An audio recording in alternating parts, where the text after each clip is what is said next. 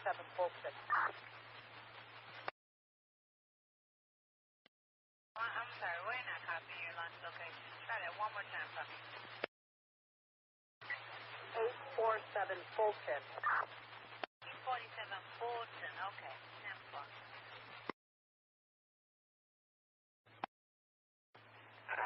4234 on the beat is coming over to domestic battery at 1815 North Winchester, 1815 North Winchester. Fanny stated the caller and the owner of the vehicle. All right, thank you. 111, 113, Robert, 11.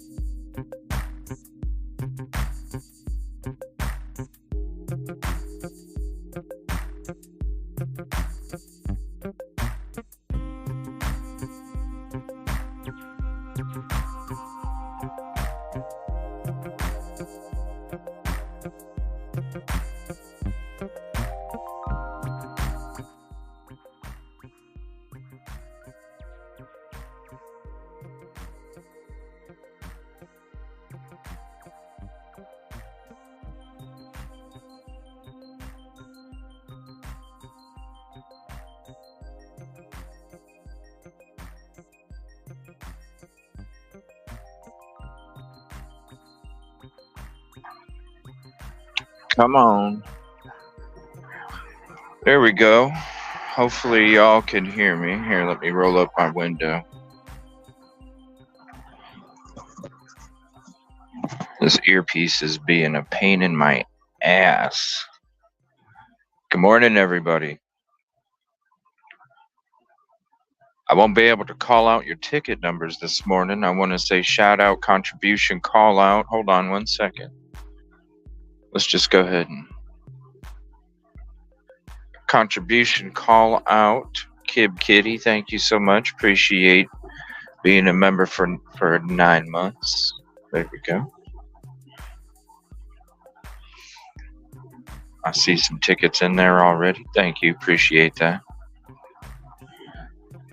So if you're not a part of the Discord, I'm gonna be if you guys can hear me, let me know. I don't know if you guys can. Those headsets. Hold on, maybe I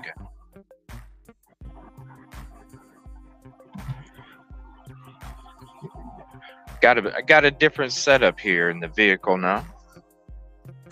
So that way I'll be able to see your guys' chat on YouTube.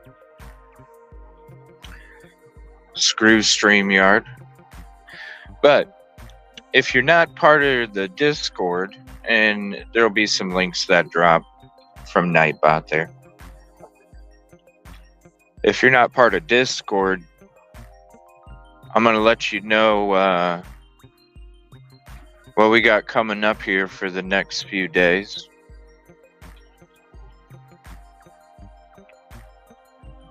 Give me 1 second. I'm trying to navigate this shit traffic.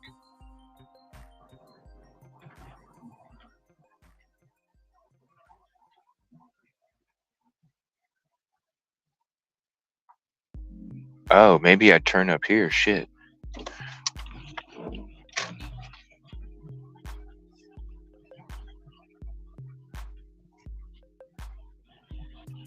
I do turn up here. All right. But we're going to be heading to Nashville. First, I'm going to head back home. I'm going to be driving all day. I'm going to get back home. Tomorrow morning, I'm going to head to Nashville. Silky Southern Tea is on her own on-location trip in another destination, and then we will be meeting up tomorrow in Nashville to cover the Riley Strain missing persons case. So we're gonna go. I'm heading back home. She's going on location, and then we're gonna end up meeting tomorrow in Nashville. And we're both going to go on location for that. So you'll definitely want to be back tomorrow as well. Tomorrow we're going to be streaming. I'll probably stream the drive up like I am right now. We'll stream the drive up. And then I'm going to be live streaming the whole time I'm there.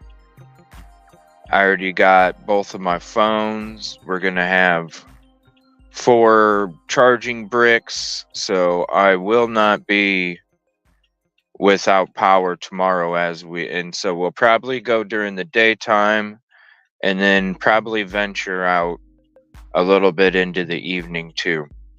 I'm not sure if I'm going to stay there. I thought about maybe staying in Nashville overnight. I thought about staying in Nashville overnight to be able to go out there late at night. I'm still debating that, and I'm gonna think about that. It'll probably just be a last minute decision when I go down there. But that's what we got coming up, and then we might end up going down Thursday and Friday too. Oh, what's up, Andrew? How you doing today, buddy? Shout out to you. So if there is any, and even you too, Andrew, if there is any content creators that would like to, you're more than welcome. You're more than welcome.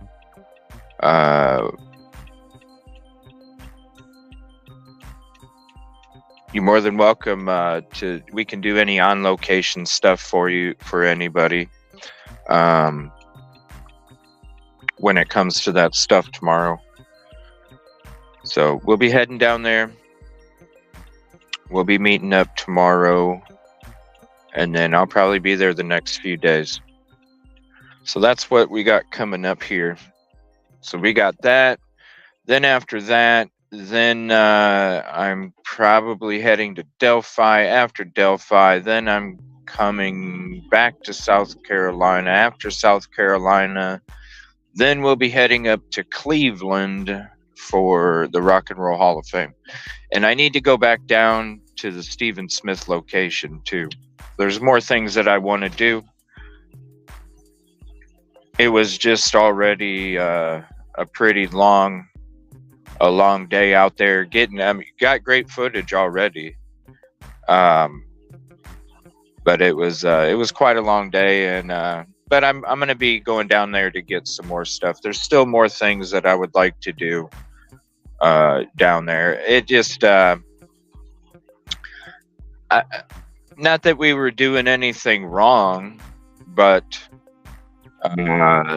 they made it pretty clear that that I was, how do I put it? They made it pretty clear that they wanted to make me uncomfortable, and I got very uncomfortable. So that's the best way to put it. They wanted to make me uncomfortable, and I got very fucking uncomfortable. And it was already a 10-hour trip, so I was like, yeah, come back.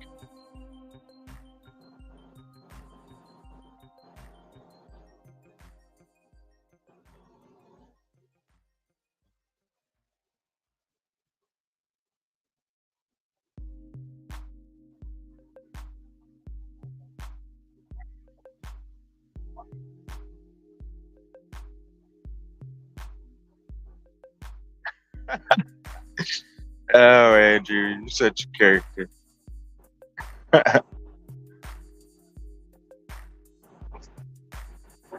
Got a long day ahead of us here.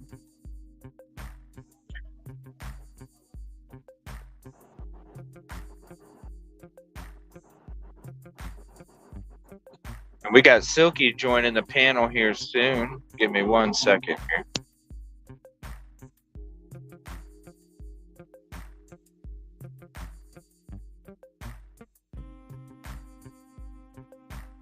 $35. We can't go 35.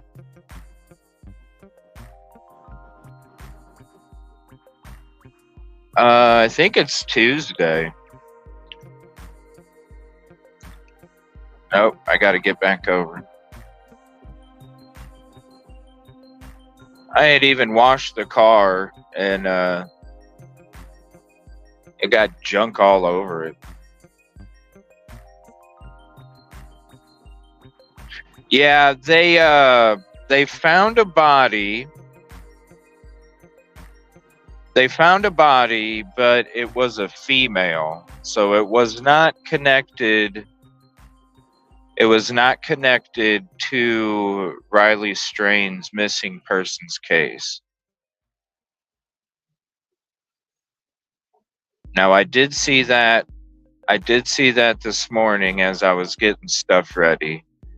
The unfortunate thing is I can't see what the breaking news is coming up. I do have a panel link I can send out of 2 court cases burning a hole in my desk. Thank you, Andrew. Appreciate you. Thank you for everything you do out in the community as well. Local and YouTube. What's up, Mama Moonvale, Jen, Kib Kitty? Sorry if I missed you, Chappie, in there. What's up?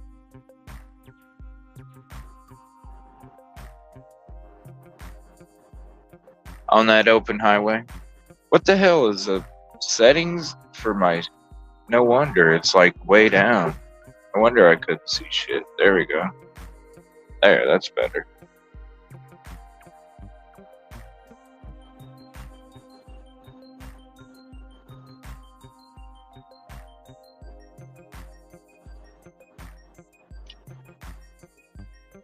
And then I heard they found Elijah Vu's blanket. So anybody know what's going on with that? Elijah Vu's blanket?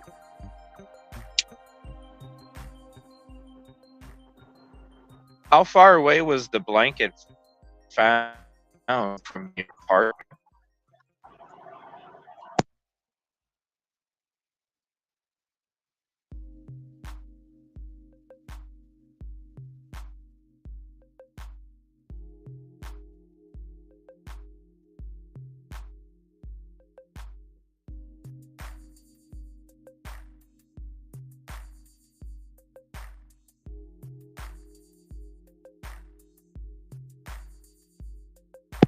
No, Rosie. Well, this link, the link that I sent you is for today, but I'm going to be going to Nashville tomorrow. So I'll be in Nashville tomorrow. Tomorrow, probably, I'm going to say almost 100% Thursday. Possibly Friday. Oh, you're backstage? See, it doesn't tell me. Hold on one second. It didn't beat me. Shit. Is it gonna let me add you or what?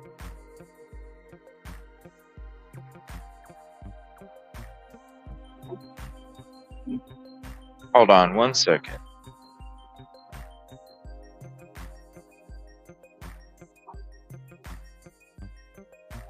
Huh, it didn't notify me.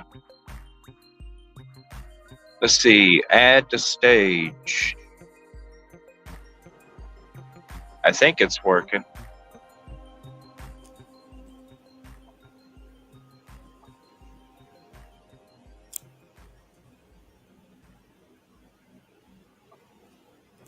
There we go. Hold on one second. Damn, there's rocks falling off this truck trailer. On 1 second, I gotta like change the layout.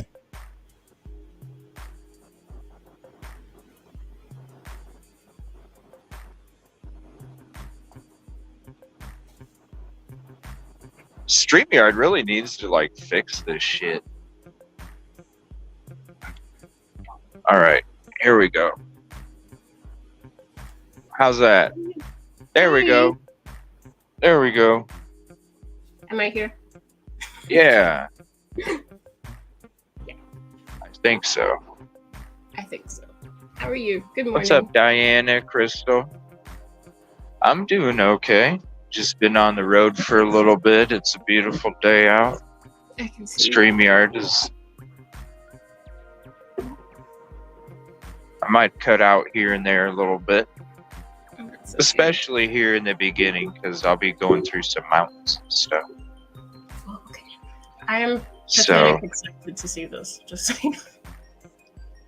huh? I am pathetic excited to see this because I feel like I'm on a trip overseas. I'm that excited. Oh, yeah. Yeah. Oh, shit. Hold on. Whoa, the music went crazy there. 1 second.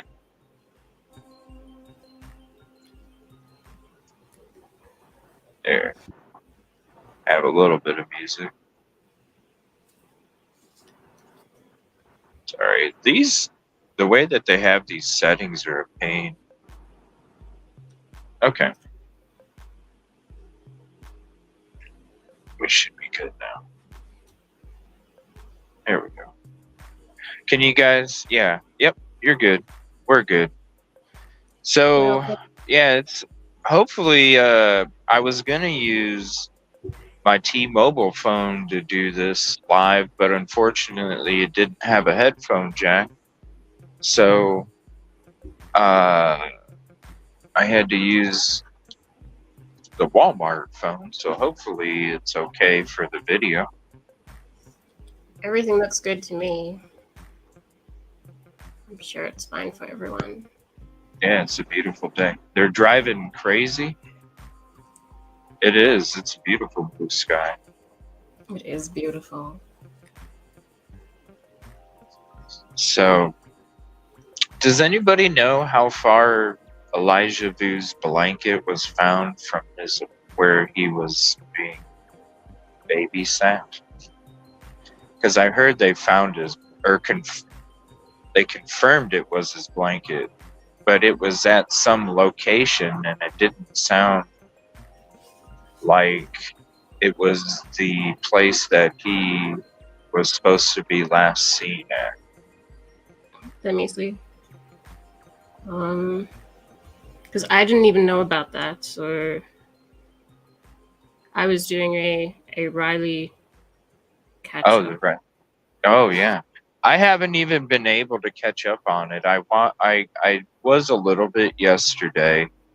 I saw that they had new, like a body cam footage that came out yesterday. So there's 3 videos. And we're going to go to those locations too. Obviously not the body cam, but the other locations of surveillance video, and show you the cameras and where they were pointing and everything. And then I heard they found a body in that river, but it ended up being a female. So that's crazy. They found another body, but I didn't hear that it was a female, but yeah, I heard that it wasn't him. Okay, it says here,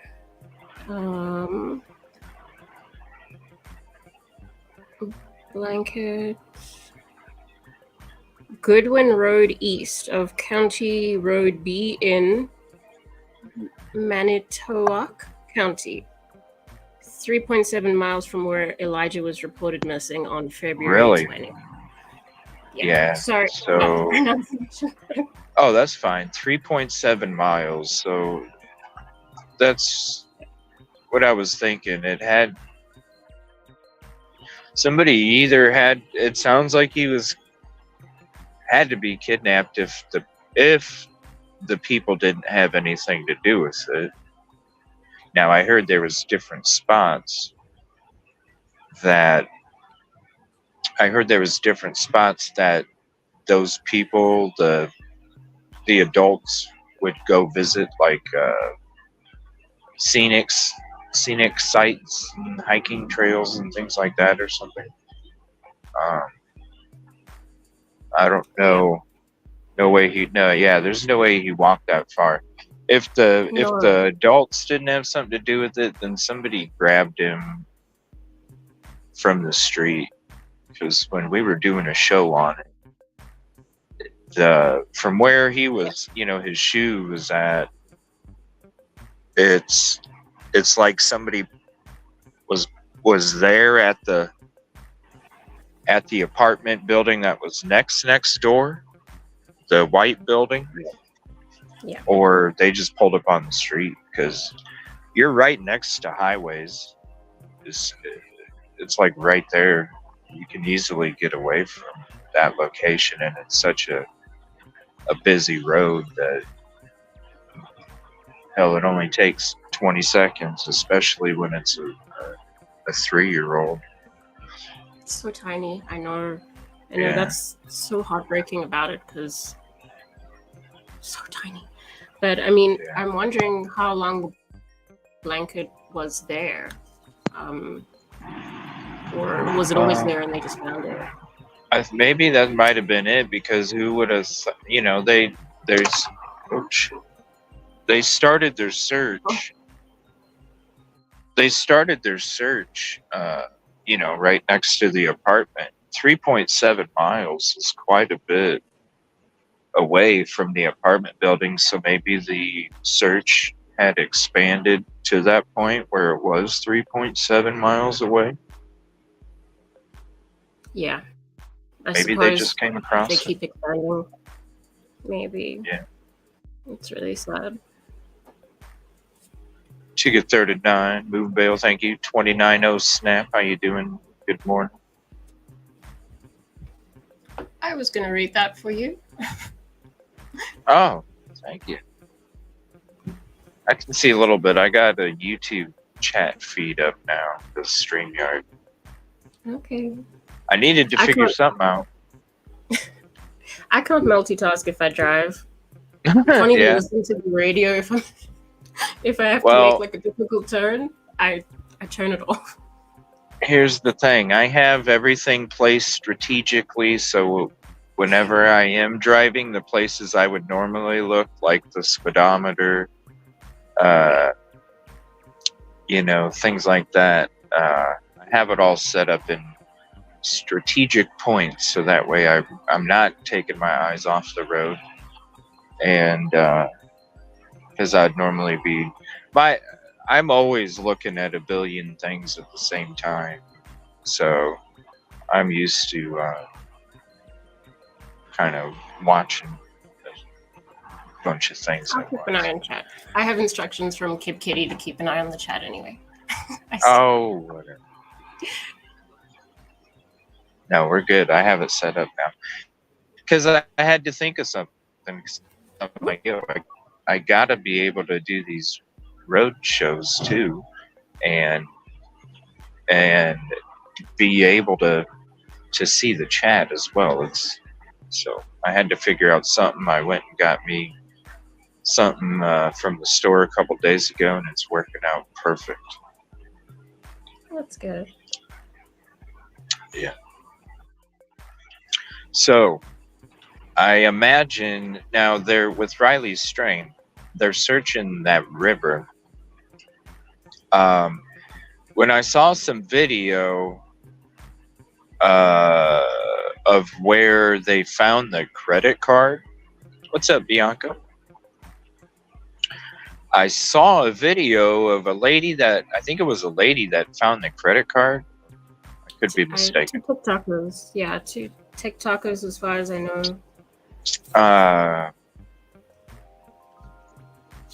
Oh, really? I thought it was local. Maybe it was. I watched a really good. Who was it now? Oh God. Was it Chronicles of Olivia? No. Because I seen her video. It was Brooke, but I forgot the name of her channel. Crime Lies and Lines. Yes, I stumbled over that. But she interviewed a family representative in her live, and it was a really, really good one. So she did what? She interviewed a representative of his family in her live. Cool. I think it was yesterday. I can't remember, but it was a really good live. And he said that it was she's awesome. to shit. Whoops.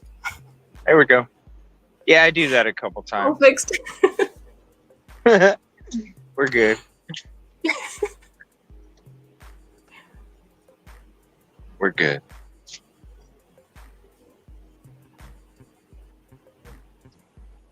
Sorry, go ahead, keep going. Oh no, that was it. She interviewed somebody who represents the family, like a family friend. Okay. And he gave a little information about the bank card, but that was pretty much it. Yeah. It is strange because he did have a wallet, so it's not like it's a card that he just kept in his pocket. Well, I'm going to be honest with you. When I would go out bar hopping, I wouldn't bring my wallet either. I would just bring my ID and my bank card. I thought about that, yeah. Yeah. But people are still looking for the wallet, so yeah. Yeah, I mean, but really, I don't know if I wouldn't. I would think that the wallet would be pretty close to the ID if the ID was on the ground, if it was in the wallet, right? If it happened to fall out of the wallet, if there was a wallet, I would think that it would be by the wallet, or the wallet would be by the ID. So that's what leads me. And plus, when I would go bar hopping, I would just bring my ID and my bank card. So I can see how he probably just had that. Now, what I'm wondering is because I seen the video. I see the video that had him running, like when he first left. He was like running in the parking lot, and then he fell, and it took him like 20 or 25 seconds to get up, which makes me wonder, because you see him walking after that and he's stumbling like crazy, so it makes me wonder, did he hit his head? Yeah, did he hit his head, and did he have a head injury? Because I mean, hell, if you guys remember Bob Saget, when he passed away, he supposedly passed away from knocking his head without getting knocked out. Yeah, that can happen. Yeah, did he hit his head so hard? Might not have been bleeding. Might not have. No, it didn't need to be. Had it internal. Yeah. Yeah, and then something happened because where they found the card. Correct me if I'm wrong, but where they found the card, I thought it was a ledge of, and then it dropped down pretty steep. So, is that what you saw, or anybody else, where the card was found? Was there like remember seeing a ledge. I just remember it was quite like rocky, but I didn't see the actual footage that you're talking about. I just saw Brooks live, so she just had like a little bit of it. So I should check that. But yeah, I suppose you could slip, regardless. Well, I'm thinking if you're already, I mean, he was stumbling pretty good. Yeah, but he was stumbling pretty good. So maybe if he did get injured from a head injury from the fall, maybe the bleeding inside had gotten to the point where he ended up falling into a coma while walking, and fell over. And I don't know. I'd have to see. I don't have the picture in my head of where the card was found. But for some reason, I thought there was like an embankment or something. Like there was some kind of. I'll see if I can find it. If I can find a picture. Oh, it says apparently it's strange because the bank card was found in a clean slate just hid under some leaves, like it had just been put there, not like it had been there for 11 days or more. But we don't know if that account if there were any movements in the account, right? I don't know. I mean, it's for sure his bank card then? Yeah, they confirmed that. We were talking about it, or I kind of brought it up in Discord chat yesterday, and I'm wondering, it was a frat event, maybe there was he did get asked to leave, There was some kind of activity that they wanted them to leave and the other dude stayed, and so it makes me wonder, maybe he did get into a fight with somebody else, but I didn't really see anybody following him like that in the footage. So then it makes me think that maybe he got into a fight with one of his frat buddies or the group itself. But I still don't see anybody following him. Yeah. I mean, I don't know a lot about frat parties, but I mean, is it weird that nobody saw him out, or is it just go home? Yeah, I mean, well, it's like this. If you're that intoxicated, if my buddy was that intoxicated, if I was out with a group of friends in this, with a group of guys, and we were drinking in a city that we don't know, or maybe have only come to a few times or something. If my friend is that intoxicated, I would at least make sure he got a private drive home, and I would have watched him get in the fucking car. Yeah. I mean, that one decision. Now, maybe, who knows? Why? And I don't know. There had to be some kind of altercation. If you're that drunk, they're just not going to serve you. They're not going to tell you to leave unless you're causing a problem. They want you to sit there and maybe you'll order some fries or something. You're going to spend some more money to sober up or whatever. They're not going to remove you unless you're causing a disturbance. But also, I mean, is it true that he only had one drink? Well, here's the thing. I'm sure they were bar hopping. Okay. And just because he only had one drink on his tab and a couple waters doesn't mean he didn't get any purchased for him.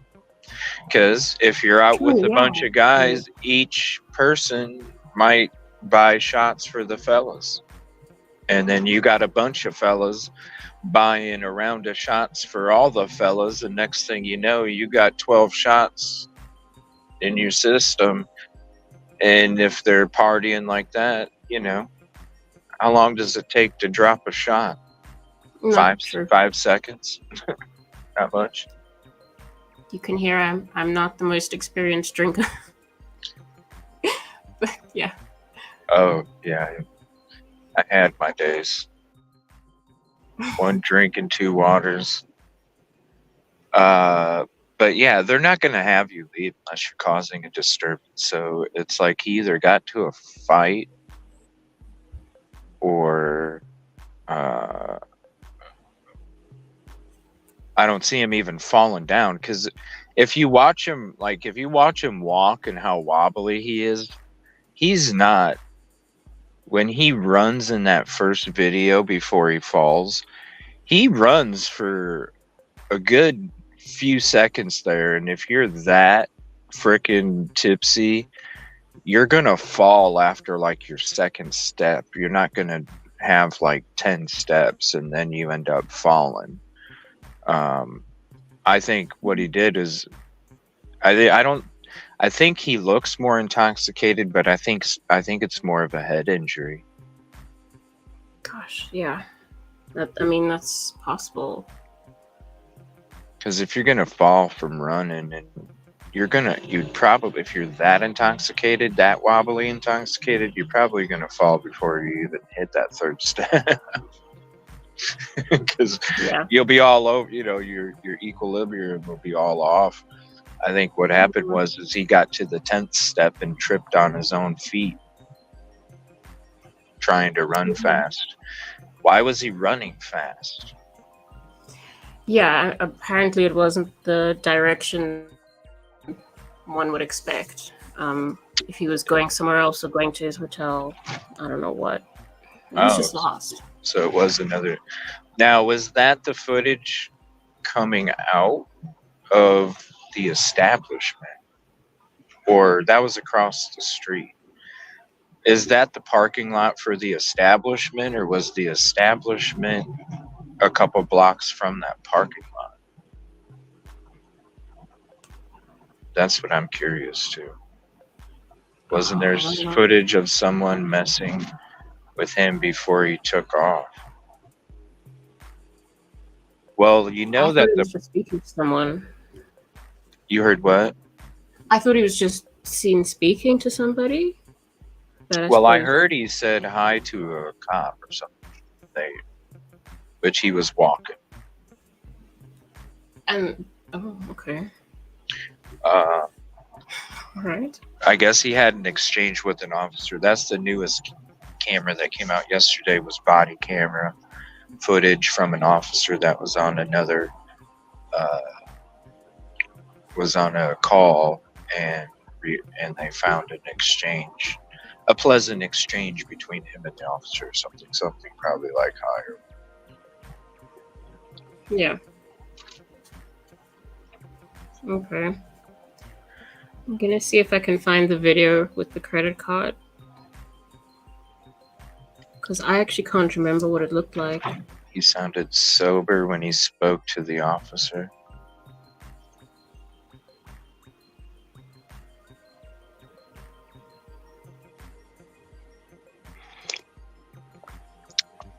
Ooh, it's chilly.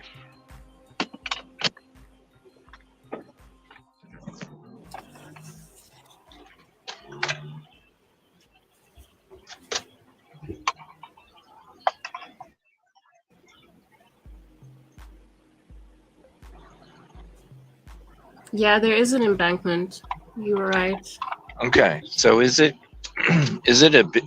Because from what I remember, and I'm perfect. What I remember is it was quite a bit of an embankment. No. Yeah. Like a pretty decent drop off. Like maybe a few feet after where the card was found. Yeah, I think it does look like quite a stumble. It's also not even. Like, obviously it's an embankment. It's not even, but it is kind of rocky. Right. And prior to that, anyway. If it's moist, I wonder what the temperature was. If there was, does anybody know if it was raining prior to him leaving? Maybe during the time, was it raining, sprinkling? Was the temperature a cool temperature where it was maybe hot during the day and cooling off at night, and so a rock would have some kind of moisture on it? I'm wondering if he lost his balance. That's how his credit card flip came out of his shirt pocket, because if you saw his shirt, he had one of those Garth Brooks shirts where it was like one color on one side, one on the other, and the pocket on the shirt was the color of the opposite side. So I imagine that's where he had his ID and his bank card, and maybe he lost his balance. His ID stayed in his pocket, but his bank card flew out and he fell down there. That would make sense. But they haven't found anything in the river, so that is what's odd. Because you would think, I mean, hell, they found somebody else in there. You'd think that they would have been able to find him in a week and a couple days. I suppose it's possible that he did still kind of stumble there, but didn't fall in and then wandered off further. That's a good point, Rosie. That's a good point. Slipped and stumbled and caught his balance and then was able to keep walking. That's a good point. Yeah. That's because you would think, well, when did he get reported missing? It was that same night, right? Because they weren't, they normally have to wait 24 hours, but I think they sped it up because he was part of a fraternity that was there for an event, and he was by himself, and they got to the hotel and they realized that he didn't even come back. His key, That's right. His key was there. So he didn't have his hotel key. Oh, hold on a minute. He didn't. Hold on a minute. He kept. Oh, hell no. Is this. Okay. Do you guys. You ever hear of those You ever hear of those amnesia stories where somebody hits their fucking head and they can't remember who they are? And if he didn't have his freaking hotel key, who says the dude is not walking somewhere, hitching a ride, and can't remember who the fuck he is? Can that happen? I mean, how Yeah. bad? Yeah, if you But I hit mean- your head good enough, you can literally have amnesia and forget who the hell you are. But I mean, it's well known now, so whoever picked him up must. Yeah, but that's the forward. thing. There's no, but maybe not. Because, okay, because when I drive through Nashville, I'm going to be driving right by the location, but I'm already going to be on the road for 13 hours, 12, 13 hours. And really, if I got a hotel, it would be me just getting the hotel to basically be up for a couple hours and go to sleep. So that's why I'm going back home, and then I'm going back to Nashville in the morning. I drive on my route. I drive right over I can see the location from the interstate. I drive right past it. Okay. So when it comes to, you could easily find you're downtown, you see an interstate, you could easily walk up to the interstate and hitchhike a ride. And Are when there a you're lot of talking traffic runners? you're talking Sorry. truckers and stuff, which those are most of the people that are going to give you a ride is probably a trucker. They're going to be on the road most of the time, so they might not know about you. Okay. Transient global amnesia, says Rachel. Wow. I wonder how long that lasts. Like, does it come back to you who you are, or Sometimes never. There's if you guys remember, like back in the day, in the 80s and stuff, the Unsolved Mysteries with Robert Stack would have a lot of those stories where people would recognize somebody and all of a sudden there was this connection and they found out it was their long lost uncle that had got a head injury, forgot who he was, ended up marrying somebody else and this and that, and or not even that, just was a homeless, just like different stories where when you hit your head, it affects the blood flow to certain parts of the brain, and I should have got breakfast. what time is it there? Because I'm like on the highway, but I'm not, and that would mean I don't have to stop. No, we'll stop later. Sorry about that. I got sidetracked by breakfast. But we can wait. We can wait on that. Oh, look at that. 90.9 FM, love, peace, and unity. It's beautiful. Little billboard there. Yeah, definitely head injuries like that. They can, who knows? This is what does, if they found another person and they didn't find him and they started searching for him, when did they find the credit card though? Were they even looking in that river? I thought they were looking in the river. I'm not sure. Weren't they? Right away? Something don't make sense. Like, either they would have found him in the river, they found somebody else. They would have either found him. They probably, I imagine, if they didn't find him, they probably went downstream trying to find him. And if they didn't find him, he didn't have anything that would, he had a collared shirt and some jeans, nothing that would weigh him down in the water. You know what I mean? So I think he would have been found if he was in the water. Yeah, so I agree. Although I don't know how long they have been searching. I mean, I think the bank card was found over the weekend, right? Okay. I think so. A couple days ago. Yeah. So if they haven't found him in the water, I'm thinking he might have got amnesia or a head injury. And because if he didn't have his, because I remember the story, the friend said, Silky, do me a favor and type in chat when you join the panel, because it doesn't notify me on StreamYard on the mobile app for some reason. I thought they said when they got back to the hotel room, they noticed he never made it back and that his hotel card was there.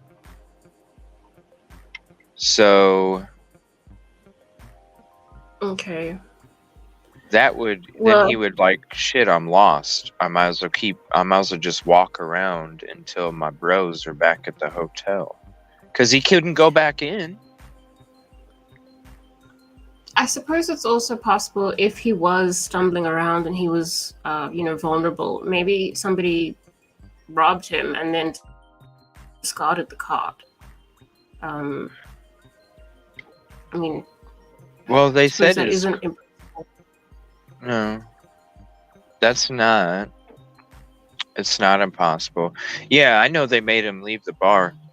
That's why he wasn't able to, and he must not have had his phone either, because he didn't contact his buddies. They never said he contacted them.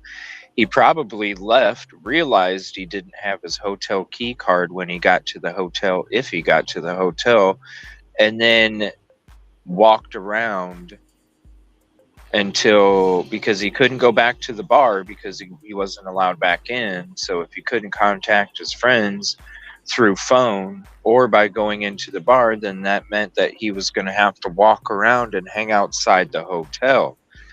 Now, he did text his girlfriend. He did?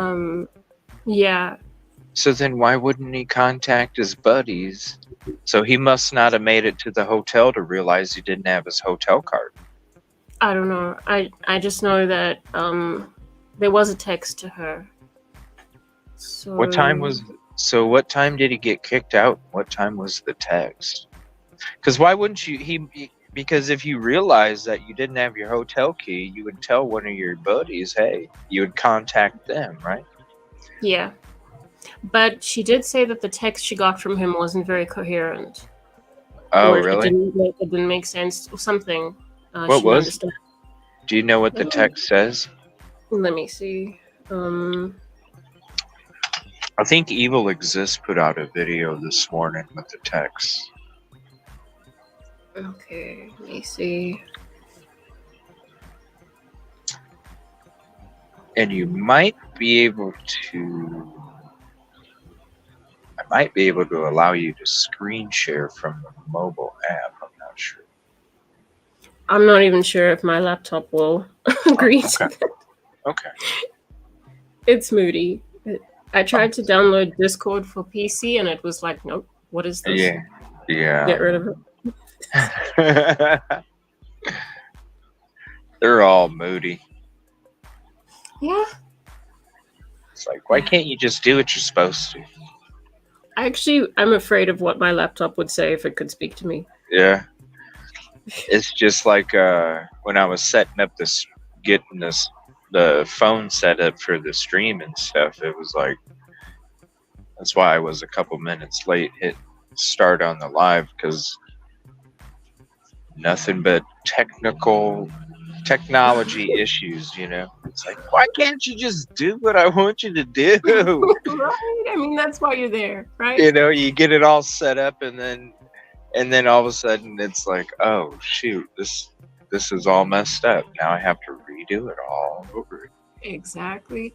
Mama 5 says his reply to his girlfriend was "good lops," which I remember as well.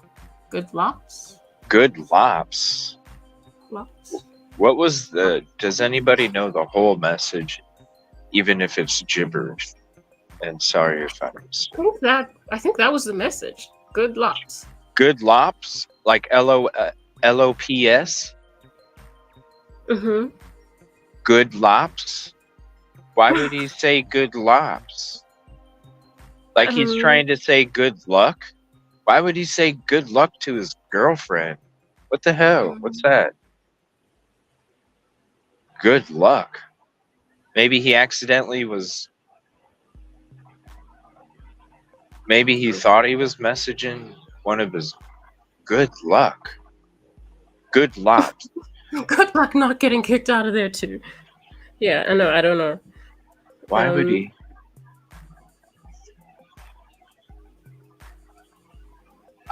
Man, you see how he's running, like watch this is the thing.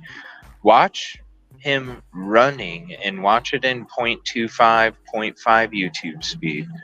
Watch him running before he falls. He doesn't wobble that much. It's like the dude is coherent. Not really. Not that he's not tipsy, but you don't see, like, when you see him running. Oh, I'm sure he was drunk as shit, but I'm saying I don't think he was. I think the video after was a head injury. Because think about it, if you're that tipsy, you sober up. Like with time, you sober up. You're not going to be missing for 12 days. Yeah. So that tells me head injury or foul play. And like you said, somebody drove by. That's what I want to ask you, Rosie, when you brought that up. Is that right next to a road where somebody would be driving by and just toss a credit card out the window and it end up landing on the dirt? I think that would be a little bit of a far throw, but let me check if I can get a map. Because all the footage shows them picking up the card and a little bit of the embankment. So if I can find a map. Because when you watch him after he gets up from when he falls, it's not like he has a sprained ankle, right? He laid there for 20, 30 seconds, and I think he hit his head, and he took 20 or 30 seconds because he was dizzy as hell and couldn't even, like, freaking get up. Now, when you see him get up and walking, he's stumbling like he's intoxicated, but he's not. You don't see him stumbling like a knee or an ankle injury. That's more of a hop, not a stumble. So that's why when you take him laying there for 20 to 30 seconds, I don't think he was laying there because he's like, oh, my ankle, or oh, my knee, or oh, my arm, because when he gets up and starts walking, he's not holding his arm, he's not limping, he's not favoring a bone or anything like that. He is just walking stumbly, and so I feel like he was trying to get his wits back from a head injury. It's actually reminding me of this time I was walking with someone at our local park with my dog, who's huge. And my dog was playing and running around, and he knocked someone over, and she fell. And the person that I was walking with was a medic, and he said that he was concerned that it took her 20 seconds to get back up. He said that was a problem. So she had to go and get everything checked out, because if she had gotten back up straight away, it would have been fine. But that little delay was a concern. Actually, now that I think about it, it's a good point. Yeah. And when you're intoxicated, things don't hurt as bad. So you would probably, unless you did hurt your knee or your ankle or your elbow or your shoulder, then you might lay there and and take yourself a minute and kind of lean around and this and that. No, the dude fell down, like straight up looked like he got knocked out, and then came to and then got himself up and then started walking away. To me, that says head injury. Yeah. And I suppose we also don't know if he has any medical conditions as well. Right. I think it's a head injury, and it makes me wonder because if he knew he didn't have, if he's probably not going to know he didn't have his bank or his hotel card until he would get to the hotel and go to get the card and be like, oh shit, where is it at? So I don't think he made it. I'm sure. I'm sure they were all expecting to go back together. So somebody had but I would still bring mine. What's it hurt? It's going to be next to your ID and your bank card. It doesn't take up much room. And so it's either, and he didn't say good lops to his frat buddy. So to me, that tells me that either he didn't notice that he didn't have his hotel card, or that he got there and noticed and just waited for his friends to walk into the lobby door so he could go with them. Now, when it comes to your thought about somebody driving by and tossing the bank card, I mean, come on, let's be real. There's a lot of sketch shit around hotels. There's a lot of sketch alleys downtown in that area. There's a lot of sketch already. It could be possible that something like that had taken place. But wouldn't he have some kind of money removed? Wouldn't there have been some kind of activity? Look, we don't know. Maybe I don't know if people carry cash, but I mean, maybe he had other stuff on him that was, I don't know. But I don't think he made it back. Yeah, no, I don't think so. Although, I mean, and Mark and Betty did say as well that he wasn't heading to the hotel. Not even in the same direction. Yeah, he would have contacted his buddies. There would have been a phone call or a text. Yeah. So, yeah. I feel like foul play or a head injury, and I don't know foul play though. I mean, if he had a hand injury, he was vulnerable to being robbed, being something. I mean, he who knows? For all we know, he could be living amongst the homeless camp. Because he doesn't remember who he is. I don't know who I am. I don't know where I'm at. Hey, guys, how's it going? Oh, where'd you come from? I don't know. Well, come on, sit down, have some baked beans. Yeah. Yeah. Set up, Tiffany. Listen, frat party. We talk about frats. Idaho 4 frats. You know what I'm... Hey, who knows? You know what I mean? Who knows? That's why when I brought up, there had to be an altercation. They don't just kick you out because they want you to buy food, sober up. Either he got to some kind of argument with a patron or one of the frat buddies or the group of the frat buddies. there was some kind of altercation. So who knows? It's Yeah. the Mizzou frat. I was talking yesterday. I was like, we need to Mizzou? look into it. Yeah, I want to. So I opened up the Riley Strain folder, and then I told everybody you could drop stuff about this fraternity too, because we're going to be looking into the fraternity from there as well.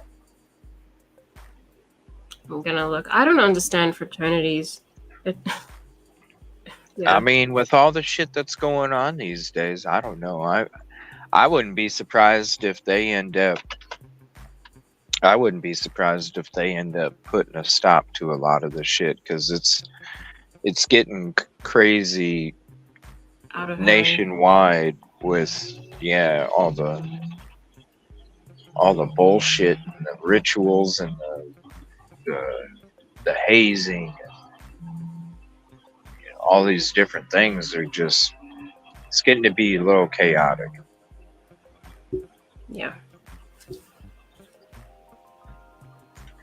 So who knows? There's definitely there's different possibilities with different people or whatever, but I don't know. I feel like for some reason the dude forgot who he was, and he's probably hanging out amongst some homeless people. I wonder if did the cops ever go look at the homeless camps? Did they go search and go see if he's around any of the homeless camps? I think they did say they were interacting with the camps, but I mean, I don't know if they were searching for him or if they were just getting interviews. I'm not sure. But I know that they have been engaging with them. So, Because if you forget who you are and you walk up amongst a camp, yeah. I could see that. Oh, Katrina said they said that a homeless person saw someone else wearing a shirt. Yeah. Forgot who he was. Oh, wow.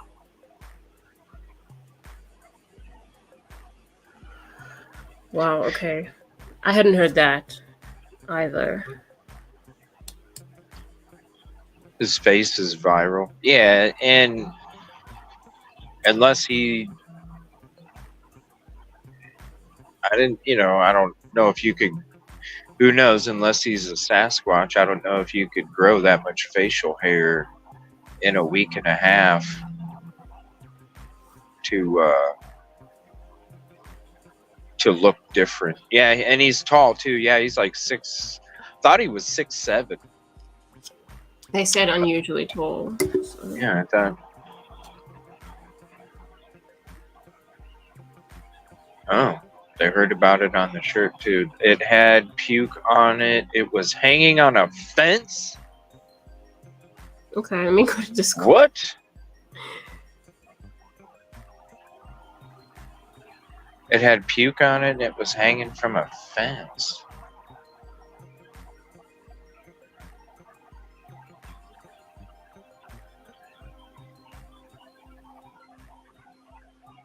I should have got breakfast before.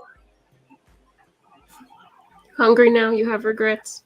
I'm a little hungry, but we're going to wait. Yeah, I do a little bit, because I was like, man, maybe I should have got breakfast before. Cause I'm not trying to eat on the show. I am not seeing anything about a shirt. Let me keep looking. Whoever picked the shirt up, come on, YouTube. It's got like a heart on part of the message. Well, I keep seeing Hardee's, and it's driving me nuts, because that's like my favorite breakfast fast food is Hardee's. Oh, I love it. Whoever picked the shirt up could have emptied pockets, hence where the card was found. Yeah. Yeah. It's a good point, Jen.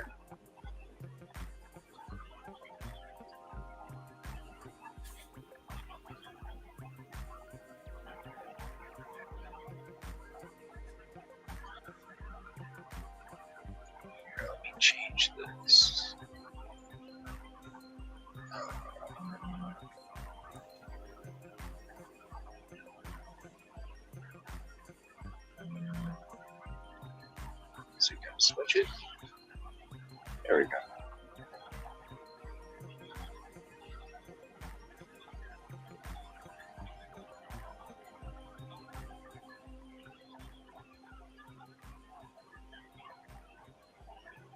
What a beautiful day. And I think I think the weather's going to be nice in Nashville tomorrow too. I think 70s the weather. So I'm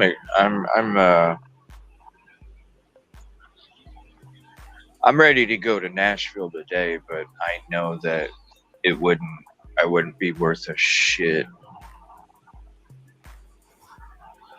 So I need to go home, get some rest, then head to Nashville. But we'll be doing this again tomorrow morning, so if you're hanging out this morning, we'll be back tomorrow morning, and I'll be on the road heading to Nashville. And we're going to be meeting up with Silky. And you'll be on tomorrow with us too, right? Of course. Yeah, be on tomorrow. Taco Bell? I never had Taco Bell breakfast. They serve... What's Hardee's? Well, it's Carl's Jr. on the West Coast, and it's Hardee's on the East Coast. I don't know why they do that. I don't know what either of those are. So...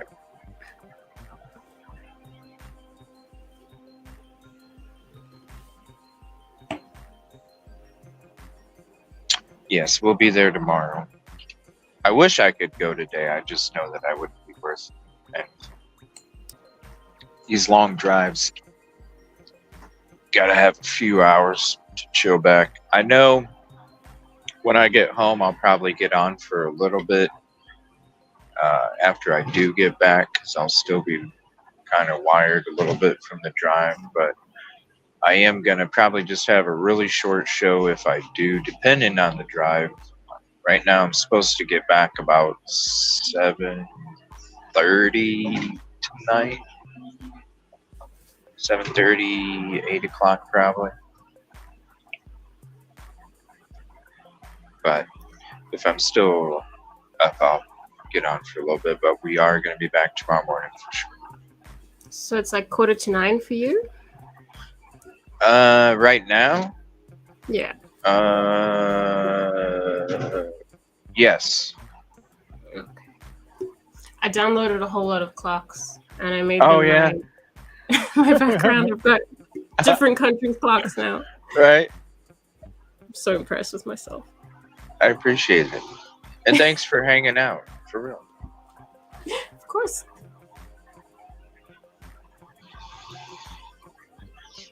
So I'm wondering...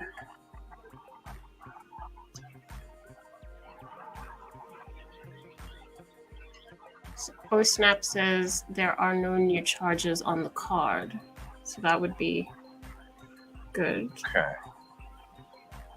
So...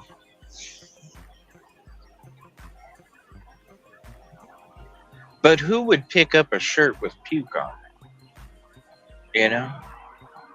And why would you take it? Why would you take it?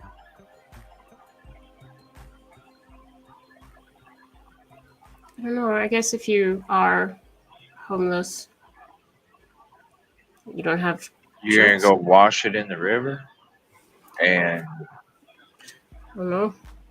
I mean, I don't know. Like, if I saw a puked up shirt, I'd just be like, that's gross. I wouldn't even pick it up, man. That's somebody's stomach juices, man. That's gross. Yeah. And dangerous, too. Yeah, I mean, it could be somebody who really doesn't have enough shirts, I guess. I don't know. I think it was a homeless person, but they would... I mean... What? Because, I mean, their shirt wouldn't have more puke on it, right? I mean, why would you take a pukey shirt, even if you had a shirt on already? It would probably have... The shirt you probably would have less puke on it, right? Yeah. I don't know. Huh? Could that be why he was asked to leave? Because he Was he puked? sick? Yeah, because I've seen that Probably. happen. I mean, Yeah. because the family did say there was no fight. I don't know if that's true or Oh, not. okay. But Well, I mean, if the family said there was no fight, well then yeah, if you're puking on yourself, yeah, they're gonna ask you to leave. maybe Yeah. it's that. Oh, because they don't want to clean that up, and it's disgusting if because you see somebody puking next to you, and if you're intoxicated, it might start a whole chain of puke. Oh no. Yeah. But I mean, that could be, if there wasn't an argument or something, that could be a cause to Yeah. ask someone to leave. Oh, for sure. Yeah, if you're puking on yourself, yeah, you need to go, buddy. But I mean, that's terrible. Like, I know, I get it, but that's when you need to really check on someone and make Yeah, sure. why wouldn't if he is puking on himself in the bar, He needs help. then Yeah. why wouldn't one of his friends make sure he got to a car or something? That's Yeah. you don't if your buddy, especially your frat bro, is puking on himself Mhm. and he gets booted, your friend, like your frat bro, is supposed to be like your best friend, not just an acquaintance. It's brotherhood, right? Right. So, Not just an acquaintance. And an acquaintance would probably be like, yo, dude, you need to get, and if an acquaintance would do that and a frat bro don't, there's some issues there. yeah. Because if he wasn't starting any problems and he just puked on himself, why didn't they make sure?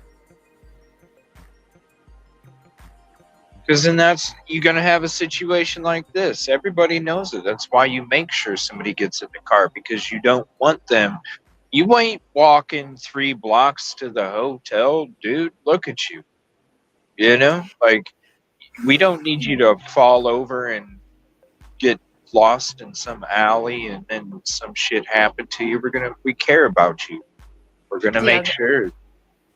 I mean, it doesn't seem like there was much concern, but I don't know.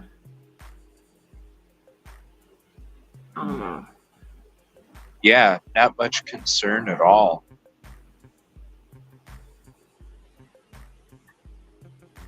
If there's just puke,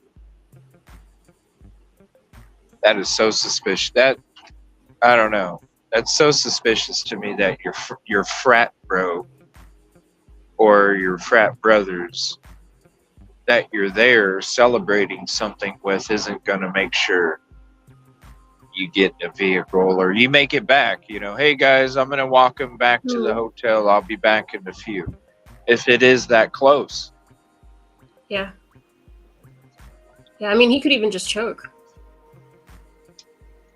Right. If he was that sick. So if that's what happened, then I don't know.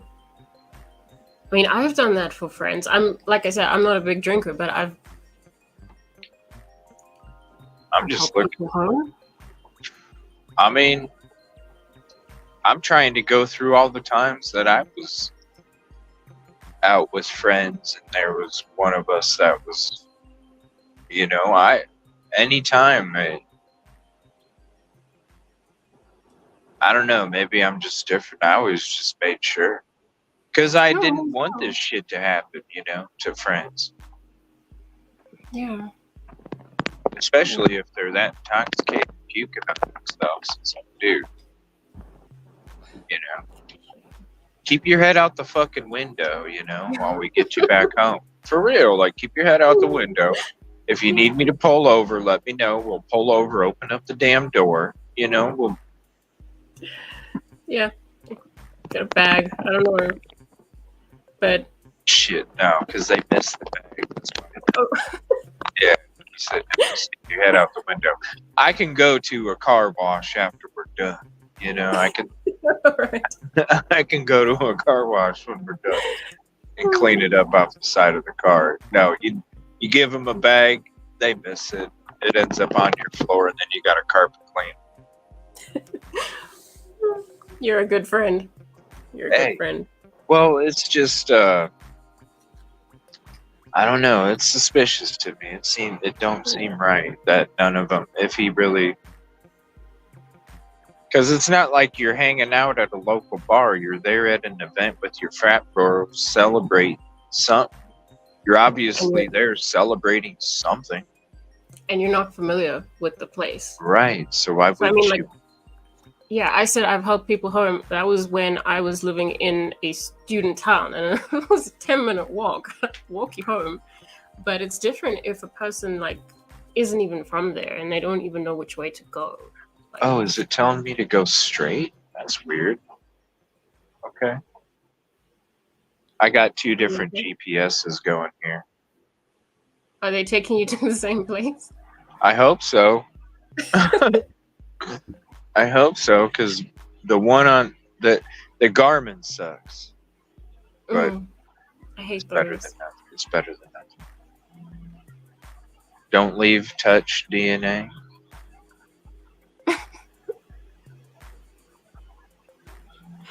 You stabbed up. I don't know. Saw a soldier had too much and was puking. A policy. Yeah, you don't. If you're not gonna make sure your buddy makes it if he's that drunk, you're at your local establishments that you're used to being at. You're not. If you're in another city, you're not like, yeah, bro, you're drunk. I'm sure you're gonna find your way back. Yeah, like they were like, good luck, good lops. Off you go. No, that's not. No. I mean, if he's not even from there, that is heartbreaking. And there's no other surveillance. So there's not an altercation that took place. The family said no, or the representative. So, I mean, I assume that's correct. There's a fingerprint on the card. Well, usually when you're at the bar, they'll take your card from you. Now, most cards do have chips where you don't have to hand it to them anymore, but in the bars, they will take your card and bring it back to you because most of the time their cashier stations are right by the entrance where the cooks go in and out and such, or the wait staff goes in and out from the kitchen.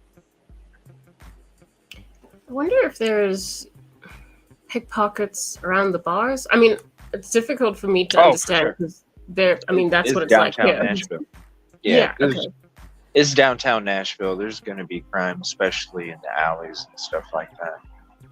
I got a mouse in my mic.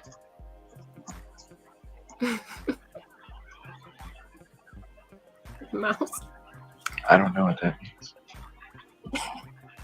Does my mic sound bad? There was a stage where it was like a little crackly or squeaky, but it seems normal again. So. Oh, well, it might be the connection, because I will be entering the mountains here probably let me see, probably about an hour and a half, 2 hours. I'll be getting into mountains, so it might go in and out. So that maybe that's what happens when it kind of goes in and out, is I get a little mouse in the mic. At times it sounds funny. No, I'm saying they need to fingerprint it. Ah, okay. Nashville is... Oh, sorry, go ahead. No, I'm just saying, I'm sure that, I mean, cards have a lot of fingerprints on them, don't they? Yeah, yeah. Especially a you bank make card. the whole town a suspect. especially a bank card. Time for Change says Nashville is a very high crime city all over, but downtown is higher than the rest of the USA statistically. And I also did hear that in Nashville the night before that a bartender, or was it a bartender, got shot and killed in Nashville the night before as well. In a similar area? Yeah, in Nashville. I don't know about the same area as the establishment, but I did hear. I'm going back home, Sherry, and then we're going to Nashville tomorrow. So, I'll be doing the stream tomorrow.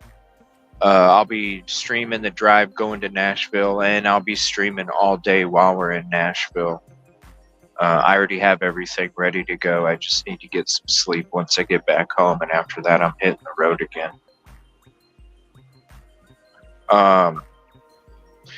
Yeah, I had heard that a bartender from Nashville was shot and killed, or maybe it was a bouncer or a bartender was shot and killed in Nashville the night before last, I think. So it's probably pretty high crime. Security guard says, yeah. Kitty. Security guard. Going to work and just trying to, do your job, and then shame. Was he working? I don't know. I'm just assuming if he was a security guard. Yeah. He might have been on duty. Well, I will be protected damn straight. Good.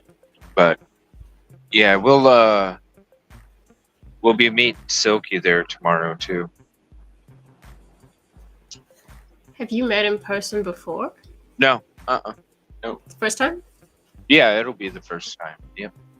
That's and exciting. then I think Christina Rain said that she's going to meet us there too. So, well, I think she'll be there as well. And I think she said she's going to join the panel because we're all going to be together on panel, but we're all going to be separate.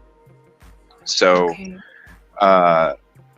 you'll see all of us together as we're kind of doing our.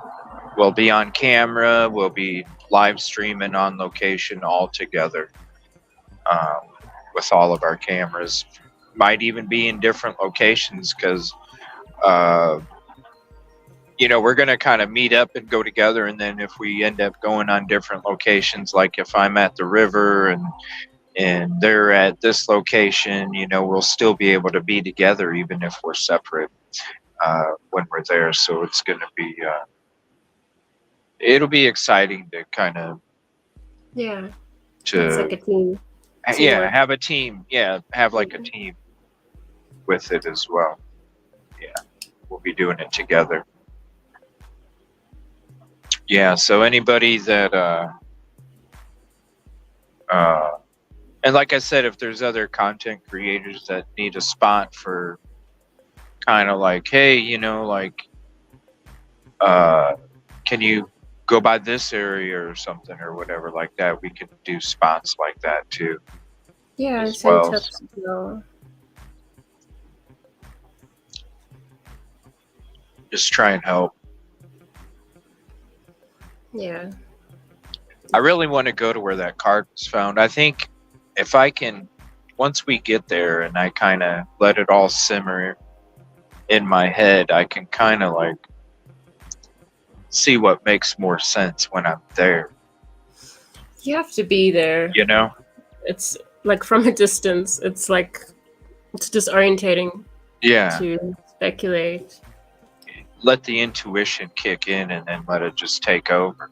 Once you're there and you feel the ground and you smell the air and you get a perspective of everything, it really kind of helps formulate what really makes sense.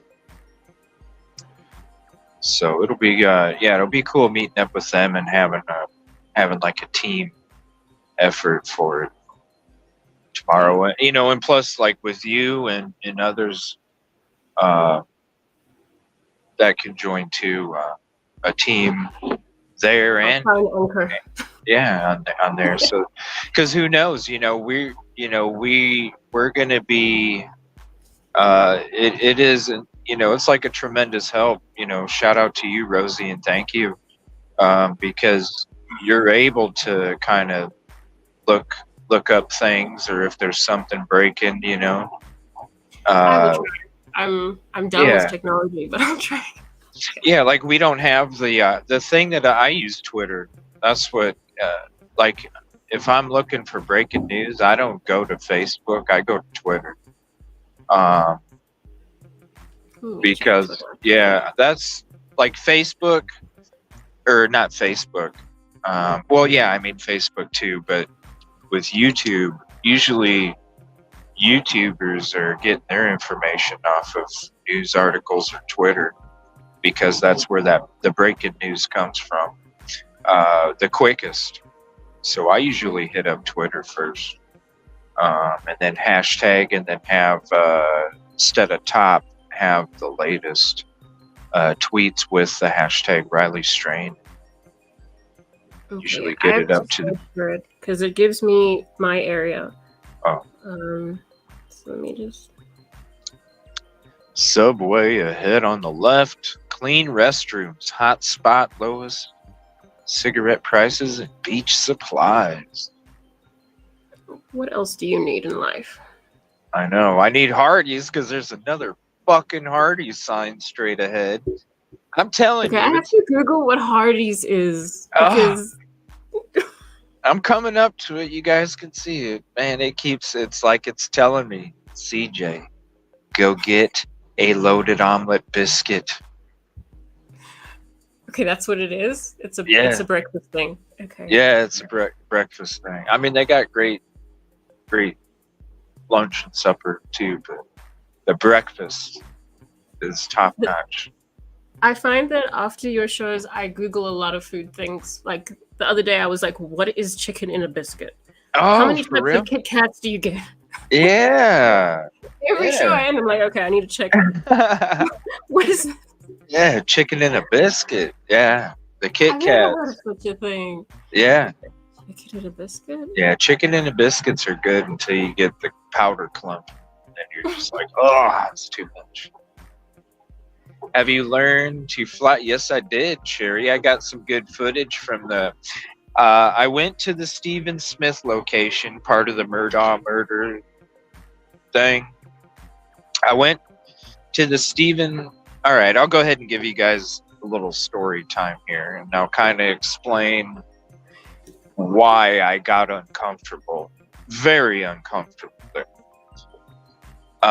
We'll be having a show coming up sometime towards the end of the week or the weekend, depending on what we're doing with Nashville. It all depends on Nashville. I might be busy with Nashville for the next week. I'm not sure. It just all depends on that. But when we're able to have a chill back show, where I'm not catching up on other cases, when we're able to have a chill back show, I'm going to go through all the footage that I got from the Stephen Smith location. And I got really, really cool drone shots of the cemetery and of the memorial cross that's on the side of the road. I got a lot of good photos. So I'm going to be showing that when we do go over it again, when I do have the show, and then I'm going to be going back down there to get even more footage because there's a lot more things I want to do. So I still have another day's worth of work down there. So I'll be going back for that in a few weeks. But when I was there, so if anybody knows about the Stephen Smith case, just like in Idaho, the whole beefy truck crew, when the crime took place, there was a beefy truck that he he had told his sister was harassing him at the gas station when he went to get gas. He changed his mind about getting gas because of the people bugging him. And so there's the beefy truck, whole thing already, okay? If you know the case, you know that the gentleman, Daryl, is the one that called SLED and told them that his son and his friend supposedly hit something on the same road that Stephen Smith was on, and his son ran out puking out the front door after he told his stepdad the story. And so the stepdad was the one that called SLED, and after all this time, now guess who's the main suspects of the crime? So when I went to the cemetery first, and I got my photography, I got my footage, I got my drone footage at the cemetery. Of course, when Stephen Smith's grave is at the far corner that's closest to the road of the cemetery. So when people are driving by, it's obvious what gravestone you're at. Now, when you talk about this town, you literally are driving by, you're on a highway, and you turn off the highway on an exit, and you have to drive another 30-some minutes in backwoods, okay? So this town, this little teeny town, there's not even a stoplight, little teeny town, is out in the backwoods. It's secluded, so when people are driving by a road that you drive by constantly because it's such a small area, and you see somebody at the gravesite and you see that it's not a vehicle that you're usually used to seeing because you see the same vehicles all the time, that's when you already have to be aware that people are going to be like, whoa, who's this, right? So I went to the cemetery first. After I went to the cemetery and got my footage there, then the next spot was to go to where the vehicle was last left. Now, when I went to that spot, when I went to the spot, I would take photography first, then I would take video, then I would take drone. So I got out, I did some photography. I was either doing my video or my drone, and I'm thinking it was before the drone. I'm almost positive it was before the drone. And I should have it on video if it was recording it. As I'm recording some footage, this big beefy truck, and I'll show you guys how small the road is. I was literally maybe 3 or 4 feet off the side of the road,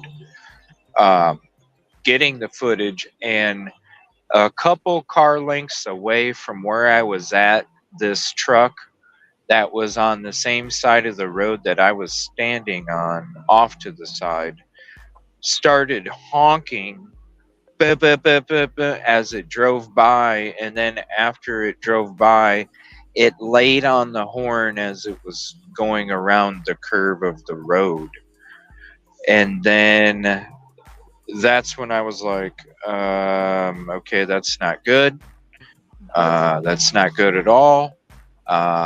That's when I already started to feel uncomfortable because I was literally a sitting duck. So then after that, I went to the location of where his body was found on the road and where his memorial cross is at for his memorial. So as I'm standing there, same thing. I take my photography, get my footage, do my drone.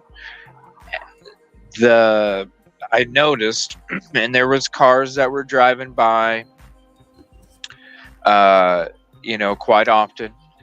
Some similar vehicles that were driving by, and I was only at that spot for maybe 20 minutes, 15 or 20 minutes. I wasn't there very long on that part of the road.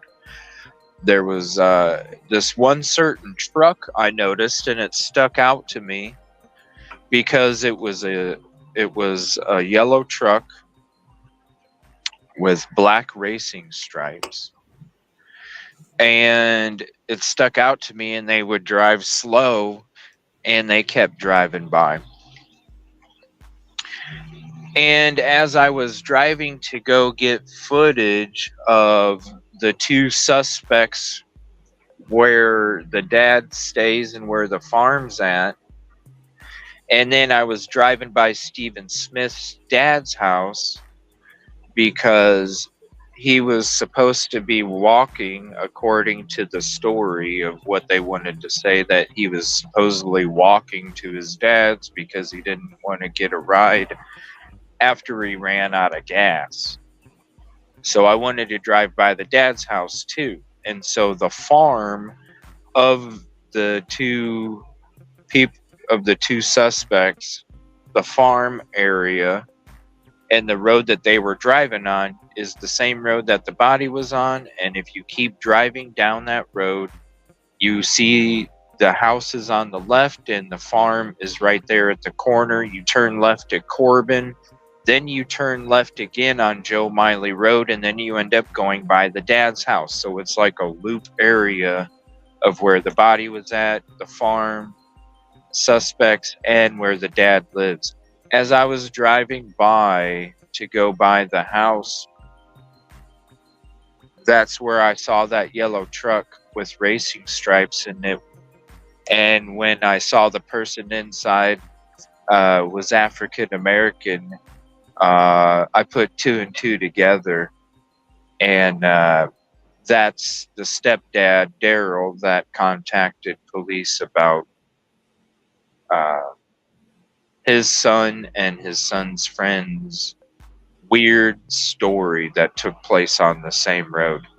And so I think what happened is people had noticed at the cemetery when I was at the location, because just like the game of telephone, word spreads quick, right? Yeah.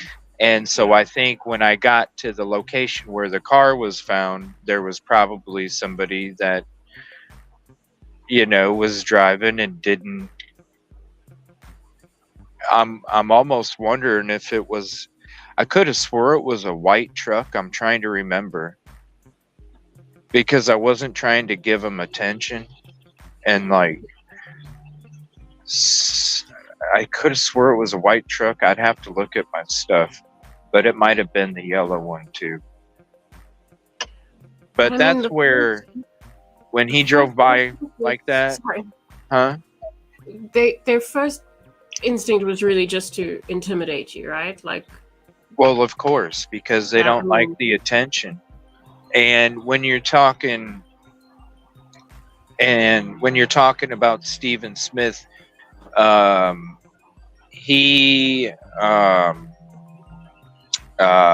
was a homosexual, so homosexuals aren't looked upon very highly in that area. You see what I'm saying? Yeah. And so it was, and there's been a lot of people, that have had their names in the hat bucket from a lot of creators that have talked about it, or even other shows that have talked about it. There's been a lot of names in the bucket, and so it could have been maybe somebody that I don't know who it was. I really don't. I need to go through my footage sometime and see if I did catch the vehicle, but I wasn't taking footage of the road, I was actually turned towards the side of the road because that's where Stephen Smith's car and stuff like that was located. But I'm wondering, need to? right? And there's no reason for me to film the road. I did get some road shots, but there's really no reason for me to film the road because nothing happened on that road. It was off to the side. But I might have had some kind of camera, you know, like before they came by and I switched from this to this. I might have had some kind of quick visual of it from a camera angle change or something like that, you know. Maybe.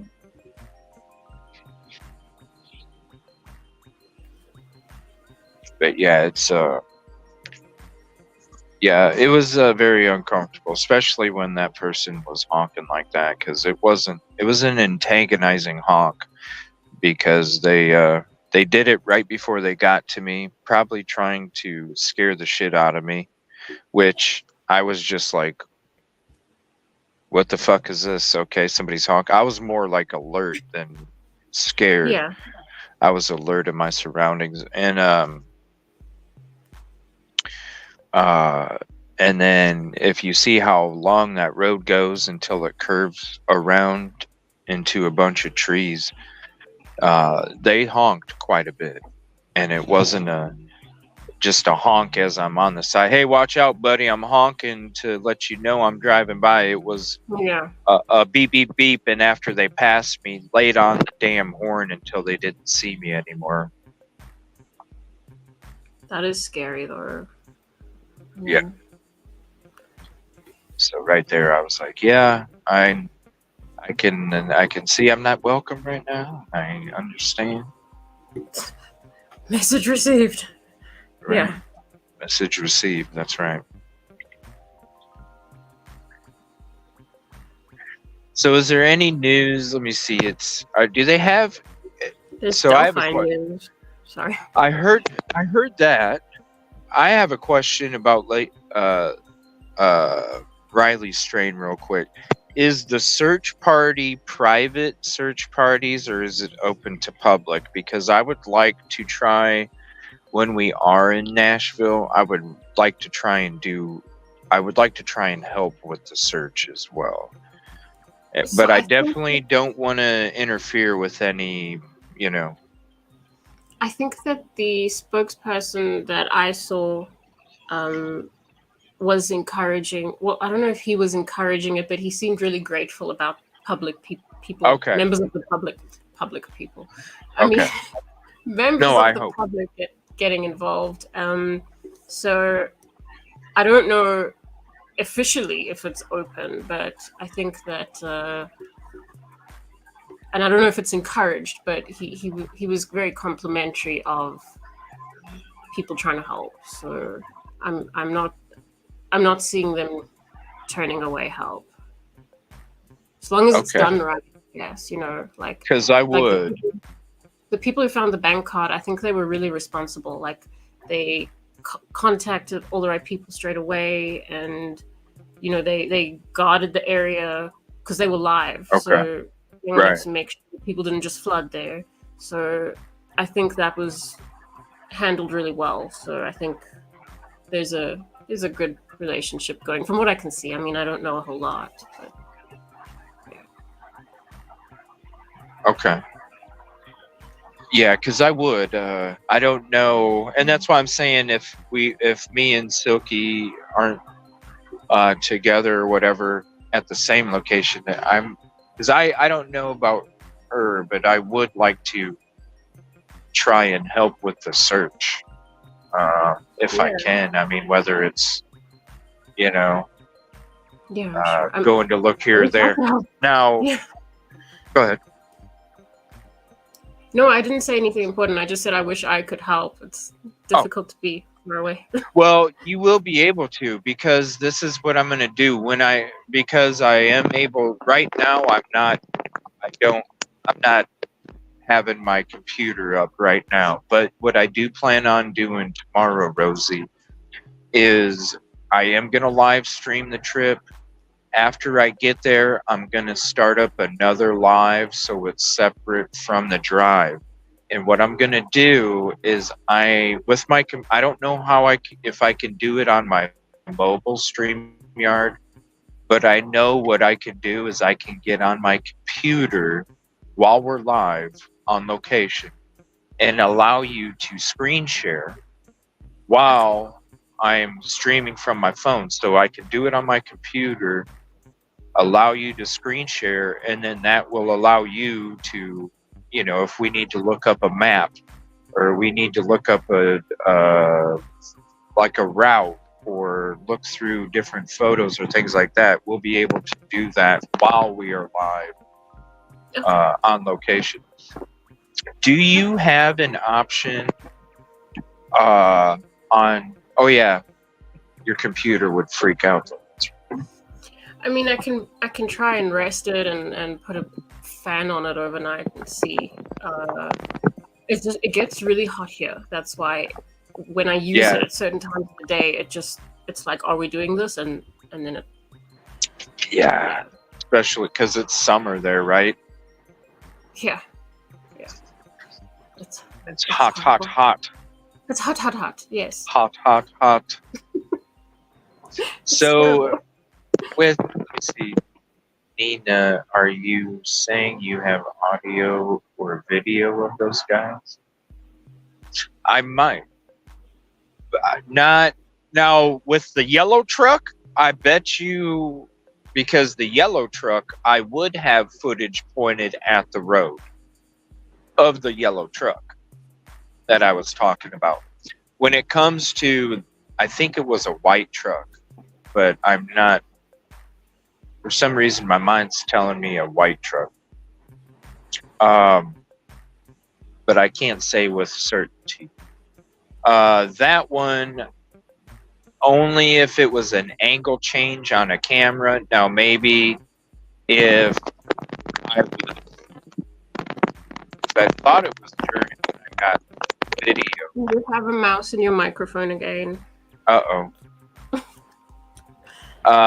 I would, if it did pick up anything, if it wasn't during a camera angle change, if it did pick up something, it would have picked up the honks. Okay. But usually when I had, because when vehicles, I didn't, so like if I'm at a location sometimes, and I don't want it to be obvious what the hell I'm doing. Sometimes if I know that there's vehicles coming down a road or whatever, I'll sit there and I'll hide my devices. So it looks like I'm just standing there on the side of the road. I'm not like, especially down there is, for small communities, is I'll do that stuff because I don't want, like, especially with this one, I don't want it to be completely fucking obvious. Because I'm standing on the side of the road where that's at.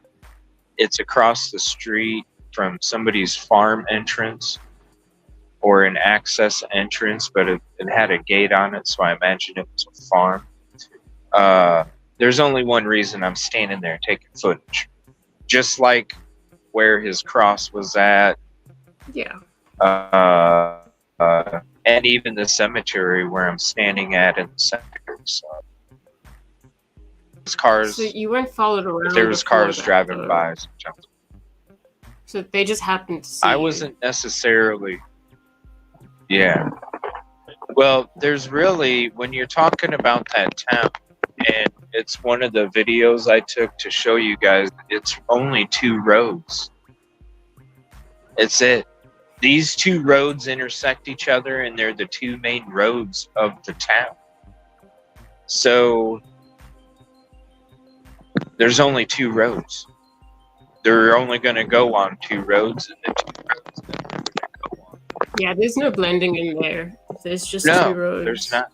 Right, and I mean 2 roads as in everything, whether it's the cemetery where the body was at or where the vehicle was at. 2 roads for everything.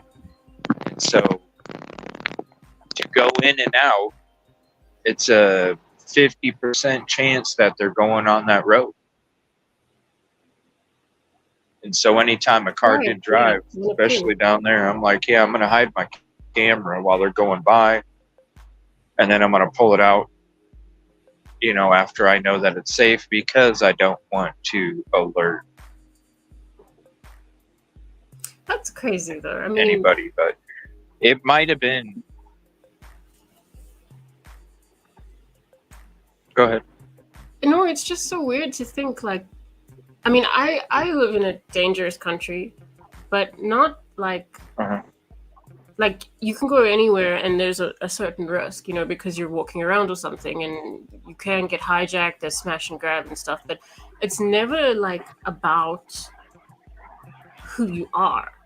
It's just, you know, it can happen. It's never about, like, do you or don't you belong somewhere? That doesn't fully register to me. Like, it's weird.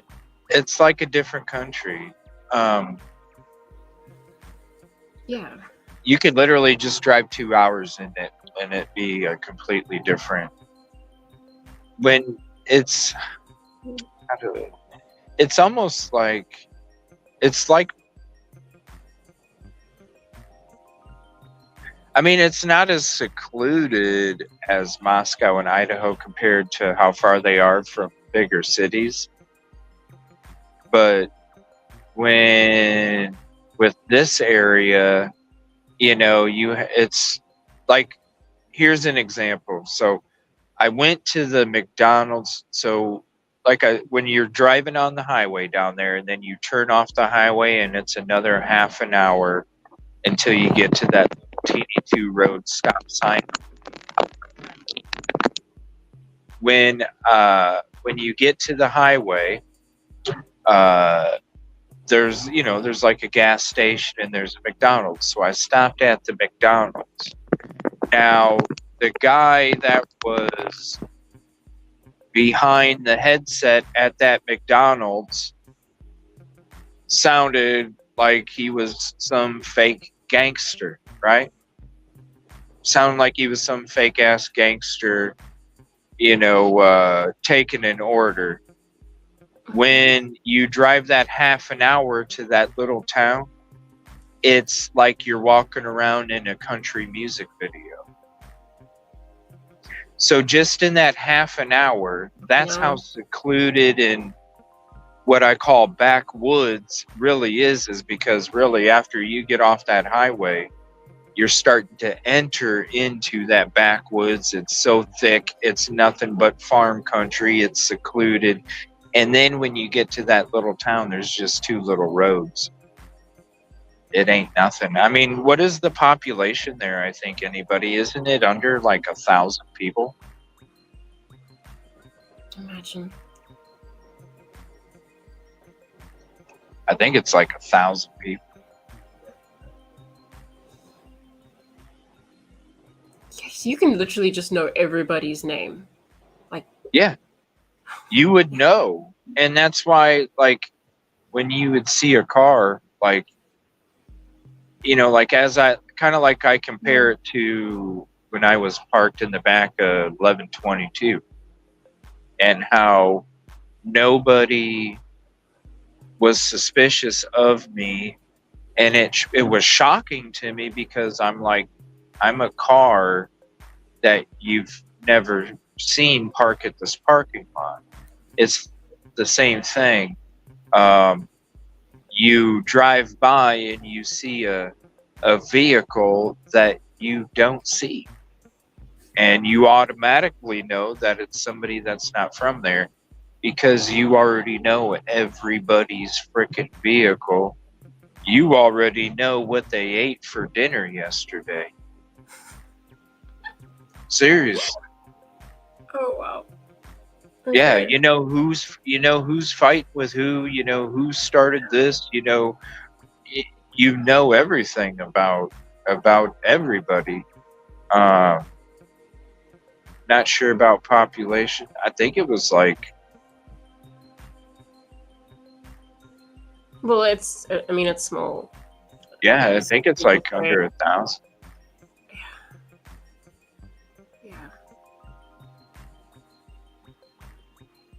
Yeah. I'm from a big city. It's difficult for me to understand. That's why I don't like living in. That's why I don't like where I would ever want to live in a really small town, because I love having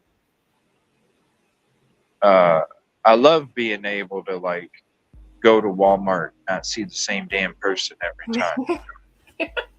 You know? I'm not that guy. I'm not the guy. I don't want you to come up and if I'm in a store or something, I'm not trying to talk to you for 20 minutes about what the hell you did yesterday. I got shit I got to do, So I like being able to go to the store, do what I need to do, and we can talk on You're a disappearing app again. or whatever. Yeah, I know. Okay, I caught that.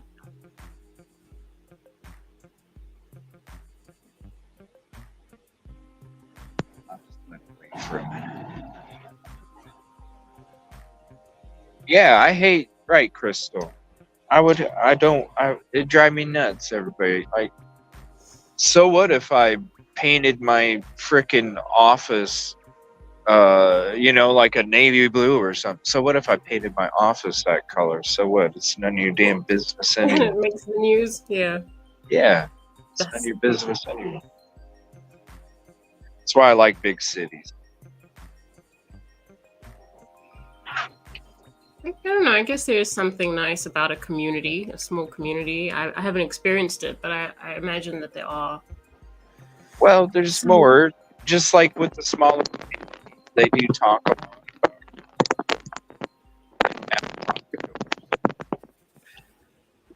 stuff like that. So I suppose that's nice where you can feel safer and protect. Some people like that. Some people like, the smallness of it. I like having more options, more availability, more more space. Yeah. So do they have any searches going on today? Oh, CJ, you're having audio issues. Oh. There's like more than one mouse there now. Mice. Is it better? That's better. Is there any searches going on today for Riley? Let me see. And sorry, Katrina, I didn't see what you were asking me.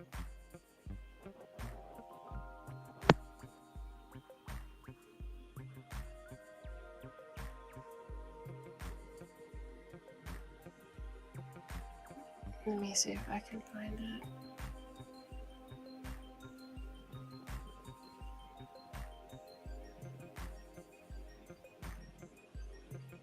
Sorry, I was not concentrating. Have you tried interviewing his mom? Sorry, Katrina. Oh, Stephen Smith's mom? No, she's pretty much when she got with Mandy Matney from what's that? She's with the bobblehead dude, the bobblehead lawyer. Remember I was giving him shit? He's so into himself. He made his own bobblehead and shit, promotes it. He's just a lawyer. For real, he's just a lawyer. But dude, he calls himself, refers to himself as EB all the time. Like, yeah, EB this. It's like, bro, why do you always talk in the third person? Yeah, like always tweet shit. Like, who gives a fuck if you just got done working out, bro? Like, who cares? You know what I mean? Like, yep, here's my smoothie. Okay, dude, cool. But But whenever they do a Cup of Joe podcast or something, Eric Bland, Mandy Matney, whenever she basically, how do you put this? You know how like people have people around them and they create this boundary of a circle so you can't come in because they want to have all of the opportunities when it comes to discussions and things like that. So they pretty much have this little bubble around her where they don't. I'm not able to get close. I'm not able to get into that bubble. You know what I mean? So I don't know if that would ever be a possibility. I would think she would like to, because we were one of the only channels that was discussing the fucking case. You know what I'm saying? We did, when other people were talking about the Murdaws and all this other stuff, we were one of the only channels that was talking about Stephen Smith's case and how messed up it was that it was a hit and run when obviously it's not. And then all the time and effort that we put into our shows. I think we have 15 to 20 episodes playlist of Stephen Smith where we went through everything. Oh shoot, hold on. I think it gave me a sound. Is it gonna, how do I do this? Come on, StreamYard, add to stage. There we go. Silky, are you there? Hello. I'm here. Can you hear me? Yeah, we can hear you. Hello. Okay, here's the problem. I can't, let me turn this up a little bit. I can't, for some reason, it's not coming through my headphones, and I've got it on my car. Oh. But I don't want feedback. Are you getting feedback? No, but what you want to do is you want to click on more and go to your settings and change your audio. You have to actually click on the headset you want to use for your audio. Okay, So, I thought I had done that. But, oh, you did? Well, I think so, but I'm going to pull over. They're following me, so I'm going to pull over for just a second. Good morning, Rosie. Good morning, CJ. Good morning. I don't hear any feedback, so I think you're good. Sounds good. Okay, what it does is, I can, let me pull in this parking lot. I think that's them behind me. Let me see if I can reset the audio. I drove a little while, and then they decided, as kids do, we got to stop for breakfast, so. Oh, damn you. Yeah. I've been wanting to stop for breakfast all morning. Oh, you're so lucky. That's what I should have did. Ate breakfast first, damn it. Well, it's still not working. I don't know what the heck. As long as you can see the road. Yeah. I'll turn this up. As long as you're not getting, I'll take my headphones off a little bit so I can hear y'all. All right, any feedback now? No, you sound good. Okay, good. You sound good. Whew. It's 32 degrees here. Oh, yeah? Yes. Oh, my God. It was like 40 when I left. It was like way too damn cold, but it's warming up. Yeah. Beautiful day. Looks like it's a beautiful day over there, too. It is. It's actually going to be a few degrees warmer where I'm going than it is at home. So, all right. I can't see the camera. Can y'all see the road? Yeah. Yep. Yep, you got the road, too. Good. Looks good. I guess Rosie's right in the middle. I feel like I should be driving somewhere, but I don't have anywhere. Should I just go to the store quickly or something? I don't know. Yeah. You could get breakfast, huh? Breakfast at 4 p.m. Yeah. So,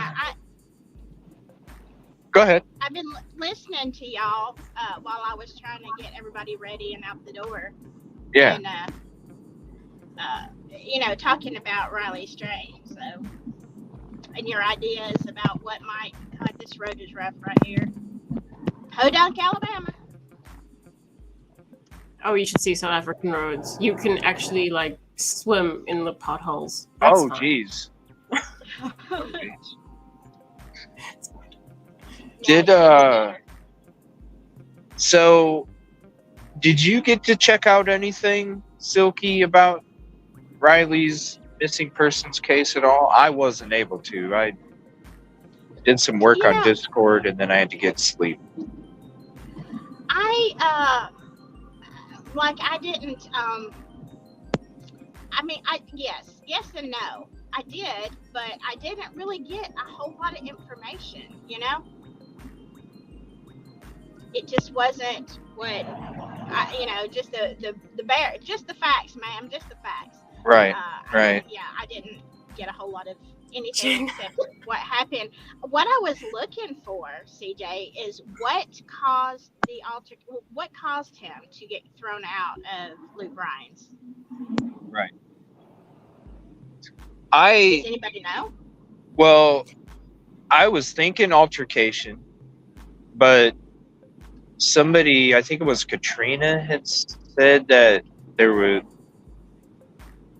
maybe, I think a homeless man had found the shirt with puke on it, and so maybe he had puked and then because that's the only other. Either you puked on yourself and you're making a mess and then they have you leave, or you're causing an altercation. They're not just going to ask you to leave if you're intoxicated, because they want you to buy some food or something. They're not going to just make you leave. It's altercation or some kind of activity that took place. Yeah, kind of making a scene, or unless he got inappropriate with a female, or there's a lot of reasons. We could play the game of Family Feud, reasons you get kicked out of a bar. Right. You know what I'm saying? Oh, that's a good one. That's a good one. Somebody write that down, please, so we can do our own Family Feud in the future. Okay. What are their top 5 reasons to get kicked out of a bar? Yeah, I like that. So there can be a lot of reasons. Maybe they cut you off, and you said no, I want to keep drinking, or maybe you hit the limit. Whatever. Maybe you fell off the bar stool, and they're like, buddy, you know what? It's time for you to go home. I myself have never been kicked out of a bar, so I don't know. But these are the reasons I would imagine. Yeah. Have you ever been kicked out of a bar, CJ? I was actually trying to go through my memory here while you were saying that. I don't think I did, but then I wasn't always. You wouldn't remember? I'll just say there was periods of times where I don't remember shit, Were you like, I might have been kicked out, but I might have been. I might have been. I might have been, but I don't. Yeah. That is funny. If I was, it was probably one of those overly intoxicated. Okay, I guess I went through a dead spot. There might be on this road that I'm on, there might be some dead spots. So I didn't hear your answer. Have you ever been kicked out? Not that I can remember. Okay. But that's not a no. Right. Right. It's not that I can remember, Silky. He conveniently forgot that time. Yeah. Did I have a major attitude problem back then? Yes, I did, because back then I didn't think before I acted. I just reacted, whatever the fuck it was, and so I could see myself get to that point, but not that I remember. No. Okay. So it says he's trying to pay his tab, but he didn't owe one to get. Hold on. He must have caused a hell of a scene about trying to pay a tab he didn't even owe to get kicked out. Mm. Oh, hold on. My thing is his frat brothers made him leave, not the owner, but they didn't make sure he made it back either. No, Oh wow. they said that he was in contravention of some kind of a conduct rule of the place. But the representative from the family said that there wasn't an altercation. That's the impression I got from him. What? So what does that mean? Some kind of a conduct infringement. That's why I thought maybe he was sick. Okay, right. Puke on yourself. Conduct infringement. That's so weird. Okay, no, I that's my weird words. I can't remember how they put it. Oh, but they okay. with conduct. They said conduct. Conduct. But not an altercation. I speak funny. Not an altercation. So conduct, puking, a fight with your. But okay, so Katrina, where the whole thing with the frat bros made him leave, is that what the story is? Is that the frat brothers made him leave? If the frat brothers made him leave and they didn't make sure he got home if he was intoxicated or something, yo, you need to look at that fucking frat some. Yeah, I mean, that's really like, what did he do? Because either he has really crappy friends, Yeah, or I mean, because who kicks you out and doesn't go and with you to make sure that you get somewhere safely right. when you're, that's Exactly. Those are frenemies. Right.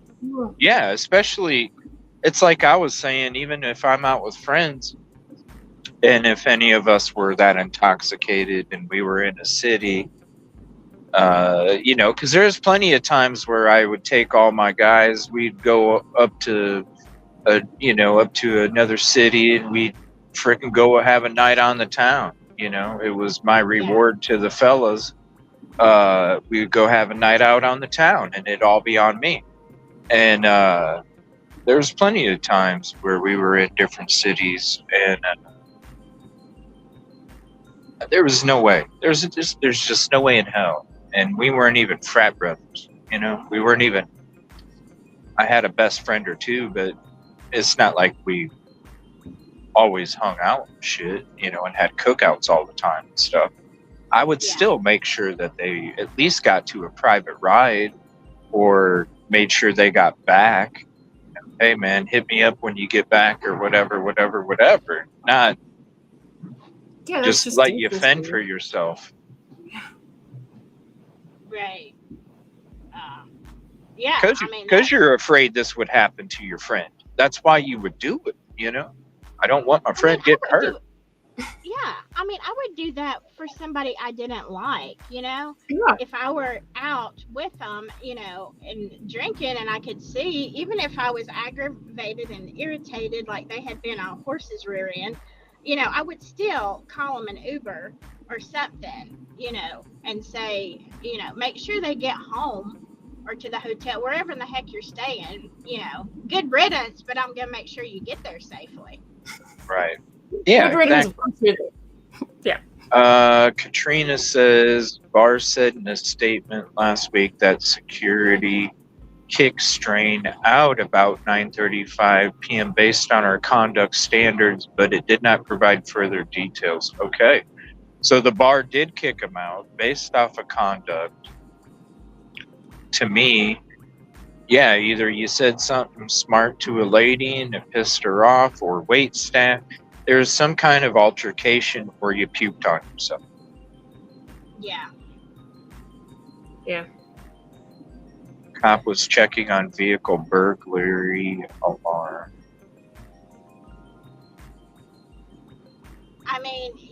Like I was thinking earlier, and I was listening to you talk about it this morning. If he fell in the river, he didn't really have anything to weight him down. And although you do sink, but in a couple of days you start floating. Like you literally, like within 3 days, you're going to start floating. Yeah. And so, I mean, it's already been. And if they haven't found him downstream, then where is he? And I have to wonder, did somebody just take advantage? Like, did they see this,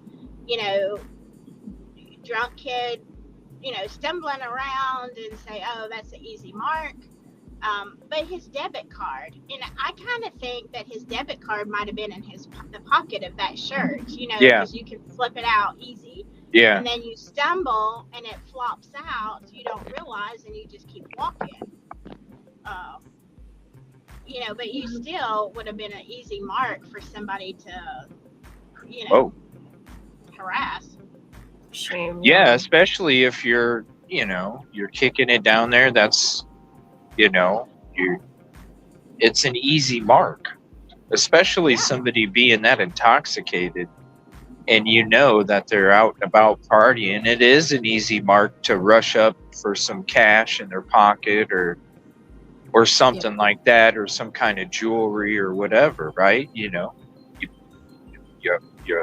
rush up on them and you get the jewelry and the cash. And it's an easy mark because they're probably not going to remember what the fuck happened.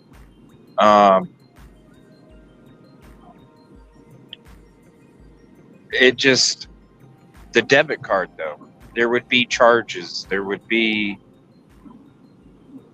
something. I don't see them discarding the debit card, because if you were trying to rob somebody like that, I would think that the debit card would have been found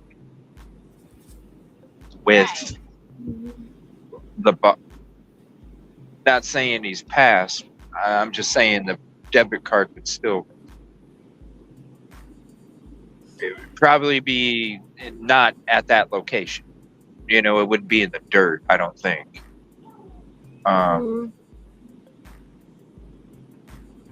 I've found debit cards before on a search. I have in kind of scattered around. I guess also, you kind of have to wonder, can I make use of this thing?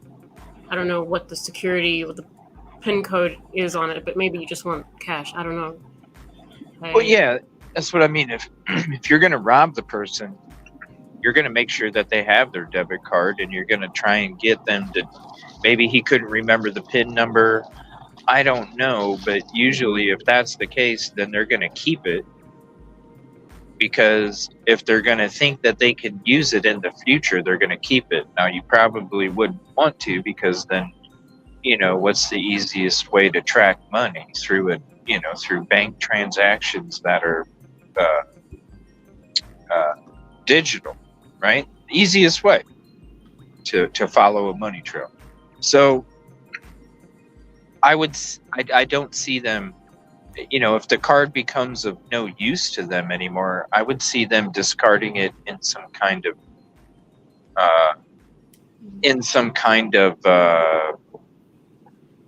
dumpster or some kind of garbage, or some way that it's not gonna come back to. I don't see them just driving down the side of the road and throwing it out the window. Yeah. Unless the plan was for it to get in the water and it didn't.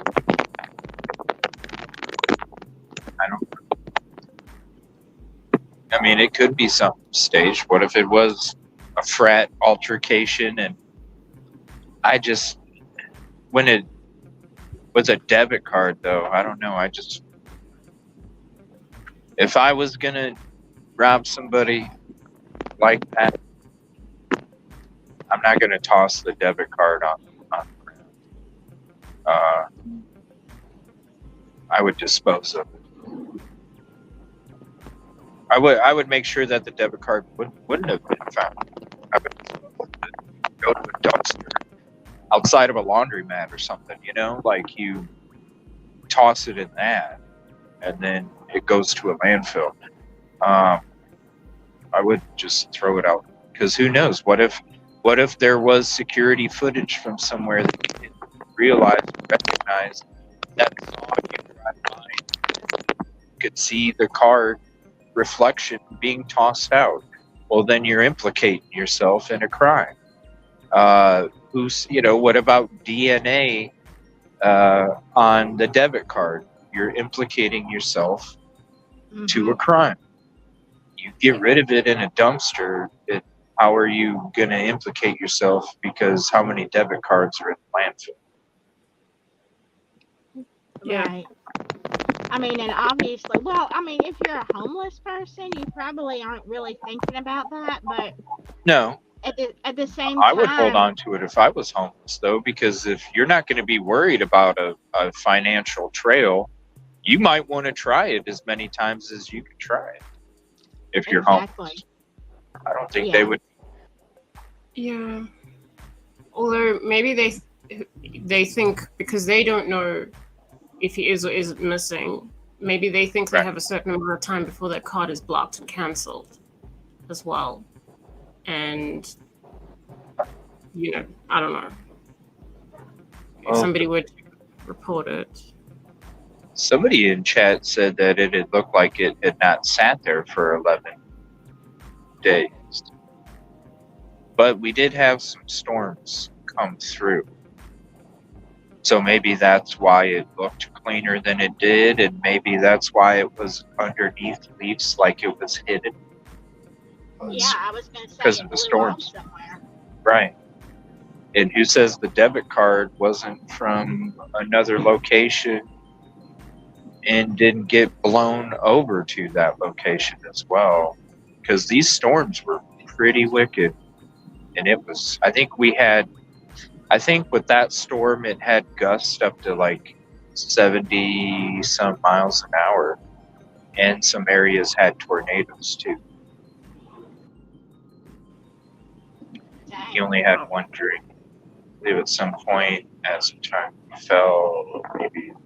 Yeah, I think that's because if you guys watch the video where he's running, if you slow it down, if you're intoxicated, you're going to have a wobble to your running. If you're that intoxicated, if you're wobbling while you're walking, imagine when you're running, because your equilibrium gets thrown off even more. So that's why I was saying if you slow it down and watch him run, there's no wobble in the run. It's after, and I think that's why he laid there for so long, is because he got zoinked a little bit, hit his head, and then you see the wobbly, and then he even got really confused there for a minute there, because as he was walking, you could see him stop, kind of turn around for a minute, like, where in the hell am I at? And then turn right back around and keep going the direction he was going. He walks out of camera view, and I think that's the last time he was on camera. Was the body cam with the cop after? I don't know. Does anybody know when the... I'm thinking it was after, because he was already on that sidewalk, wasn't it, close to the river? Because where it showed him, walking with other people, it was more in the club area. Wasn't it? I don't know. I had seen that footage come out last night, and I watched it for a second. But it was right before I laid down, and I didn't watch it this morning. I wish I would have. Yeah, well, I watched the cop's body cam a lot. Okay. And I was, now this could be totally wrong, but I was assuming it was after the first one, because they're clearly not together, but there were other people in that video where he's walking and stumbling just a little bit. You know what I'm saying. So it looked like to me that was more in the downtown or wherever part of town that is. So I'm thinking that was the first one, and then he was walking, because when he was walking when the cop said, something, and the body cam, he wasn't slurring his words. He wasn't stumbling on that sidewalk. So I Right. mean, if that was after, then it would have to be that he wasn't as intoxicated, you know, as maybe people think, unless it was before. But Right. it was so dark out there. I'm trying to think what the timestamp on that body cam, and I'm thinking it's 9 something, so it would be after.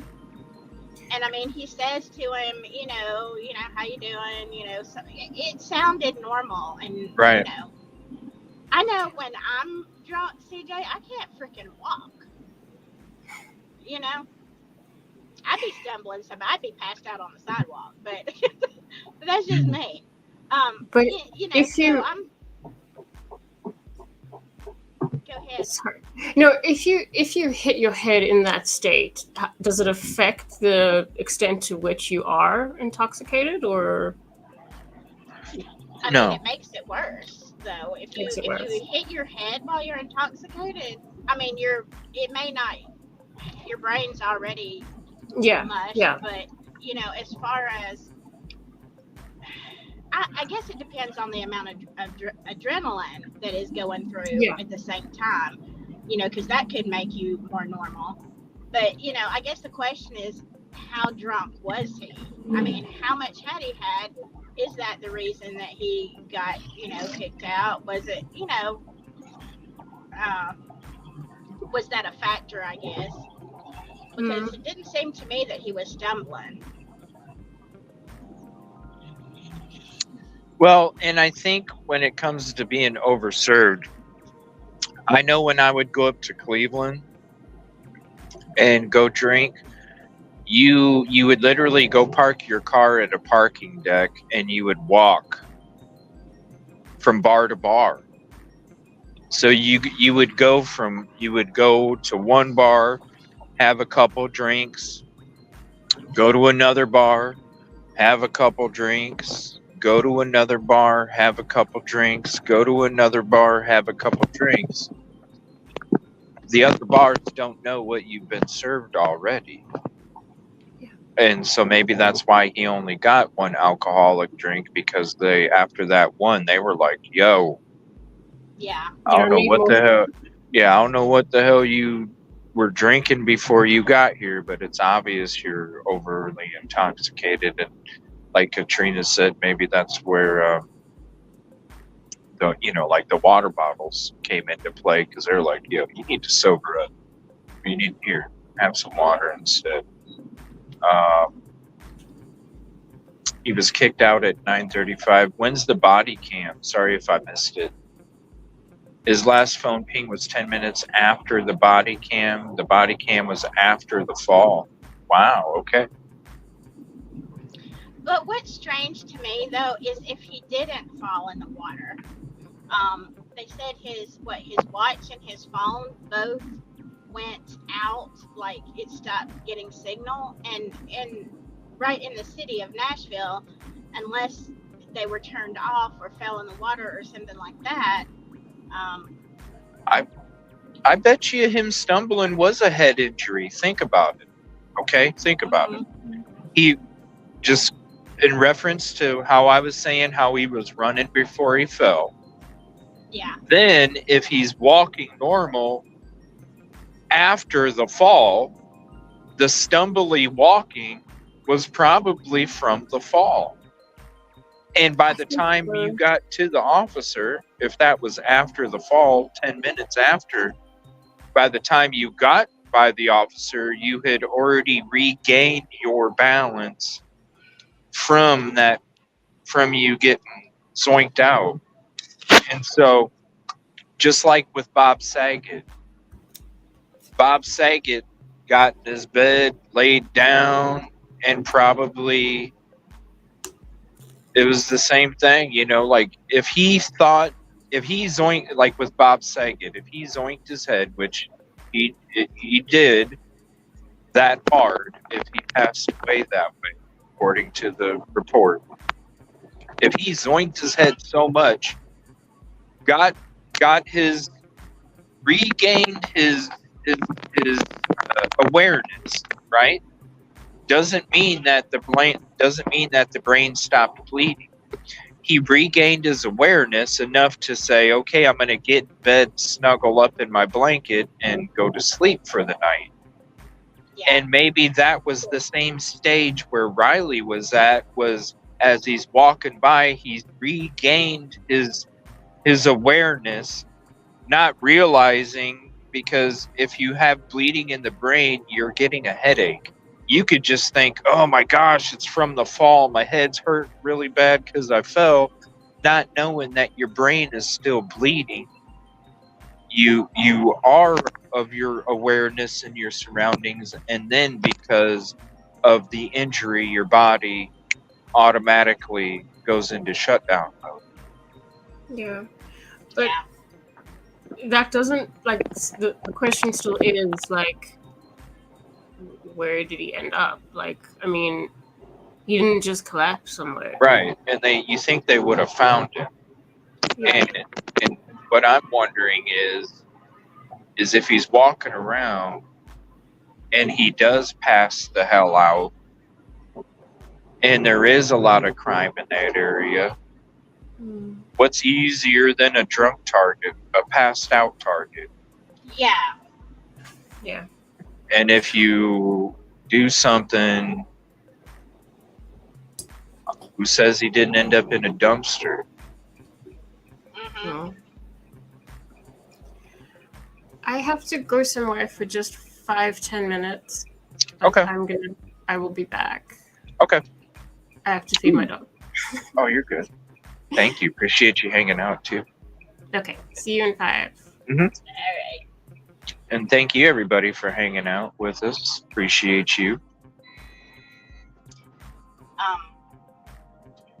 You're right. I wonder if he got too close to the river, stumbled and fell. Maybe his phone even fell in the river, and maybe that's why everything lost signal. Right. You know? Yeah. And then, right.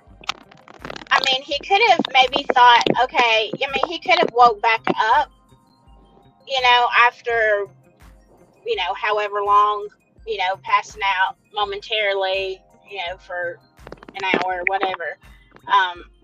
Somebody could have, or he could have, if he had his phone in his pocket, it could have fallen on the bank, and then, somebody took advantage of that. Oh, he's passed out, let me steal his phone and his watch. Well, I don't know. I'm assuming maybe that it was Apple, and if you are going to, first of all, Apple phones are almost useless when you steal them, but they are, because, like, you can, it's really, really hard to, redo them where there's no trace. Where you but they just have that much security.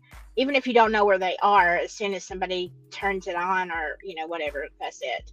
But, they could have used it for parts. But, I guess I'm thinking somebody could have lifted his watch and his phone, and, then he gets up. Maybe he wakes up and his debit card falls out, if it hasn't already. And then he's stumbling around, and where did he go after that, though? But maybe that wasn't his time of actual disappearance. Maybe he fell down and somebody walks by and is like, oh, watch, phone. Or even ended up with amnesia and ended up in a homeless camp. But yeah. Katrina says they are questioning how Ellie is handling the case, really. Huh. And Caddy says 16 hours between when he left the bar and frat brothers called 911. Wow. I thought, okay, so this is what I heard. Now, man, we need to look up this frat. This is what I heard. I heard how much is gas?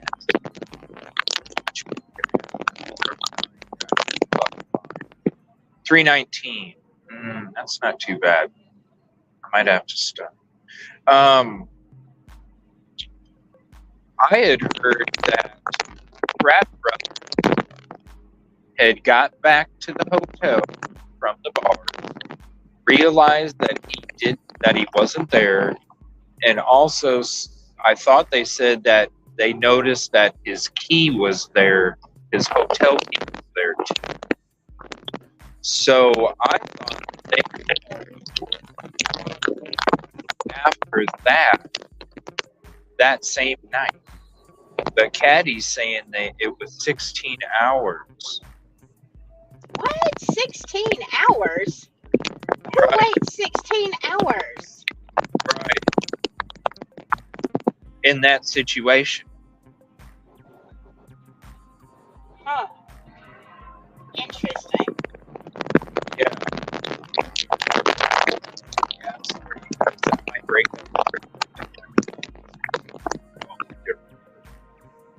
Silky, do you have an idea what time you think you might be?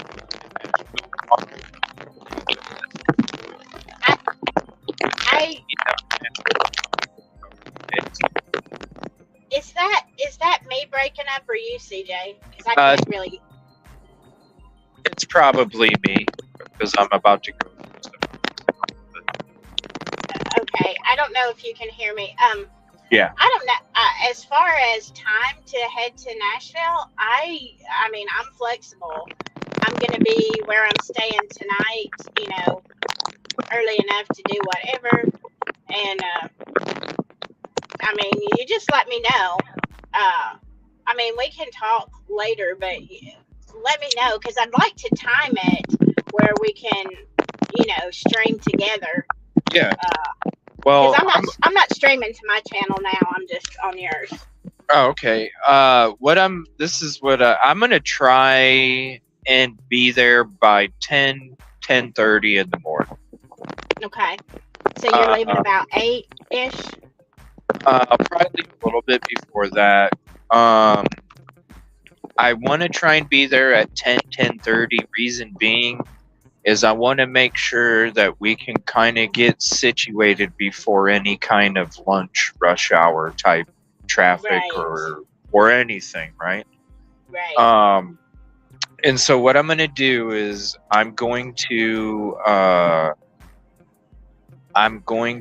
stream the drive up there, and then once I get there and we kind of get set up and situated, then I'm going to start another stream where it's going to be us kind of venturing with our phones, live streaming. Right. For that part. And so I'm going to get it set up to where we can allow somebody else on panel to screen share in case we need a map, in case we need photos or anything like that as we're discussing things or going through stuff. Or even if there's like breaking news that somebody on the panel can be like, hey, there's this new video that just dropped. While we're out there doing the work, we can have somebody on here checking any of the breaking information, helping us with search efforts and things like that. Yeah. And I was listening earlier. Hey, I'm down for a search party. Yeah. As far as I know, they're allowing the public, and I would not feel right not helping if I went there. So yeah, I would like to help search. Yes. Yeah, I was wondering though, about that. If we're doing the search party thing, which I absolutely agree, it's, in my opinion, reprehensible to go there and just take video and say, and not help. But I don't know if they will allow us, if we're search party, to stream. Like, do you think they would? I mean, obviously you can have your phone, but... Well, I'll have my gear backpack, because I'm going to have a whole bunch of gear with me. Because I have my own backpack gear bag that I have set for when I do go out to do footage and live stuff like that. I might look like, but if you're there and you're just holding your phone in front of you or something, right? Yeah. I don't think they would assume that you were streaming unless you had some kind of tripod and shit like that. I'm going to have all that. So if you guys need it, attachments, stuff, if there's any interviews, I got a microphone. If it's at night, I have a spotlight, different things like that if we need them. And I'll have all that with me in the backpack. So, Yeah. Well, yeah, I guess we'll just, that's one of the things I was wondering. But yeah, I've got, I can bring my phone. Although you had told me when you stream, it eats up your battery really quick. So I might not stream to my channel. I don't know. Yeah, We'll just see. I have, because like I went out and I went to Walmart. I mean,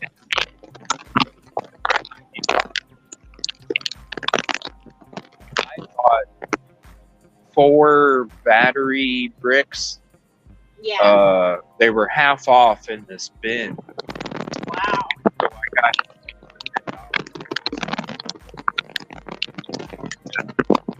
so they work out. So that's what I have, like I'll have like my backpack, and then I'll have the battery backup already plugged into my phone, so I'll be able to stream. Okay. I mean, I had a battery backup, but I could not find it. Probably one of my children decided to Took it, yeah. Yeah. So, I mean, I don't know. I might have time today. I'm gonna really minimalize what I'm doing, where I'm going. It's whatever. This is just way more important. So I'm gonna try to spend a little bit of time with family this evening, but maybe I don't even know if I'm so far out in the country where I'm going. Like, I don't even know where a Walmart is. Well, there's going to be one in Nashville, and I'm sure we could go to some different spots or whatever. Also, if you need to, you could, even if you end up getting just one of them or something, or none, if you need to get back,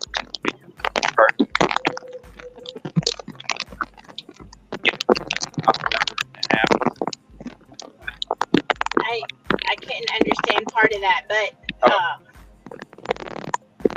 I mean, no, I want you to have full resources, CJ.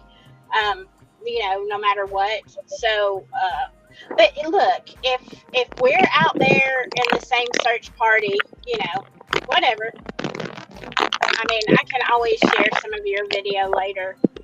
If my phone dies, no big deal. If they do find him today, I'm still going to go tomorrow. We're going to be talking about this today. Yeah. Yeah, might as well. And I'm going to go there anyway. Yeah. I don't think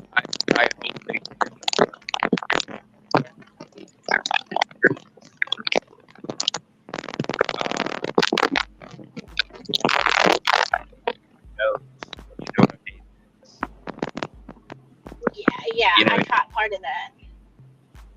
Sorry, I'm crackling up. Yeah, it's okay. Yeah, it's okay. Yeah, my headset finally kicked into my phone, so I can hear better. I can hear the crackles better. That's important. Well, I only have one bar on that one. Yeah, I can. I mean, no. You're fine. But I was just saying, I can hear a little bit better now. Yeah, we'll still go because that I would like to.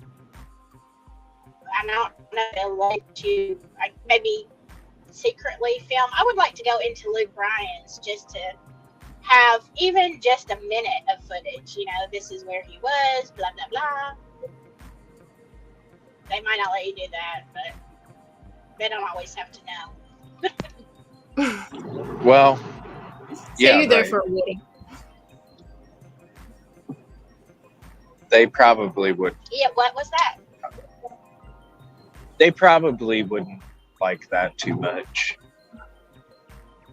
But I could always hang outside and you could go in because I'm, they might not have an And issue I with can the get lady, kicked out of a bar.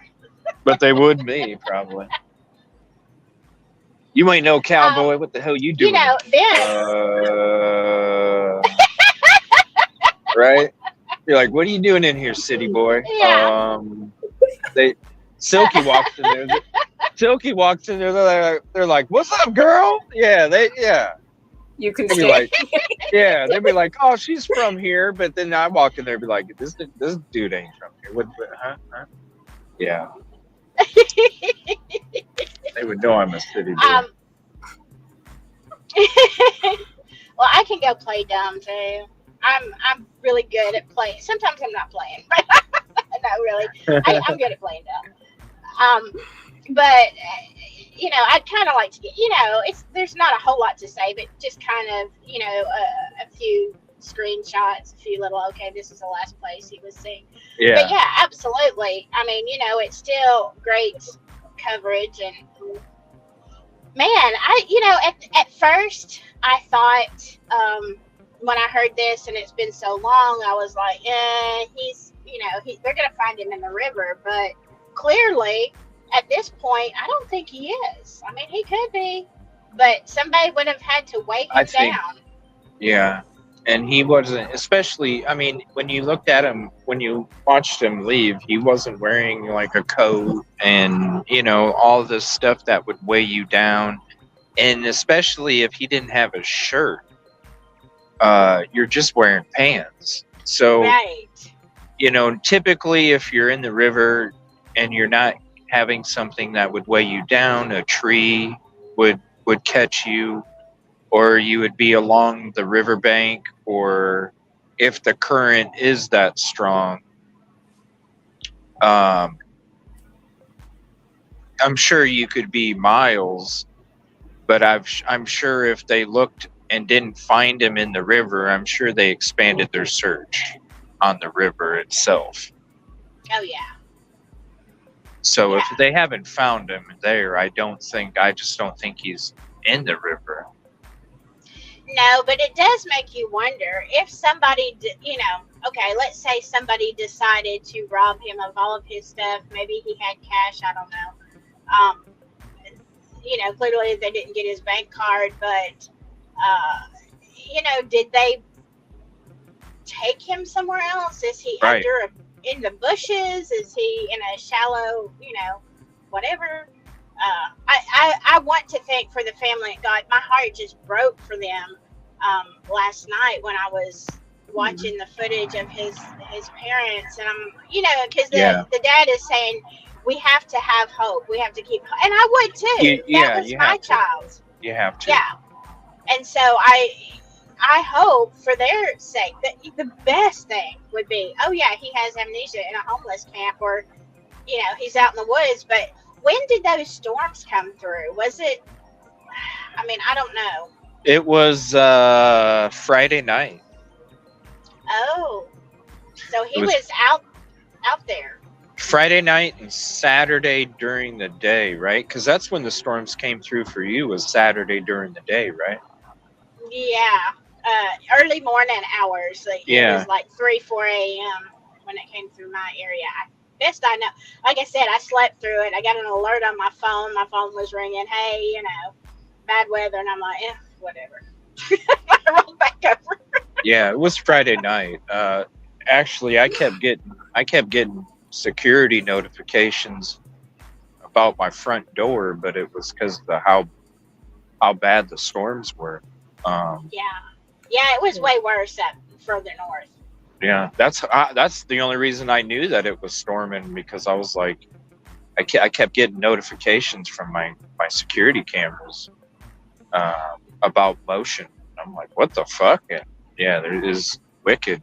I actually sat there and watched it for like a half an hour, 45 minutes, just watching how wicked the storm was, because I love thunderstorms and lightning. Me too. You know, Me too. so I was like, damn, that was so cool. Yeah. I want to go on a tornado chase Yeah. with somebody who knows what they're doing, not me. Yeah. I would That's what I'm love to talking do about. that. Yeah, I would love to do one of those. And I want to see a tornado. I don't want to see it coming towards me. I want to see it, you know, go in the opposite direction. From a distance, yeah. I want to see you, but stay there. Yeah. Yeah, I want to see, and I don't want to see it destroying houses and lives. I want to see it in a big field where, you know, it's a bunch of where- dirt. That's it. yes, and I can come up behind it and get some awesome footage. That's what I want to see. I mean, I'm not picky or anything. Right. Telling the storm what to do. Yeah. Exactly. I don't have any requirements. I'm not asking for only blue M&Ms. You know. You won't know if you don't ask, right? That's Silky right. probably is that. Silky probably is that type. Only blue M&Ms, please. Okay. You know, I really, as far as M&Ms, I'm fine with any color, but Peanut butter. there are certain things that I am that picky about, and you know, seeing a tornado is one of those. I'm like, God, I'd love to see one, but I want to see it out, you know, no destruction, just like an open field. Yeah. Going the other way. I really want to see that. And we get a lot of them in Alabama, but you know, I think that's why I just rolled over and went back to sleep, because my phone it keeps calling me as the weather gets worse. If it gets really bad, like it's coming towards me, it'll keep calling me until I answer it and type in, or the text alarm will go off until I type in, you know, that I have received the message. They just keep harassing me. Oh, wow. And so Well, that's a good thing, though. Especially for me, who likes to sleep through storms. Yeah. Yeah, a few years ago, I was living not too far from where I am now, but in another town. And, you know, I woke up in the morning with my alarms didn't go off. And just really a couple miles away from me, it had just completely destroyed a whole community. And I'm like, well, geez, you know, I didn't know anything about it. Yeah, I'm like, well, good thing it wasn't towards my house, because I mean, I would have woke up in Oz, I guess. Probably. But, yeah. So anyway, you know, unless my phone just keeps ringing and harassing me, I'm like, if it's that bad, they'll call me back. Right. So they do. You can't really hit snooze on the storm. That's good though, because really a lot of these storms in that area, the tornado alley and those stormy areas, a lot of those storms do really come through overnight. With that wicked weather as well. So it is a good thing that it does that. Reed Timmer's awesome. I remember watching their show on Discovery Channel in the early 2000s with that. And let me see, somebody was asking about the river.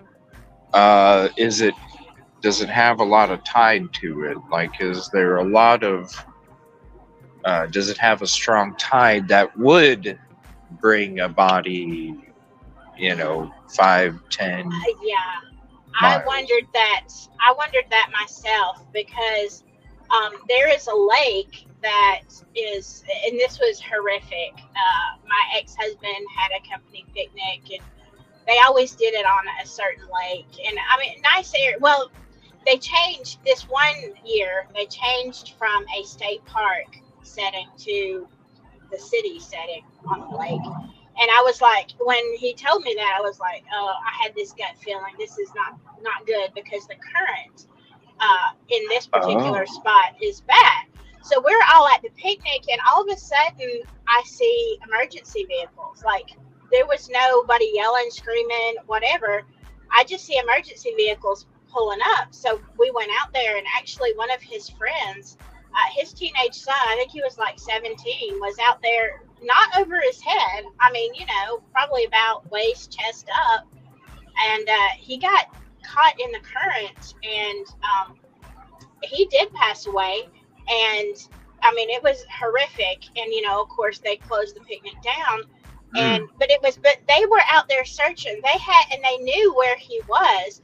But even when they finally found his body, it was like 3.5, 4 hours into the search of this area, and they said he was literally right there. They just couldn't find him, and he got sucked down by this weird current. It's like it's not like we've swam there a bunch of times, but you have to know that at certain times of the day, year, we'll see. I don't know what causes. I'm not an expert on geology, but yeah, sometimes there is a really bad current there. Yeah, whether in the time of the year, depending on the water flow and all that. I imagine probably in the spring. I think this was around May. This happened in May. A bunch of years ago now, but and maybe it also depends on the plants in the water. Like, yes, wouldn't that affect it as well? Because that can be a tangle. So. Yes. Yeah, a current could definitely drag you in and keep you sucked down in there too, and get you lodged into something for sure. Yeah, so that is a good question. And you're right, Rosie. And this area where this kid, was drowned, there is a lot of, plant yuck at the bottom. Right. I mean, that's why I stay on the beach area when I go over there, because I don't like like quicksand. Yeah, and it's mushy. And the thing is I don't know if it's just a plant grabbing my legs, or is that a garfish or something that's going to bite my leg off? I don't know. Yeah. I'm not getting out there. You just hear a loud scream when it brushes up against your foot. Huh? Yes. That's me squealing. And so I try to stay out of that area.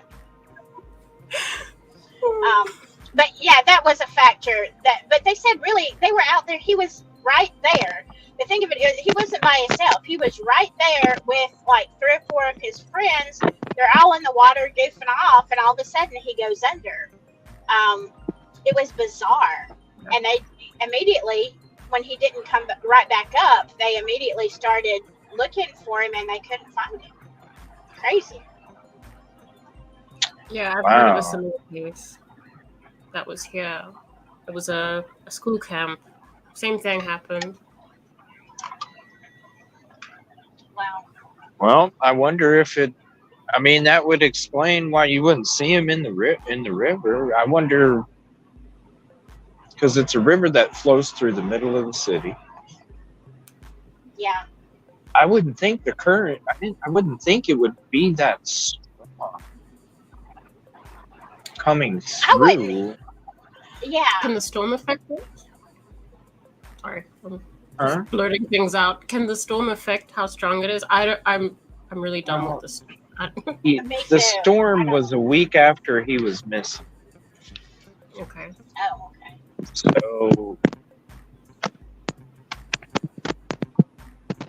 I wouldn't take the current.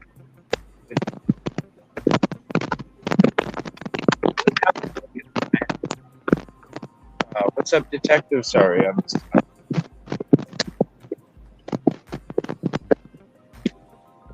Hey, CJ.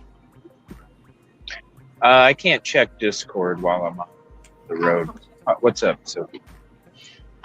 What are you gonna do if we get to Nashville and we run into JLR? I'm gonna ask him if he just wears basketball shorts. What?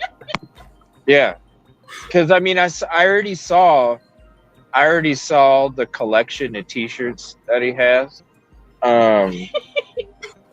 So, my main question is do you? I mean, because hey, basketball shorts are comfy. I do have quite a few pairs of them in different colors to make sure I match. I'm just wondering, like, is that the normal the normal get up. Other than that, I don't care to talk to him at all. I've heard from a lot of other people that he's just an asshole. But I've never met him. I don't know. Yeah, I don't know either. But And the hey, thing of what's it, up? Okay, nice to see you. Later. I have, yeah, and sometimes it's a persona that they have, and I don't like his on screen on YouTube persona, but I have heard, and I'm not going to name names, but sometime last year there was a court hearing in Delphi, and some creators were going to be there that are quite abrasive. Okay, on screen they're quite abrasive, and I talked to somebody who was there. She was giving me like updates as the hearing went on, and she said, after it was over, I went out. She went to a certain restaurant, and like all these people were there, and she said, I met this one and this one and this one, and you know what? They were just the nicest people, like really kind, polite, friendly. And I'm like, are you kidding me? Because they're complete, horses rear ends on YouTube. And she's like, yeah, I was shocked, that they're actually nice people. I guess you never know. Yeah, you I never guess you know. don't. So I mean, he might be the same as he is on screen, in person, but he might not. What if he's a really nice guy and he's like, I just get more views by being maybe. That's fine. I'd still only talk to him for a minute. That's it. I got work to do, Silky. Oh That's yeah, what people don't absolutely. That's what people don't like. It's not that I don't want to do meet and greets and all that stuff, but I got work to do. I got, we're there. We got work we got to do. Mm-hmm. It's nice to chit chat for a minute or whatever, but if you want to help with work, hop on and help. But other than that, we got work to do. Oh yeah, absolutely. I mean, that's the whole point of going. SEC team would. Yeah, that's the whole point of going. Is Yeah. doing something constructive, not chatting I don't with know. other creators. I just never really. I don't know. It's not my bag. You know what I mean? Like it's just not my. It's not my thing. Oh, I know. Me either. That's why. I mean, I know a lot of you kind of have in the Delphi case. You have, two main groups of people: the pro Richard Allen, the against Richard Allen, and you know what creators belong to who, and most people are in one of those camps, and there's a few out there like me that really don't collab, that really just do their own thing. But that's why, because you know what, I already know how treacherous it is, and I don't want to be sitting in a room full of people getting along and wondering who's going to stab me in the back. I'd rather sit in the room by myself. Well, it is a dangerous. What we do is dangerous already, Right. And there's people that you don't even meet that approach it the same way. So yeah, definitely when it's in person. Yeah, because we do it. We come from a world where, we do get a lot of threats.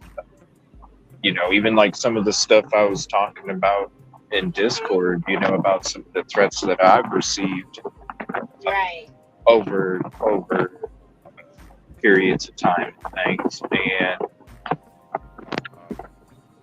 yeah, definitely when it's like in person, you always have to just be curious because there are a lot of wolves and sheets, but you just never know. I guess it depends on how long you've worked with someone. The longer you kind of. Oh yeah, for sure. Yeah. I mean, But if you're just me, Right. Yeah. you always have to be reserved. Yeah. I'll shake your hand and smile, and then I'm going to back out of the door so you don't throw a knife in it. Be like Homer going backwards into the bushes, like, okay, Yeah, I'm disappearing. exactly. Okay, Exactly. Detective wants to know, Rosie, what time is it there for you? it is 4:45 p.m. 4:45. It's far away. It's weird to think about that. I sometimes live in a different day of the week to you guys. It's 3:45 a.m. on Wednesday for Skittles. Where's that? Wow. New Zealand. Oh, wow.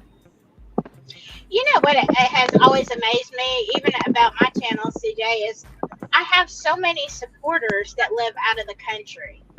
And I'm like, I kind of wonder, how did you even find me? And I mean, these are people I talk to a lot in private messages, private discords, and stuff like that. And, some of them have come to mean a lot to me, And, of course, I have some good friends here in the U.S. too, but it's always like, I don't ever end up, it's rare. Now, there are a few channels, but I rarely end up on a YouTube channel that's out of another country.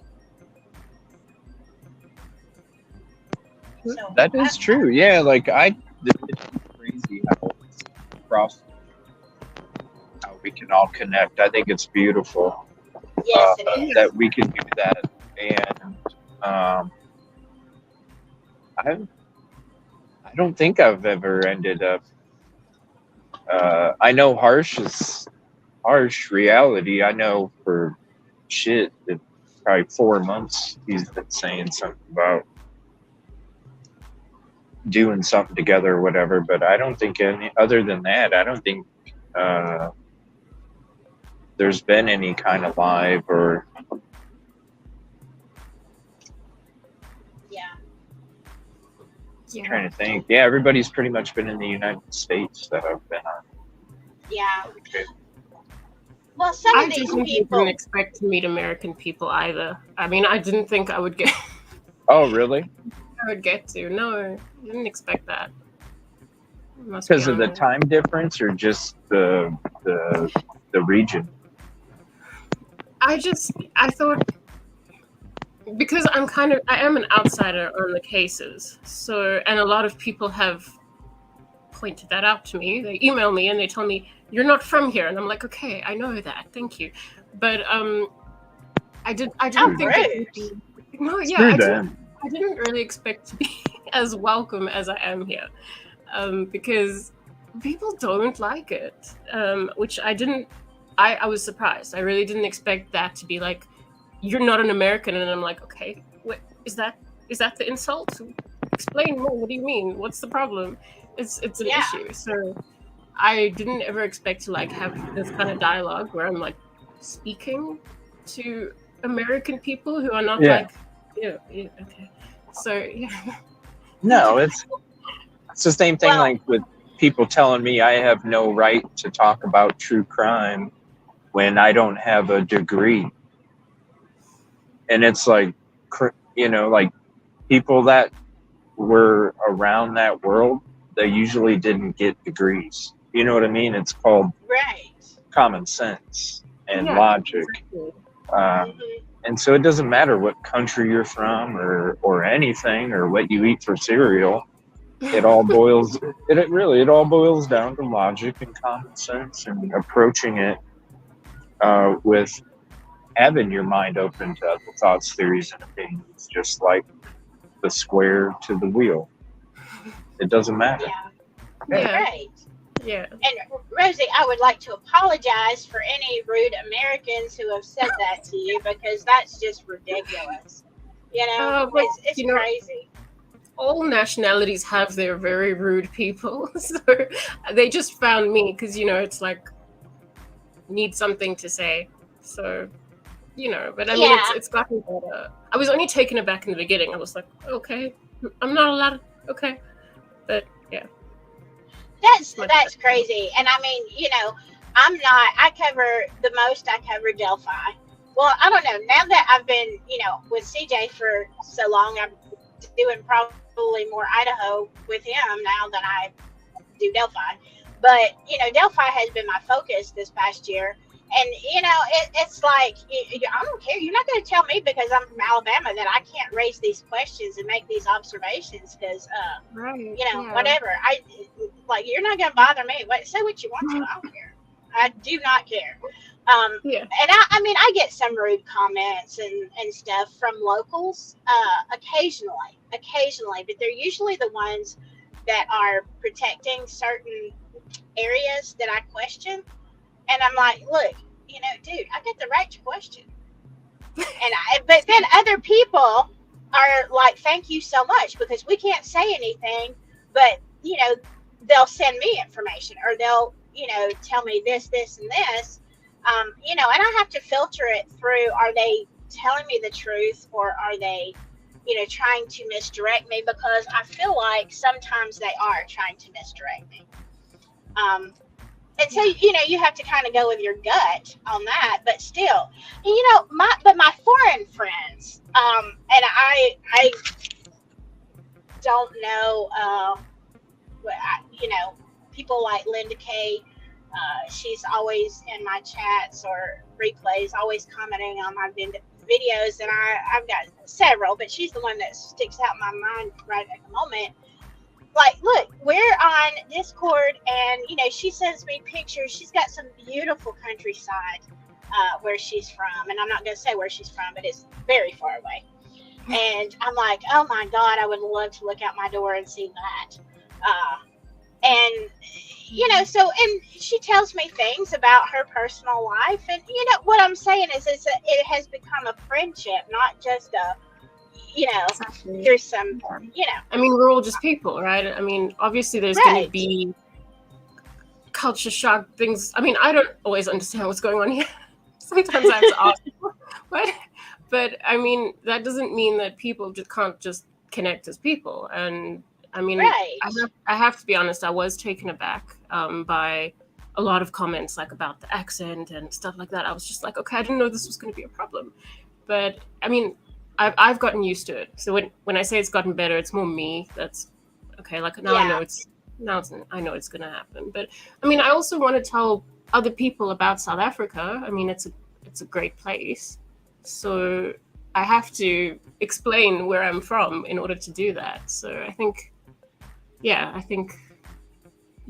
like I said, every place has its people that are just like, ignore those people. So yeah. And I mean, it's interesting when you connect with a creator, like everybody has creators that they like, even, other creators. We watch other people's videos I don't do it very often, but I do from time to time. And I like it when I am a fan of their channel and they give me little bits of information about their culture and, what's going on with them and how things are. It's like, it just enhances your, I guess, your enjoyment of the channel to know a little bit about them and, what's different. Like, especially when foreign creators are talking about Delphi and, or even if it's in a private message to me, like some of these people, like, this would never happen here because this is the way our police system is and this is what we do. And I'm like, dang, Yeah. So I think that's good. Yeah. I mean, I've really enjoyed just learning about just this. Just I can see the road. I mean, I love that. It sounds like a small thing, but for someone from the outside, it's a big deal. It really is. Yeah, it would be like watching you driving in South Africa. It's, whoa! I'd be glued in the whole time. That's what. Yeah, me too.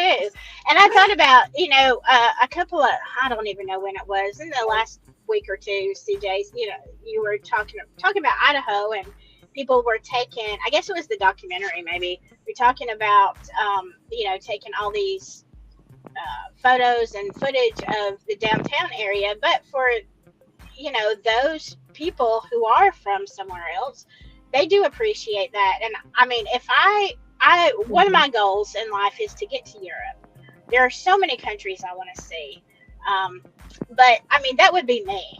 That would be me taking a picture of a doorway because I think it's architecturally beautiful. You get all these random pictures. I'm like, I remember that door. I loved it. I would be a nightmare in the United States. I would. People would have to just be like, okay, she's staring at the sidewalk again. Okay. I would be too excited, and it's my dream to see the States. Oh my goodness. Yeah, it's my dream to like stay on land. No boats. No boats. I already. It was already a task getting past. You know, I'm not saying I'm past my fear of flying, but I had to suck it up, Buttercup, for the fucking trip, and yeah, I don't know if I could go on a plane or a boat over that much water. It would, oof. I don't know. It would have to be something huge. For real. Okay, so I must direct my persuasion at Silky and getting her to come to South Africa. Yes. I mean, I'm all over it. It took me getting on a plane. It took me, my mom getting married again. You know, they did vows again. It took that for me to get on a freaking plane.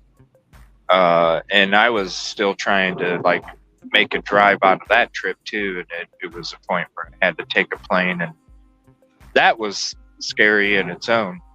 Oh my God. That you did it. You know? Yeah, if I have to, you know, it's one of those things. If I have to, you know, then I'll do it. But other than that, yeah, I can't do it. See, I love it. It's such a rush. It freaks me out just thinking about it. Oh my God, I love to sit by the window, and I love to look at as we're taking off. I love to look at the runway get faster and faster, and then be able to tell the exact second that you start lifting. It's like it's such a rush. I'm like, oh, I'm flying! I'm like a bird. You can tell from the exact second when you feel the little jerk as you're leaning back. Yes. And you don't have to look out a window, Sophie. Oh, but I'm loving it. And then I love it when the trees start, like you start getting up and the trees start getting smaller and smaller, and then you look down and it's just like little ants. You know, the cars are like little ants, and then you can't even see them, and you get above those clouds and you can't see anything. You're above the clouds, and they're, you know, on the bottom of the plane, and I'm like, oh, this is magnificent. Like I could just stay here. I mean, it is. Sorry. No, I have just a beautiful photo that I took from a plane that's reminding me of it. I'm going to send it to you. It's the beach of Cape Town, but yeah, it's beautiful. Cape Town. Cape Town. Is that like a city or something, or? Yeah. It's beautiful, really. Rosie, I would get on a plane anytime and fly anywhere. I mean, I really would. I would. The rush. Damn. The rush. Rush Mountain down there. No, yeah. Yeah, kind of is. Yeah. Yeah. We should have used that word the other night. But, right. Yeah. But once it's said once, you just might as well. Right. Hey, when the Charmin commercials come out, just keep rolling. Just keep rolling with it. That was meant to happen, right? Yeah, we planned the whole thing. You'll be going through Kentucky. Jackie says, I can stand on 65 with a sign. It'll say, hi from Louisville. The non-breastfed Jackie.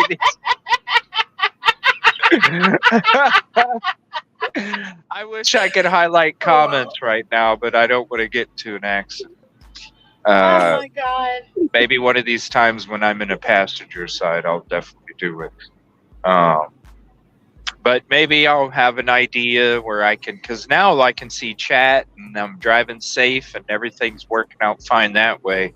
Now I need to start brainstorming how to highlight comments. as I well. am the I'll worst figure something. chat assistant reader ever because you're still reading chat and I'm just having a Oh. lovely time. Sorry. No, it's all good. That's why I got it. That's why I had it set up like I did, because the other trips, I was like, man, and that's one of the reasons why I wasn't doing these on the road trips that much anymore, was because it was, for me, it was frustrating not being able to see or read your comments, because one of the main things about why we do what we do is for community, and I felt like I was not doing my part to make sure that everybody was included, like in chat. So it was one of the main things I wanted to figure out, how I could have a chat feed up that I could see your guys' stuff and do what I do safely. And so it's working out just fine. I don't get to see everything because I do miss some stuff, but I have my chat feed right next to my speedometer. So we are. See, I've we are got my perfect. iPad, and I just didn't know how it would affect if I hotspot my phone Yeah, to my iPad. right. I mean, I could see chat, but I don't know if it would affect the quality of, everything else. So I didn't. I've got it with me. I could try it, but it's in the back somewhere. Yeah, that's why I have me a Walmart phone. Yeah. That way because I know what you mean. And I have the Walmart phone for a few reasons, like if I am on location and I do need to contact somebody or correspond with somebody, I do have that line available. That's not going to interrupt my feed. Also, it is an alternate source in case one source for a stream goes down. I do have another source, and also I'm able to run a stream off of a mobile hotspot and still be able to have my phone active. Walmart is you could really get a really cheap phone from Walmart, get the cheapest service, and really for the price of a burner phone, you could have a secondary source for whatever you need. Yeah, and I absolutely would if I was on the road more. Yeah, that's the only reason. Yeah, if I wasn't, then I probably. Yeah. Although it's a good idea because, sometimes if, you're in a situation, you need an emergency phone, something happens to yours. Because I literally know nobody's number. I could not tell you one phone number, even of my kids. I know zero. This happened to me about 2 or so years ago. My daughter was with her dad in Tuscaloosa, and for the weekend, and which is several hours away from me. And so I'm like, I'm going to take a leisurely trip down there. I stopped somewhere to start with, and then I got out about an hour away from the house, and I was like, I had my personal phone, and I also had a work phone that I kept with me all the time because I was on call all the time. And I'd be dadgummed, I left both of them in the house. So I get to an hour away, and I'm like, I don't even know. I got no idea what his address is. I mean, I've been there, but I don't know what the address is. I can't remember the address. I don't know his phone number. I don't know her phone number. I don't have any way to call. So I had to stop and get a burner phone. And oh my God, it was so unhelpful. Those people down there in Tuscaloosa, I'm not in Tuscaloosa, and I stopped in Birmingham. I don't know where I was, but they were the least helpful people. And I mean, I dropped my SIM card. They wouldn't help me get it activated. Oh, wow. Who doesn't do that? We can't do that. We don't know how to do that. And I'm thinking, what are you doing behind the counter? Right. Ma'am? And right. So I go to a McDonald's because, they've got free Wi-Fi. And I'm like, okay, well, I can use this phone to set it up. I dropped my SIM card, and I'm like, and it was under my seat. I'm in the parking lot, and my bottom is up to the sun, because I'm digging around in there, and I hear some guy just keep whistling, and I'm thinking, buddy, you just don't know. I am like a rabid tiger right now. She will Pennywise your ass, is what she will. Oh, yeah. I'm like, we fixing to go round. Yeah. And so it took me about an hour and a half to get that phone activated, where I could even find directions, but I still couldn't call. And I was like Facebook messaging, saying, hey, I don't know where I'm going. Y'all, somebody look at this. It was horrible. And I realized at that moment, I am so lost without my phone. And if I had a second one, just keep it in the car. Keep it charged. Keep it in a box in the car, for emergencies. That's probably a good idea. And it is. It's a lot of it is for emergencies too. There's a lot of positive benefits, when it comes to the security that it brings, especially with me being out on locations and things like that, where it's not always safe for me to be doing so. Right.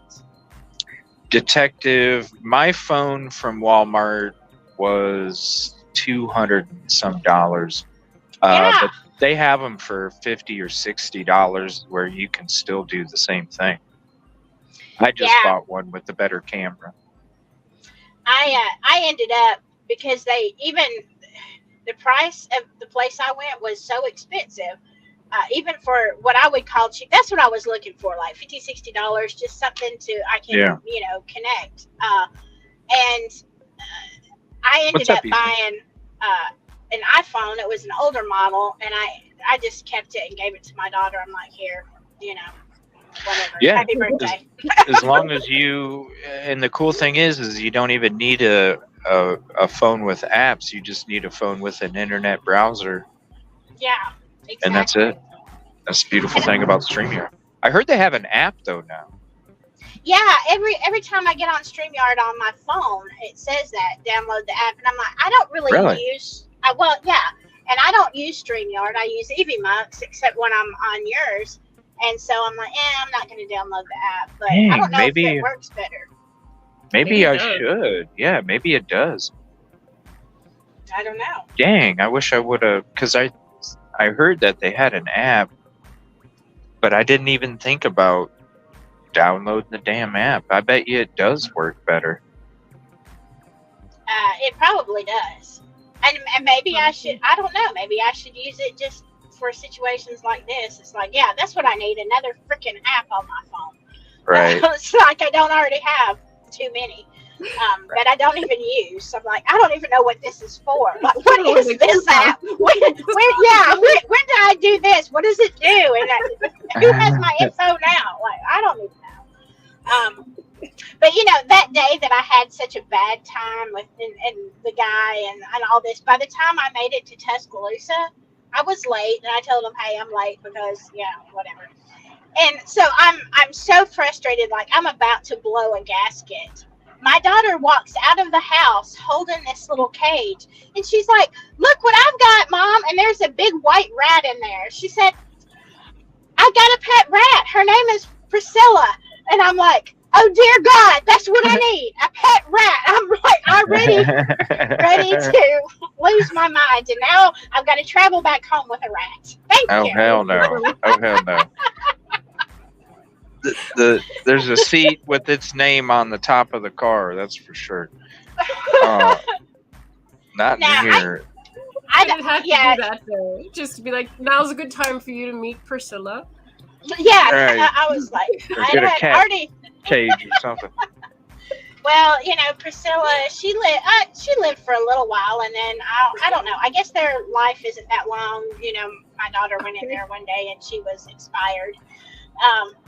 But we haven't had another rat since, because I used to have, and this was something else that people gave me. I used to have 2 pythons. Rabies? And, what? Somebody gave you rabies, or you have 2 pythons? Is that no pythons from the rat?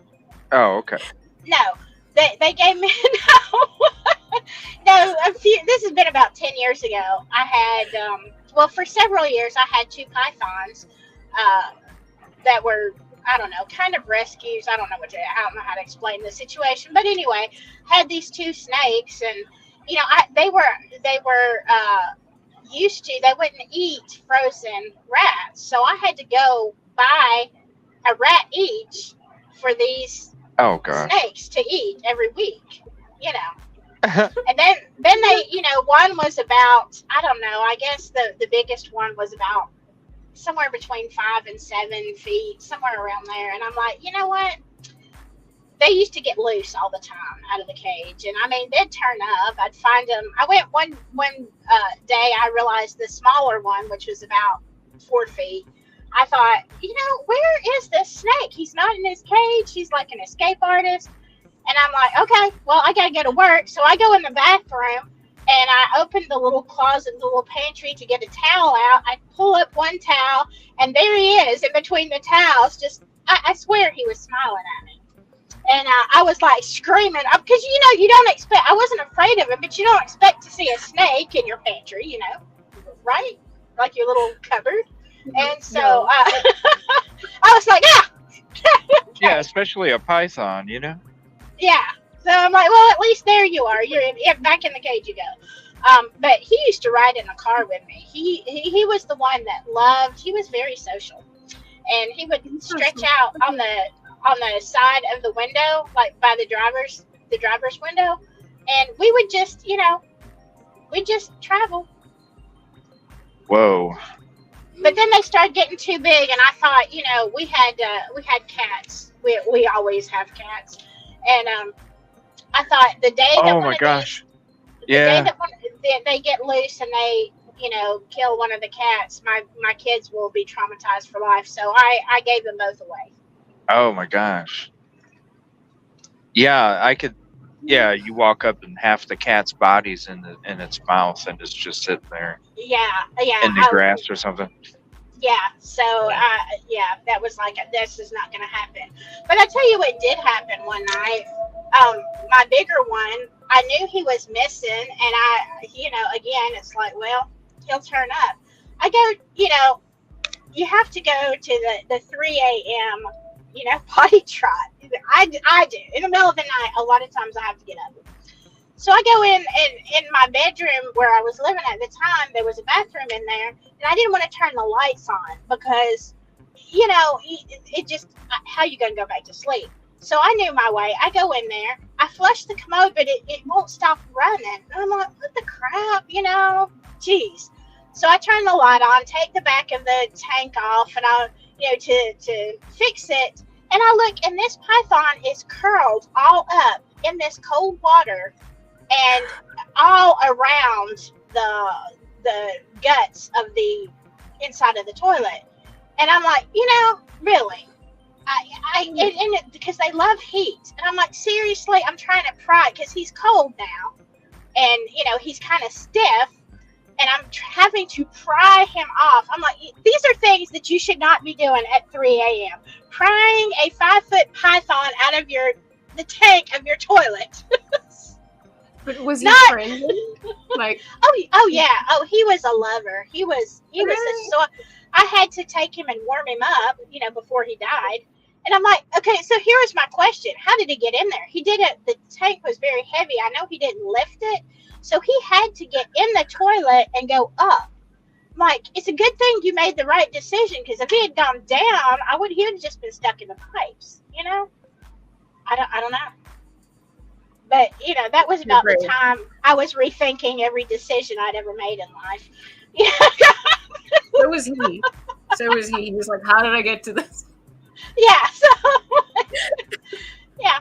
But he got out and he got warm, and I warmed him up and then put him under the lamp and put him back in his cage. And, 2 loose pythons in the house, it was just too much. You got a lot going on over there. Not anymore. No more snakes, but it was interesting. I'm not sure where I'm at, Jackie. My next exit is Spartanburg, so I assume I'm in South Carolina still.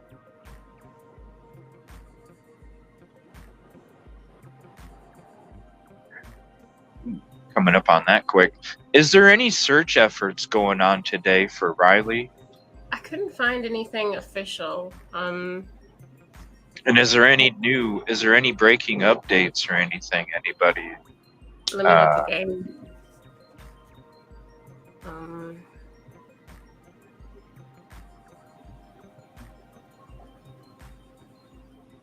Do we need to, CJ, like, do we need to go to the police department and ask if there's any official searches, or how do we find out? We could probably just, they probably have some number. Yeah. Oh, yeah, a phone call. That would be easier. Yeah, they probably have a phone number or they might just have a notification or some kind of I'm from a small town. Like, it's like, wow, I'll just walk over there. Yeah. And ask them. Somebody had said earlier that there were public searches, that they were encouraging the help, but I don't know for sure. I don't know for sure. They were appreciating the help. Let's say that. I don't know if they were encouraging. Okay. I'd stay away from Luke. What? Do you need permits? Luke? Who's Luke? Luke, if he's there, do you need permits? Do you need, like, to fill out some kind of a form or... As far as I know, I believe Tennessee is an open carry state, is it not? What's up, Tommy? Isn't Tennessee an open carry state? I don't know. I think they are. So I don't think you need a permit in Tennessee to carry a weapon. Oh, that is my exit coming up Spartanburg. I'm just going to get around this semi.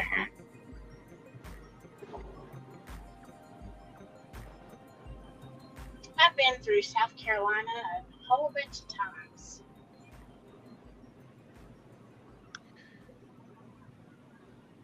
Yeah, Tommy, if you're going to be covering Riley Strain's case in the next couple days, let me know, and I can do a spot for you on location.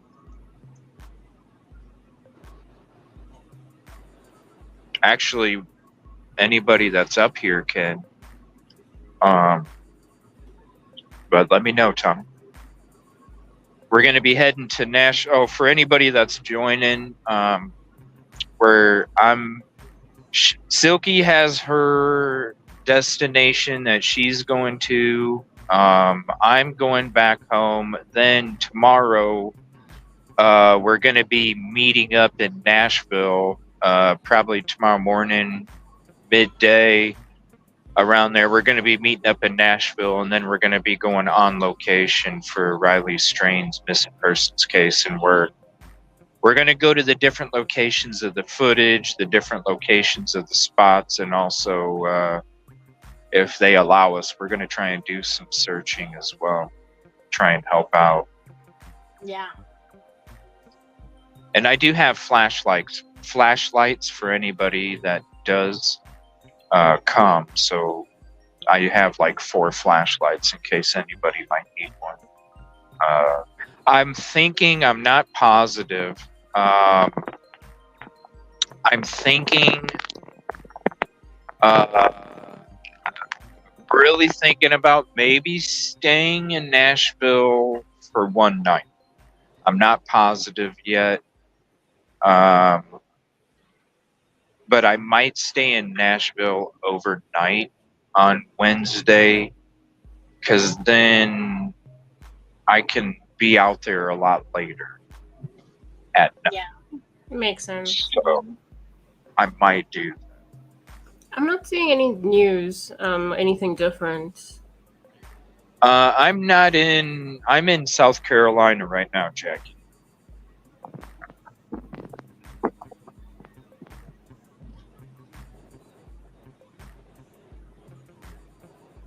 But yeah, we'll be going on location. Are you planning on going there Thursday as well, Silky, or are you just going to go there for Wednesday? As far as I know, I mean, I have to. If I had not already paid for my Airbnb where I'm staying, which is a couple hours away, I would stay in Nashville also. But I'm going to have to go back, and then I'm going to head to Nashville, and unless something, major happens. As far as I'm planning to do that both days, because I took the week off from work, and I don't have anything that I have to be back for until Friday. So I'm good. Yeah, and it's just a couple hours from my home, so I can make the trip each day. So if anybody want to go out there for more than Wednesday and Thursday, I could definitely I could wake up in the morning, drive the couple hours, hang out with you guys, and then we're on location again each day helping out. So if I'm definitely available to do it as long if anybody else is wanting to help out longer than that. But I just might stay one night just so I can kind of be there as late as possible, even maybe during the same time periods when everything went down, just to get the lighting and all that stuff too, and kind of get a feel for it as well. That's a good point. I don't want to, because I'll be leaving at probably like 7:30 in the morning, somewhere down there, 8, and then to try and make a drive all the way back after like 11 o'clock, then to drive, and with all the hours that I've been driving this last week, I want to make sure that I'm safe. Yeah. And not put myself in danger on the highway or anything. So.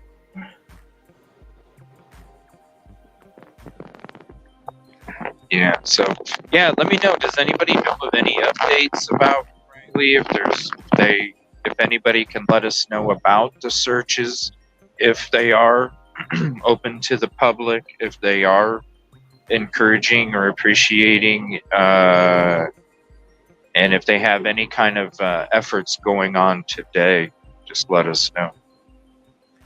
I am not seeing anything new. Nothing. No.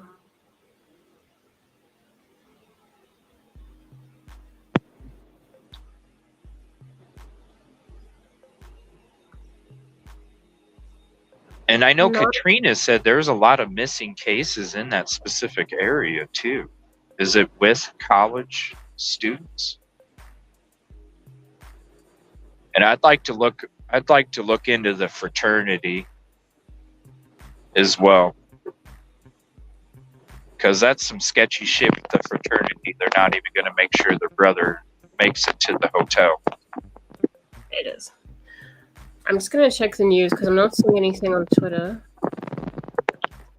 Natural Healing, me and Silky are going to be meeting up in Nashville tomorrow to start covering the Riley Strain case on location. And so, it looks like she dropped out. And so what you'll do is we're going to have, she'll be coming to this channel, and then she'll be streaming to her channel from this live.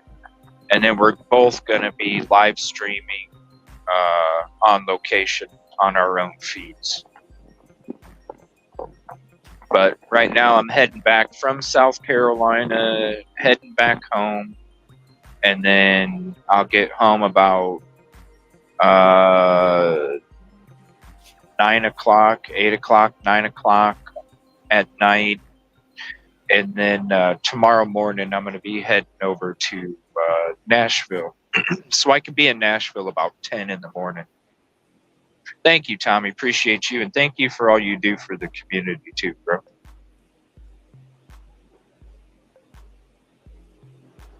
I like Tommy. I've never actually met Tommy. I keep missing him. So nice. He's a good soul. He's a good soul. He's me and Tommy have known each other for about a year, and I'll just say Tommy is one of the one of the most truest souls out there when it comes to peace, positivity, and progress. So always support Tom. Always.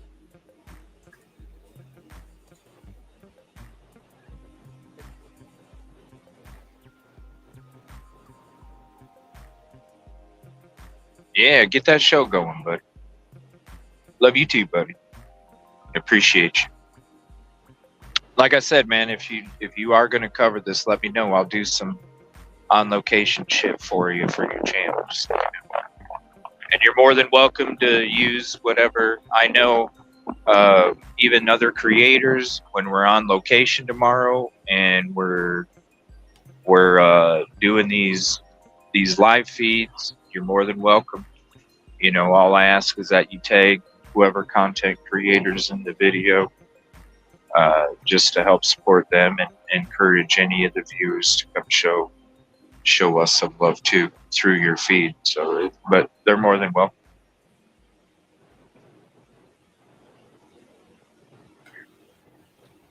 Yeah, let us know about that search if anybody knows. I'd like to know for sure, because I definitely don't. I want to search. I want to help, especially if we're there. It would be wrong for us not to. But I don't want to step on any toes either. You know what I'm saying? There hasn't been any kind of like press release or statement from the police handling it. Is that correct? Does anyone know? Has it been? Well, really somebody said a little earlier that they were questioning LE, the handling of the case from LE. Because usually you'll see like a statement from some kind of official. Yeah. Unless I'm just missing it. And that's what I was saying too, Fallon. When I was kind of in the beginning of the show, I was discussing with everybody. I was telling them that I thought it was a head injury, and to me, you know, there are cases of amnesia where people forget who they are. They're right by homeless camps, and you could be mistaken as a homeless person. 100%, totally legit, man. Totally legit. Okay, so wait, it would be what Nashville Police Department, if that was, Yes, that's what Nashville. Is it Nashville PD? I'm pretty sure it is, because it was right downtown Nashville. Unless it was some other district or something. Am I back in here? Yeah, you are. Okay. All right. My daughter called and we were making plans, and I'm like, I didn't know if y'all could Walmart hear phone, that. Silky. Walmart phone. Yeah, I need to. You know what though? So that we can listen in on the plans. I just thought of this, Silky. You can do me. Anybody that needs to contact any of us, and this is totally cool. Anybody that needs to contact any of us, they can call the show number, because I'll have the show number available to to have contact. So you're more than welcome, Silky. If you're on location and you're on a stream, you can let your daughter know or whoever, hey, if you need me, you can call me at this number, and it'll be a phone line that's not dedicated to any part of the streams. Yeah, I don't even know the show number. I'll have to go back. Well, we decided to split up for a little while because in about an hour, I'm going to hit where I need to take some video. And then, so I know you're going to be live for a bunch of hours, and I will be in and out as I'm going places. Because I can't even check in till 3, so. Oh yeah, that's right. Yeah, it's easy to remember. It's 330-510-1110. You act like I can remember that. That's so easy to remember. 330-510-1110. Maybe I just look. Got threes and ones and O's, and that's all I remember. Yeah, that's all I ever. My mind is 1,000 tiles on the floor, constantly flipping up to see what fits. So when it comes to so is mine. Only mine is exactly like that, CJ. Except all my tiles are squirrels, and they're running amok. they're like, "Ooh, what's this?" How far am I from Nashville? Shit. Let me think here. I got I'm probably 6 or 7 hours from Nashville, I think. I'm still in South Carolina, y'all. I still have to go through or maybe I'm in North Carolina. I don't know. When I came here, I was in North Carolina for a good part of the trip, in the Carolinas, and then in South Carolina just a short bit. But I feel like I'm still in South Carolina. So, Nashville is pretty much on the left side of Tennessee, and I'm not even at the right side of it yet. And you know how rectangularly wide Tennessee is, so I'm still quite a bit away. Oh, thank you, Kels. I appreciate the kind words. I really do hope that they allow the public to help, because I really do. I really do want to help search, because you can never have too many. No, you can't. And you never know. I was trying to get my daughter and her boyfriend, they're like, well, because we're talking about Thursday, we were going to come home, and I'm like, well, I'm going to go back to Nashville. And I said, y'all come with me, and I told her, I said, we're going to be looking for a body, maybe. My daughter's like, no, I'll be traumatized for life. Well, it sounds like an adventure to me. Yeah, I'm like, let's go find Riley. But that's, if anybody does have any, if you are part of the Discord group, you'll see the link drop from Nightbot periodically with the Discord invite link for the community, the everyone chat for the community. I have info drop folders for the community as well for specific cases. One thing that we are going to need is the locations that have been searched already. If anybody could come across that too and drop it in the info drop. That way we're not going to an area that might have been heavily searched already. Not that it might need to go over and be gone over again, but I don't want to be in an area that's heavily searched as well. And also, if anybody could drop a picture with the way the current goes, the direction of the river current, and like a location of where the debit card was found. Katrina tagged me in something on Discord. Okay. Okay, so the relative or the representative of the family is Chris Dingman. He's a close friend of Riley Strain's parents. He's been assisting them every day. He's been fielding tips nonstop, coordinating volunteer search crews, and answering media requests in the ongoing effort to find Strain. Two young women on TikTok made the stunning discovery of Strain's bank card by the riverbank, near where he was last seen on Gay Street and the James Robertson Parkway Bridge. How many people have looked at that particular scene and it took those specific ladies to find that card, said Dingman. Dingman said the ladies found the Yeah. card half covered by leaves. It's now being analyzed for fingerprints. There was no activity on the card after Strain went missing, according to Dingman. However, the discovery of the card by TikTokers prompts questions as to how Metro Police officers have handled the investigation into Riley Strain's disappearance thus far. Strain's family also said an actual detective wasn't assigned to the case until 2 days after Strain was reported missing on Saturday. Oh, wow. I wish something would have been done sooner. The first 48 hours is so crucial, Yeah. continued Dingman. Right. Yes. Right. They released officer body cam video on Monday, 10 days after it was captured by an officer showing Strain walking in his last known location on Gay Street by the James Robertson Parkway Bridge near the river. Unfortunately, it doesn't change much in the investigation. However, some questions why more video wasn't released sooner. Fox 17 further asked police why emergency management crews didn't appear to search the riverbank thoroughly until Wednesday, 5 days after Strain was reported to have vanished.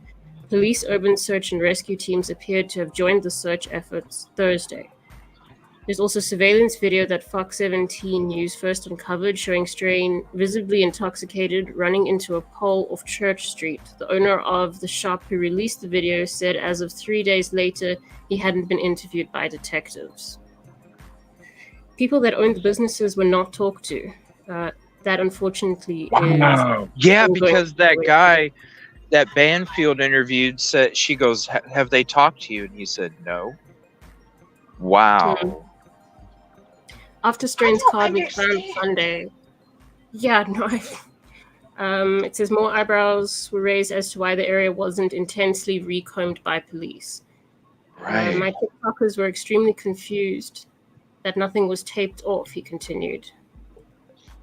Perhaps the most pressing question for Dingman is why the police still consider this a missing persons case and not a criminal investigation, which could lead to more resources being dispatched.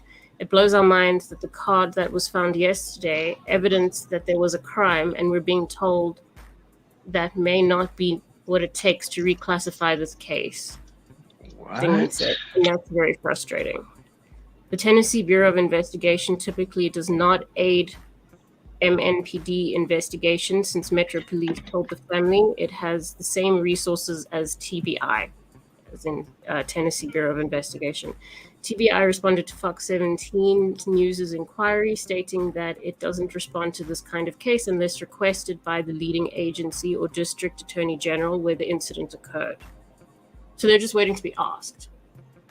Wow. No wonder they were I think it was Katrina was saying that people are questioning how Ellie handled it. Wow. Meanwhile, a foundation that I cannot pronounce announced Sunday that it is facilitating volunteers to help in MNPD search efforts, stating in a press release, volunteers are focusing on the downtown Nashville area as they do not believe current searches along the Cumberland River will not produce results. Sorry, I think this was written in So they don't even think he's in the... I don't know. It makes you wonder too, like if they were able to find the bank card and other people weren't, how, not that you're looking for a bank card because you're looking for a body, but how do you miss that? I mean, I suppose it could be easily missed if it's hidden under leaves, but it makes you question the search effort. What about canine? Shouldn't that be there by now? 5 days later. Yeah. Yeah, you're right. What about canines? Give me one moment here. I'm gonna fill up, and I will be right back. Okay, I'll read more when you're back. Oh, go ahead and keep. Is there? How much more is there? I'll sit here and listen to it. Not much, like 2 paragraphs. Yeah, go ahead. Okay, it says Metro Police did not directly answer any of Fox 17 News' questions. A spokesperson replied in an email. No evidence of foul play has surfaced as work continues to locate Riley Strain. On Sunday evening, Riley's parents met with some of the detective team. They received a full briefing on the work being done. They were also shown the available video. With today's technology and the resources that the departments have to find things, it just amazes us that we don't have more than what we currently have, he said. Dingman said he's working with the police to find a homeless man who more closely saw Strain as he reportedly fell into bushes along Gay Street. Fox 17 News interviewed another transient man who witnessed that encounter but wasn't as close to where Strain then walked off. We're trying to track down leads right now with the homeless community, Dingman said. The ones that have stayed have been gracious and extremely helpful. That's it.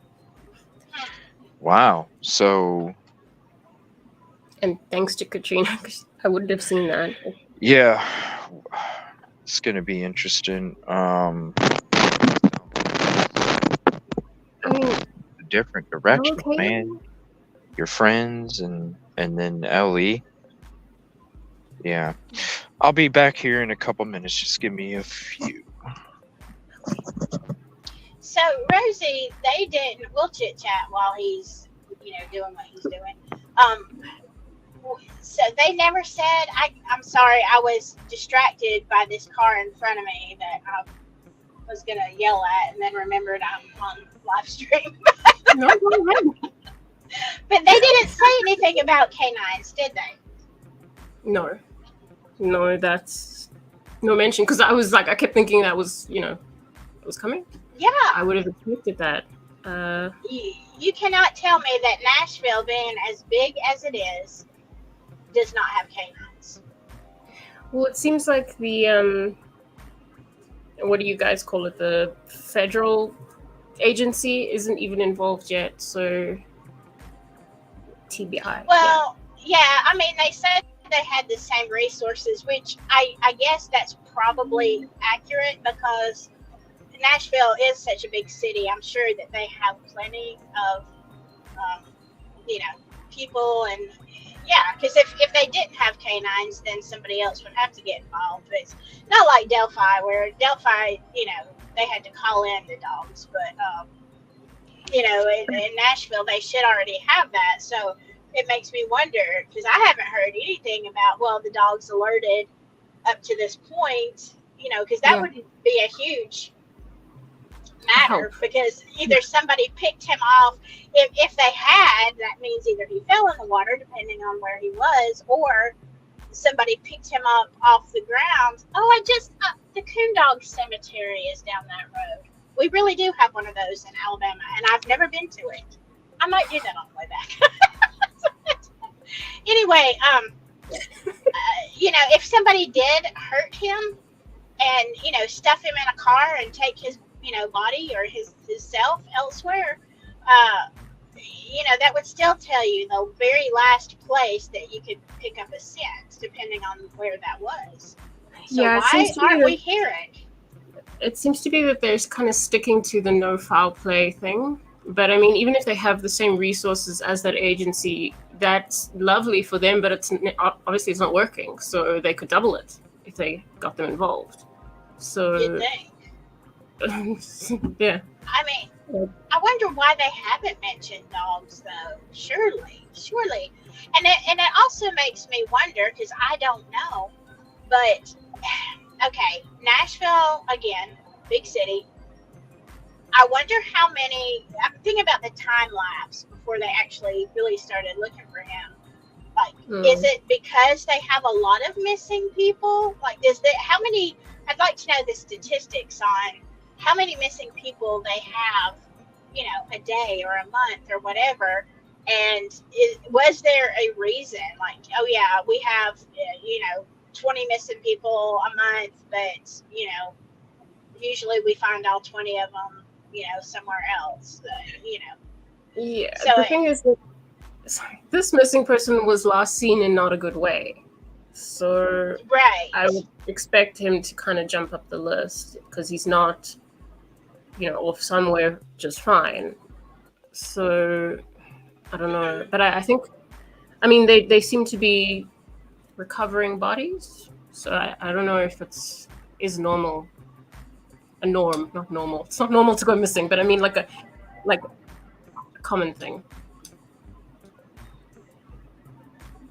Yeah, you would think. But that maybe the police were thinking, it's a drunk frat boy. He probably did he hook up with some woman and he's just passed out somewhere or in another hotel room. He's just out partying and he'll turn up. Is that what they were thinking? Maybe. And maybe it's not emergent. They're still saying no foul play, so yeah, I don't know. I mean, I know even here, if it were high profile enough, there would have been dogs by now. And that's saying a lot. Yeah. I mean, I understand.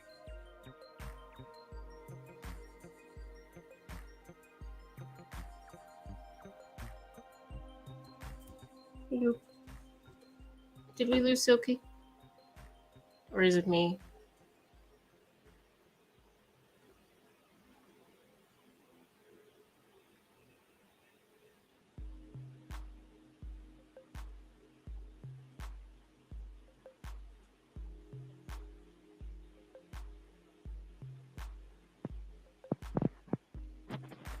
Are you there? Someone there? I'm alone.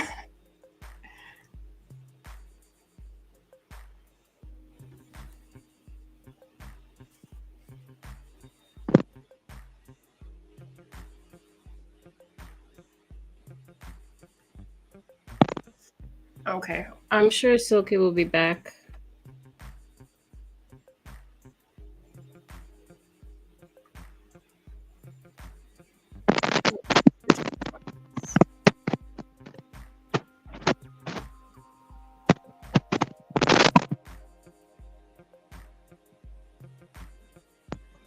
Alrighty, I'm back. Oh, she dropped out again? Yeah, I was just gonna look through some comments because I was alone. Sorry about that. No, it's fine. It's fine. So Silky and I were talking about the dogs. Like, why have they not brought in any kind of? They haven't brought in any dogs? They haven't mentioned it. So, I mean, I would expect it by now, but it keeps coming up that they're not expecting foul play. But I mean, a missing person still warrants dogs, I think. So I'm not sure what that's about. Yeah, but you're still searching for somebody. Why, even if it wasn't foul play, they're missing. So Right. yeah, why wouldn't you? Why wouldn't you have dogs out there? I mean, I'm not saying they don't have dogs. It's just that I haven't heard or seen anything about it, and I think that's really important. Just check. Yeah. I'm surprised. You would think they would have had the dogs out there on day 2 at least. Yeah.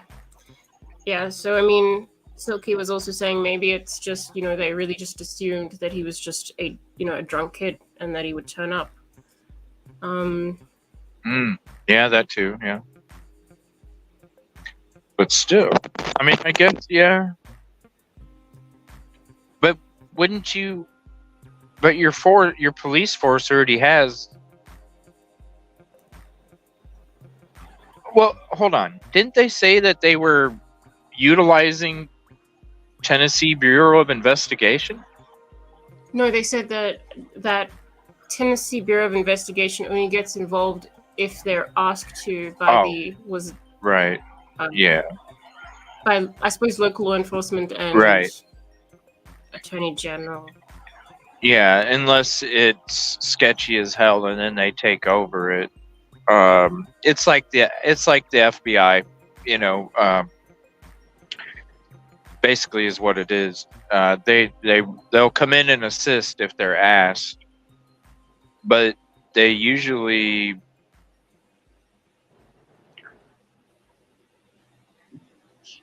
Maybe they leave it up. I don't know. Didn't the FBI come into Quentin Simon's case real quick?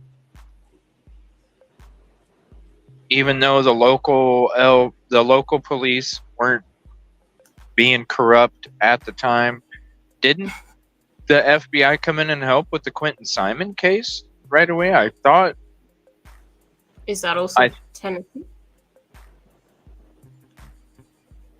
Is it what? Is it also Tennessee? Is it not different? No, she was in Florida or Georgia, Florida.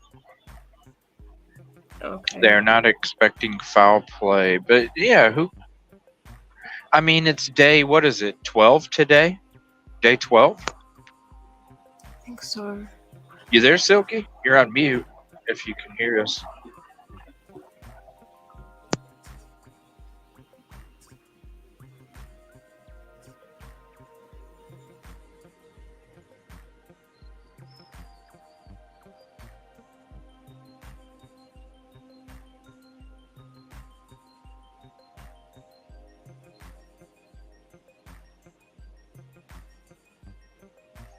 I'm just trying to find out if there is anything about dogs or any kind of canine search and rescue.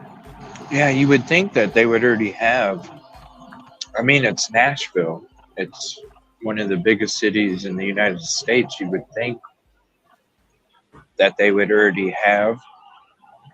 Georgia, yeah. You would think that they would already have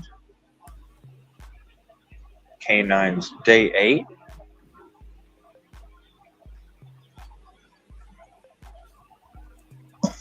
I thought it was like day 12, day 11 or something. It could be day 8.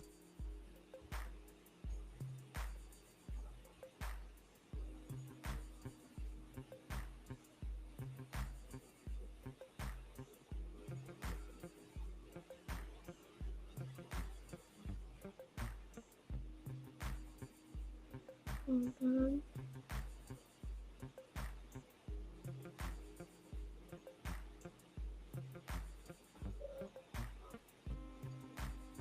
Silky's getting her feet wet with mobile streaming. I've seen her. She was on here, and then all of a sudden the phone was going all over. Oh, hold on. She thinks she's trying to join again.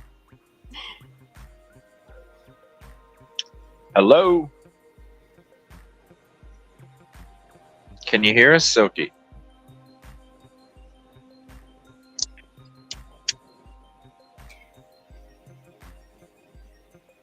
Silky, are you there?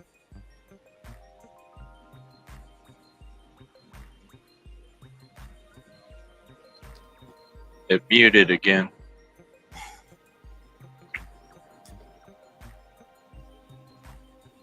I don't think they have used dogs, she said.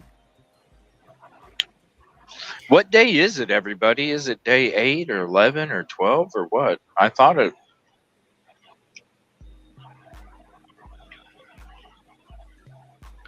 He went missing Friday the 9th. Okay, so yeah, this article that I was reading, it says they released the body cam video on Monday, which was 10 days after it was captured. Yeah. It's Tuesday, so day 11. What is today? The 19th. So it's 10 days. Day 10. Day 10. Day 11. 10 or 11. Yeah. Day 10. I hope she's not pulled over. Oh, she dropped out again. She okay? I think it's her first time streaming mobile. And so, you know, technology.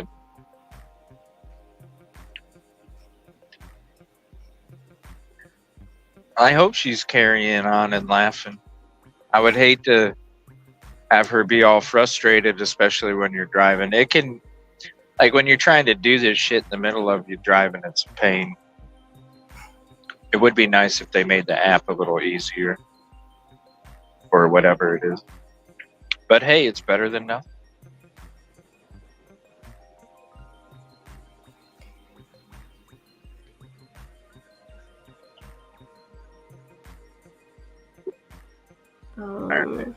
Hold on one second. She just popped up again, but I gotta let me get in this lane real quick. Because I have to actually go into my settings. See, like if they would change this, it would be cool. Because I I actually have to like go into the thing each time. And maybe the app is better. all right, come on. There we go. Are you there, Silky? Can you hear me? Yes, we can hear you. Oh my gosh, I was just talking away. I know that shocks y'all, I know, because I'm usually so silent. It looked like you were in a tornado for a little bit there. Some said you got pulled over. No, I don't know. I had enough bars. I'm like, what happened? It just kind of went out, and then every time I tried to come in, you can hear me, and I'm like, I don't know what's going on. Whatever. we back. We back. And getting your feet wet. Whatever. With this mobile shit. I know. I've never done this before, ever. So we talked about it the other night, and I'm like, yeah, that sounds like a great idea. I went to bed, and I got up yesterday morning, and I'm like, I have no idea what I'm doing. Like, I really don't. And I'm like, CJ, I don't know what to do. You need to go through you need to go through it though. That way, on the next time, you already know. Like, yep, and then it'll be nice and smooth.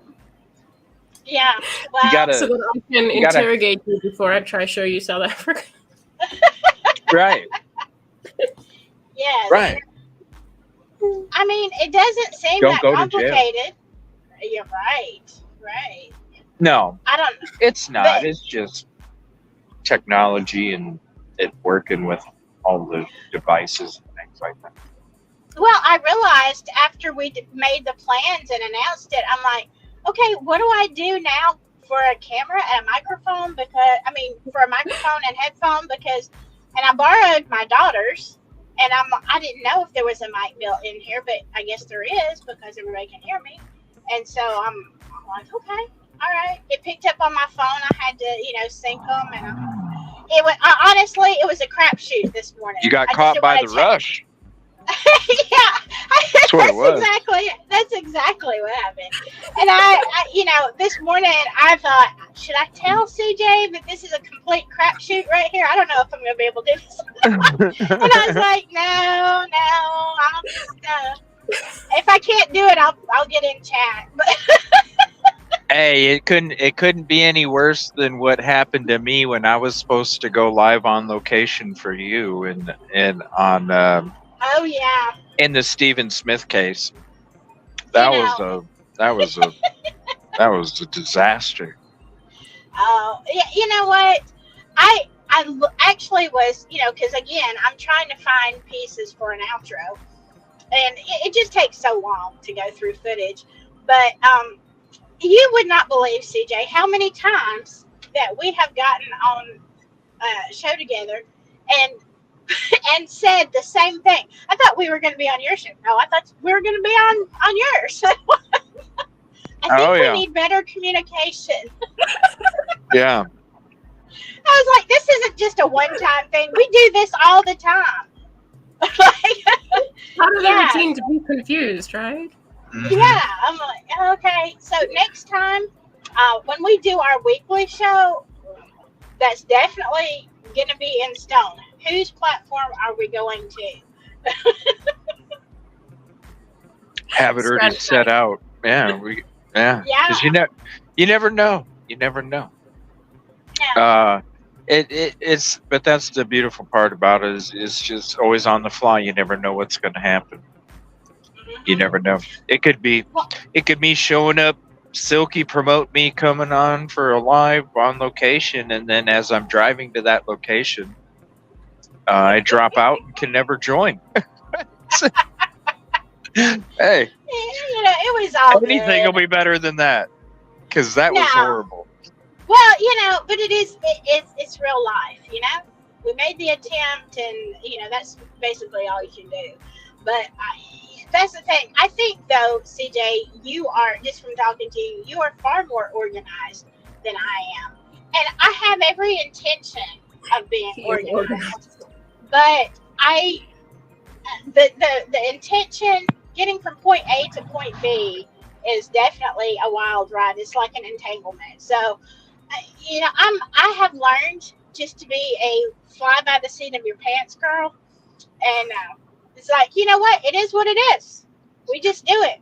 I mean, even in the band, there have been a lot of times it's like, you know what? I do not know the harmony to this, but you know what? We're going to get up there and we're going to try. I might hit it every third word, but we're going to do it. Well, you'll be good because I already have shit outlined in my brain of the trip for Nashville, and Just go with the go. yeah, like it's already outlined in my head Just already. be like, I'm with that guy. He's planned it out. It's fine. Yeah. That is good. I always have everything planned, and more, and it's just how I approach life. I'm always ready for any situation, so I'm always going off of thoughts instead of emotion. Crime Lies, what's up? We are, well, Silky. Do you have, what's the location, or weren't you going to some kind of where are you going to get footage? I'm going to get footage at actually several places. I'm going to get footage in Corinth, Mississippi at the state line for the Buford Pusser case that we talked about on our last live together on my channel. And then I'm going to, I can't remember what happened in Selmer. It just kind of, I'm going to go to Shiloh Cemetery, and that's outside of Adamsville. I don't know. I think my gut knew more about this trip than I did, because I am usually so detail oriented when it comes to case facts and because if you're sleuthing, you have to be. Like, you have to remember every little thing. So I remember so much about Delphi and every case that I really put my mind to. But with this one, literally for weeks, I cannot get it in my head. And even yesterday, before we decided to do all this, I was studying and I could not remember what happened where and all this kind of stuff and the timeline of events. And, as it turns out, this trip, even though I'm going to be staying several hours away from Nashville, this trip is about Riley, not about the case that I set out covering. So, really, I wasted all my time. It's like, I need to dump that from my brain. Because, I am coming to Mississippi. So, I don't know how far Corinth is up here, but wait a second. The state, I'm trying to get to the state line where Mississippi and Tennessee and, wait a second. Heck. Well, she's going somewhere over there. And, I don't know where I'm going. I'm heading back home from South Carolina, and then we're meeting up in Nashville tomorrow to cover Riley Strait. And I'm sitting still. She's somewhere in the southern United States. Sorry. I'm in Mississippi somewhere. Somewhere in Mississippi. I told you, fly by the seat of my pants. It's supposed to be at the state line, though. So, but I didn't see. I don't know what I'm doing. But then they say Corinth. I don't know. Maybe it winds around because that was important in this case of Pusser, because a lot of the crimes that were allegedly committed, they were like, literally, there was a hotel across the street, and there was another place, a restaurant, and they were in two different states because they were on the state line. And so what would happen to really mess things up, a lot of times they would move people, like if they were unalived in Mississippi, they would move them over across the street to Tennessee. So then you had so much jurisdiction, like, are you going to handle this case or we handle it? I don't know. It happened here, and this is back in the 60s. So there was not a lot of, what happened a lot of times is both PDs were like, county sheriffs are like, you know what, I don't even want to deal with this. Y'all deal with it. And the other states like, no, y'all deal with it. So things didn't get done. Well, let me see here. Caddy says, first, Riley's friends went to police station. It was closed. What? That's weird. The police station was closed. Second, the sheriff's office told they couldn't report a missing person. Third, ended up at the precinct, called 911, had to wait for an officer. So that's weird. A police station's closed. Fallon says Mid-South Search and Rescue Team is volunteer search group with dogs that work in Tennessee. Please contact them. Send more info to Tommy on Discord. Do me a favor, Fallon. Are you a member of our Discord? Or if anybody in our Discord can copy that information and let us know, I can call them and let them know that I'm going to be heading down there too. And I'll go ahead and reach out to them. Or if anybody wants to contact the local department and also give them that information as well. But yeah, let me know and I'll reach out to the team, whether it's email or whatever. I hope you know how much I am relying on you right now, CJ, for this Nashville thing, because my brain is kind of mush right now.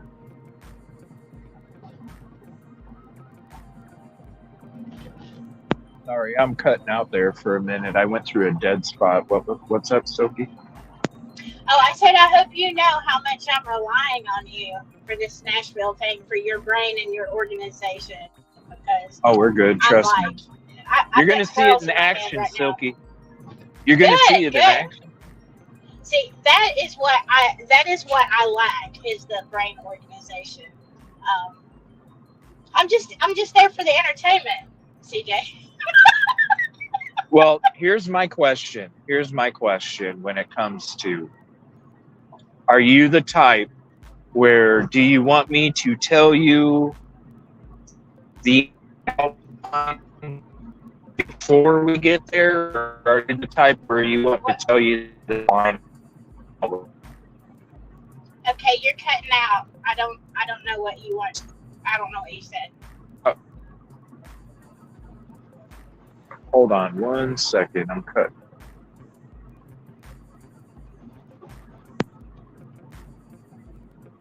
Tishomingo. I love these. Mississippi has a lot of, well, so does Alabama, but Mississippi has a lot of Indian names. Native American. All right, I'm back. Sorry, I was cutting out again. I'm about to go through some mountains, so I might switch to my other phone, which I have to use my Bluetooth headset because this one doesn't have a headphone jack in it. I hate it. But I didn't hear what you did. You I'm wondering, do you need? Okay, are you the type, when it comes to the outline of when we're there, are you the type that you want me to give you the outline before we get there, or are you the type that you want me to give you the outline when we're there as we're doing? I mean, either way, but I might not remember if you do it before. Basically, what I want to do is I want to get there and you tell me what to do, because otherwise I will be, running rampant around Nashville and, flying who knows which direction. No, I need you to organize it and tell me what I'm supposed to be doing and when. Okay. When and where and all of that kind of stuff. That's what I need. All right. Yeah, it's pretty much organized in my head except for specific locations. But when it comes to the locations, we'll go through all that too. So yeah, it'll is Rosie, is she? I don't know. No, I can't see anything. Don't I go don't know. missing. Oh, Jackie. Oh, what happened? My dad. Eat some extra muffins, Aw. CJ. Prayers, Jackie. I don't have any. I just have cinnamon raisin bagels. But no, tomorrow when you get you need to fill up because you need to be heavier so nobody can abduct you. Well, I'm gonna fill up before I get there. That way I don't have to spend any money on food when I'm there. Right? Well, it's not just that. It's just because I'm sure it's expensive in Nashville. But it's not just that. It's like who wants to be out searching and then all of a sudden you're passing out from lack of food or you're looking for a bathroom because I sometimes necessity, but still I don't want to be in that position. I'm a country girl. Sometimes you're in a situation. I'll have trail mix in the gear bag. I'll have trail mix, so it'll be good. There's too much work. Yeah, that's too much work. Trail mix is good. I'm gonna probably. Well, I don't know. I was gonna say I'd bring a water. Maybe I will, but then you're gonna have to pee, and that's just a pain. So I might just. You want to have some water? I might just hydrate before. I think I'm going through. I can't hear you again. It must be where that should be okay. Where I'm at. Okay. You there? I want to try the local food. Yeah, the restaurants. I don't know. I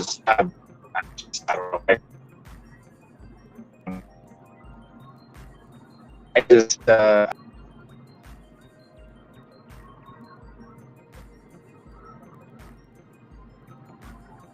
I don't know if I can be heard or not because if his stream is gone, so is mine. So I don't know if anybody's out there listening, but I can't hear CJ at all, and I might not even be live anymore. Who knows?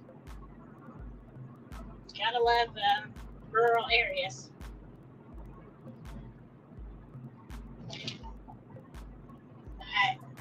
I guess I'm gonna just keep saying something until I hear from him or realize that I'm talking to myself. It could be either way. Not that I don't talk to myself all the time. Usually not out loud. I really kind of hope I'm not being heard at all. my back. Oh, you're back. I don't know if anybody can hear my Am I thoughts. back? Yes, I talk to myself out loud all the time, by the way. It's a problem. I think we're all back now. Let me see here. We're all back. Okay. Oh, I didn't know, CJ, so I was just rambling because I couldn't hear you, and I didn't know if I was on stream still or not, if anybody could hear me. So I was just, talking nonsense. Which is not that different than what I say anyway, but... That's how I feel about myself. Like, just in case anybody can hear me and they're watching, let them know, like, it's still live. Or not. I thought, I could be just talking in the car to myself. But, Worst case scenario is, yeah. I mean, it's better than being live and not knowing. And then you're like, singing or... Here we go. Sorry, I was cutting out there. I couldn't hear anything. I'm going through mountains. You could probably see them in front of me. That is pretty. So if I do end up dropping out, I already have the other phone set up, ready to go. Okay. Good, because we need to see the mountains. Yeah, it is. And the mountains, it does take me like a good hour, 2 hours going through it. So I'm hoping everything goes good. If not, if I do cut out and the stream ends up stopping on its own because I'm not in the StreamYard anymore, I will bring it up as soon as possible, as soon as I can. And so we even will if it talk does to cut out, space. That's what we've decided. It'll be yeah, fine. it's these damn mountains. Every time I go through these mountains, there's going to be a little bit of issue, but this is the only part of the country that I have to worry about it. I never go up to Colorado or anything. They are on Facebook. Who's on Facebook? Who's they? Yeah, we're talking about mountains. Uh-oh. Are the mountains on Facebook? What's going on? Part of my directions here say turn right after the Wendy's, but I did not write down what town I'm supposed to turn right at. Like where? What town? Where? What? Which Wendy's? Oh my God! I might be lost in Mississippi for a while. Oh my God! Oh no! Yeah. I don't know if this means when I reach Corinth, I thought, I've got this. I wrote the directions down because, you said, CJ, to like take a map of the area and put it on my phone. And then I realized, guess what? I am not going to be able to see my phone. So I wrote the directions down, but did not manage to tell myself where I'm turning right at Wendy's. It's a crapshoot.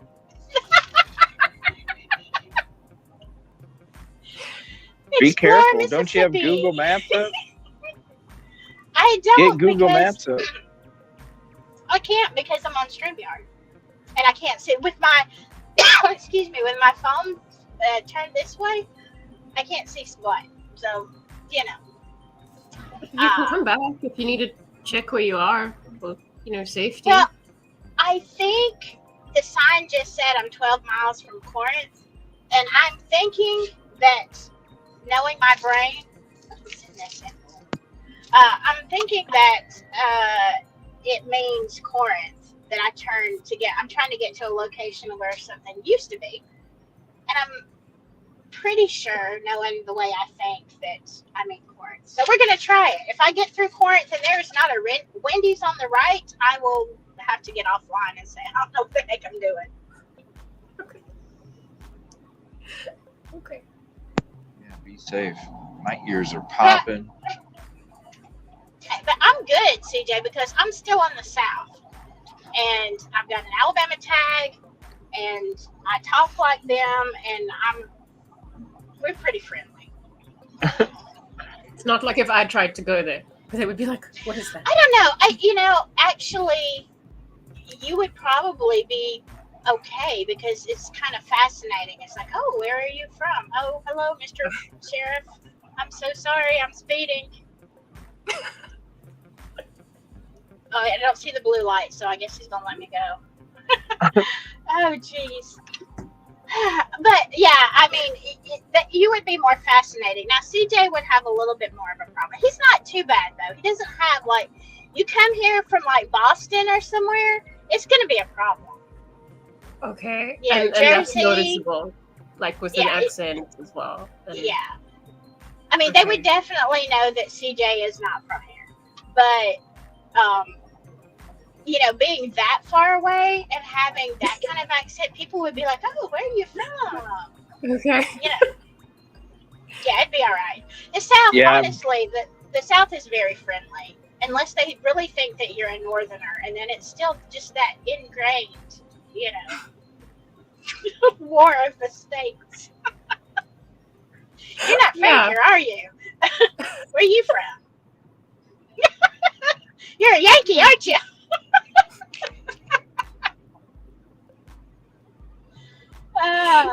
So yeah, I can't tell the difference in accents with you guys. I mean, I can hear there's a difference, but I mean, I wouldn't really know. Really? Much. Yeah, I can hear, but like, I don't know. I mean, grew up hearing an American accent on the TV, so we kind of know what it's. I mean, you don't know us, but we've heard you. If that's not creepy, Yeah. then I don't know. Well, yeah, the thing of it is even amongst the southern states, you can tell when somebody, like the people from Florida, do not have a southern accent, most of them. And they're so southern, but they don't. Their culture is different. So a lot of times you can tell the difference if somebody is, Mississippi has a heavier accent, Tennessee not as much. Okay. Still southern, but not as much. Georgia has a very distinct Georgian southern accent. Louisiana is off the charts. Like, they sound really different. So we kind of have an idea where you're from just by the type of southern accent. It's just a dialect that's weird. Yeah. I mean, we have different accents here based on region as well, but obviously, I suppose not as much. I don't know. I mean, because I watch a lot of, in my downtime, like when I'm trying to decompress, I watch a lot of stupid videos. And I couldn't even tell you what these shows are, but I've heard people like from the UK talking about, oh, I can tell you're from this certain town because of your accent. I'm like, y'all all sound like to me. I don't know. I don't know. You ain't Southern. I know that. You're not from the Southern U.S. You're British. That's what you are. I don't know. I can't when discern I first started making videos, I had people comment on my videos. They were like, "We love your accent. It's so cool that you're from Australia." I was like, "What?" No, you don't sound Australian. It does sound British to me. Like, it really does. Way more than, no, Australian and Irish, they have like little twangs that are just very different. But when it comes to talking about the differences in like a standard UK or a British accent, I really can't tell. I don't hear it. Can't hear. I mean, I think it's lovely. That is my favorite. The British accent is your favorite?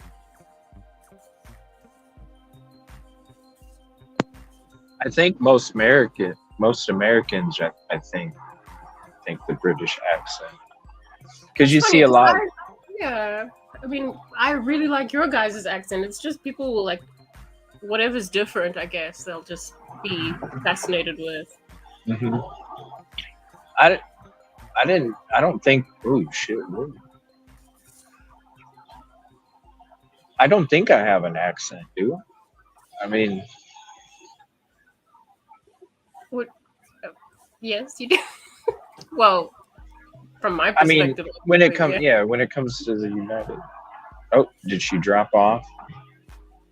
Oh, her stream. Oh shit!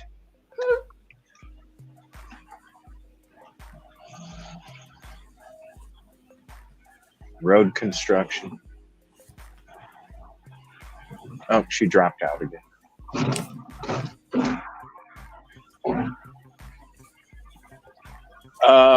Let's see, I saw some comments in there I wanted to respond to.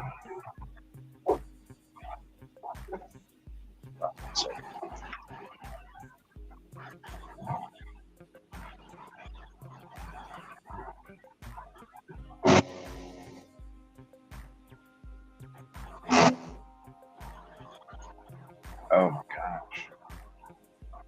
Now we're going like 40.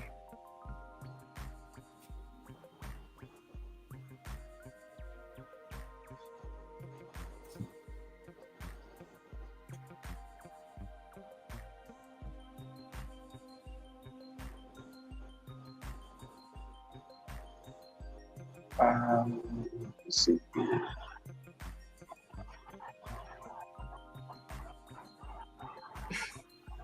sorry, I can't No, I'm going seem to through. I'm scroll going back through up there. as well, but I just see stuff about accents. Right. There was something before we started talking about that. It's okay if not. Oh, hold on. She must be backstage. It's okay.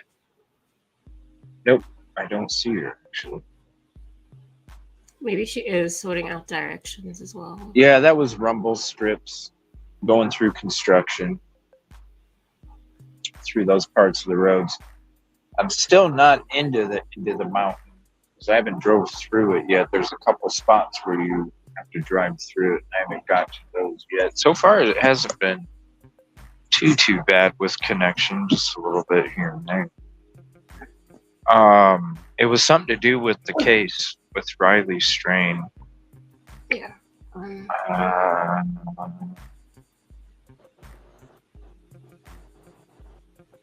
Second.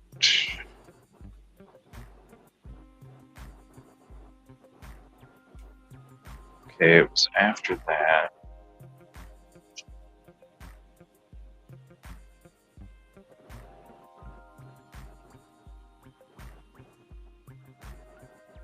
Prayers to Jackie.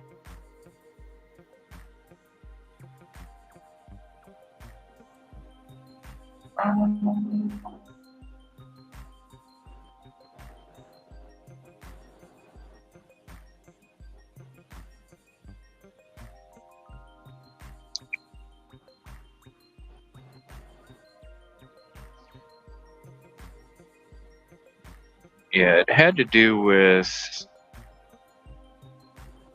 the case and how the LE was handling it. It might have been even before I started cutting out.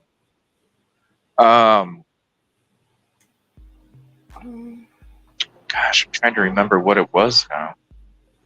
Was it about the search? Or... Yeah, it was about the search.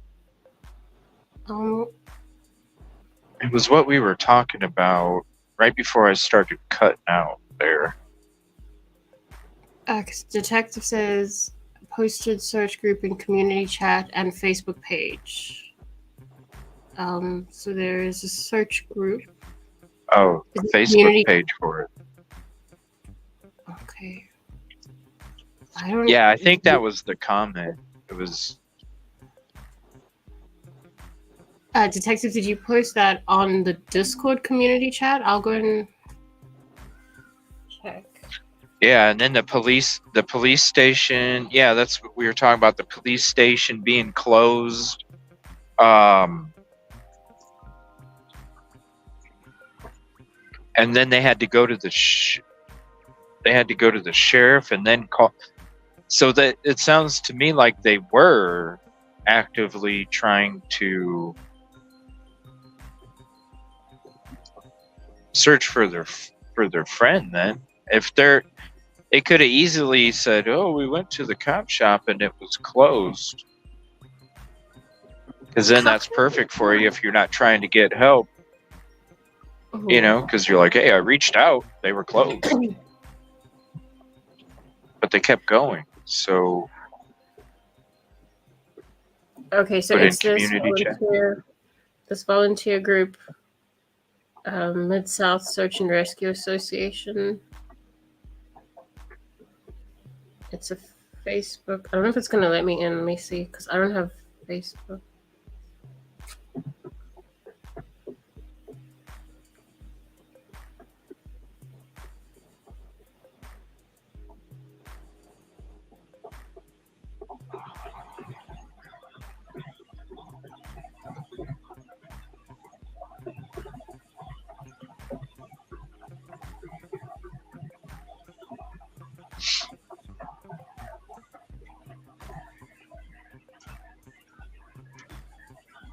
Okay, so it's a volunteer. Does it have to be the family to reach out to them, or can anybody just notify?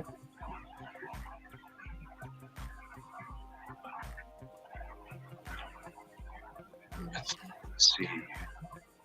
Libra's mom says a news station. Yeah, she knows it's in community chat, but she can't have access to Facebook, some stuff, detective, because she's in another country. A news station stated. Oh, go ahead. I'm trying a VPN now. Sometimes that works, sometimes it doesn't. Sometimes they're like, no, we know. Right. A news station stated they have pulled back on their search for Riley, but still a lot of people out there searching. Okay. Let me see here.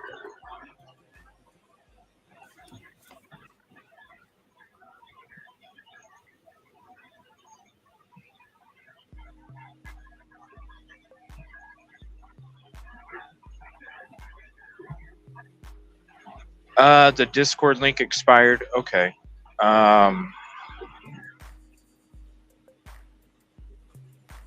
I'll have to, because I'm going to end up here after a bit. I'm going to end up taking a short break, and then I'm going to be back live again on the next part of the trip. Right now, I'm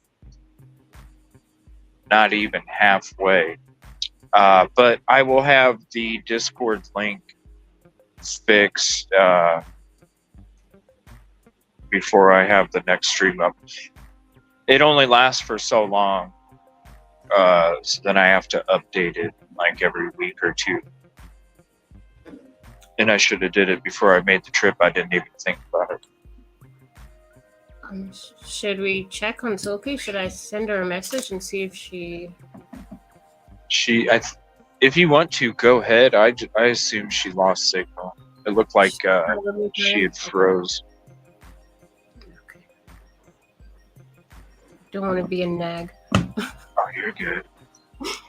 In South Africa, we check on each other a lot. Yeah, no.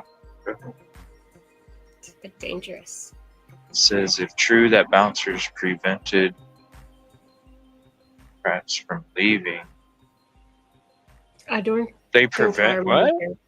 No, they wouldn't prevent. I don't. Somebody's saying that bouncers prevented him from leaving. Prevented the friends from leaving. Yeah, that's what. That's illegal. Like, you can't say no, you can't leave unless you're telling them, well, you can't come back in if you leave. Maybe. They can do that, but they can't tell you can't. What the hell? So did...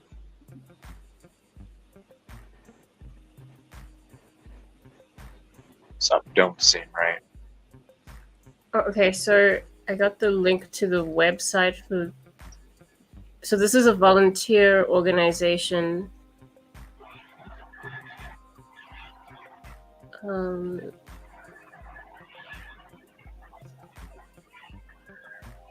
Oh, open tabs? Yeah, I could see, but that's you got to pay. Doesn't mean you can't leave. You have to pay before you leave, of course. But what's wrong with paying your tab real quick so you can go outside and help your buddy get back?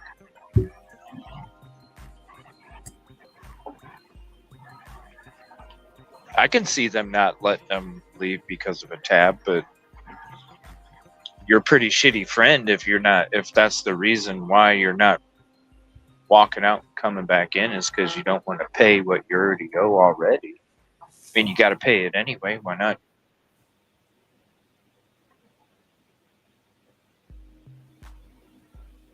They wouldn't. Yeah, I get that. That's what I'm saying. Maybe I'm on delay or something.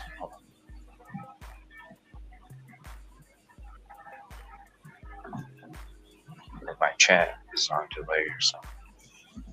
No, I don't think so. I didn't hear that they couldn't. Sorry, leave. I got too much construction right here to try and focus on it. Go ahead, what? No, I'm just saying I didn't hear anything about them not being able to leave. So, I Yeah, don't know where'd if that maybe, come from? Where'd that even come from?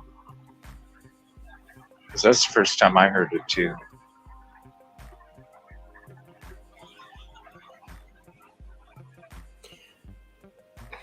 look, I mean, if there's a group of them, even one of them can go. It's not like, it's a party of people, right? So they're responsible for paying the bill while somebody just goes out and checks on him and then comes back or walks him home and comes back. It's not like they're paying, like, would it be paying individually?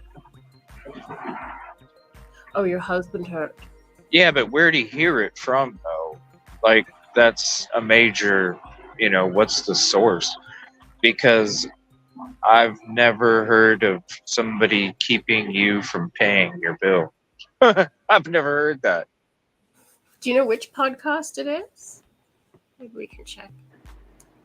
Do you know what podcast? It says Is there like an article? Can anybody look up? Do me a favor. Can anybody look up an article if that's stated? Okay, let me see. Oh, freaking.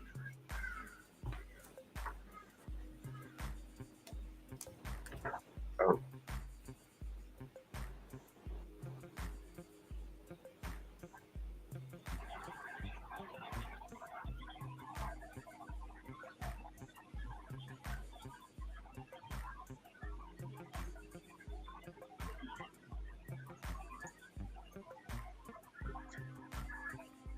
Yeah, sorry, I was cutting out there. No, can we get like an actual report, like, or an article or something? I can't trust another podcast because what podcast was it? Is it reputable or? I'm sure the bar would put out a statement saying it's not true because, I mean, that's some pretty heavy allegations if you're accusing a bar of keeping people from paying their bill. That just don't make any sense at all. It doesn't make any sense at all.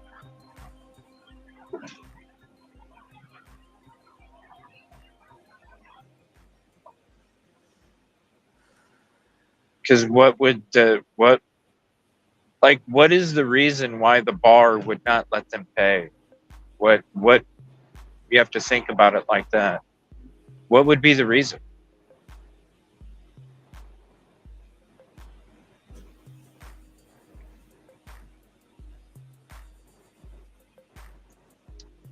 Like, what would be the reason? I can't even think of one of why they would want you to pay your bill. So then I have to wonder, is that report even real? Because they have everything to lose and nothing to gain by doing that. I don't understand. They don't even gain the monetary value that they're supposed to have for their services. Like, how does that even make sense? And it's not like they were trying to hide a drug overdose because the dude walked outside and was walking down the city. So the only reason that you would need to even cover that up walked out your door already.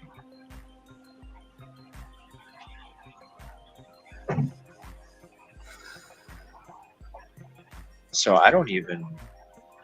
I wonder how legitimate that report is when it comes to that, because I have no idea why they wouldn't let somebody pay their bill to go leave with their friends.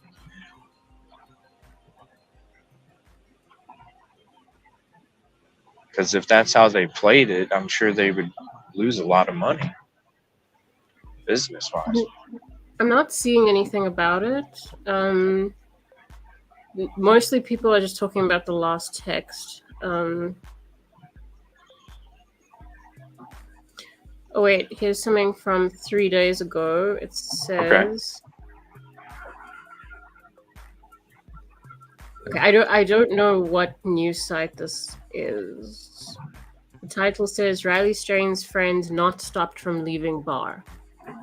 Not stopped from leaving. Bar tells Kohler 10 investigates. TC Restaurant Group and Luke's 32 Bridge tells Kohler 10 investigates that no one in Riley Strain's party was required to stick around and pay a bar tab, contradicting speculation. That's why Riley's Mizzou Delta Chi fraternity brothers didn't leave with him. I don't know what site this is, but ozarksfirst.com. Okay. Well, I mean, it doesn't make sense. So I believe that than I do the latter, because it does seem like speculation. It doesn't make any sense why they would let somebody pay their bill. What bar do you know doesn't want you to pay your bill? Especially if you're serving alcohol. That's expensive. You want your money. You need your money to replace the bottle on the wall. And if it comes to them being roofied, well, you want to get rid of them as soon as possible if that's the case. So then you want them to pay their bill. Because then you want them out of your establishment. Sometimes you might even let them go without them paying because it's cheaper for you just to take the loss financially. Yeah. Just don't make sense. Oh, the bar's got to have cameras for sure. Yeah, apparently the parents have seen some footage. So, what, did they say anything about the footage from the bar? Not really. It was around them kind of saying that, from what I understood, that there wasn't an altercation that caused him to be asked to leave. But that, the parents have been privileged to some of the footage. So, right. Yeah. There definitely is footage. Probably to see if who they recognize him around and this and that. And if the parents are stating there's no altercation, well, then that means that they probably didn't see somebody coming up to somebody pointing their fingers. To me, it sounds like dude puked on himself. Probably, I think. That's why they asked to believe. In what you would call conduct or whatever, which would be you not being able to handle the alcohol. Compose yourself, yeah. Yeah, compose yourself, yeah. But I mean, that is, like I said, I get it, but that is like literally when a person needs help. Yeah. It's not like they're malicious. It's, yeah. Right. But, they're coming from a position where they're not trying to be the babysitter. If you're an adult, you should know your limits. And also, I could see why they wanted to kick him out, because they didn't want to clean up puke over and over and over and over. Yeah. Because it's nasty. And then next thing you know, you got everybody else puking because the next guy's puking. And then who wants to come into a bar that smells like puke? Yeah. I mean, I think it's quite possible that's what it was. If there was no altercation, I don't know what else he could have been doing. I mean... Right. Yeah. Yeah, it sounds like he was puking. With the bartender thing, I just don't see them doing it. It's just too much to lose, nothing to gain by doing that. The LE, Why in the hell is the police station closed? Right? I mean, That don't can make any it sense. happen? I've never heard of such a thing. Especially in Nashville. Like, I can see maybe, I can see like maybe a small town or something where their police station is closed, but that's just because their officer, their one officer is out patrolling or something. But this is Nashville. It's a big city. There should be no reason why the police station's closed. Is there? I wonder if there's like an hours of business. I don't know. But I mean, if he passed a on-duty officer, and I'm assuming he's on duty because his body cam was on, right? Can he be working for a station that's closed? Like, where's his base at that point? Well, unless they meant, well, because like if it is after hours, you do have to buzz, because there's police stations where they're not closed, but the doors after a certain hour, you know, after like 6 p.m. or something, they have a lock on it where you have to buzz and they'll buzz you in. Really? But they're not closed to where you don't get an answer and you got to contact a higher authority. Okay. Let me see if I have hours. If I look up. I mean, that's the only way I can see. But if somebody's buzzing the police station, why wouldn't somebody buzz back? Yeah, what do you need? What's going on? Come on in. To where they got to call somebody else. So it sounds like maybe the person was napping. I don't know.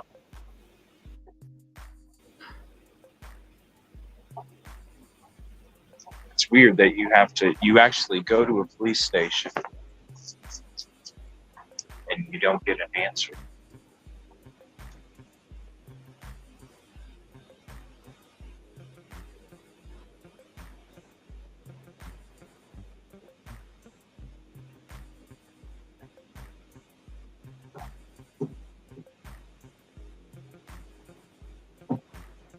Okay.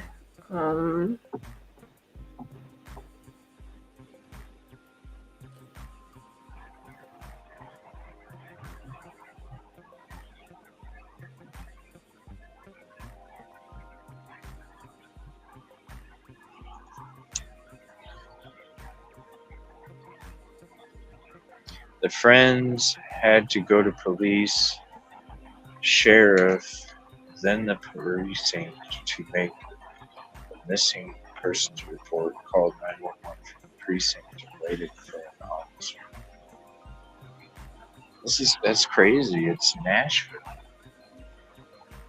It's like it's Mayberry or something, and Andy Griffin is out on patrol.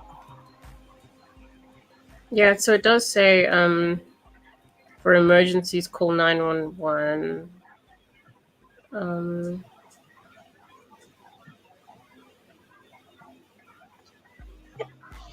Okay, it says office hours 8:30 a.m. until 4:30 p.m. After hours, please call 911 to have an officer dispatched to assist you. Huh? What? Wow. Okay, that's City of So it Nashville is? Village. Gee, is that even the right thing? Hold on. Sorry. Really? Okay, no, somewhere else it says open 24 hours. So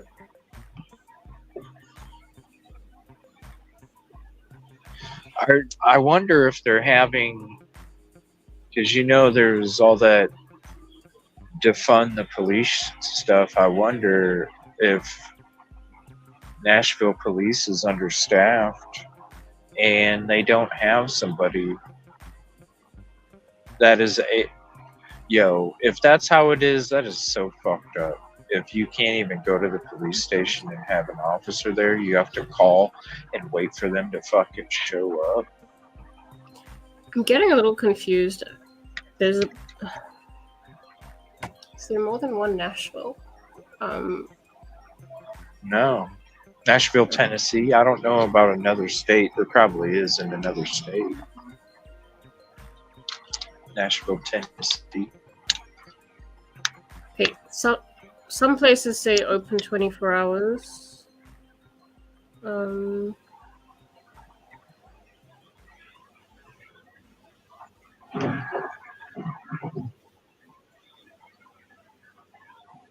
I don't know.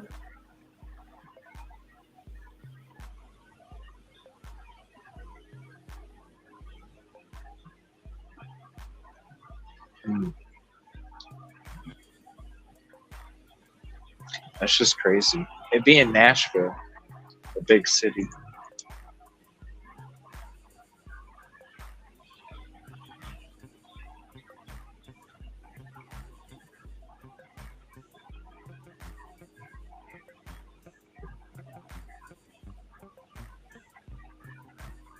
Something just don't make sense.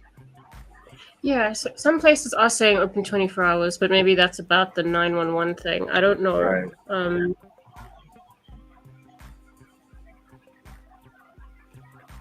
don't know if somebody knows. Probably is. Just about tonight.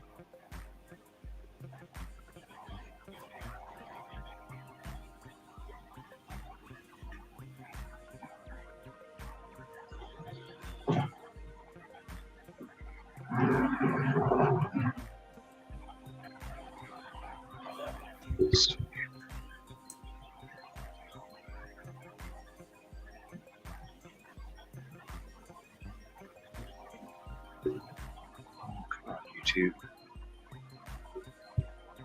Trying to get my chat back up.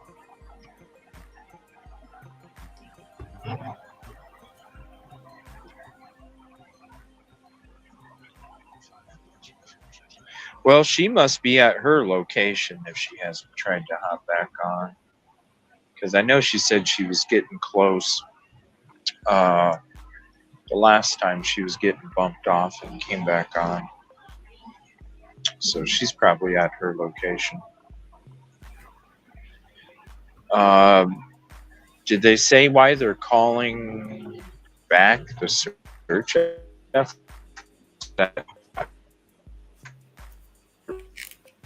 They're like calling back the search efforts, but there are still a lot of people searching out there searching.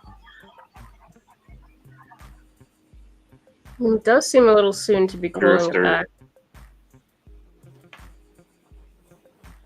Why would they call it back? They said they weren't interested in the river anymore, right?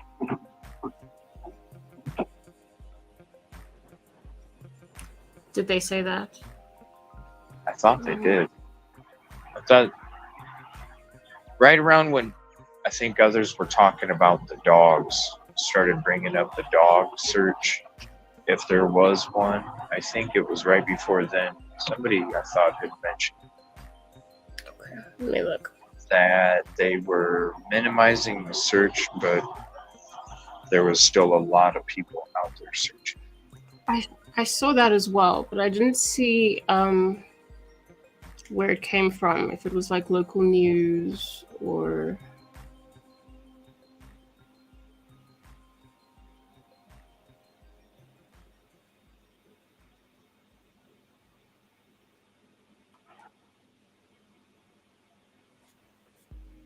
Let me actually just Google it, see if something comes up. Eddie says, I read that friends called the parents and what time? Then the friends looked for Riley a while. They tried to make the missing. So, does it sound like the friends were really trying to help and law enforcement just wasn't there? I don't know. I feel like maybe it's that also that they didn't realize what they needed to do sooner. So when they started to panic, I'm guessing it was, already What, like they were waiting for him to walk back home I don't or know. I mean, walk back to the hotel? maybe they also just weren't in the best state. Man, but yeah, but no matter how drunk you are, you can still know your buddies.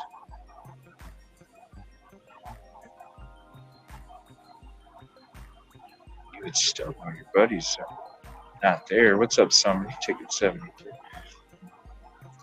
Called the parents at 10:30 a.m. 10:30 a.m. That was probably wake up call. 10:30 a.m.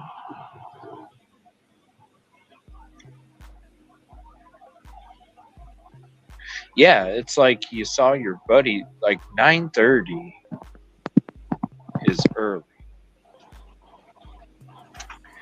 And if you got back after you were done drinking, whether it was midnight, 1, 2, 3,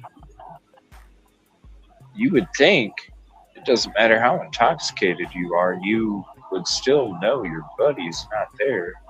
And it's not like he left a half hour before you. There's been quite a bit of time. Yeah. Since he had to leave.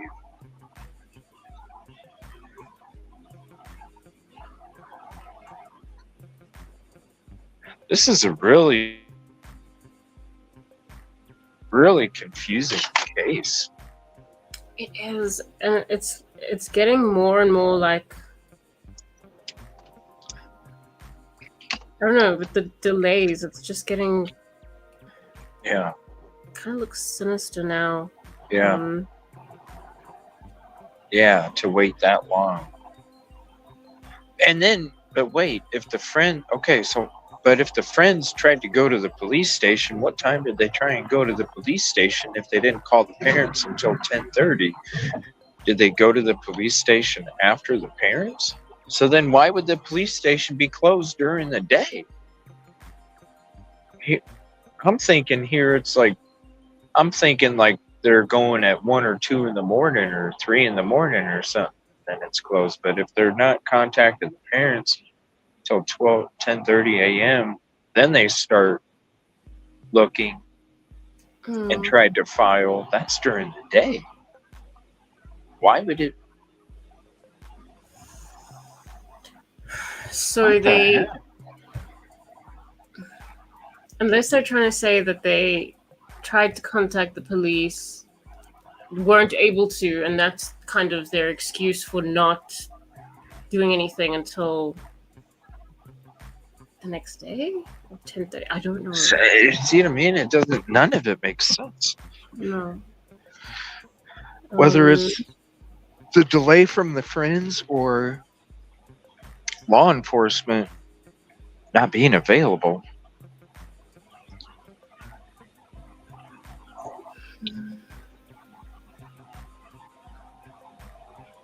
911 call at 1:45 p.m. What? So how could the...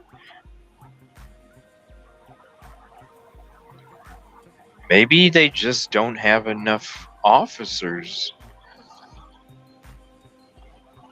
Excuse me. Maybe they just don't have enough officers, and that's why it was closed at 1:45 p.m. And you would think that would, if it's downtown,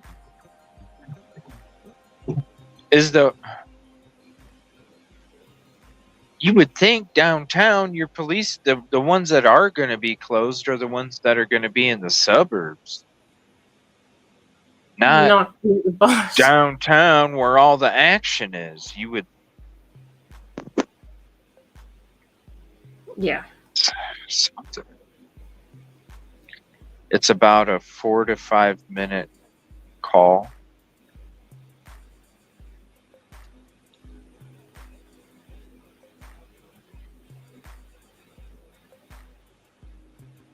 Yeah, why would it be closed at 1:45?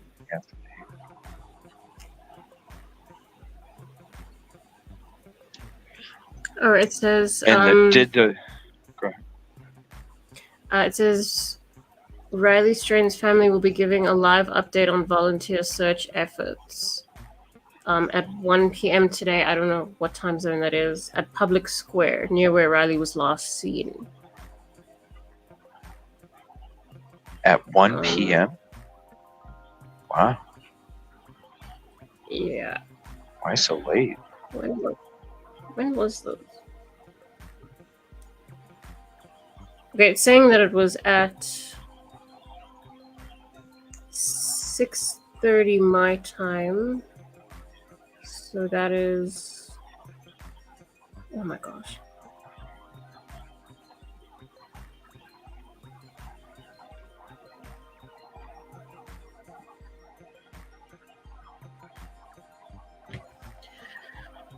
Okay, I'm confused.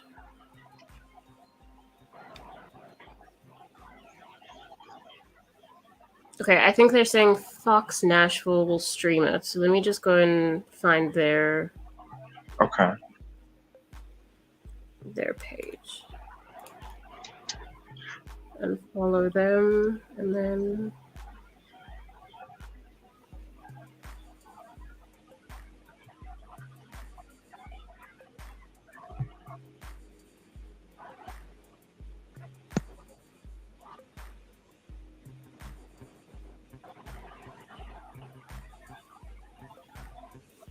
They close off the streets on the weekend, and when I was there, police were visible all around. Yeah, that's what it usually is like, in the bar sections of the big cities and stuff. They do, because there is a lot of bar hopping. They're walking from one bar to the next. They don't want people to get hurt. And they are visible all over the place, too. I don't know. Something's just...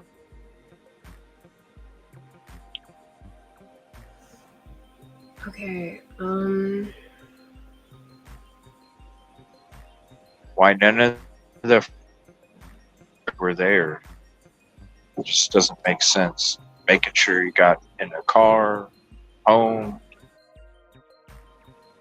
something. Okay, so what Katrina tagged me in now says, but it's from the Mirror, UK. The family believes that his drink was drugged because of his peculiar movements.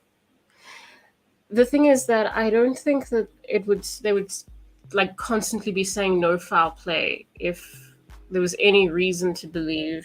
Well, I don't know.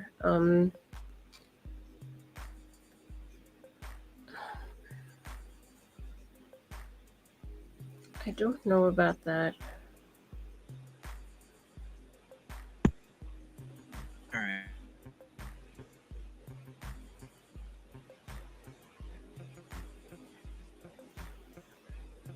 Are you okay there, CJ? Are you still...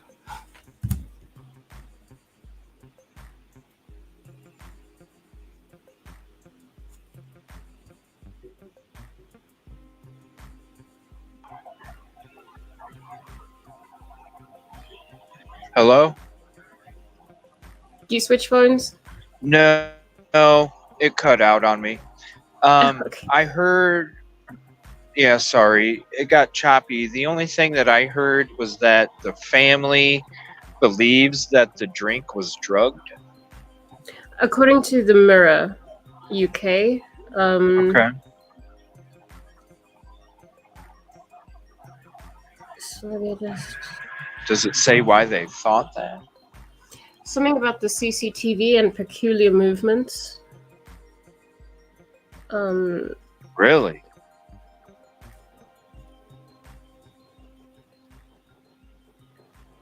Okay. I'm just trying to figure out which 1 p.m. this would be for this. Whoa. You know what I'm wondering? I'm wondering if the frat boys were I wonder if they were going to do that to somebody and they accidentally did it to their friend. And that's why they didn't want to leave with him.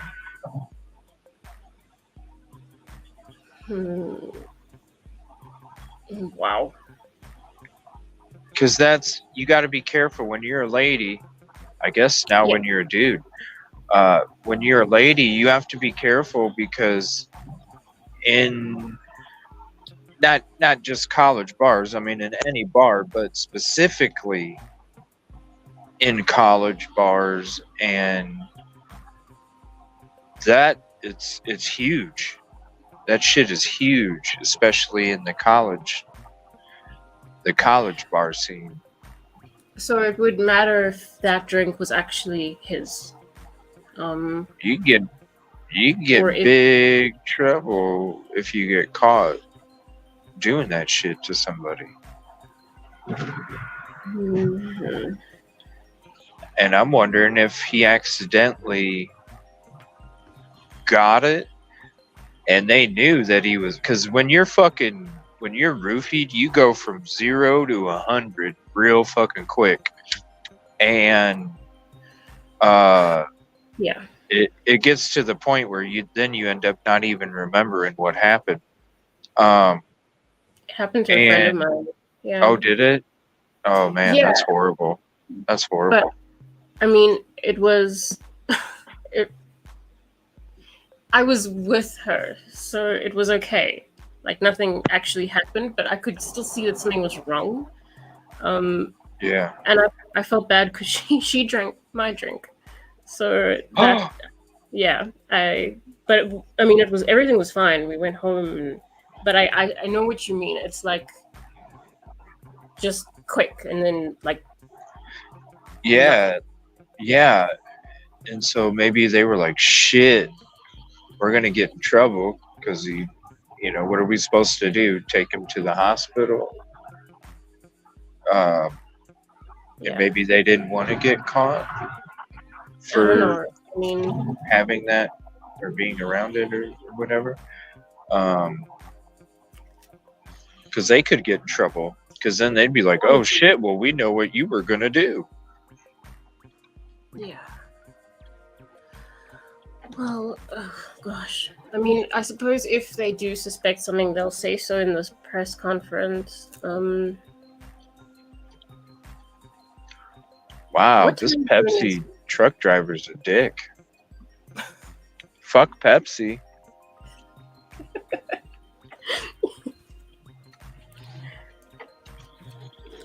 The dude, the semi he could have let me over, and the dude just sped up so I couldn't get over when I was in front of him in the first place. What a dick. Not having good luck with trust. I don't drink Pepsi anyway, you assholes. Yeah. You don't like it? Yeah. No. If I drink pop, it's Mountain Dew, yo. But that is part of Pepsi, but it's not Pepsi. Pepsi's gross, anyway. Yep, CJ, we get told to buy drinks and bottles and you got to be careful because it's sad. Maybe he meant cops instead of lops. Good cops? If that's what he was texting. Why would he tell him good? I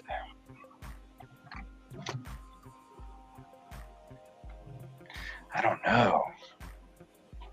There's so many things like, is this what it is? Is it fake report? 10 days goes by. Oh, were they calling because it got choppy?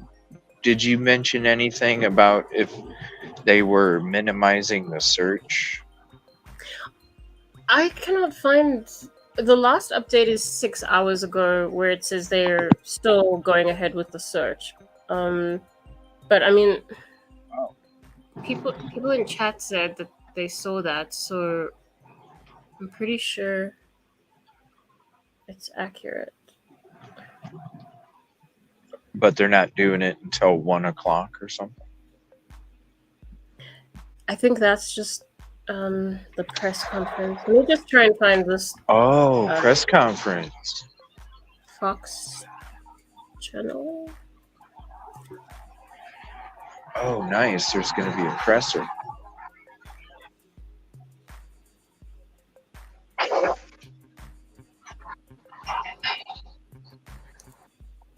I had to get a little fresh air here real quick. Or slow down. I put meaning to lop in Discord. Lop. Okay. Oh, so it's a word? Oh, it's a word? Let's see. Okay. I thought it was like a autocorrect or something to lop. I never heard of that word.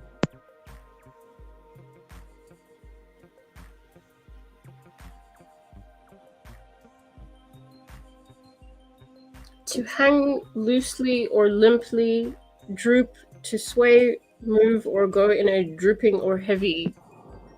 So it's huh? So what was he texting his girlfriend that he had good lop? Like I got some good drink or something? No, No, I'm being serious. Like it could be like slang for, like I got, whatever concoction you make, damn, like I got that good lop. Like I fucking drank that shit and I'm stumbling like it's a good thing. Like I got that good. Somebody suggested that it meant hops, as in beer hops.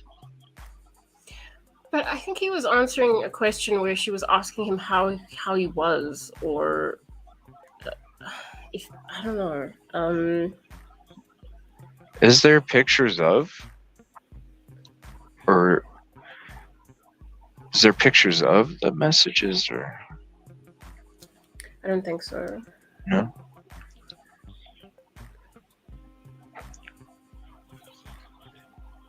Huh. Low on. Oh, Kel's low on phone service. But it said good in front of it. Good low on phone service?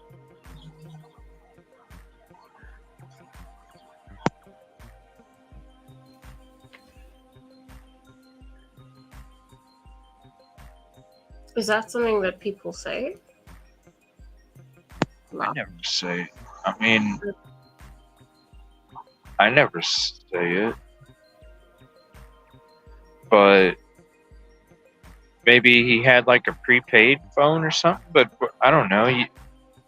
I would think you would just say low on service, or I don't have minutes, or something like that. The good is what. The good part is what is confusing me. Did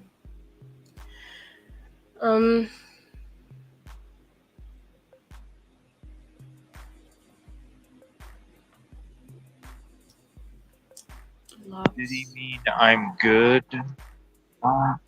I'm good long. Caddy says maybe lol, which I suppose I don't know if young people say lol still. Well, she was asking how he was doing, and he said good. Maybe good love. I'm doing good, love, LOVE, but it auto-corrected to something else. Good. How are you? Good something. I have shit auto-correct to shit that I didn't even know was a word. What if he was lost? Maybe he was like, because he did go the wrong way. Good lost? I don't know, not with the good, right? Right. I could see lost.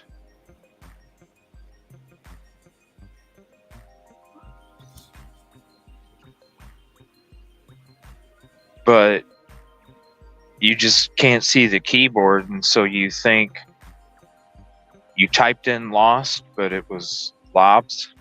Yeah, I feel like shaky, you know, and it Well, you had to be dizzy. yeah, You know? yeah. Maybe he didn't even need to type in an extra word. Maybe he was trying to say good, and then it just, I don't know. I'm just reading something. Katrina says she put it just. Oh, this construction.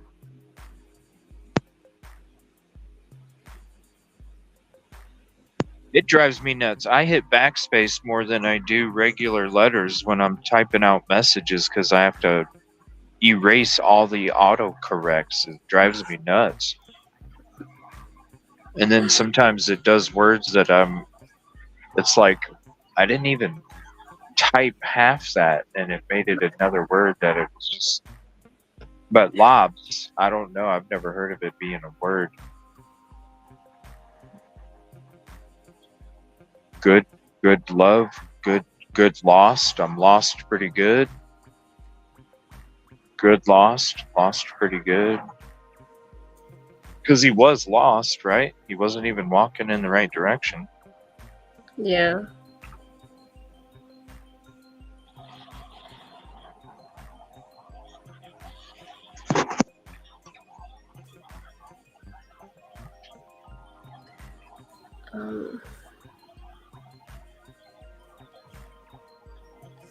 Well, I think that the girlfriend or whoever received the text did mention that she didn't understand it. So it's not something that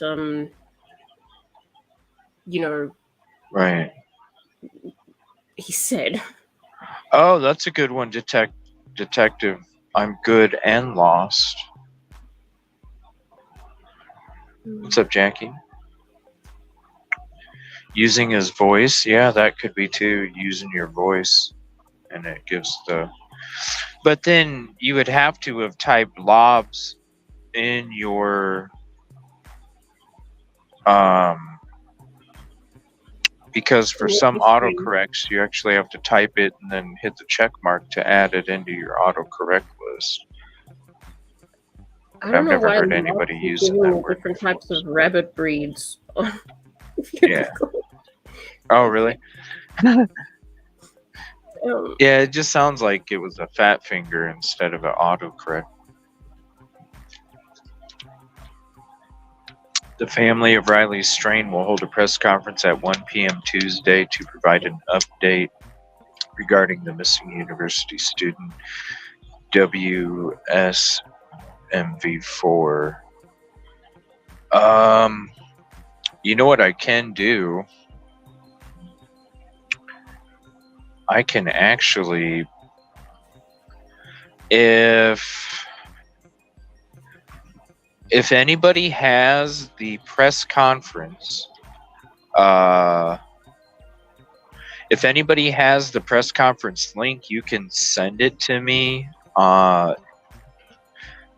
And what I can do is I can pull up the press conference on the device that I'm using for the YouTube chat, and I can play the press conference over the speakers while we're streaming. And I won't be able to see the chat but on StreamYard, but I'll be able to play the press conference.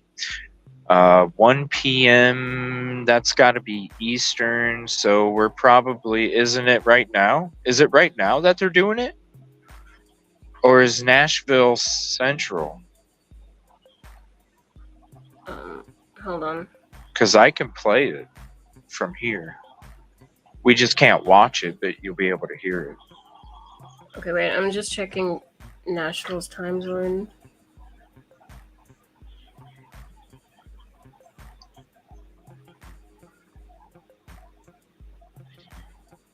I wish I knew if I could accept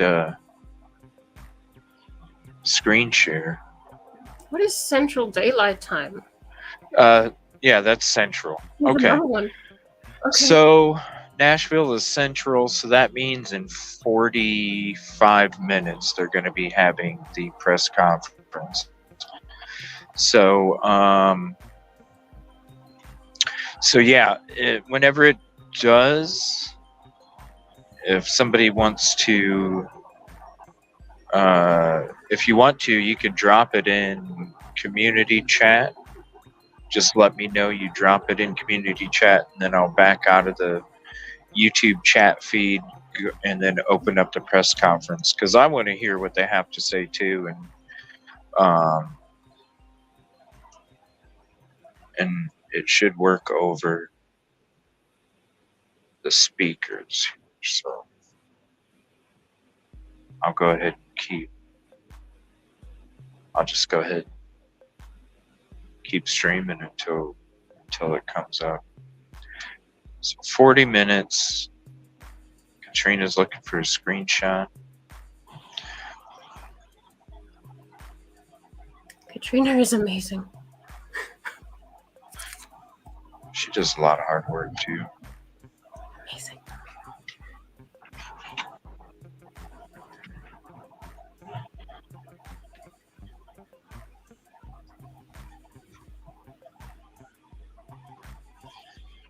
Oh, I am. Trust me. And believe it or not, you guys are like, it's crazy. 6 hours have gone by. Actually, I've been driving for like 6.5, 6, and it literally feels like a snap of a finger. So I appreciate you guys for hanging out with me. You too, Rosie. Thank you for being up here with us, and I'm excited to do this tomorrow as well as we head to Nashville. I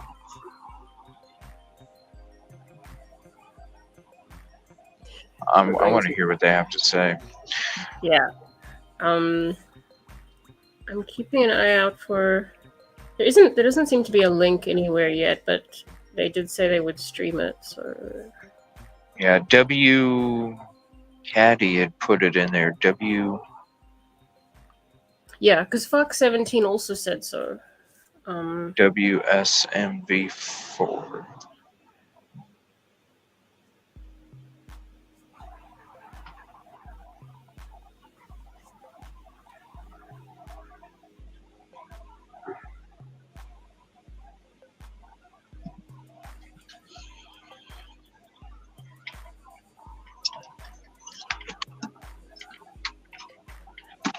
Oh, my ears.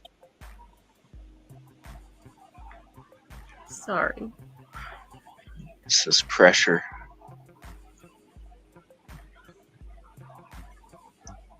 From the pressure of the mountains, not anything else.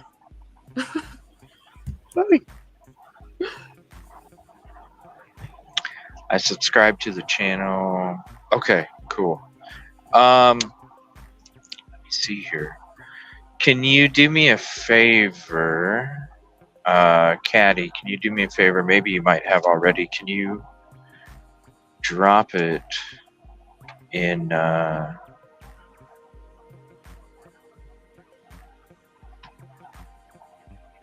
community chat, and then I'll just go ahead and subscribe, and then I'll get the notification too. What I'll do is I'm going to go ahead and test this thing out in a minute as I get through these windy roads. I'll test out and get the audio set before. Thank you, Caddy. I'll get the audio set before we have that press conference coming up. So let me see here. I'm going to click on this, see how this works.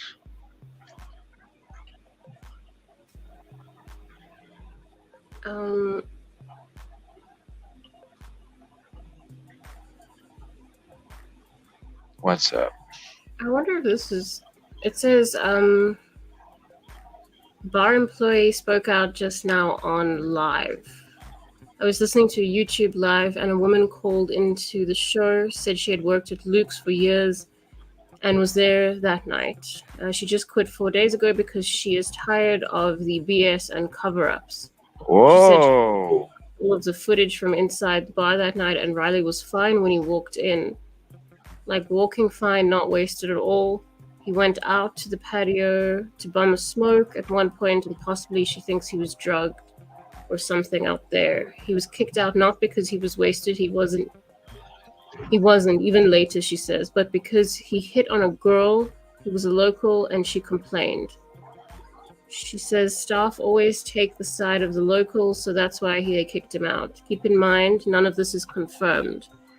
This is just what I listened to a few seconds ago. It was a long phone call and she was afraid to talk because said law enforcement told her not to, but did it anyway. It doesn't say which channel she phoned into, but it says BS and cover-ups. Really? Yeah. Cover-ups from the establishment itself.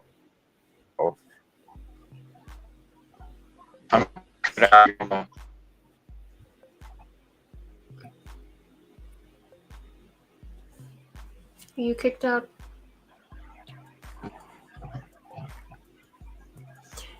Yes, I imagine it would be the establishment if that's true, because she quit 4 days ago, according to that.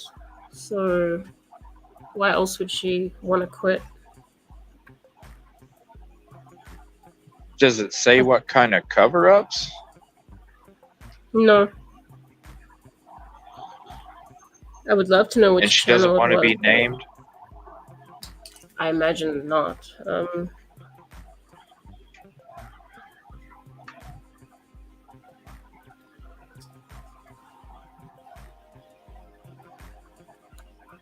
She called into another channel I was watching after she had been in chat. The Pascal Show?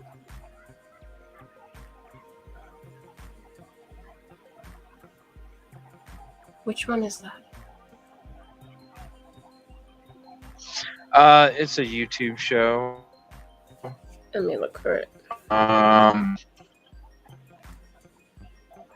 Why in the hell is this not working?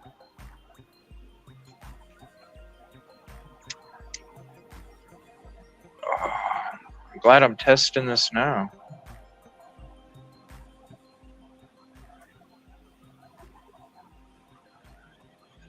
Reset my phone? I don't know. See if that works. I wrote it down. Yeah, sorry, I can't see your guys' chat too much right here. Sorry. Just going through some winding. I'm also checking which show it is. He's got a lot of videos on the topic, so maybe if I can just look through the transcripts and see where there was a caller. But it could have been just like the fake BK caller too, though. Yeah. Yeah. I don't know this channel.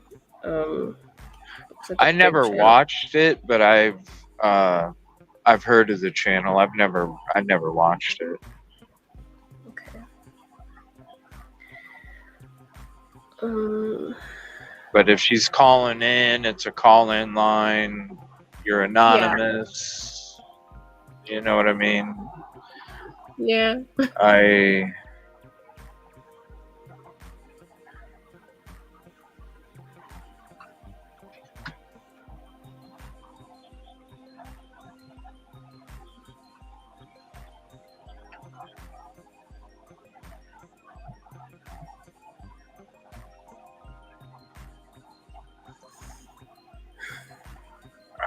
See if this works now.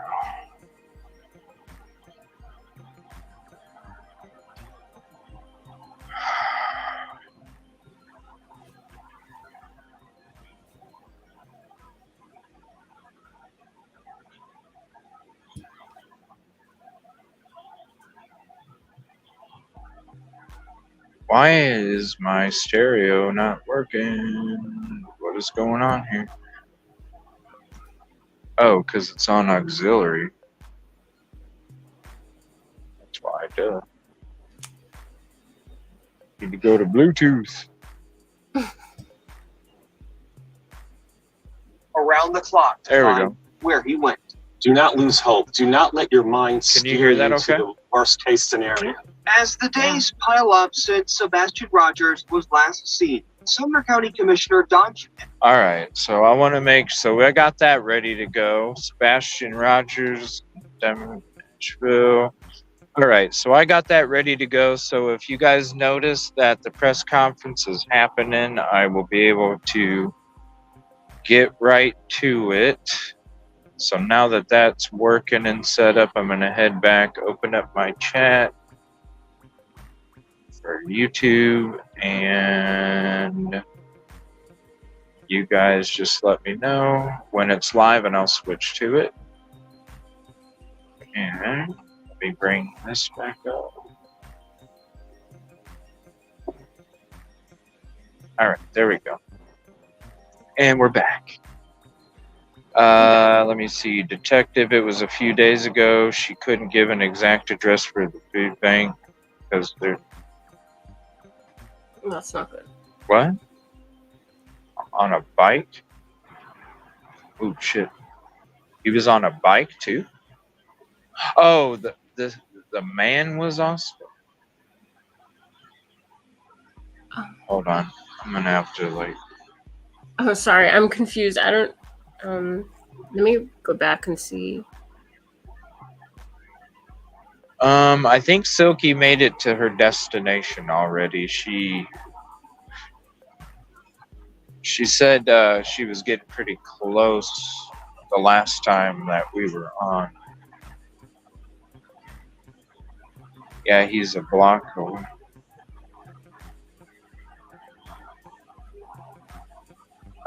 I don't know.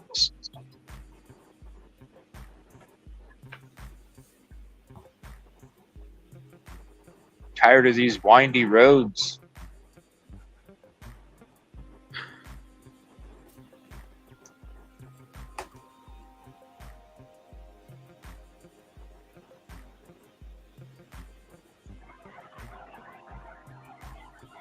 So press conference in a half hour. Damn, it's starting to get toasty in here now.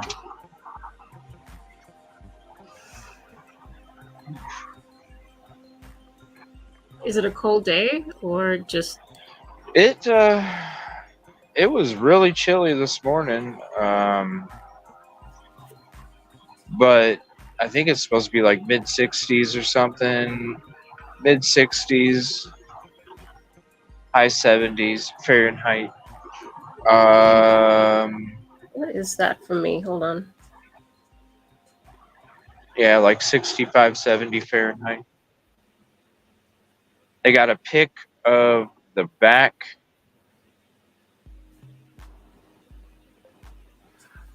Oh. Oh, okay. The lady at the food bank called. Oh, okay. A lady at a food bank called into the Pascal show talking about a man wearing what she thought was Riley's shirt. Oh, okay. Okay.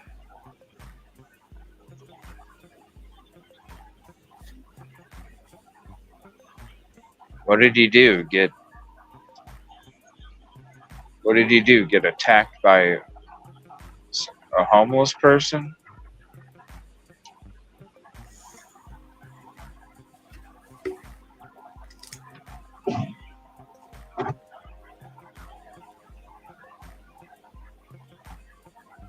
That's weird. It is weird. Especially if that... I mean, where did that shirt end up? Right. I could see a homeless person taking it off of somebody's body if their body's laying there, but I don't... I'm not saying that homeless people couldn't do it. Of course they could. But it's not typical. Usually they're on the other end of the spectrum when it comes to who gets attacked and who doesn't. Usually it's the homeless people getting attacked. Yeah. So, I don't know.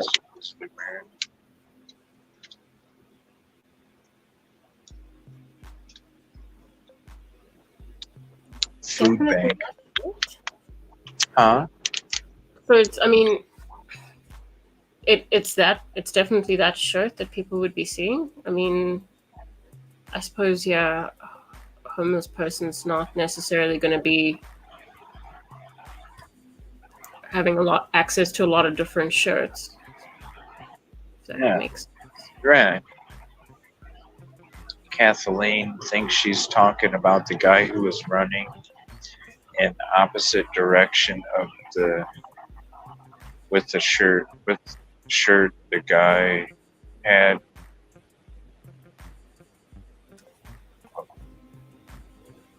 It's like there's a shirt syndicate. I don't know. It's like, Well, I mean, it's yeah. not a typical shirt. It's maybe for down there, because it is a country style type shirt. Because they always have like the checkers and the different squares and the different sides have one color, the other side has the other. You know, that kind of flash. Okay. Oh, okay.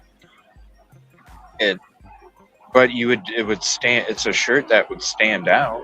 You got one side one color, other side other color. The pocket's the same as the color that's on the opposite side, so it would stand out. Especially in any kind of surveillance, because people usually don't wear half and half colored shirts.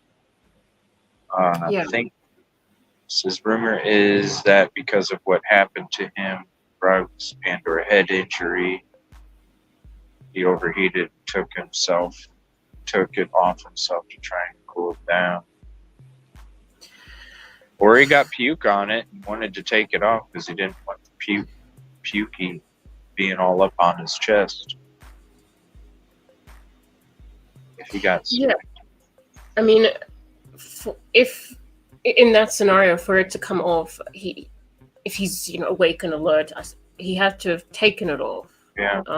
It's not like it. Yeah. And then was it just okay? He was wearing a shirt and was it jeans? That's what it looked like to me. Jeans and a collared shirt.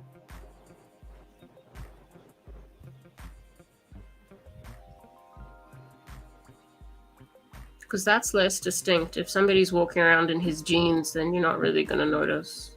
It's just jeans. Right. Yeah. And he's a shaved. I mean, the only thing that would be out of the ordinary is 6'7", because most people aren't 6'7". Size 15 boot, did I read? Or here somewhere.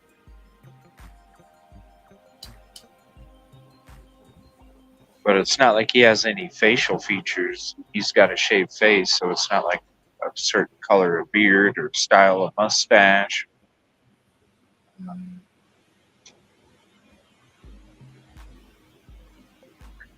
He had on a white vest top underneath, so he had a tank top on. Yeah, maybe he did get, if you did get roofied, you get really hot too.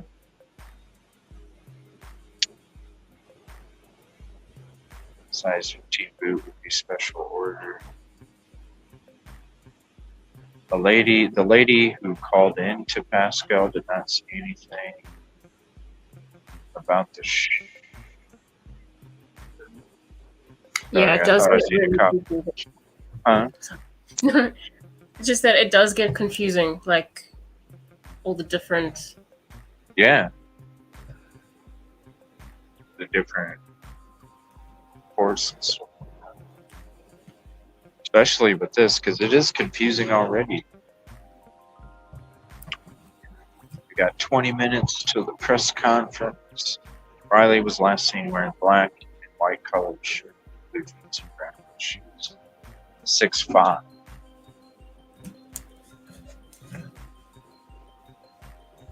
Camera picked it up.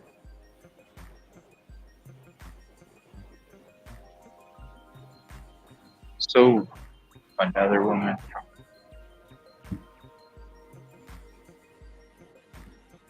So, what did these people call in and say then?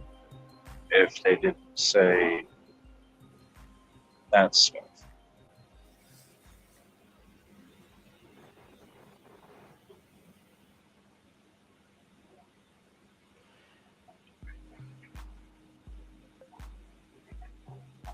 Yeah, it's like what is confirmed and not.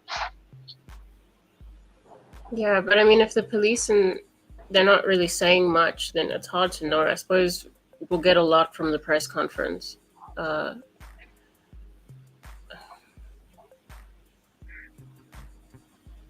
don't know. I need to. I have the channel. It's Caddy put it in the community chat for the Discord. WSBM or something, number 4.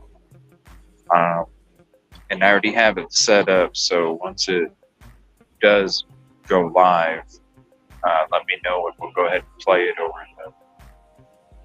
the stream.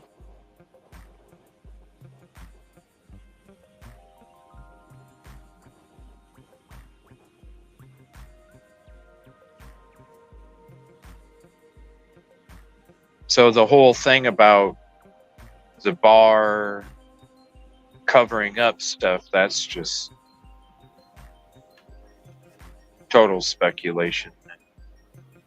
Because that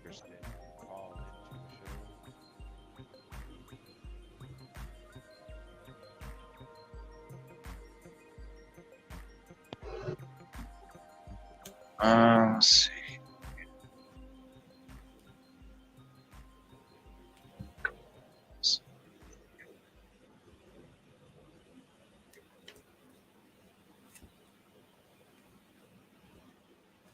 Seaverville. I think I'm by the Smoky Mountains.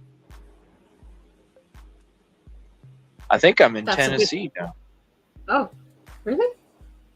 I think so, yeah, because the Smoky Mountains. Can I be that? Maybe I'm just about to get there. Gatlinburg. Nope, I'm here because Gatlinburg is Smoky Mountains. Gallenberg. Yeah, Gatlinburg, Tennessee. Look at that gas. It's like 50 cents cheaper. It's a place to go. I know. I should have waited. I don't need gas now. Damn, that's cheap. WSMV4 news.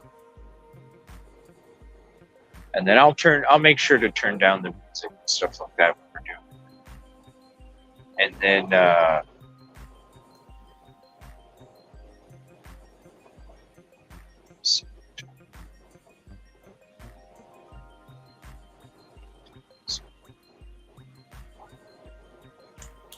So sunny there.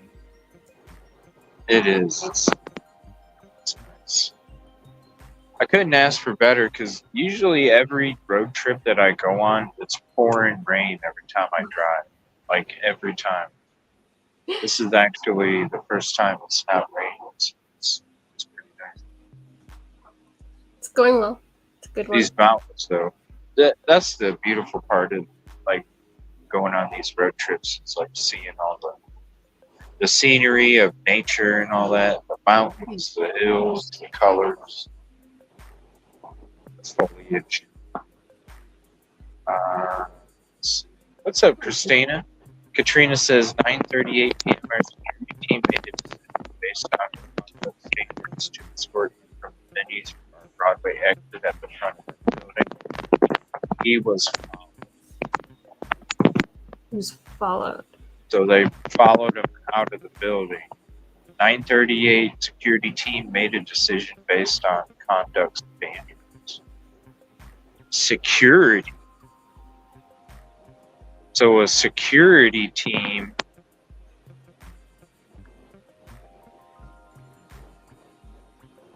maybe made a comment to a female. Yeah. Because why would the security team need to make a decision based off of somebody puking on themselves? That don't make any sense. Let me read it again as well. Security team. That, to me, that sounds like an altercation. Security, which would be bouncers. I don't know. If a girl's coming up to a bouncer.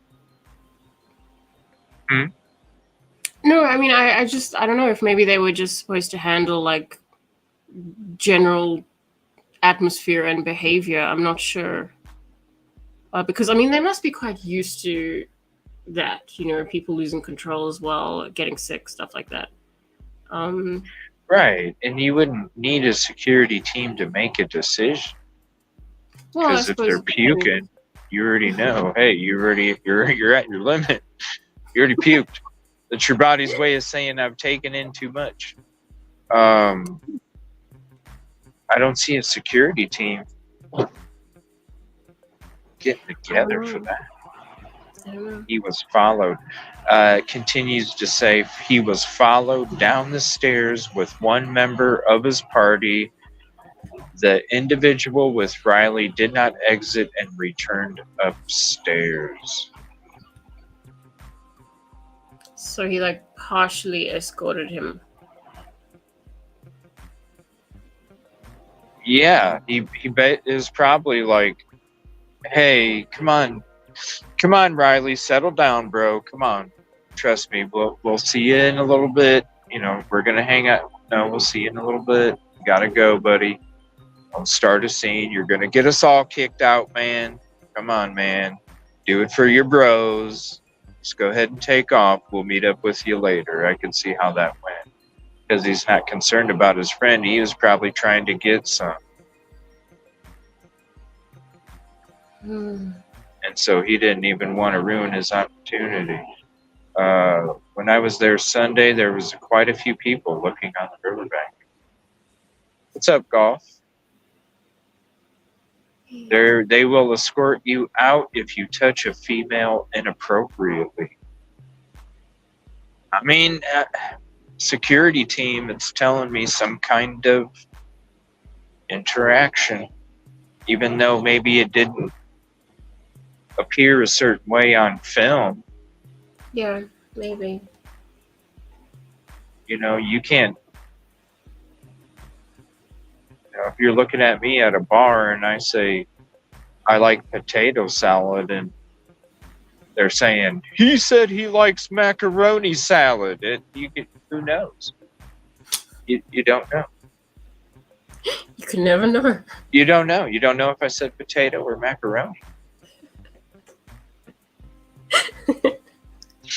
Just saying. Could have happened in the bathroom. Oh yeah, Kathleen. I think the reason he was wobbling, crazily wobbling, is from hitting his head. I think he had a head injury too. But then, you hear stuff about Roofie, but then it's like, well, is it true or not? Is it something that was reported? Is it something that somebody called in on a show and wanted to remain anonymous? Yeah. Because then how can you trust? Especially if you quit. Like, if you quit, it's not like it's Moscow and there's 20,000 people. If you quit in Nashville, there's just going to be a few people. It ain't going to be like you go across the other side of town and somebody's whispering, because it's not like that. Nashville's too big. So if she wanted to, I could see her hiding her identity if she still worked for him. But if she got fired or quit, gives a fuck. Say your name, fuck. Yeah, I mean, I think it said that she said law enforcement told her not to say anything. Which I don't know. Do what? What I read, it said that law enforcement told her not to say anything. But Told I don't who? know about her, the Oh, supposed the waitress or caller or whatever. I don't know about her. Well, yeah, because they're probably asking the same thing. Like, why aren't you saying your name if you got fired or quit? Was she underage? What? The worker? The lady that he fell on a pole over by Hooters. He got up and walked off and then interacted briefly with Ellie. Yeah, because you see him run and it doesn't look like he's a wobbly run. And then after that, you see him get real crazy dizzy. Hell, it took him 20, 30 seconds to get up. Oh, the girl he interacted with? Don't you have to, like, check who's entering? Oh, well, yeah, but here's the thing with these. It's just like Ellie, they abuse their power.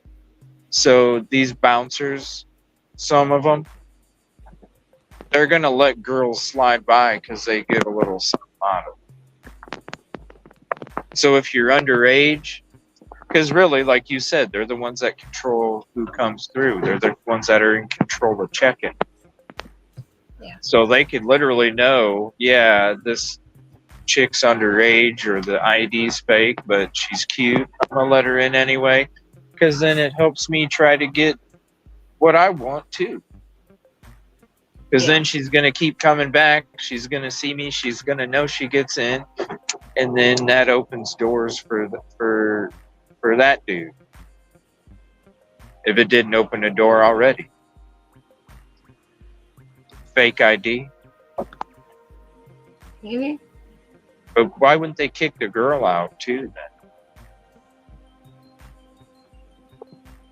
You know what I mean? If they're kicking him out because they know she's her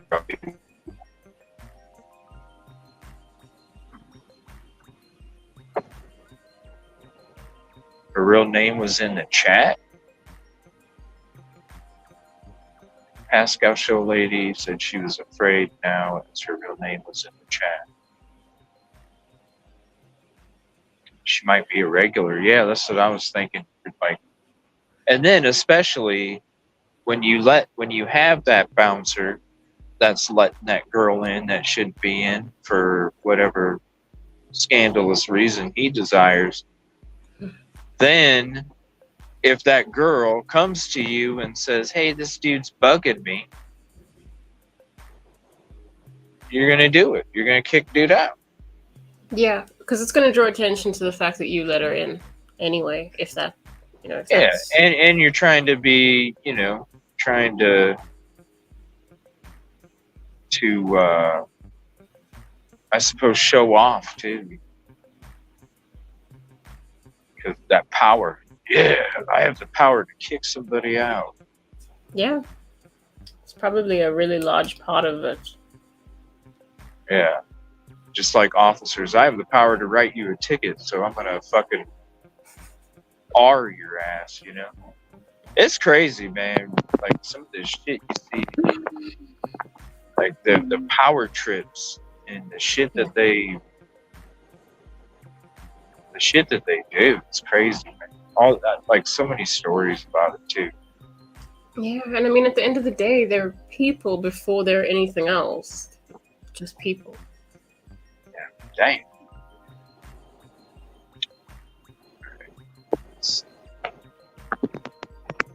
Maybe she was someone else's girl and her boyfriend got ticked off. Yeah, but then that's not If that's the case, then the security team would get together and tell both of them and warn both of them. They would. Now, if it's just a girl and it's happening to just a girl, then I can see them removing one person. But if it's between a dude and a boyfriend, I could see them warning both of them, and then if it escalates beyond that, they're going to ask each one of them to leave.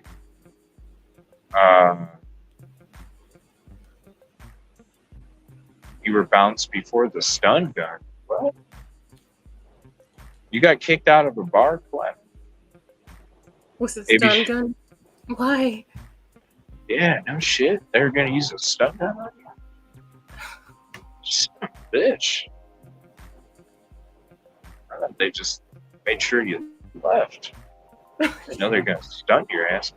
Yep, long story. Oh shit, Collateral. We need to do a show sometime on that. Spring break this week? Nice. Wish I was. My mom used to be a bartender, and we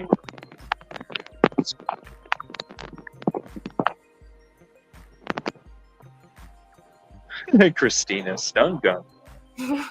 I'm still there. What? That's great. I know. We need to put aside a show and have a members only live sometime. You see, we got that press conference in 5. So do me a favor, everybody. If you hear of it popping up, let me know. But I'm going to try and have it up before it even comes. So we can listen to it. I'm going to play it over the speaker. It was Collateral Damage's Wild Days. Yeah, I suppose. That was before the stun gun. That ain't no joke.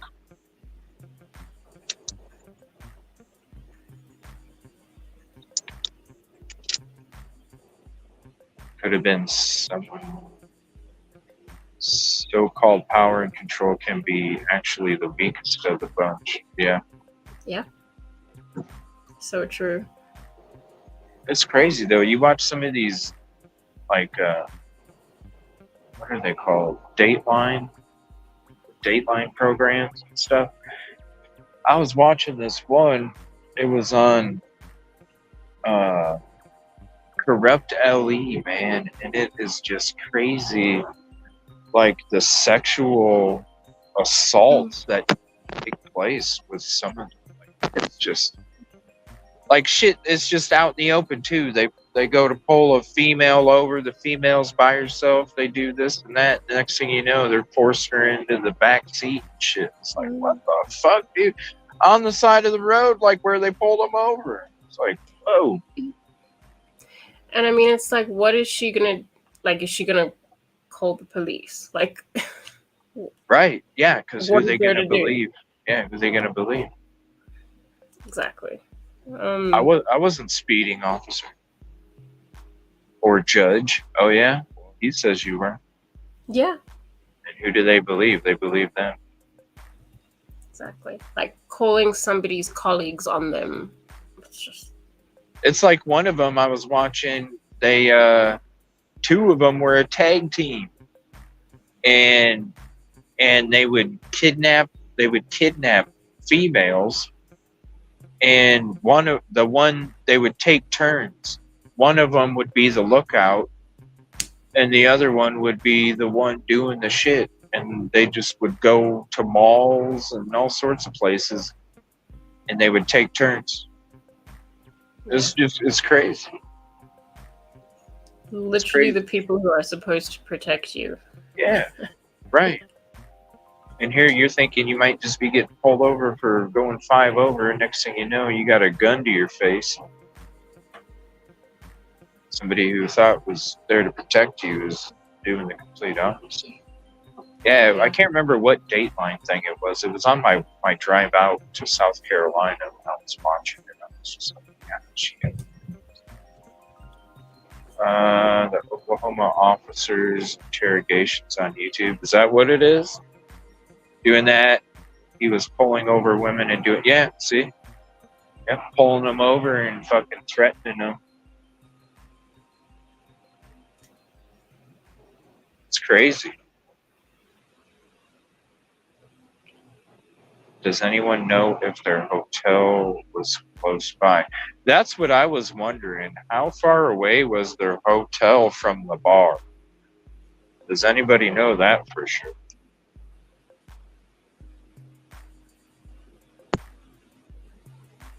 I don't even know what hotel it was. I don't know if that's been released. It was 2 blocks up.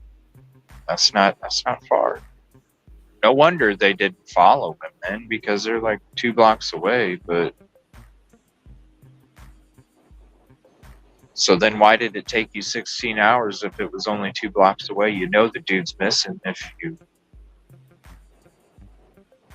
he actually went the other way.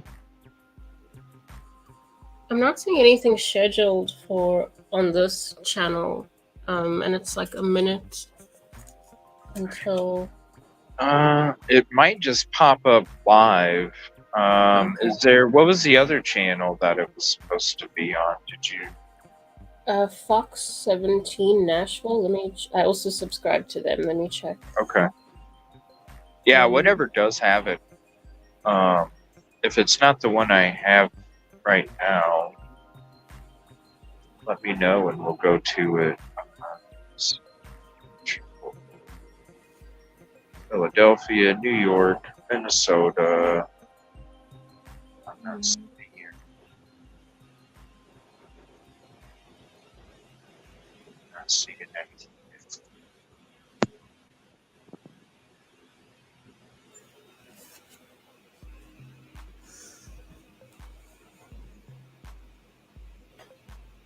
Yeah, I bet they were bar hopping. That would make sense, only ordering 1 drink and 2 waters too. You're going from... That's what we used to do. We would go from one to the next, to the next, to the next, and it was all in walking distance in a few block area. And it was still early. I mean, what, Yeah, 9:30? 9:30 is early.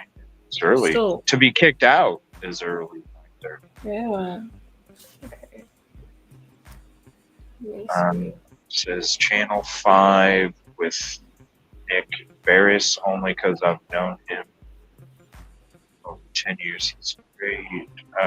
Is that the channel? They have cameras set up and live. All right. Let's see here. Give me 1 second. Subscription.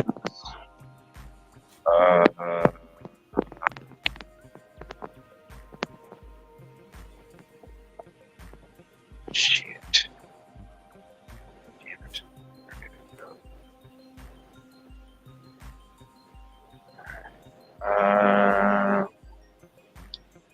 Can you drop the link in Discord? Because I'm coming up and I'm not seeing a live feed on it. Yeah, Here, me let me neither. scoot over. Or Channel 5.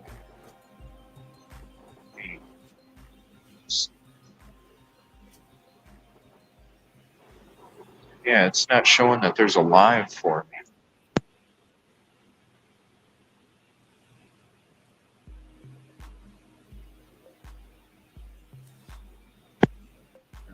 Just please community chat. I'll click on it.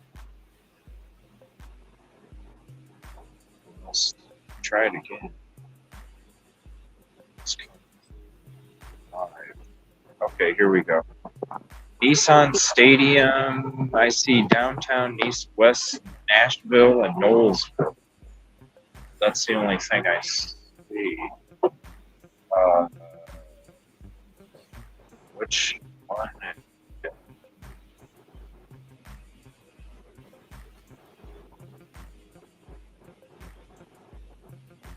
Is there a...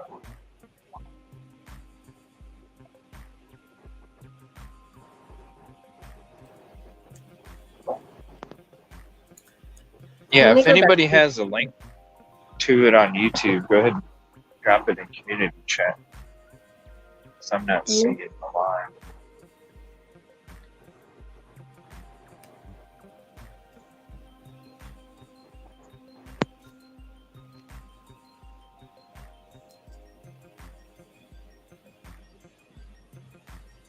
Yeah, the stadium's right in the background, and I actually, when I'm driving on the interstate, I can, from the interstate, I can see the location of where all that shit happened.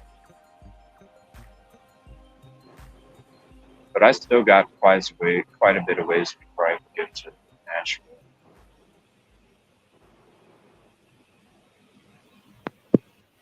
Probably have another 3 or more than that, probably.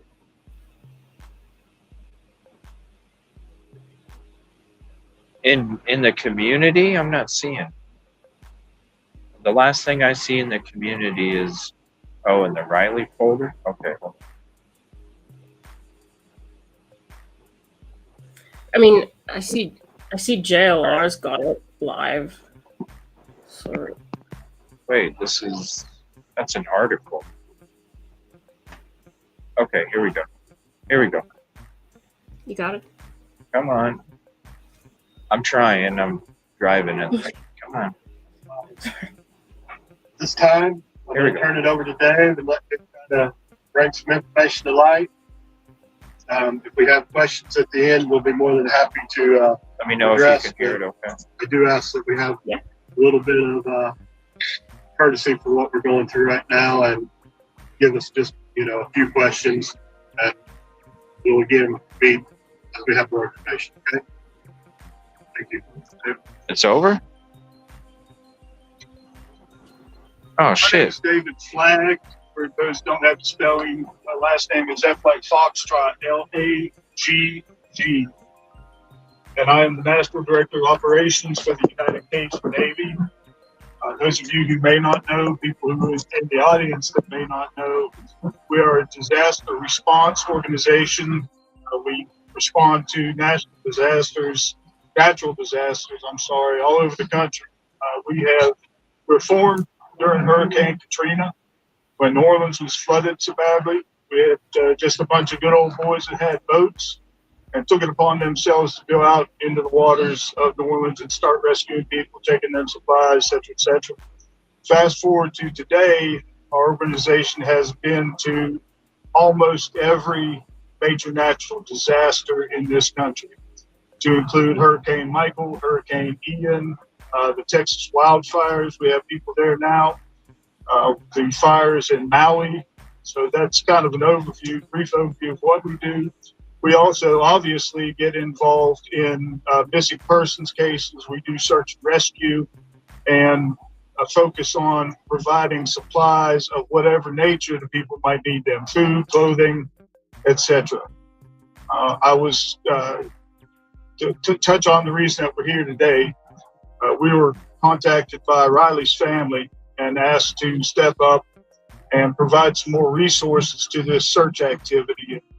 We have been pretty much involved from the very first day that we heard about it, which I believe was on Monday, would have been the 10th, 11th, whatever day that was. We've had an airboat here on the river. We've had people involved behind the scenes and following this and understanding what's been happening here with regard to the search efforts of individuals. We felt that it was probably a real good idea for us to step in and organize a structured and organized search activity for this. We also have, today we have a hovercraft coming in and a pilot to run that craft. If he gets here early enough, we will be on the river today. And if not, we'll start early tomorrow morning and spend a good bit of time on the river here, assisting in that search. So we have an airboat here, and that individual will be returning, I believe, Friday, possibly Saturday. I would reiterate what Riley's father said. Our main focus, obviously, is to find Riley. Our secondary focus is to ensure the safety of the people who are out here searching. If we have folks just out on their own on these very steep and treacherous terrain on the riverbank, and other treacherous aspects of this search, we don't know. We don't know what's going on with you. It's not safe. It's real dangerous. So I would encourage any volunteers who have been here and are searching to please come under the umbrella of the United Cajun Navy search. We will be putting together a structured and organized ground search at some point in the near future. I don't have the specific information on that yet, but I will make that information known once I have it. If you do intend to come out and search with us or to continue to search on your own, there are some safety aspects that you need to know. Number one, you need to be wearing some sturdy shoes. You need to have some heavy gloves on and some nitrile or rubber gloves as well. There's a lot of garbage and debris and needles and bodily fluids of one kind or another that are on these riverbanks that you really don't want to be exposed to. So that's what I would ask of you, just for your own safety. And I would also reiterate what Riley's father said. If y'all do have questions for the family, please be very, very sensitive about the nature of this incident. As you can imagine, those of you who have children or don't have children, I guess the best advice I could give would be don't ask the question of the family that you do not want to be asked yourself. That's pretty much all I have to say. If there's any questions, I'll be happy to answer.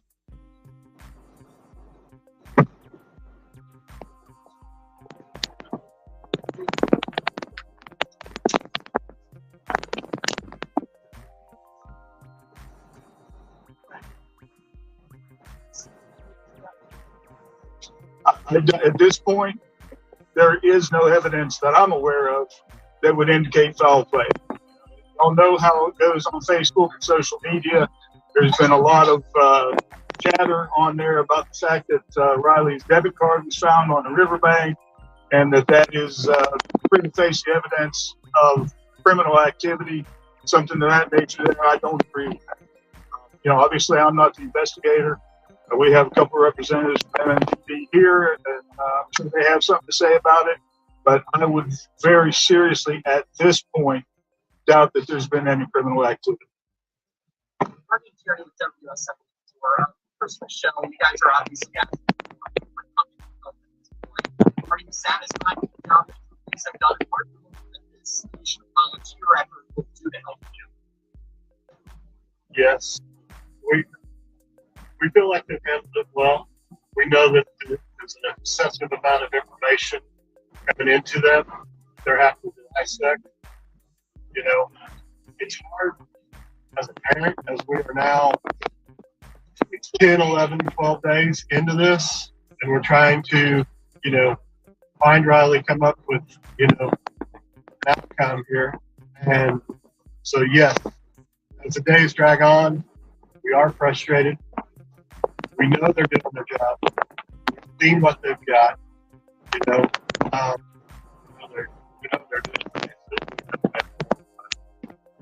probably any investigation like this.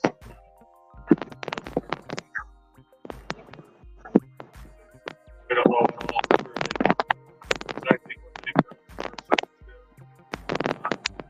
do. We don't know some of the information, but we're not saying they haven't done it. Exactly. And, Dave is kind of an extra resource for us, a point of contact with his foundation, his group, to be able to help us so that we can focus and make sure that we're doing everything as best as possible. It's been hard being from out of town, being from 6.5 hours away, to put a structured program together when you don't know everywhere that you're at, you don't know the lay of the land as well, you don't have your family and your resources that are in your hometown to be able to help guide you and lean on to build an organized search. And that has bothered us. and Dave is our answer.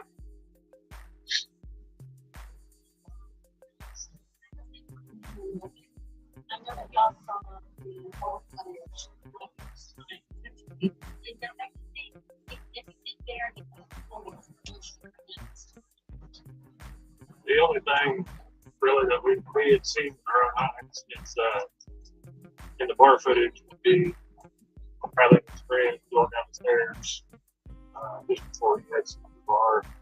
His friend turns around and goes back up the stairs. We're not focusing on a lot of the stuff that happened earlier. We're still pushing forward and we're trying to figure out where he's at now.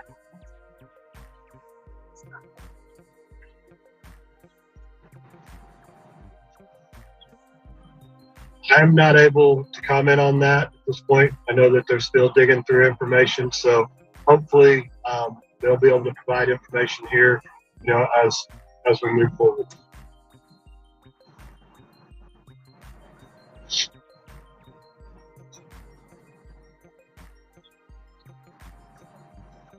We know that Riley was possibly texting and communicating with multiple people.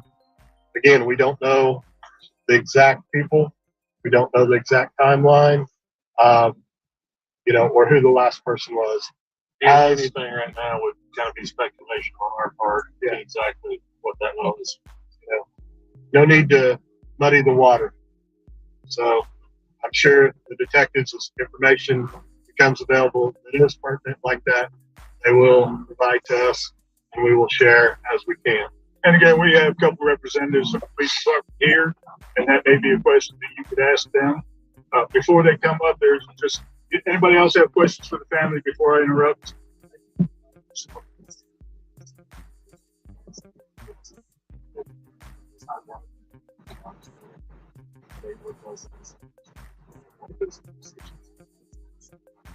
The boys, they're heartbroken also. He's their best friend. We love these boys like our own. And it's just as hard on them as it is on us. And right now, talking about the frat we boys. really are focusing on his last point. He's my best friend. He's everything. Is that it?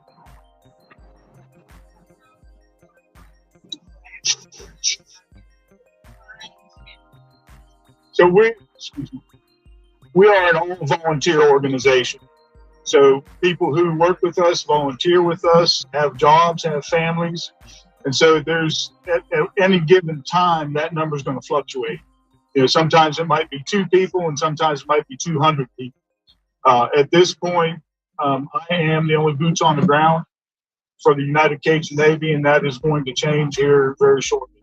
We're going to get as many people who are associated with our organization involved in this search. The ground search is what I'm referring to. We have a couple of representatives from MMPD who'd like to speak with you, but before they do, there's one thing I do want to say. And if I hurt somebody's feelings out there, oh well. I'm a retired Pennsylvania State Trooper. There has been a lot of chatter on social media about the police are or are not handling this investigation properly. They should have done this. They should have done that. If you're not a trained police officer, your speculation is just that, just speculation. I've been in constant contact with Detective Chandler, and I know that they have been making every effort that they can to bring this investigation, this search to a close. So please, you folks out there on social media, think real hard about what you're going to post before you post it. And that goes as well for posts about the family and about this investigation. The family doesn't really need to see posts on social media that say, well, maybe there's a serial killer out there and that's where he chunked him in the water. That's not cool. Anybody got a question for me? Yes, ma'am.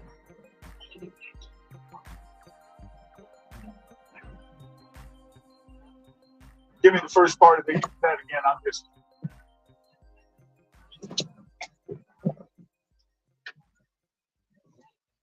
Yes, ma'am. Well, like I said, we have 2 boats coming, and that's going to be obviously our water search. This terrain presents a very, very difficult challenge for a ground search. I'm sure y'all have seen on TV that, when there's a field or a wooded area, that you have a lot of people 2-3 feet apart, and everybody just walking through.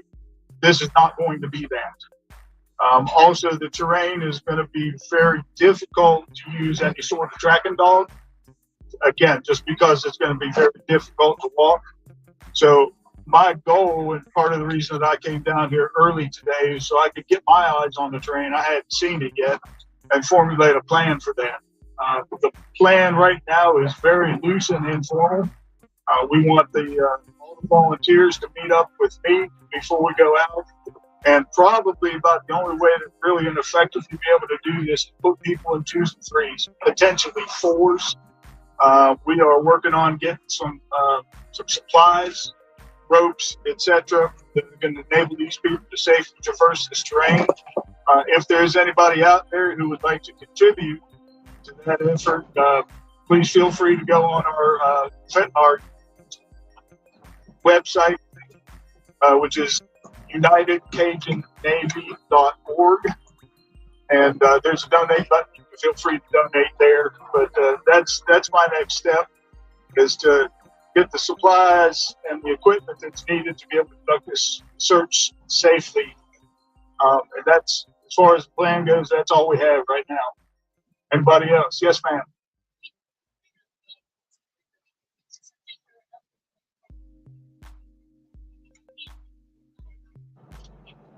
Okay, yeah, yes and yes to your questions. At this point, we're going to focus on the riverbank area and the water, because that appears to be the last place where Riley was seen. We have last video footage that we have of him, I believe, is from this camera. Is that right? From this camera on this building here, and the video footage from surveillance cameras all around the area do not indicate that he ever came up this way or up the steps by the courthouse or anything of that nature there. The last video is of him going underneath this bridge right here, and that's pretty much it. Now, that doesn't mean that we won't do some canvassing of the homeless encampments and the downtown area where there may be other homeless people, simply to see if we can pull out any other information. Speaking of which, if there is anybody out there that has any information about this, please step forward and get in touch with me. You can reach out to me on our Facebook page, which is simply United Cajun Navy on Facebook. If you are scared or concerned about the nature of your information, come and get hold of me anyway. All right. Our main goal here is to bring Riley home.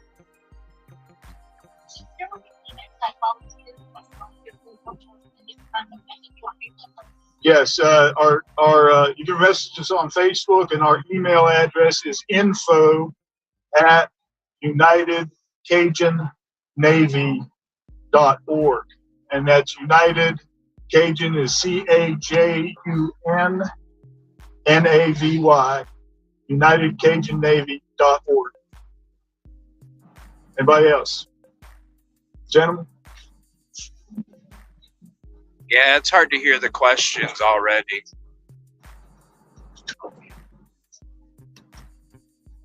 I'm Detective Anthony Chandler. This is Sergeant Bob Nelson. We're with the Homicide Cold Case Unit of Metro Nashville Police, and we've been heading up the investigation of Riley's disappearance. As Mr. Flagg said, we've been in contact with him since the very beginning, coordinating what we could as far as with the family's active participation in locating Riley. That has been, and to this day remains, the top priority.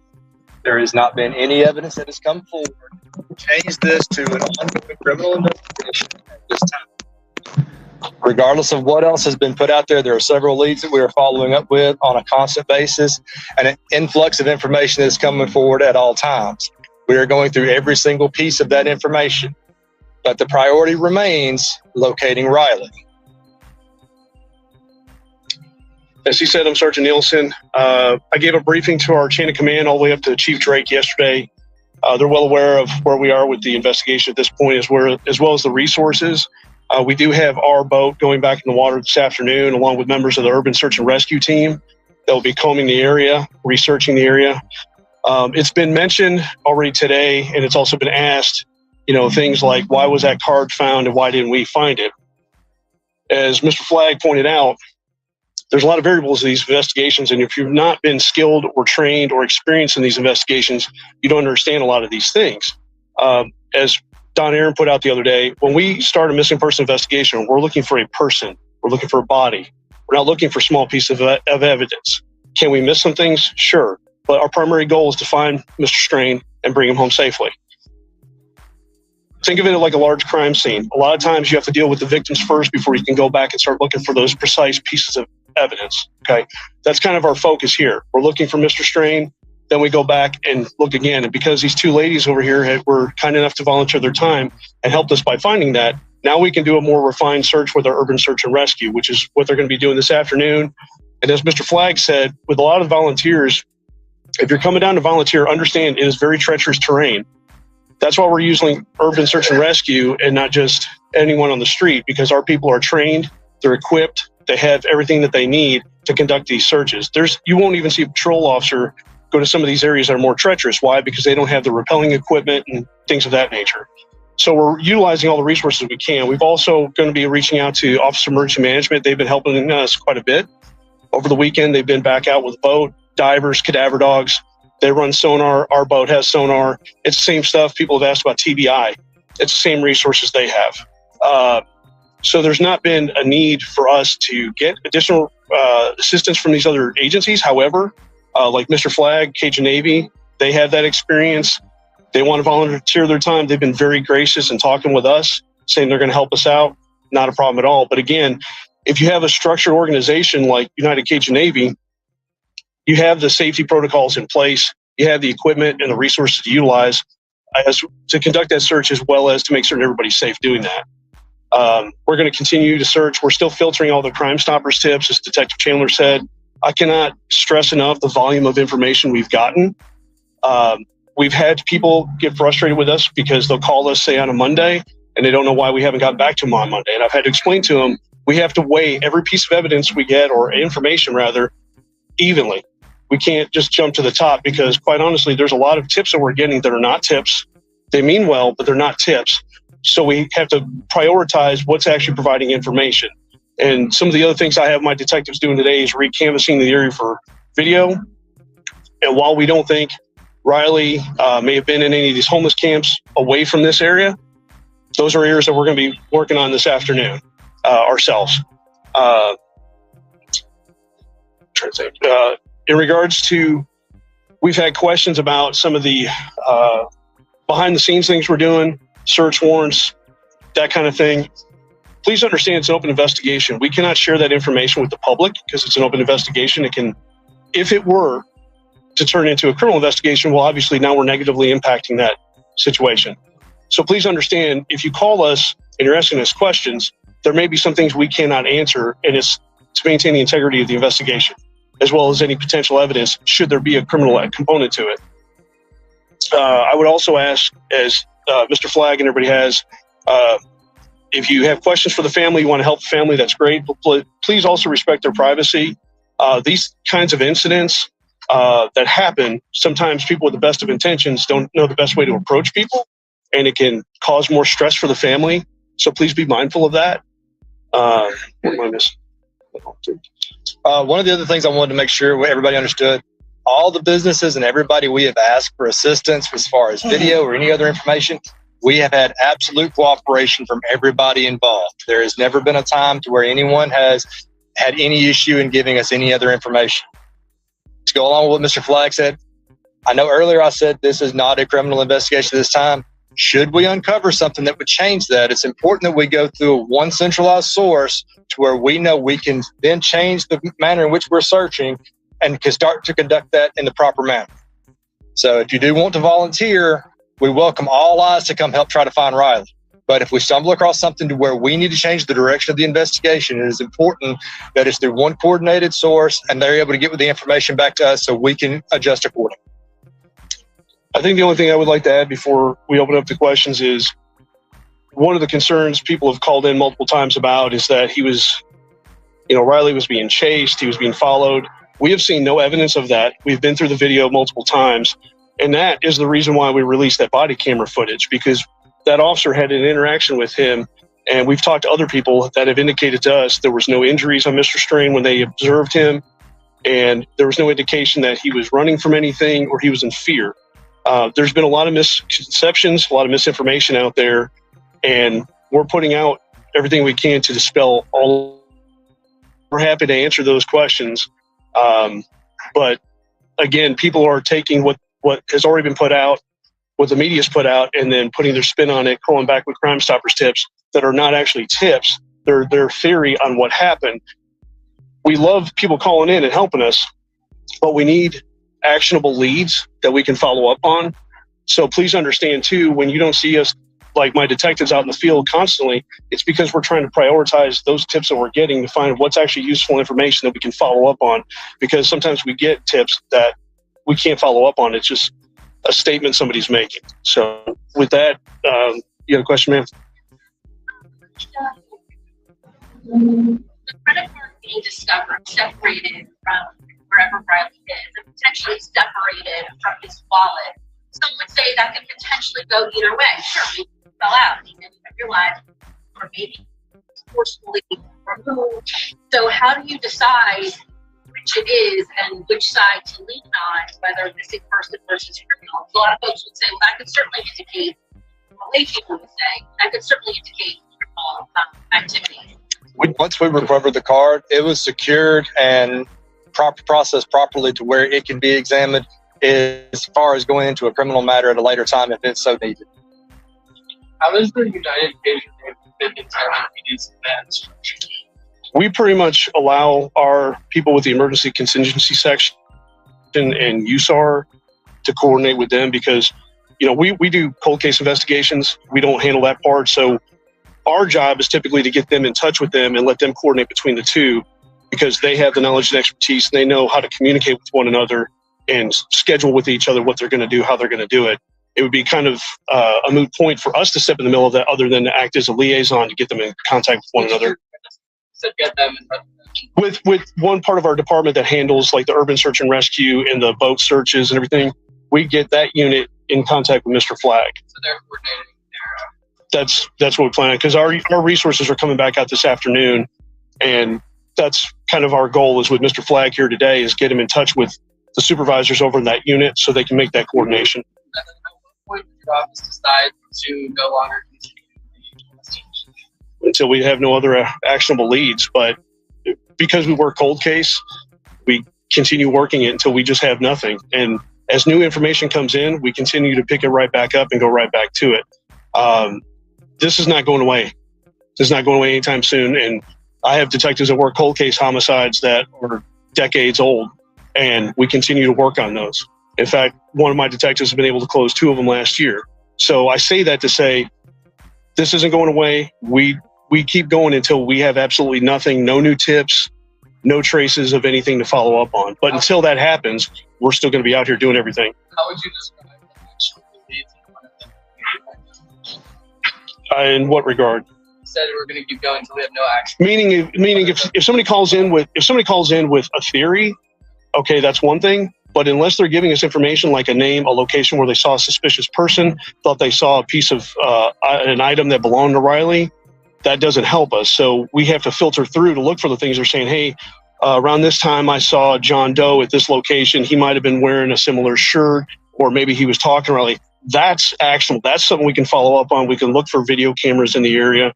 But when they just say, I just saw a homeless guy in the area, that doesn't help us, because that's nothing we can follow up on. Does that help? So enough of those actual leads are still coming in, right? Yes, sir. Yes, sir. And actually, that's why we were late coming up here, is because we've been following up on more of those. You guys on Thursday, we're still waiting on cell phone and launch data. Have you received all of that at this point? And if you have, what have you been able to find? At this point right now, what we have originally from Apple is what we're working off of, and all of the location data is what we've already released. So at this point in time, that's the same information we're going to be working off of. I have a question. So, video that I saw, the line was down. They could have done something official. Maybe we should push the national. Don't be afraid to help somebody. I mean, literally, I saw a lot of people. We saw how children it could have been stopped. Somebody could have said, hey, man, help them, okay? Especially once you see something go. You're 100% correct. And unfortunately, that is the state of our society today. And I agree with you 100%. Nashville population, if you see something, say something or do something. Yeah.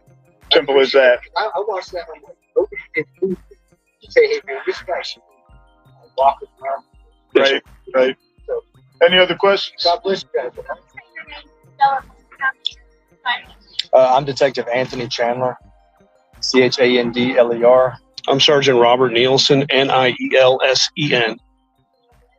Metro Nashville Police Department, Cold Case Unit. You had a question, sir?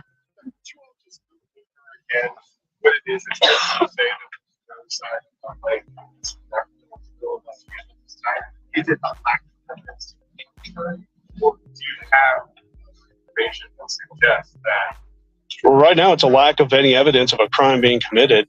A lot of people have come up to us with various items claiming that it's an indicative of it.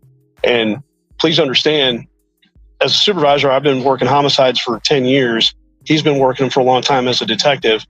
And we're skilled in criminal investigations. What, evidence can be, different possibilities, whether physical evidence, whether it's digital evidence or whatever. And if we don't have anything like we don't at this point that indicates that there's any indication of foul play, then if we go down that rabbit hole, then we're wasting resources and time from possibly looking for him, because now we're looking for evidence of a crime. And while we're open to the possibility it could be a crime, I mean, obviously there's always that possibility, right? But we haven't seen anything. And just because his bank card was found there, just because somebody heard something, until we have more to shore that up, we can't say that a crime occurred. So as soon as we have anything, if it exists, that indicates a crime occurred, assault or whatever the case may be, we immediately follow up on that. But we have to have evidence, probable cause, and a lot of people don't understand what probable cause is, but we have to have probable cause a crime to even occur. So that's why it's easy to jump to those conclusions. But that's where we have to tell people, this is why we don't do things at an accelerated rate. We have to do things methodically, like Mr. Flagg and his team, they do methodical searches, right? Our urban search and rescue, they do methodical searches, because if we just jump to conclusions every single time, we could actually miss more evidence, whether there was a crime or not, but still evidence of where he had been or what happened to him. If we're just running all over the place going, oh, what crime happened? But now we're not looking over here anymore. Does that make sense? Does that help?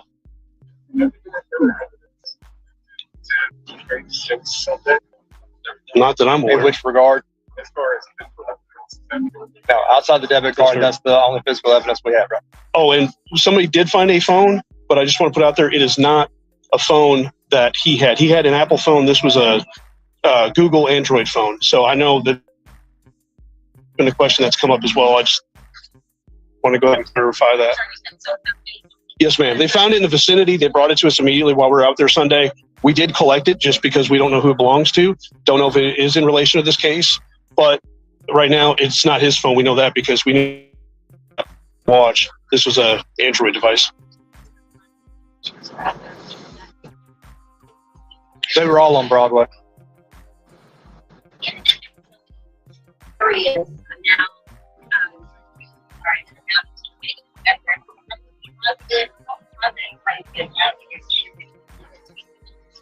Well, we're not, but we're searching everywhere. Last Friday, we got a call that they thought they saw him up towards the Titans practice field somewhere, and we went out there and looked. So we're not just limited to here, but when we have somebody go missing, you have to start with the last place they were seen. You can't be that you know for a fact that they were seen. You can't just go, well, I thought I saw him over here, because a lot of people think that the video cameras everywhere catches everything, and they don't. We have people claiming there's video across the river, but some of them don't reach this riverbank. So if we start searching over there, but we don't know he was over there, but we know he was on this side of the river, this is going to do us more good, because that's going to allow the people that are trained in doing searches to have a starting point and have more tangible things to look at, as opposed to just going around and speculating which areas he could be. Obviously, if we have something that leads us further down, we will. But right now, that's why the areas that they're focusing on is this immediate area, because we know for a fact that was his last known point of contact with anyone.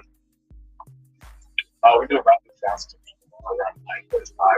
That's the videos, but you give us a time where Broadway or other places in the city prior to the prior to that is he was here with his friends enjoying a night on Broadway. Our focus begins when he leaves from that location, and then he starts going up 3rd Avenue to Church Street and proceeds over the Gay Street corridor right below us, because that's where he went missing. But there is a big question of whether or not it's overserved on Broadway with client parking outside that point for the other bars that go down there. We're pulling video surveillance from every location that we're aware that he was at. As far as this time right now, like I said, our focus is on locating Riley. Anything subsequent from that will be followed up once we've concluded that. And unfortunately, we're going to have to kind of end it there for us. We have some follow-ups we have to do right now, but our PIO office will definitely be putting out more information as we get it. The family, we've been in contact with them and updating them as soon as we can. So appreciate your time. And if you have any other questions in the meantime for our department, please focus them to our PIO for today. Thank you. No problem. Thanks. Thank you, Mr. Brian.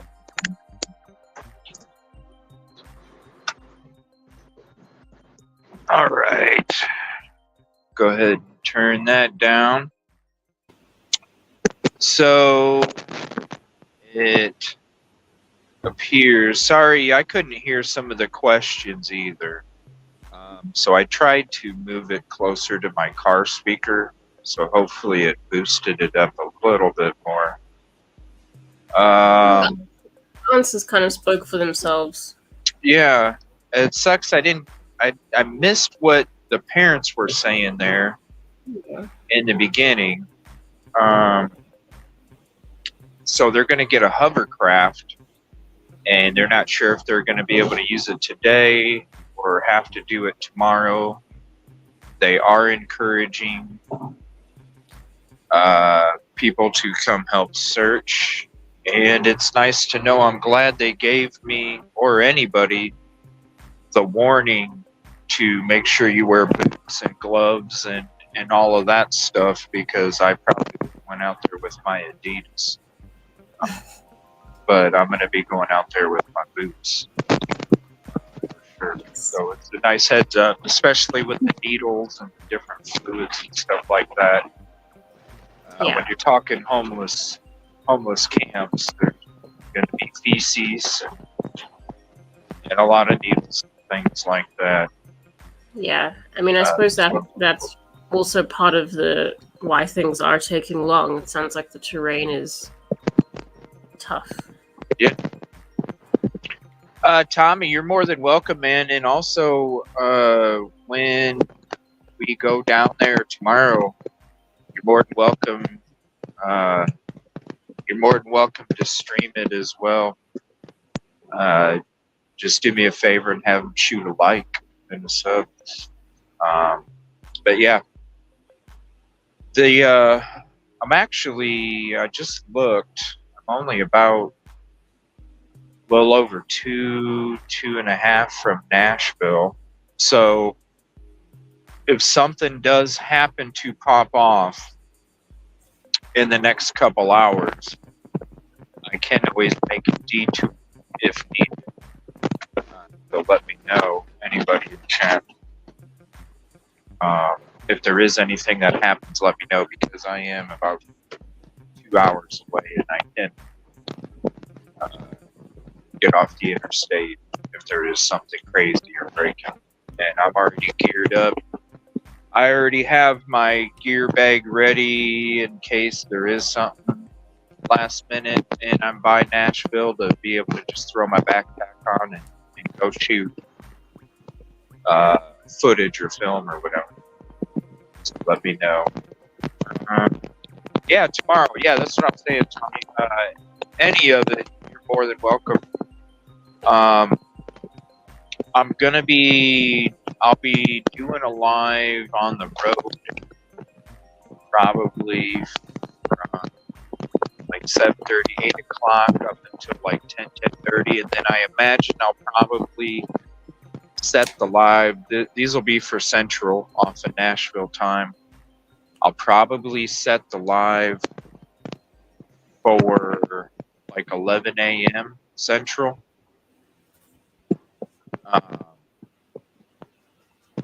Just as it's probably what I'm going to be, but it's all going to be, the logistics and everything. 'Cause we'll be meeting up with Silky and some others, so I want to make sure that we get all set and collected, and then we'll go ahead and go live. I might even go live before that, but that's when I'm planning on shooting for. It's probably around between 11 and probably be a time that I'm going to be live. And yeah, we're going to be searching. It sounds like they're still considering the river. And like he said, he didn't even realize, the terrain until he got there. And that's, what I was saying earlier. Once we get there and we kind of take a look at everything, stuff will start to make more sense, especially when we're walking the path. We're going to walk the path that he walked. One thing that was, did they say that so they lost, the last ping was by the debit card. Now, they said he was walking under a bridge and then he disappeared. Yeah. Is that disappeared under a bridge? Right. That's. Yeah. I don't know. Like, and there's, I don't know. There's I'm just, yeah. Once we get there, we'll be able to look at. Yeah. You can To navigate me, it. Yeah, because if it's what's under the bridge, is it a homeless camp? What's the river look like compared to next to under the bridge and things like that? They are doing a volunteer search through Cajun Navy. Yep, we just got done listening to the press conference there.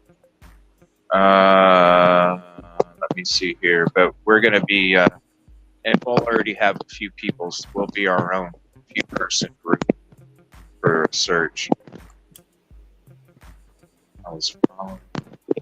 Apparently, it's a road under the bridge.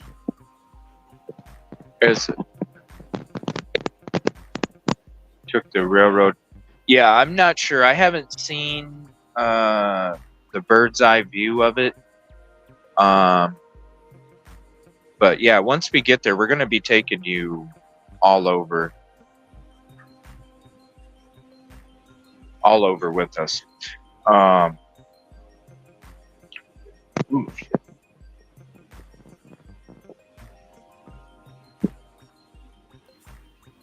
Yeah, so I don't know if I heard that correctly or not. He was seen going under the bridge, but not seen coming out. I don't know if I heard that right. Yeah, I suppose maybe there isn't a camera on the outside. The other side. Sure. Which part are they talking? So the one where he was going under the bridge, is that the one where he stopped and turned and looked the other way and then turned around and kept going the way he was going? Is that the footage? Does anybody know? Bicentennial is further down.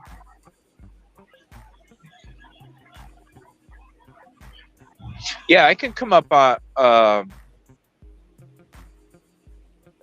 you, Tommy, if you want.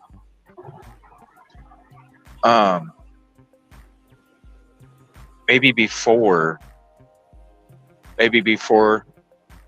I get before everybody else joins or something, I can hop on. We'll figure it out. Message me and I'll know more tomorrow morning on how everything will work. There is not a camera on the underside. Yeah, on the other side of the bridge, though, like there's got to be surveillance, even if it's a business. I don't know. I would have to just look around it. Because with it being downtown, businesses.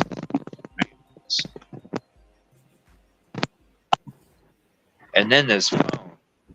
So they found his watch, but not his phone? Or they knew he had an Apple, so they contacted Apple. I didn't understand that either. Yeah. Because it sounded like they were saying that they knew he had an Apple device because of the watch. Yeah. So did they find the watch, or did they just ask the family or something, and they were like, well, he had a watch? Right. I think we would have known if they'd found the watch. Because I thought they said the only evidence they had was the debit card. Yeah. That was the only physical evidence they had. So they probably just, from the parents, found out he had an Apple, contacted Apple. His parents probably gave permission somehow. And they said they think he was texting a few people. Did I hear that right? Did anyone else hear that? Really? Yeah, Sherry, I'm on the road. I'm still 5-6 hours from home and like 2.5 from Nashville. Across from Nissan. Yeah. Oh, hell no. So the interstate bridge that I'm driving on when I go through Nashville is the fucking bridge that he walked under? Because I know when I drove the way here, I looked over and I was like, that's the fucking spot that you see in the videos of them talking about it. You can see the Nissan Stadium in the background. No, not that bridge. Because there's 2 bridges that go by it.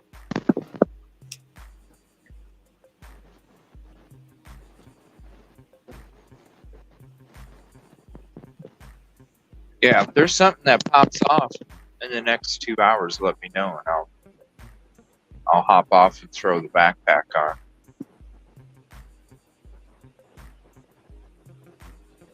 Otherwise, I'm going to head home, get some rest after this, and get ready for a long day tomorrow. A long next few days, because we'll probably end up. We're going tomorrow for sure. Thursday is like 97%, and then Friday probably too.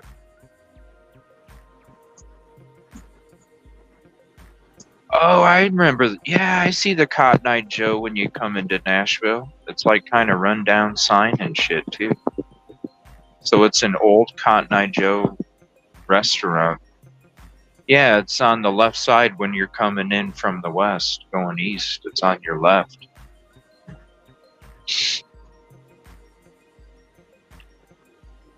It always stuck out to me because I was like, well, I remember that song, and then I was like, man, that sign is shit quality.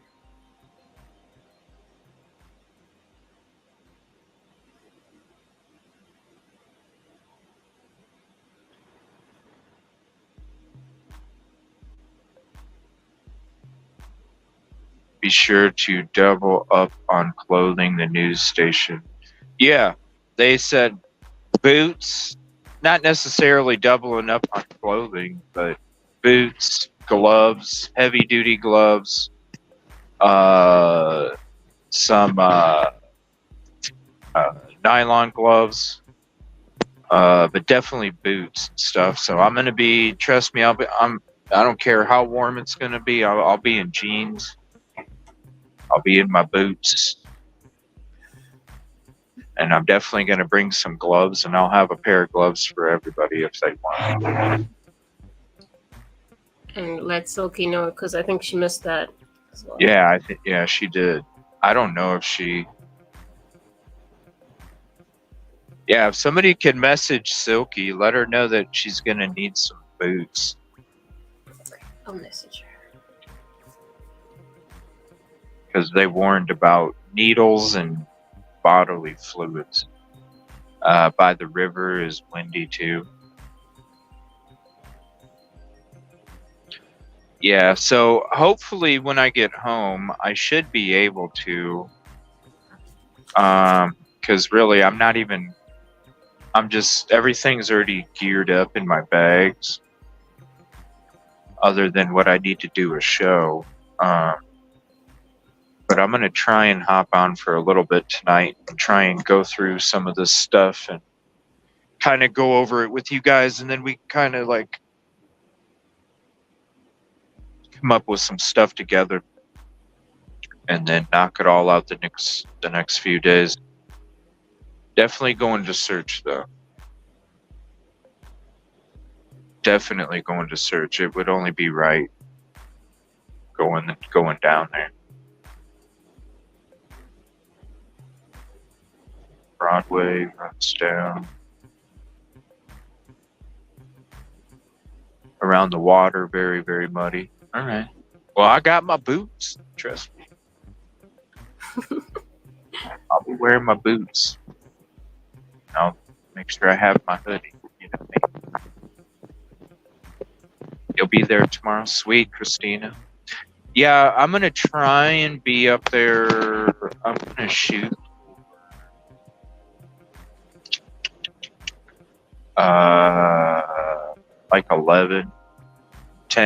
Like 10 to 11. I'm going to shoot to be there. And then we'll go ahead and go live 11 and noon Central. Oh, thank you, Devo. Yeah, we're gonna be there. We're gonna help search too. We're gonna go there and help search. Maybe I should. Man,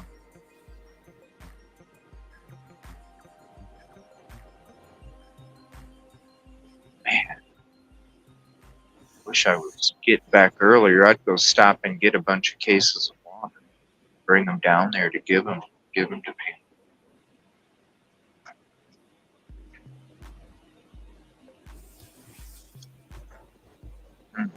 How can I do that?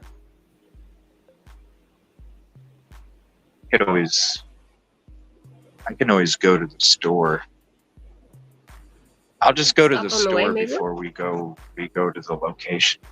Yeah, I'll just stop at the store and get a bunch of cases of bottled water, and then when we head up there, I'll give them to whoever's leading the search. Just give them 5 or 6 cases. That'll be good. I'm sure that'll be appreciated. Yeah.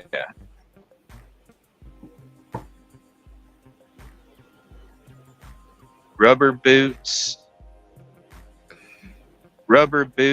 not work boots if by the river. I don't. Oh, am I cutting out? Mm-mm. Hold up. No.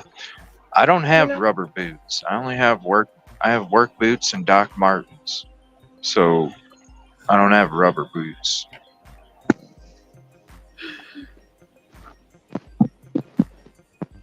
And I was going to bring both pairs of boots.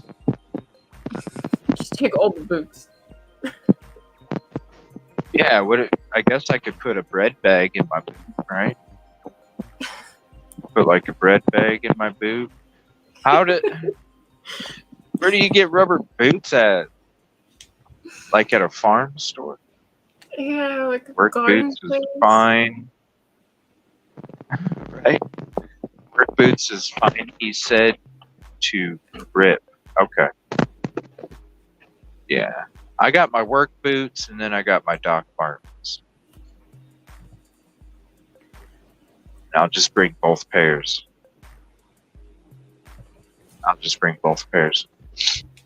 And I do have some heavy duty gloves as well.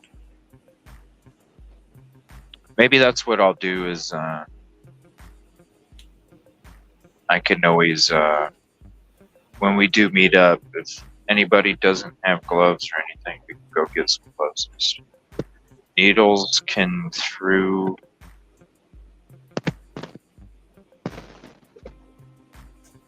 something. Through rubber. He said it. He said he has an injury, did not owe anything. Fuck, either speed up or slow down, man. Damn.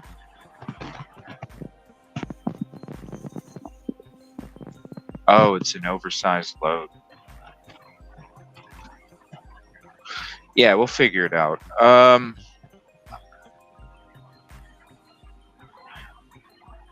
And I'll just go to the store when we get there.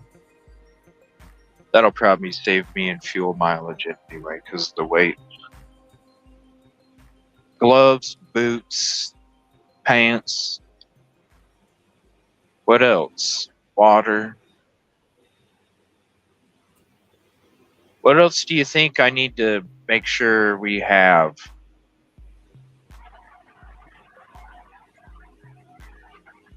Trail mix. Trail mix. Yeah, trail mix. Gotta have peanuts, pretzels, and M&Ms. In case anybody gets a little hangry. They're swearing. But I think that I'm trying to get these people are fucking driving me nuts, man. Like one lane or the other.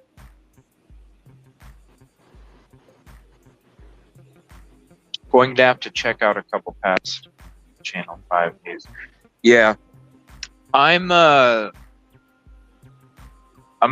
when I get home, I'm gonna clean up, I'm gonna eat something, and then I'm gonna get my studio set back up, and then I'm gonna go live for a couple hours, and we're gonna go through this stuff tonight. I want to find out what's factual, what's not, timeline, path, route, locations, addresses, all of that stuff. And then that way when we get there, it'll just help coordinate everything easier as well. And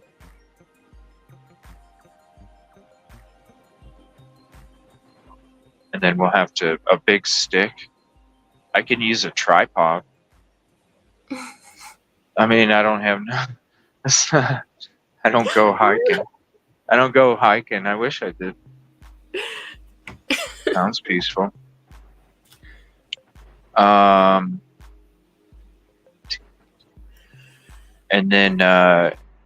then screen share too. That way we can have maps up and stuff like that. Because even though we are like live streaming on mobile, we can still see the screen too. So if we do need to pull it up for a map while we're kind of going someplace, that might help us too. Because we might need help with navigation also. Have you ever been magnet fishing? I feel like it would. That's a good idea too. But I don't know. Would the phone get picked up from a magnet?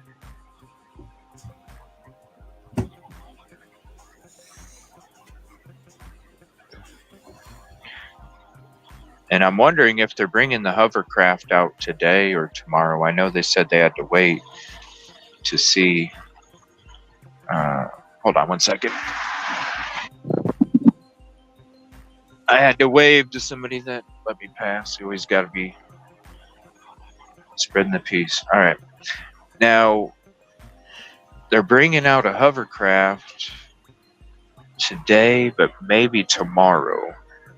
It makes me wonder. And then he said sonar too. So didn't they do that already? I thought they already had a search team in the water and determined he wasn't in the water, right? Yeah, but I mean, they didn't say how they were searching, so I don't know what they meant by that.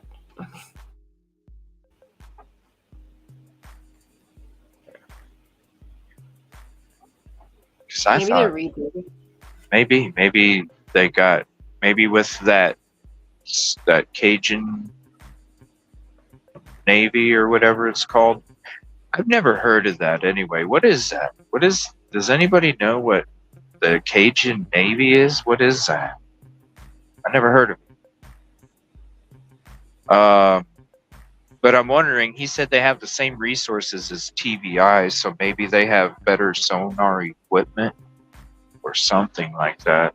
I know we had talked earlier when Silky was on, she was discussing about the currents being, pulling people under, and they couldn't find them until they actually got deep, and that's where they found them.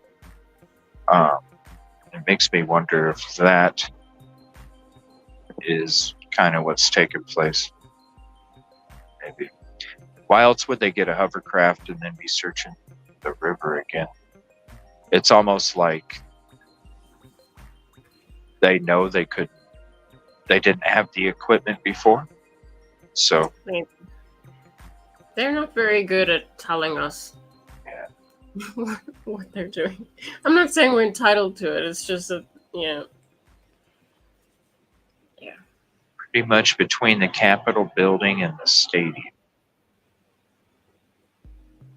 That's what I was saying earlier on Ravel in the beginning. Because the way that he runs, he doesn't seem like he's wobbly running. Falls down, takes 20 to 30 seconds to get back up, and is not holding any specific bone or joint on his body. But he is stumbling pretty crazy, which leads me to think he had a head injury and not a knee or ankle or elbow or shoulder or something.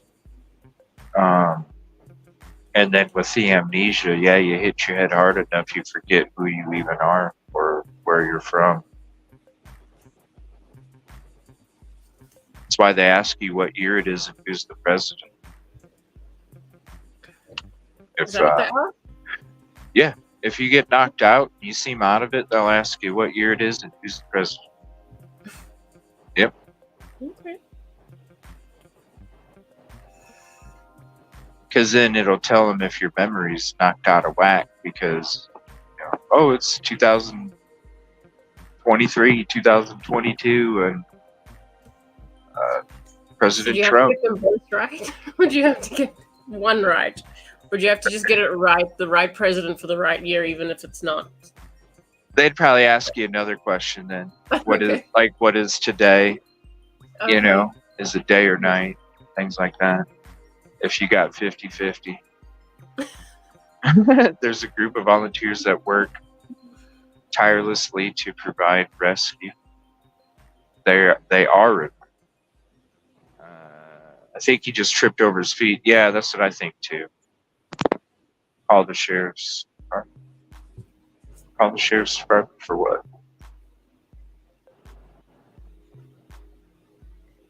Walmart in the country.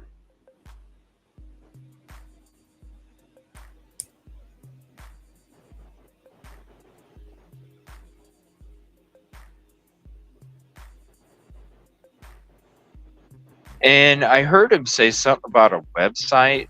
Now, I think that's just to get tips on the search, like wear gloves and boots and things. Yeah. There's nothing that you need to sign up for, right? It's not like you had to register if you're a public He didn't really searcher. say. I don't think so.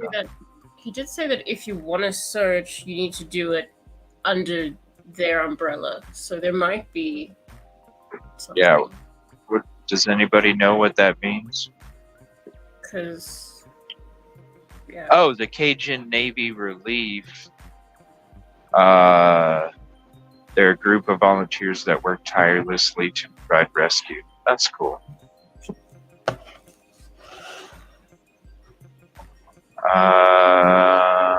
Let's see. Yeah, that's what I'm wondering. Is there like an area you need to go to? I'm sure if you contact the police when you get there, then they can direct you. Because, I mean, if you just go there and start looking wherever, I don't know if that's gonna be considered their umbrella. Oh yeah, that's why I was like, right away. I'm like, yeah, I'm not trying to step on anybody's toes. The last thing we want to do is be a problem when we're just trying to help. There is a Navy tent to go to. Okay. Okay, cool. And that's the metro. It's very visible. Well, yeah, because Christina, you went down there and searched already, right?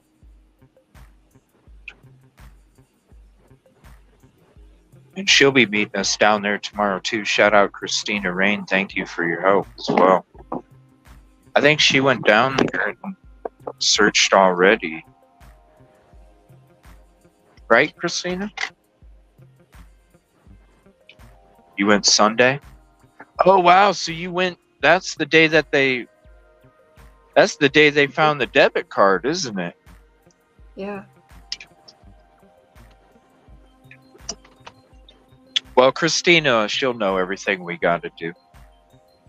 We will just follow her lead. You're in good hands. Yeah. We'll just follow her lead.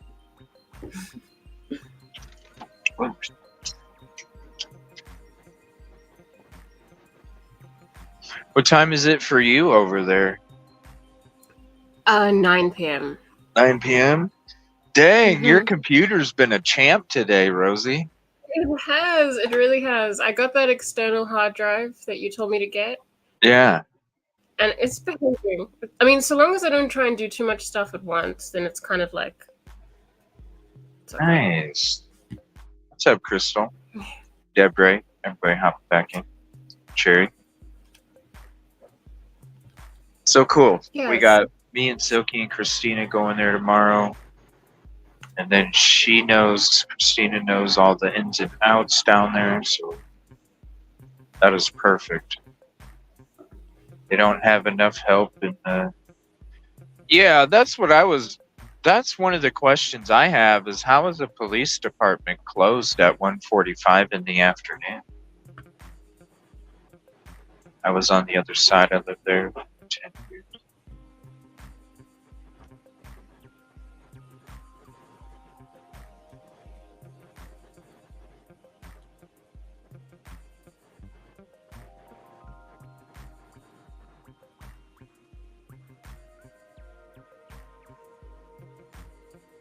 Switch that back.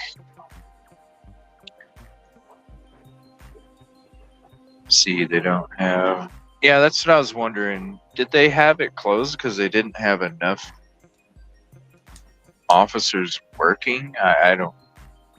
It's weird that they went there and then had to call this and then had to call that. I mean, wouldn't they have patrols for... or like a rowdy town at night? Well, and plus, if it's downtown and they block off some of the streets and stuff for it, well, you would have them on foot too. And somebody said that they're all over the place down on foot. Yeah, because when I asked if there's like pickpockets and stuff, everybody was like, yeah, a lot. So, I mean, surely they need some kind of law enforcement presence. Pickpockets down there? I mean, I was just asking. I'm the last person who would know. They might, I don't know. There could be. I mean, hell, who knows? The dude walked under a bridge and never came out the other side. Who knows what kind of shit's popping off, but...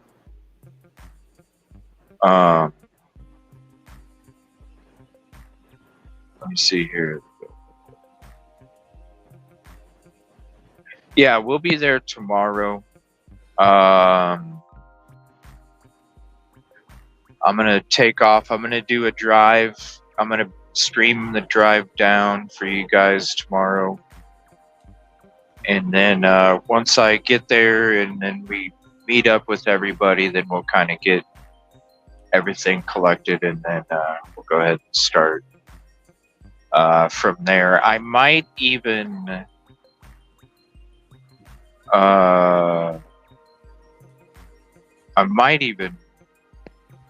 wait until we get going. But I'll let you guys know tomorrow as the day proceeds. We'll kind of go off, just kind of go off of how everything's working out. They said they weren't sure, Katrina. They were gonna try for this afternoon, but I'm assuming they're still waiting for the hovercraft to get there. And so if the team, and they're probably waiting for part of the team members to get there who operate the hovercraft. So if they said if not this afternoon, then tomorrow. So I'm kind of thinking if they're looking at it like that already, it's probably going to be tomorrow.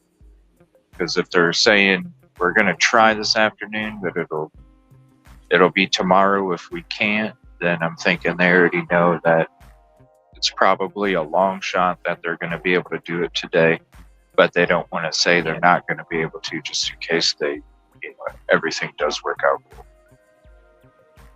Yes, put wallet in front pocket. I don't carry a wallet with me, so good. And I carry something else, so we're good there too. Let's see here. Did you bring your drone? Yeah, I have all the.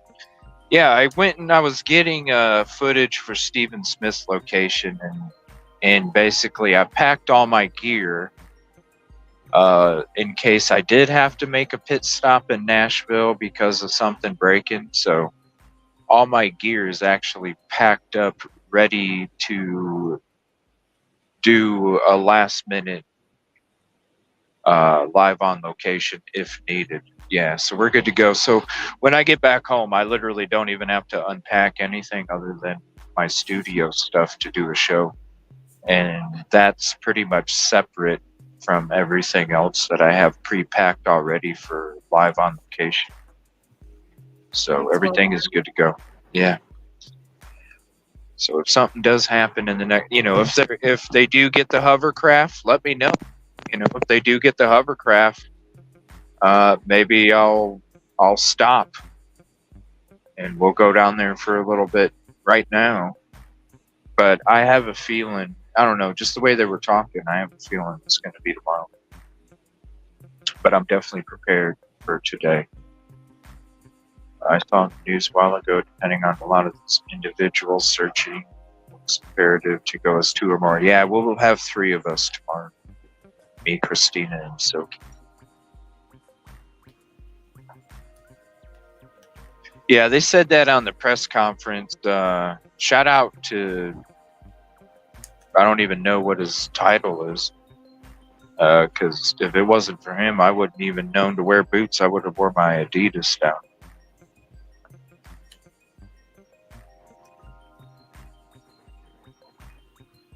Which they should tell, they should kind of let everybody know. Like with that Danilo Cavalcante search, they didn't tell people shit. They were letting people go out there with guns, and like that could have ended bad. Somebody seeing somebody run through the bushes when they're searching, but it's a searcher, and then the searcher gets shot because the searcher thought the other searcher was the person. Or gets bitten in the head by a dog. Yeah, something. Yeah, that guy. If anything pops off, I can go on board. It's same here, Christina. Really, I can go each day if needed. It's not that far from home.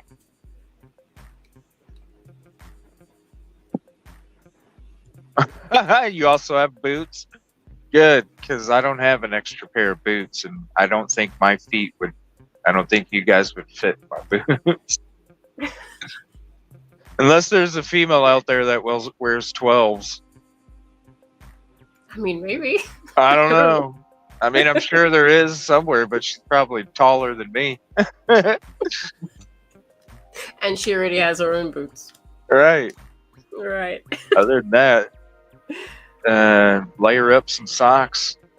I wear a size 6. Yeah, there you go. Just stuff some socks in the front, then it'll be good. Looking like clown shoes. Looking like clown shoes. It'd be crazy. The last location by his phone, that is words his friend used on 911 call showed him by the sheriff's office at 11 p.m., probably when he was seen on the body cam video. So where's the sheriff? So is the sheriff's office on the way? Okay, hold on. But hold on. I thought the sheriff's body cam came out after the bridge video. So he ended up walking by the sheriff's office after he walked under the bridge. See, this is where I got to get this cleared up before we go tomorrow.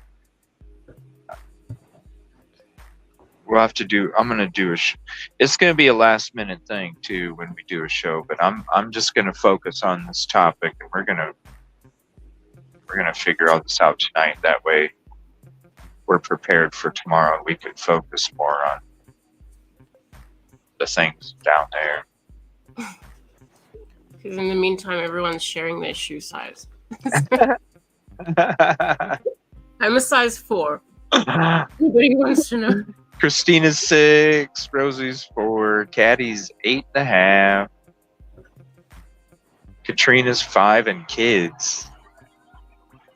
Yeah, I do. I heard. I was at the shoe store, and there was a female buying shoes, and the guy was giving her shit because she was buying her shoes in kid sizes, and she's like, "You can laugh at me all you want." She's like, "My shoes are half the price." Right. Right. Right. She is golf. She's been hanging out for, 8 hours now. Is it, yeah, 8 hours. Yeah. Appreciate that. Of course. It's 5'4". I'm only 5'2". 11. I'm just 5'8". Mark and Betty wears 11. How tall are you, Rosie? Collateral asks. 158 centimeters. 100. No, that doesn't make sense. Centimeters. No. Oh shoot! I better get gas.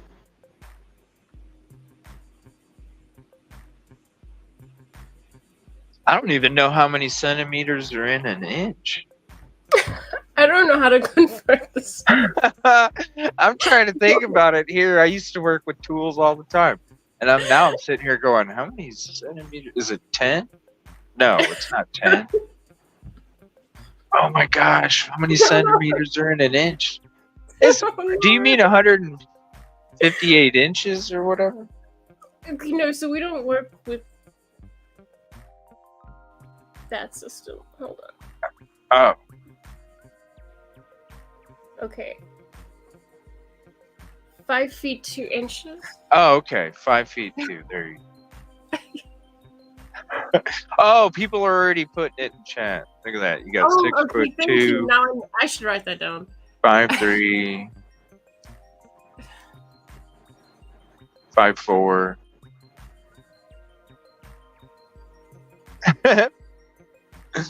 Oh god. Yeah, all of a sudden everybody's throwing their shoes on. Well, how tall are you? You tried to escape that. No, I'm 5'8". 5'8", size 12. Only if I am boots on the ground stuffed with big socks.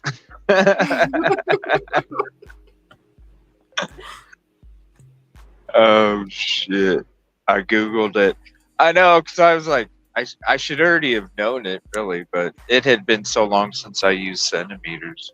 Usually you're going, eighths or halves or stuff like that. And when you guys talk about temperature as well, I'm like, what? Right. Because, I mean, we use Celsius, and then you'll say something like 70 degrees, and I'll be like, how are you alive? Yeah. Like, in my head, Right. I'm like, oh wait, no, I need to convert that. How are you alive? Yeah. Yeah. I know, But, and I forgot too. And then that last one was like, oh yeah, Fahrenheit. And to throw that in there, I always forget about that. Yeah, Celsius. I wouldn't even know how to. I don't know. Why is there a difference? You know what I mean? Like, why? It's Why? very inconvenient. Why is there a difference? Why not? Like, when did it go from Celsius to Fahrenheit? Why? I don't know. You know, like it. There used to be just AM radio, and then there was FM. Okay, but you still know how to change the dial, and you know how to read the dial. So then, how in the hell? But yeah, I wonder which came first, Celsius or Fahrenheit. Celsius had to come first. I think so, because we use all the British stuff. The old, so, yeah. So it had to even come the first. way we spell certain words has a unexpected U in there that you guys don't understand, like color. So maybe Fahrenheit was created when the Pilgrims came over. Maybe. They said, yeah, we need to do it different than everybody else. So we're going to do it like this. So what is the difference? So if it's 70 Fahrenheit, what is that Celsius? 70 degrees Fahrenheit.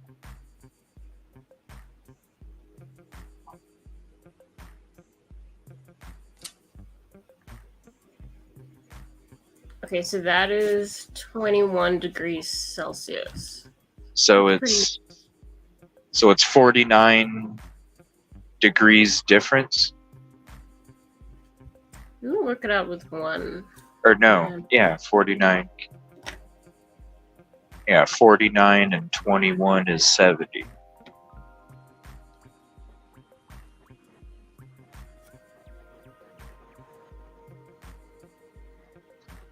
So 49.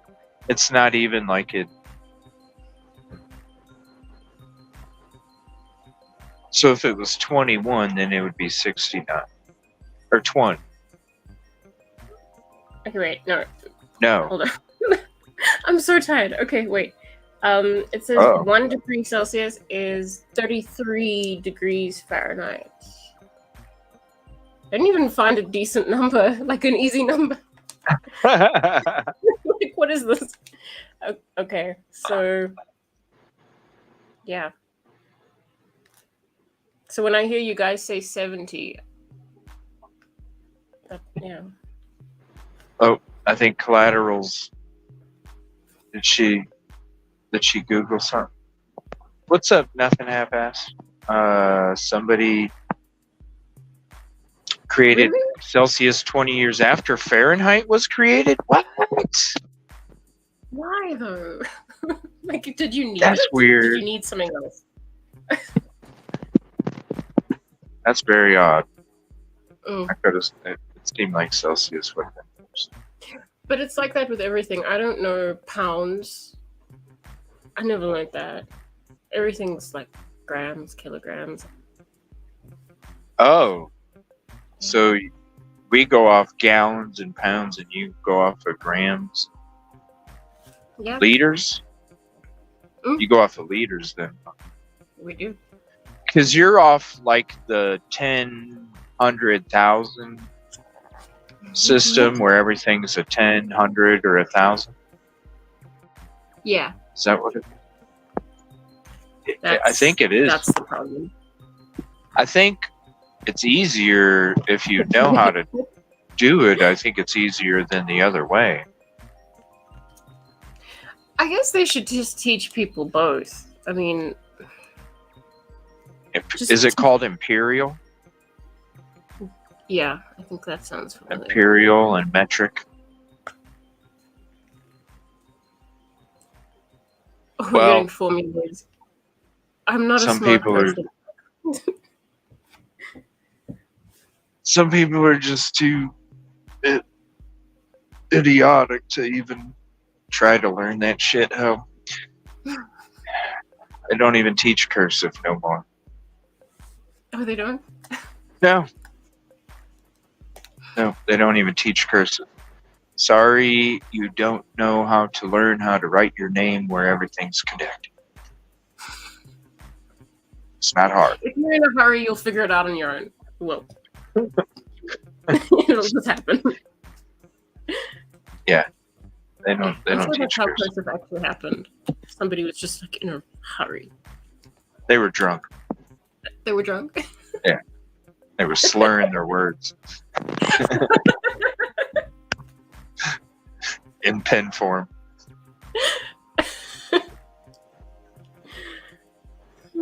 Yeah.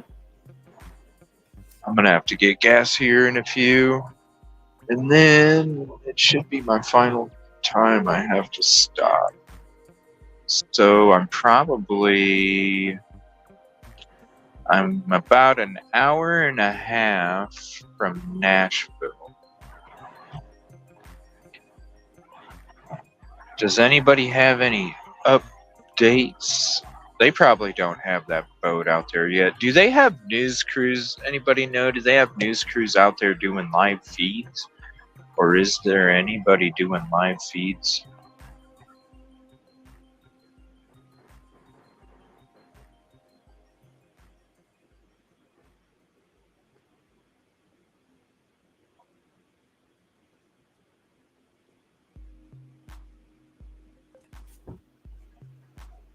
Cursive is the new secret code. Yeah, no signature, right? Yeah, they don't teach it. No one left behind, right? So you just lower the standards. It's like Moscow, you know? You lower the standards of reporting on the bad calls so you can maintain that positive grade. They're the ones who threw out cursive? I don't know. Maybe they did start it. No, they're too stuck in like the 1600s, so they probably still teach it up there. You have drone the length of Britain today. Maybe. Oh, hours-wise, interesting. That's the length of Britain. Really? I guess. Let me see. I'm at 8 hours right now. I'm at 8 hours right now.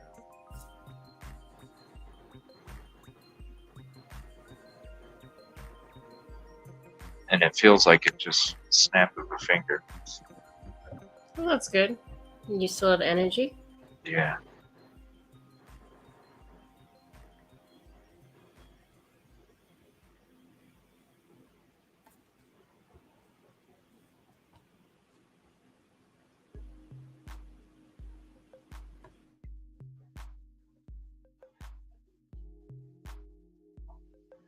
And I need to get gas.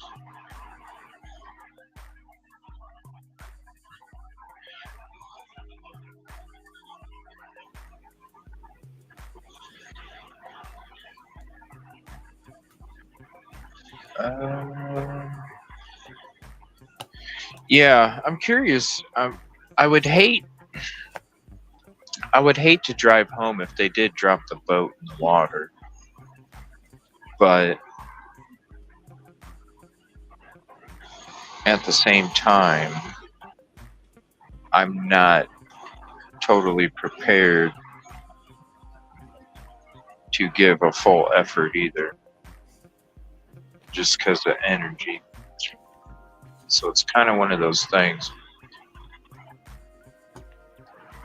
Yeah, I guess you have to kind of get yourself ready as well. If your trips merge into one another, Yeah, you do lose energy. especially this one. It's a 15-hour drive already, you know. Well, 15-hour total without stopping.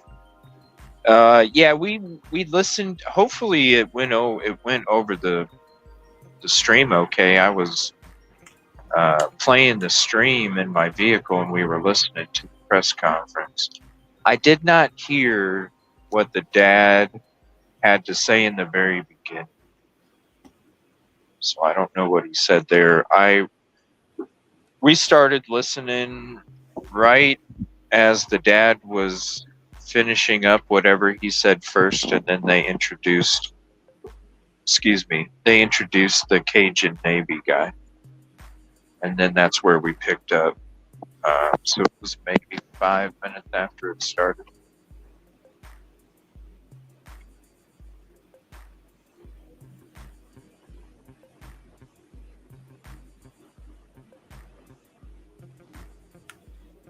And I think some of you might be on delay, so if you're hearing this,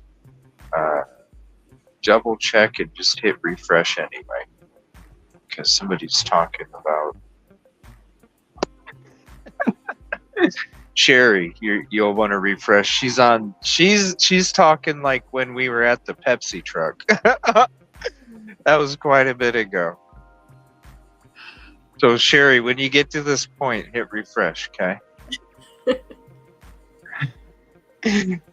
She's like, Pepsi makes Mountain Dew. I know, but I don't like Pepsi no more. I just like Mountain Dew. Yeah, make sure you refresh. Anybody too, even myself, sometimes I'll notice my chat feed ends up delayed like 10 minutes out of nowhere, and I'm like, what the hell? So I just close out, come back in. It's happened to me a few times, Yeah. Because most of the time when I try and close out of it or don't close out, I just back out, go back in. Then it just goes right back to the same timestamp. Some of my destination have errors. I don't know. Maybe the stream is gonna stop. It says destination. Some destinations have errors for my stream. So wherever I'm streaming, I think YouTube is YouTube okay? It might be because I'm hitting 8 hours. There might be some kind of. I know there's a 12-hour time limit on here. Yeah, maybe it like gets glitchy after a while. I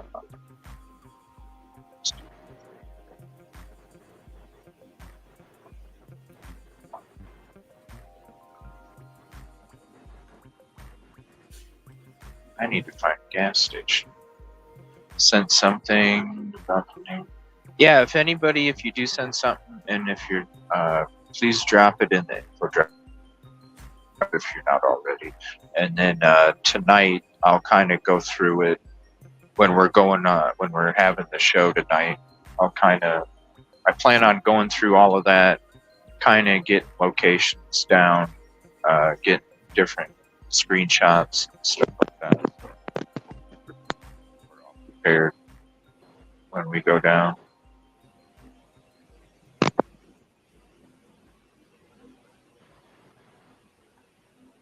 Kroger's citrus drop better than Mountain Dew and half the price. It's my only. Kroger. Is that down in Tennessee? We don't have a Kroger, I don't think, where I'm at. I don't think we have Kroger. Is that Tennessee? Kroger? Grocery store? I don't know, but citrus drop sounds good. Yeah. Whatever that is. Even some hot coffee sounds good because my coffee's gone. So I'll have to get some coffee at the gas station too. Refuel. Yes. Last time, hopefully. Ohio? Oh, yeah. Southern Ohio has Kroger. I know that. We didn't in Akron. We didn't have any Krogers. We had Acme's and Giant Eagles up in Akron. Oh, the shops? Yeah, grocery stores. Just different grocery stores. Like different sections of the country have different grocery store chains. Okay. So then Georgia has Kroger. Yeah, that'll be something you'll be Googling after the show, huh, Rosie? Yeah. Yeah. Yeah. What's Kroger? Exactly. Then you get to see the pictures of it, the outside.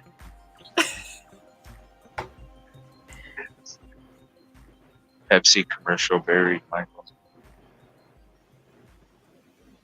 Oh yeah, when it caught fire. They started in Cincinnati. Yeah, if anybody sees anything about this boat, I'd like to know if they're dropping it in the water.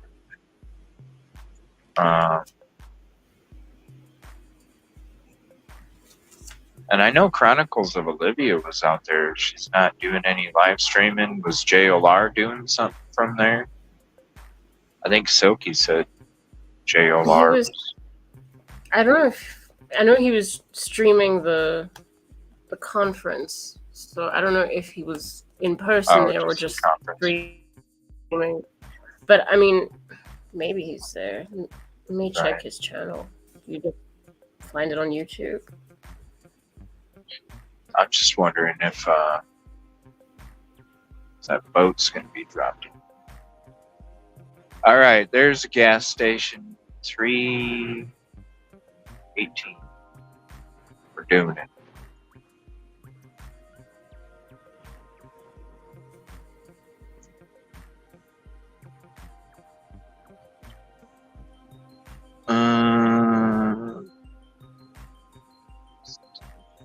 Who else did you say? Chronicles of Olivia is there? Yeah.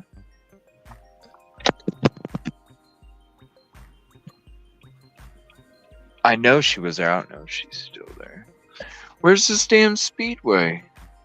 Oh, it's on the other side. Oh well, I'll just go to this Exxon.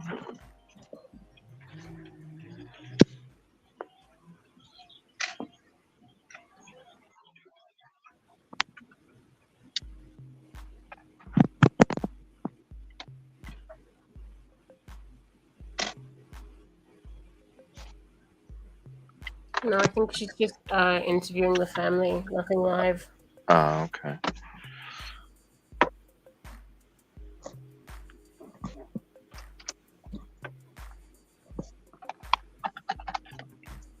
All right.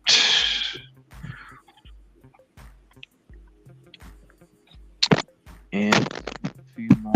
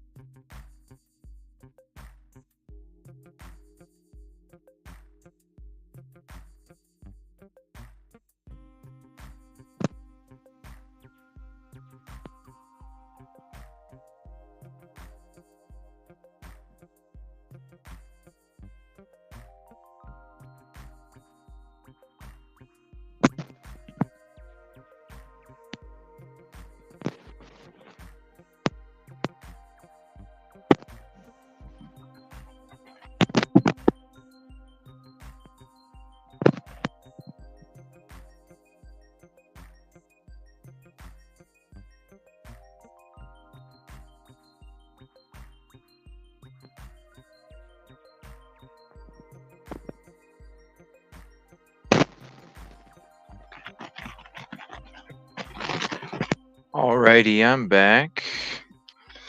And yeah, if anybody would like to give us a hand tomorrow when it comes to navigation, like on panel or anything like that, when it comes to navigation or information or breaking news or anything like that, let me know. Reach out to me, and if you want, and if you want some kind of assistance with help with StreamYard, let me know. And I'll go ahead and give you help with that. All right.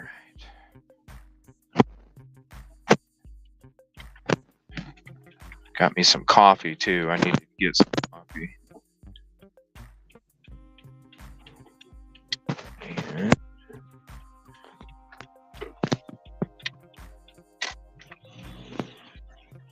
get back on the interstate.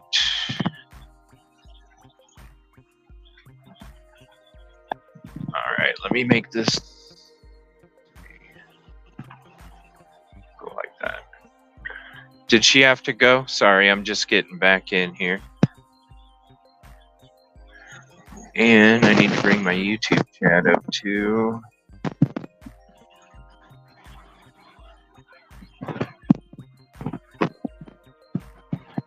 Alright, there's that, there's that, there's that, there's that. Come on, StreamYard. Okay.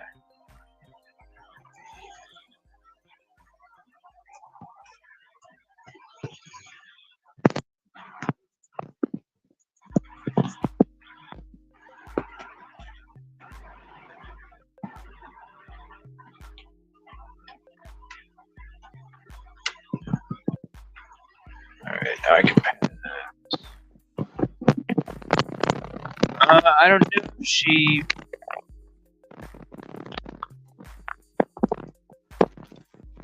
I don't know if she had to go or not.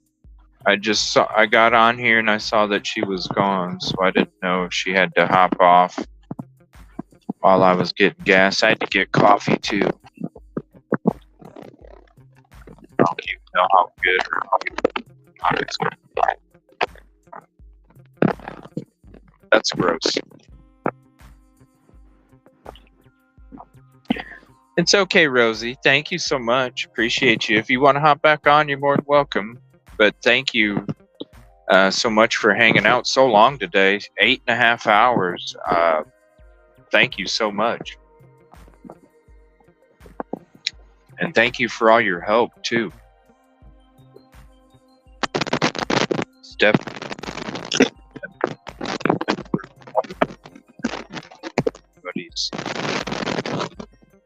I appreciate everybody's help.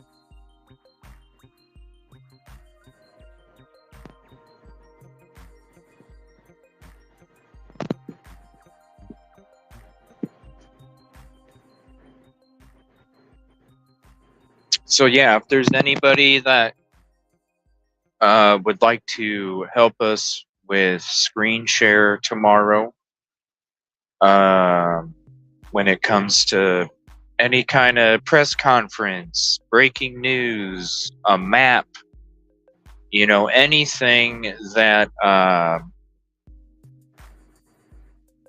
that you would like to help us out with when it comes to visual, as in, any, like I said, videos, maps, things like that, reach out to me, let me know. And I'll go ahead and make sure that you get a code, and then I'll fill you in on all the details.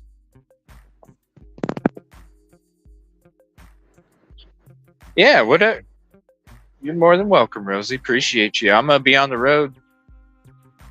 I mean, shit, I'm gonna be on the road for another let's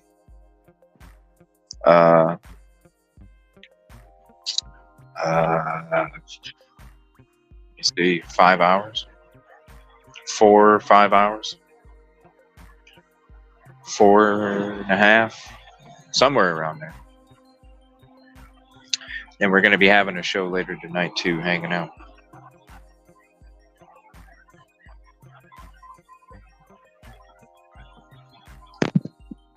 Yeah, thank you so much.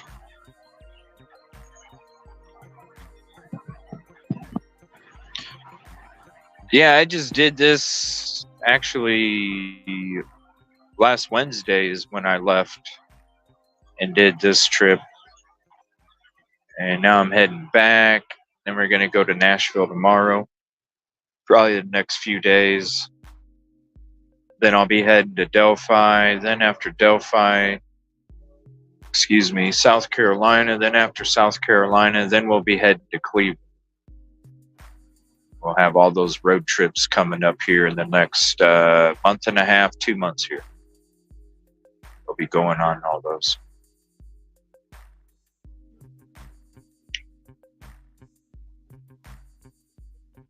I never did get any breakfast food either. Damn, I should have got breakfast early.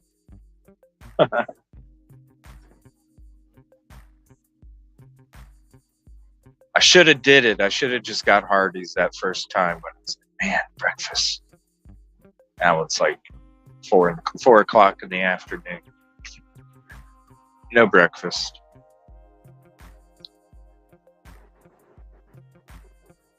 And give me a few minutes here. I'm going to roll these windows down. I haven't had the window down the whole time. I'm going to roll this window down just to get some fresh air in here real quick and kind of wake me up a little bit with this coffee here. Just give me a few moments while I have my window.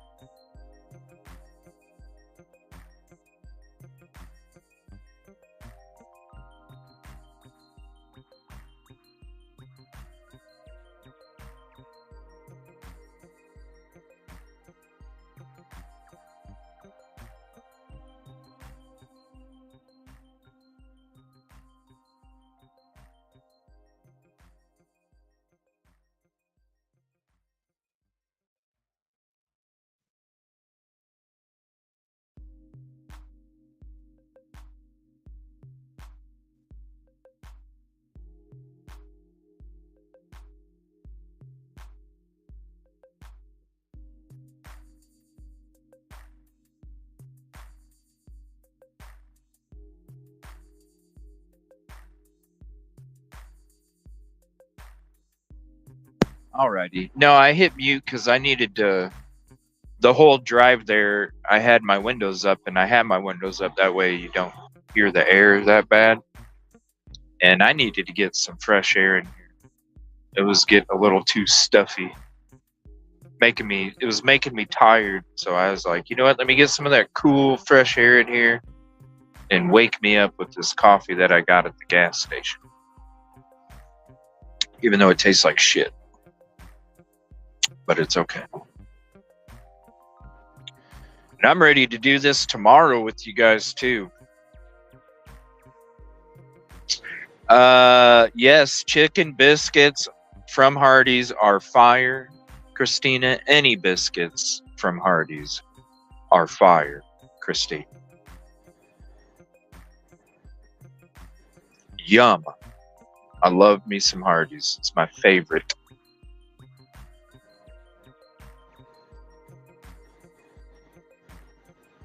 I'm Google Earthing Cumberland River.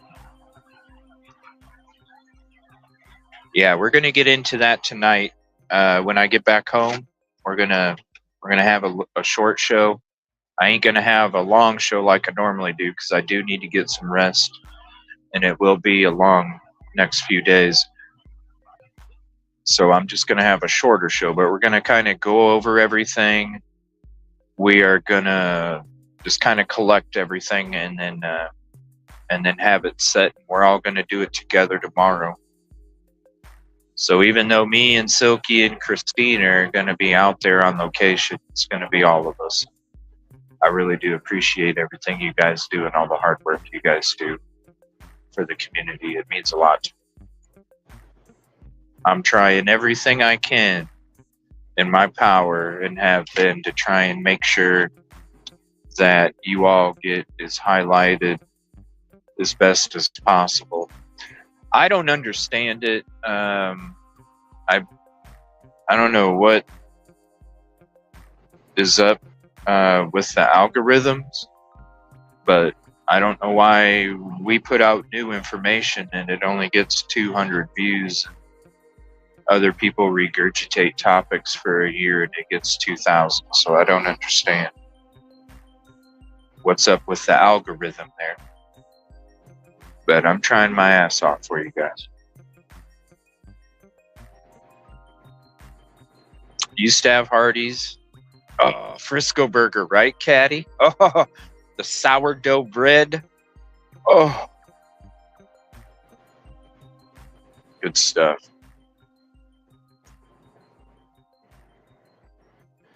I don't know. I don't know.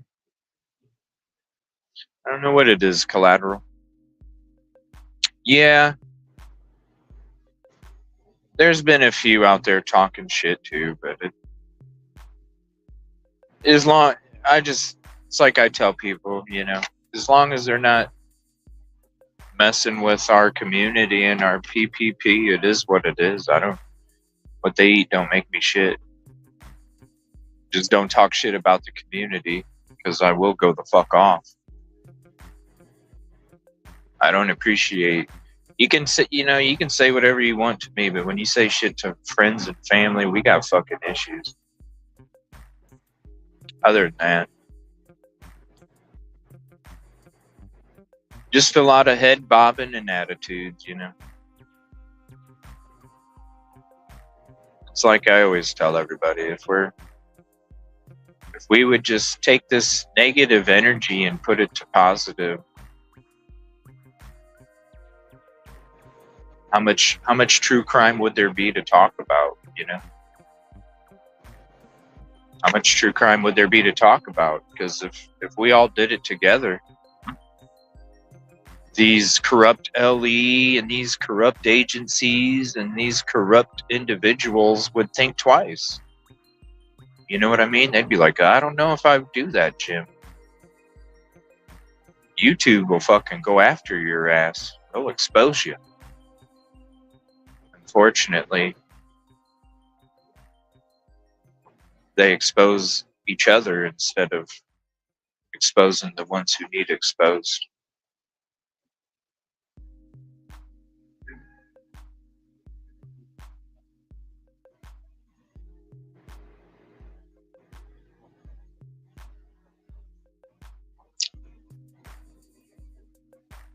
But it's the hot topic, you know.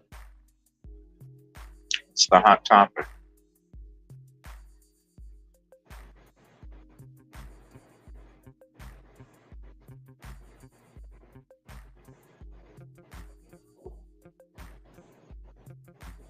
It's crazy too. Some of the people that I wouldn't even think would be in, you know, the drama are in it as well.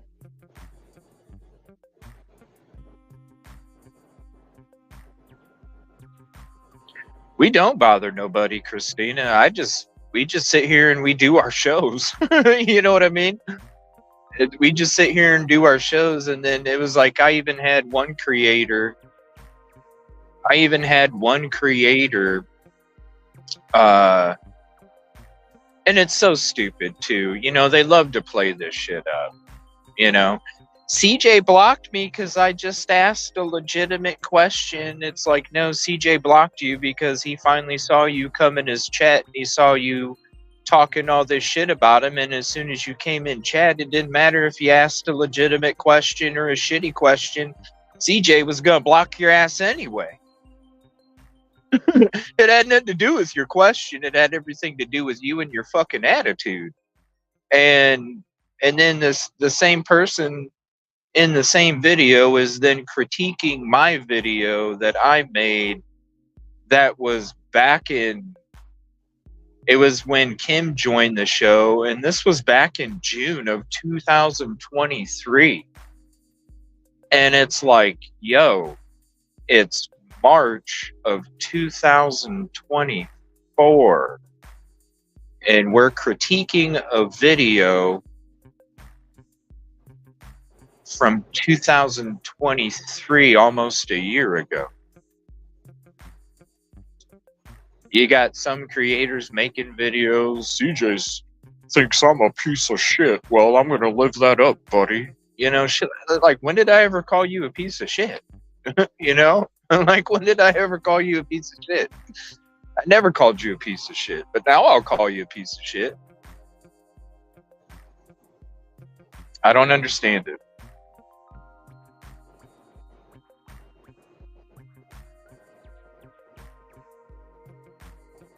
That's right, Jen. No potholes. You know what I mean? There's enough potholes out there already. There's enough potholes out there. Imagine how smooth the highway would be if we all worked together, filling in them potholes like we're supposed to. Be a smooth ride. What's up, Swampside? What's up, Silky? I just checked in. Phone service bad. Might have Wi-Fi. Eesh. I figured when you dropped out there, Silky, you're gonna need. Do you have some kind of boot type footwear? We listened to the press conference. That was at 1:00 Central, and the guy says that you're gonna want. I can get you some heavy duty gloves when we get there. I can get you some heavy duty gloves. I do have some heavy duty gloves at the house. I just have to find the box I put them in. But you're gonna want some kind of duty type footwear, because I guess there's a lot of needles and shit around there too. So we might have to go to Walmart, or maybe if I get there before you guys, I'll just head to Walmart and I can get everybody some gloves, and then I'm gonna buy like 5 or 6 cases of water to give to the people so they can hand them out. So I'm going to be going to the store anyway to get some cases of water. So if you need some gloves, let me know and we'll get you some gloves too. And then maybe if they got some kind of like latex gloves, we'll get some latex gloves too. That way we're protected. But we'll be at the store. So I'm going to get water no matter what. I do want to hand out, not to people, I just want to take like 5 or 6 cases to the headquarters part of it or whatever, so they can hand it out to people. That's right, Katrina.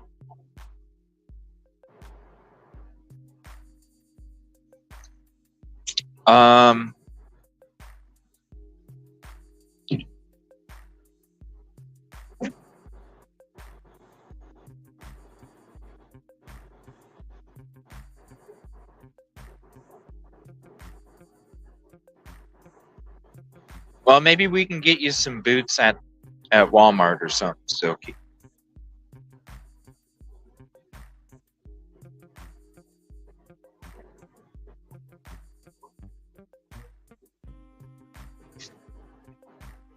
We'll go look tomorrow. Maybe I'll try and get there a little earlier and I can get some Hardee's. Do they have Hardee's in Nashville? Yeah, we'll figure it out.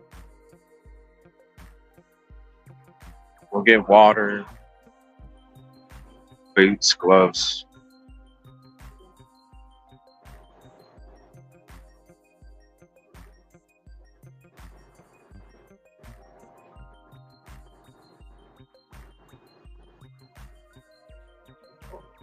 I can, Silky, if you want, we can get you just a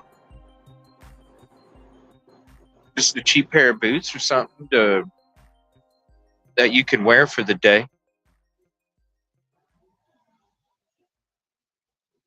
Or the next couple or whatever.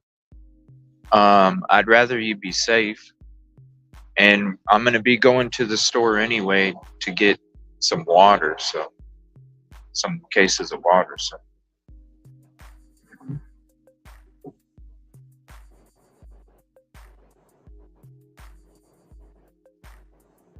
Oh, yeah, Hardee's. Yes.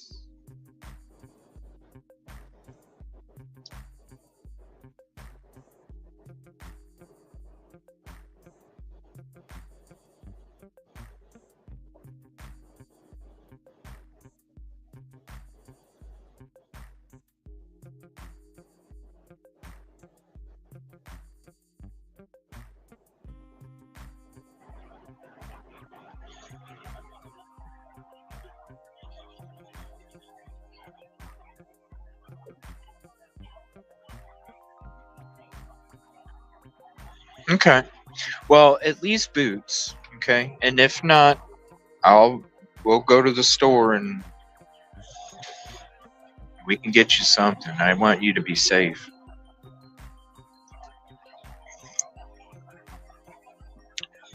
Why are you going 68 and a 70 just because somebody got pulled over?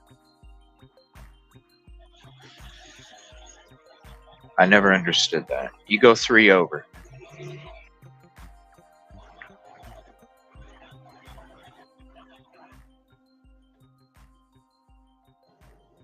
You need to stop at the Bell Witch Cave?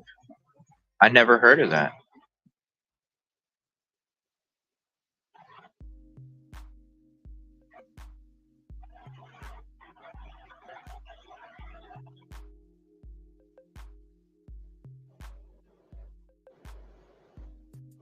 Yeah, Silky. There ain't no Walmart around there.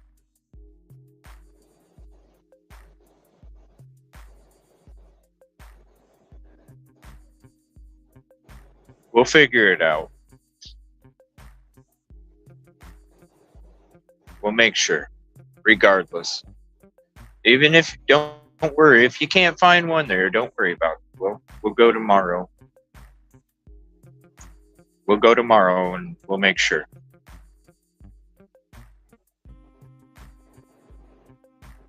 And you'll probably want some foot inserts for the boots as well, because you don't want your feet hurt.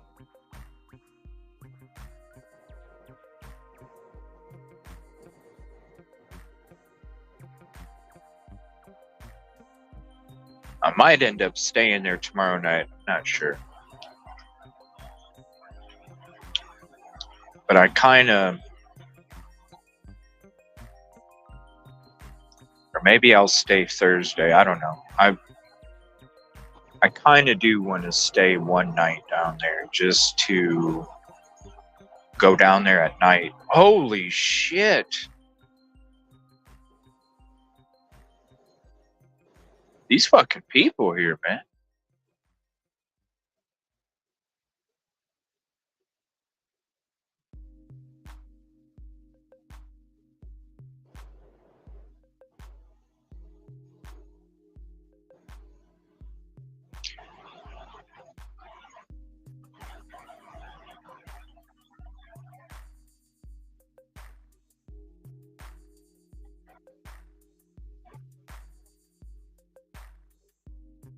Oh, thank you, Sherlock. I appreciate that. Thank you for the kind words.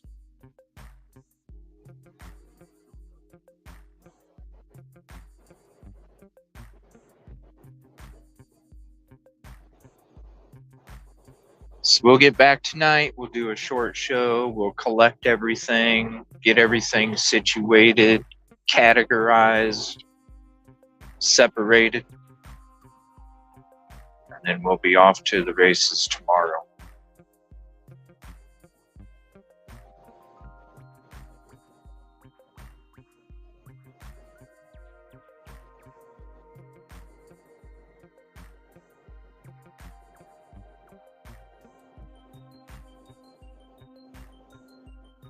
Hey, Christina.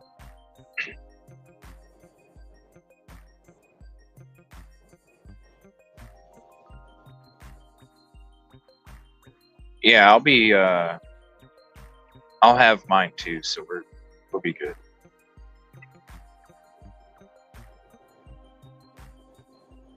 Plus, you know me, I ain't gonna let anybody fucking go nuts, especially to females.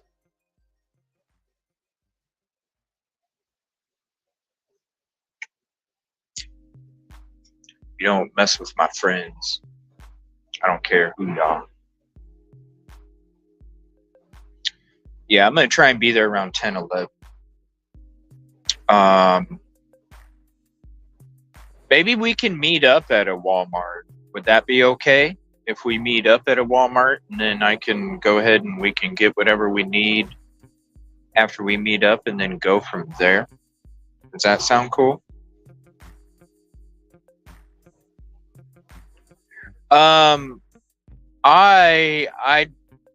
I will, like, if I stay, because I'm thinking about staying one night. Whatever night that is, I'm not sure yet. But I'm thinking about staying one night, and then that night that I do stay, searching at night. Because I do want to do some search at night, but I don't want to have to make, because I'll be leaving at 7 in the morning, and then if I do a search at night, I won't be getting home till like midnight, 1, 2 in the morning. And if I wouldn't have done all of this driving in the last week, then I'd be cool with it. I just don't want to risk being out there all day and then make a drive late at night with all of these other miles I've driven in the last week. I might put myself in a bad situation, safety wise, just from exhaustion or whatever. But so that's why I'm thinking about staying one night for sure, so I can do that.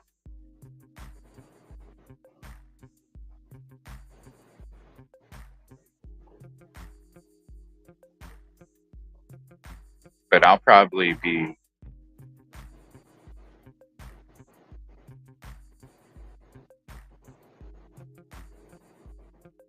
now, if I get put with a group, I don't know how that works. But I would like to do some searching at night, at least one night. Because it can be a different feel during the day compared to night.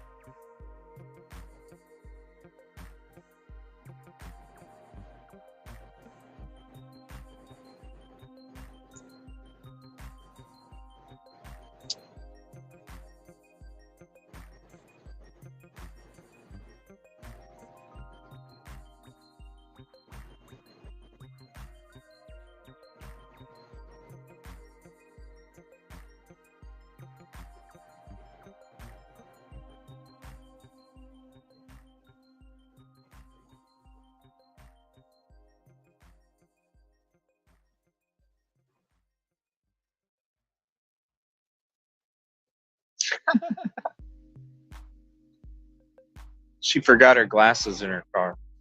Hopefully she remembers her glasses on the trip, huh? I think I'll be getting into, let me see. We'll be getting into Nashville in about 40 minutes. Does anybody know any updates on the boat?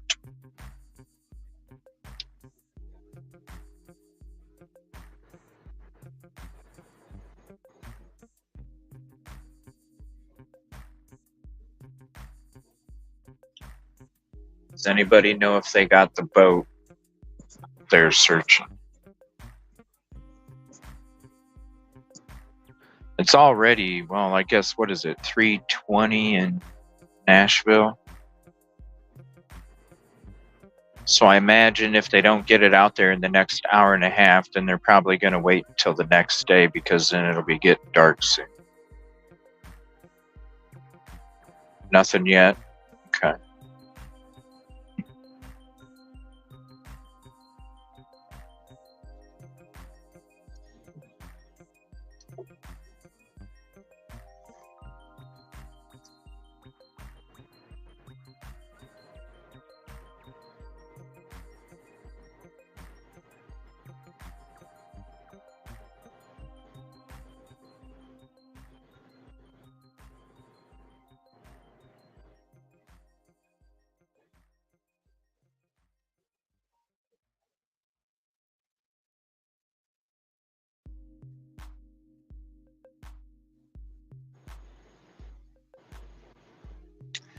So, does anybody know, when it comes to Tennessee, what is this circle with the 3 stars? What the hell does that mean? What does that mean? I see it on the Titans helmet. I see it on the bridges. I see it on a whole bunch of stuff around Tennessee. What is it with the circle and the 3 stars? What does that mean?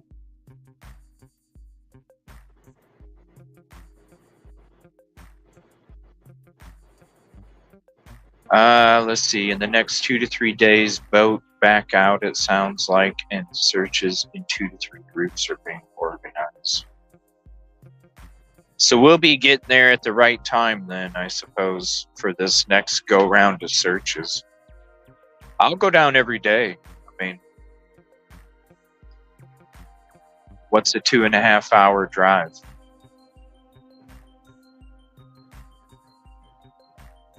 You know? It's nothing. Especially when I'm going 15, 10, 12, 11 hour trips. 2.5 ain't nothing. Circle is the unity of all something. Yeah, I just see it all over. I've always wondered. It was for bicentennial. What's up, Tree Baby Tennessee? There you go. It was for bicentennial.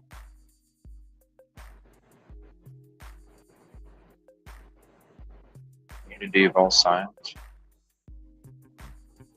Stars represent the 3 geographical and legally district grand divisions of Tennessee, East, Middle, and West. The blue circle around the star represents the... Huh! Interesting.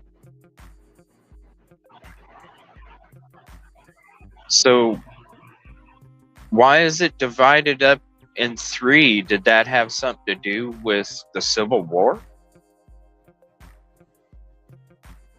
Did that have something to do with the Civil War? What's up, Silky? Hey, Hey, what's up? am trying to. Hey, can you hear me? Yeah, hold on. I gotta switch my layout. Ugh. I can hear you. Oh. Okay, I'm. I saw this on the side of the road. I don't know. I stopped. I'm going back out to Walmart, but can you see this Sasquatch in front of me? Let's see if I can. Can you see that? It's in the distance, but a little bit. Are you able to get closer? What is it? Made out of wood? Yeah, it's a carving. Oh, out of a tree. Yeah. Oh, cool. I'm gonna. I'll take a picture and for it later. But I saw it and I'm like, okay. And then they've got like a fake. I don't know if you can see. It looks like a person across the street. It's supposed to be an Indian, but I don't know if you can see that. Anyway, this is the cutest little place I saw, and I pulled over. And I decided to turn around. I'm not really sure where I'm going. I'm kind of guessing. But hey, I made it out of Mississippi, and I got a little bit lost in Tennessee. But oh, really? You know, yeah, but it wasn't too bad. You know, I got actually all of the major places that I wanted to hit for footage. I got so.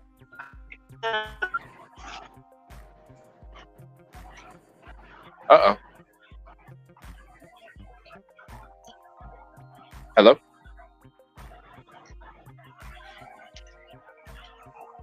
DJ, I'm clumsy in boots. I don't know what it is, but God help us all. So you said you're clumsy in boots? Yeah. It's okay. And let me clarify. When I was trying to type, I left my glasses in the car, and I said I was going to go home. I'm not going to go home. You just got there. I know. There ain't got no time for that. I'm looking for a body. I ain't got time for that. Oh, shit. There ain't no way. There ain't no way on any day of my life, but I'm going to go do that. But, yeah, especially not today. So, in case anybody was questioning my motives, we good. Yeah, it's not happening. Mm-mm. Well, you got to be safe. So, you know, we got to get you some kind of boots, even if they only last for a week. We got to get you some kind of boots. And so, what is the reason? Is it because it's swampy or what? Well, because the area, and anybody in chat can correct me if I'm wrong. The way that I took it is the area is there's homeless camps around there. There's a lot of needles. There's a lot of glass. There's a lot of, and he even said there's a lot of fluids. So to me, that means a lot of piss and shit as well. So for everybody's safety,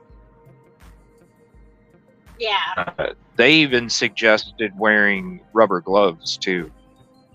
So it might not even be a bad idea for us to get some of those too. So I think if we could meet at a Walmart or something, we could probably make sure that everybody can get what they need or whatever, and then we can go from there. Just in case somebody needs something at the last minute. I'm gonna message you in Discord later when I get back. Yeah. Because I think, I don't know if you still have it. I know you had my number at one time. I don't know if you still got it, but you know, in case of whatever can't get through, you know, I want you to have my cell number. So, and I'll put it in Discord if you don't still have it. But what was I gonna say? You were talking about the fluids. Yeah.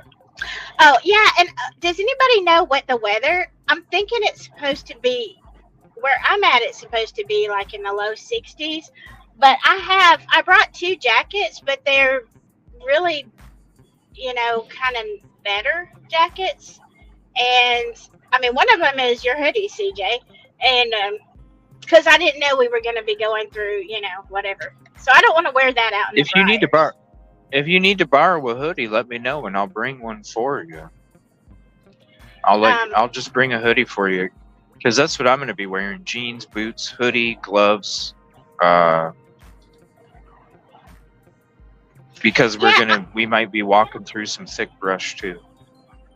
Well, yeah, I mean, I've got a hoodie. I've got another hoodie, but I'm thinking it's going to get hot if we're walking, and I'll be, glistening because I don't sweat. Well, I'll let you borrow a zip up so you can control the temperature. Oh, okay. All right. Because, when you get walking, even if it's cold outside, once you're walking, you get, I just get hot. And I got to take something off. Well, yeah, especially if you're hiking, you're in the sun, even if it's breezy, you still might get hot. But yeah.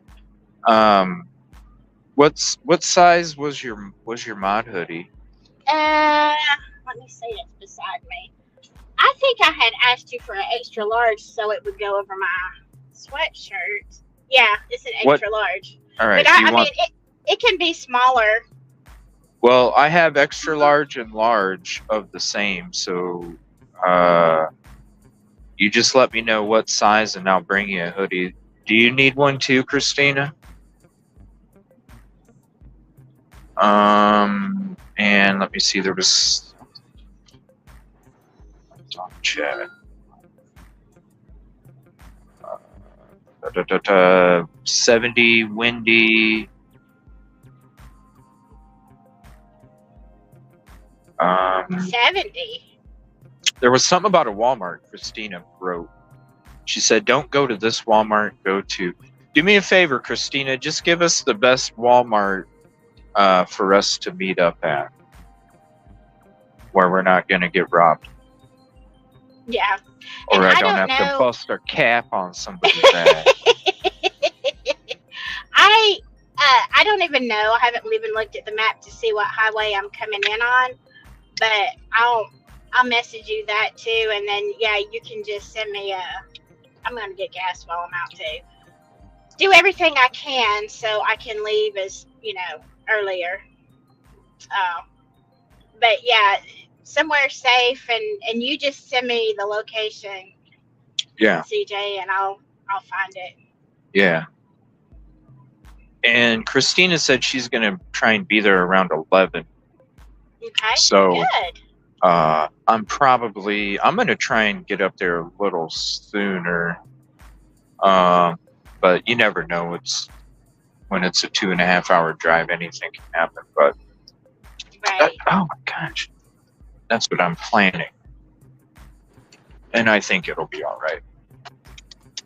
Yeah, I'm doing pretty good after driving this far, which usually I'm tired as shit by this point, but I think we're pretty good, so I should be good tomorrow too.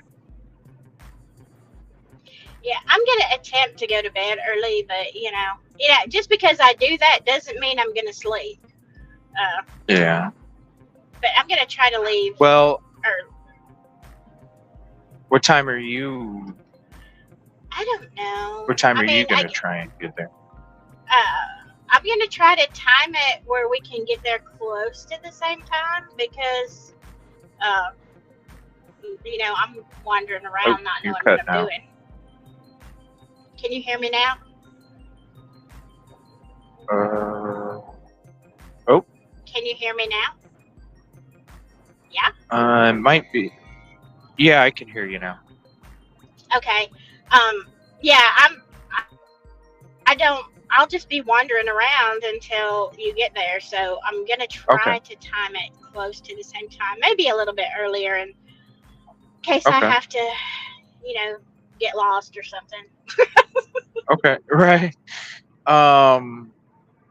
take the wrong exit, that kind of thing.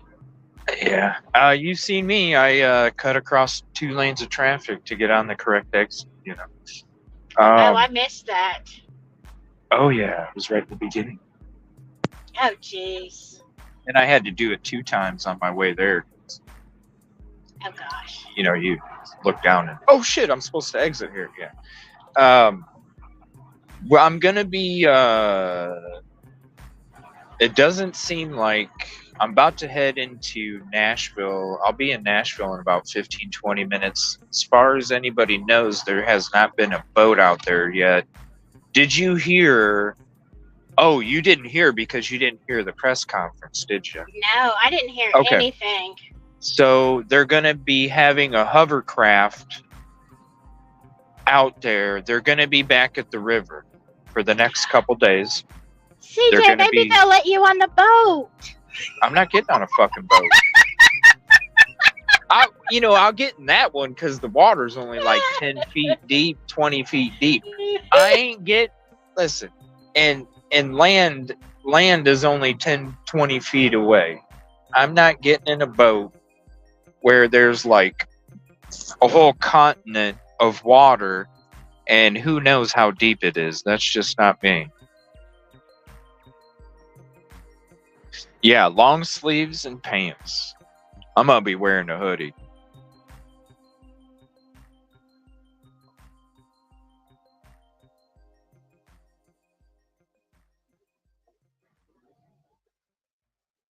Use your chain or bar side lock in a hotel at all times. Well, that's one of the things I'm gonna have to see is what hotels are actually decent around there, because I don't fucking know. She did in Discord? Okay.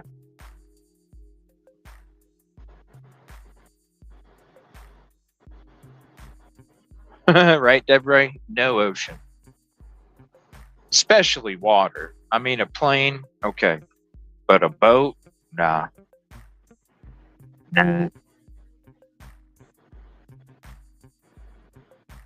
But yeah, I think I would like to try and stay in Nashville for one night.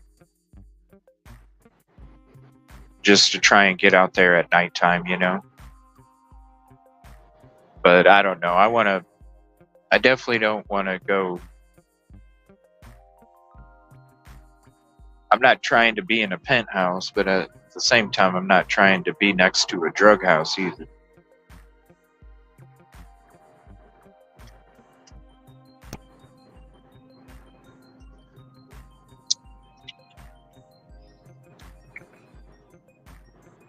Am I back? Yeah. Yes? Oh, be safe. Yeah, you're back. Oh, okay. Hello? Yeah, can you hear me? Yeah, you're back. Yep. Yeah, these people over here are probably cussing me right now, messing with my phone. Oh, well. It is what it is. No, I don't know what time you were thinking about going to bed. I'm actually, because they're bringing out a hovercraft the next couple days, so they're going to be searching the river more, and they're going to have sonar and all that other stuff, like the TBI. So they're going to be focusing on the river. They're going to be having search teams the next few days going out there as well. They were talking about trying to get the hovercraft out there this afternoon, but they said if we can't get it out today, we're going to be doing it tomorrow, which led me to believe that they probably tonight would be a long shot, but they didn't want to say no. So because there's no news of a boat, I'm just going to fly through Nashville unless something does pop off, breaking news, and then I'll turn around. Otherwise, I'm going to be heading home, and I'm going to end up doing a show, just a short one for a little bit tonight, kind of going over all of the information and trying to get all the all the information kind of sorted through and organized. That way it's all ready for us. So if you're not doing anything, you're welcome to hop in. And, When is that?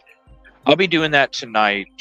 A little while after I get home, I'm going to take a shower, eat some food, and set up the studio so I could do a show. That way we can kind of go through everything and organize it and stuff. So if you're not able to and you're up early, you can always kind of rewatch what we went through or something if you want, just to kind of, just a way for us to kind of catch up on everything and kind of organize it. That way when we get there tomorrow, it's nothing but, you know, instead of wasting half of the day trying to organize plan, we'll already have it done. So that way when we get there, it'll just be doing nothing but work.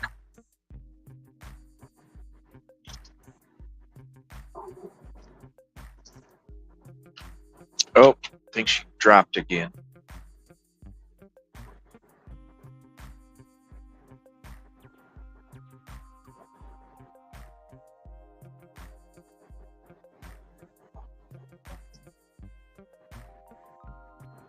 Damn, that car's got fenders coming off all over.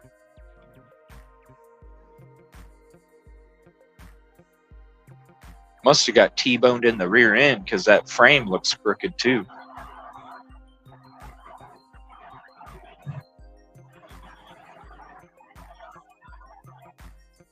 Oh, that's what drives me nuts about StreamYard. When you get knocked off and then you have to come back in, you have to flip it back to frickin' up and down before you can put it back to side. They need to update it, fix it, because it is a pain in the ass when you have to do that. And I think I'm gonna try and get to Nashville, right, so I can get some artists before.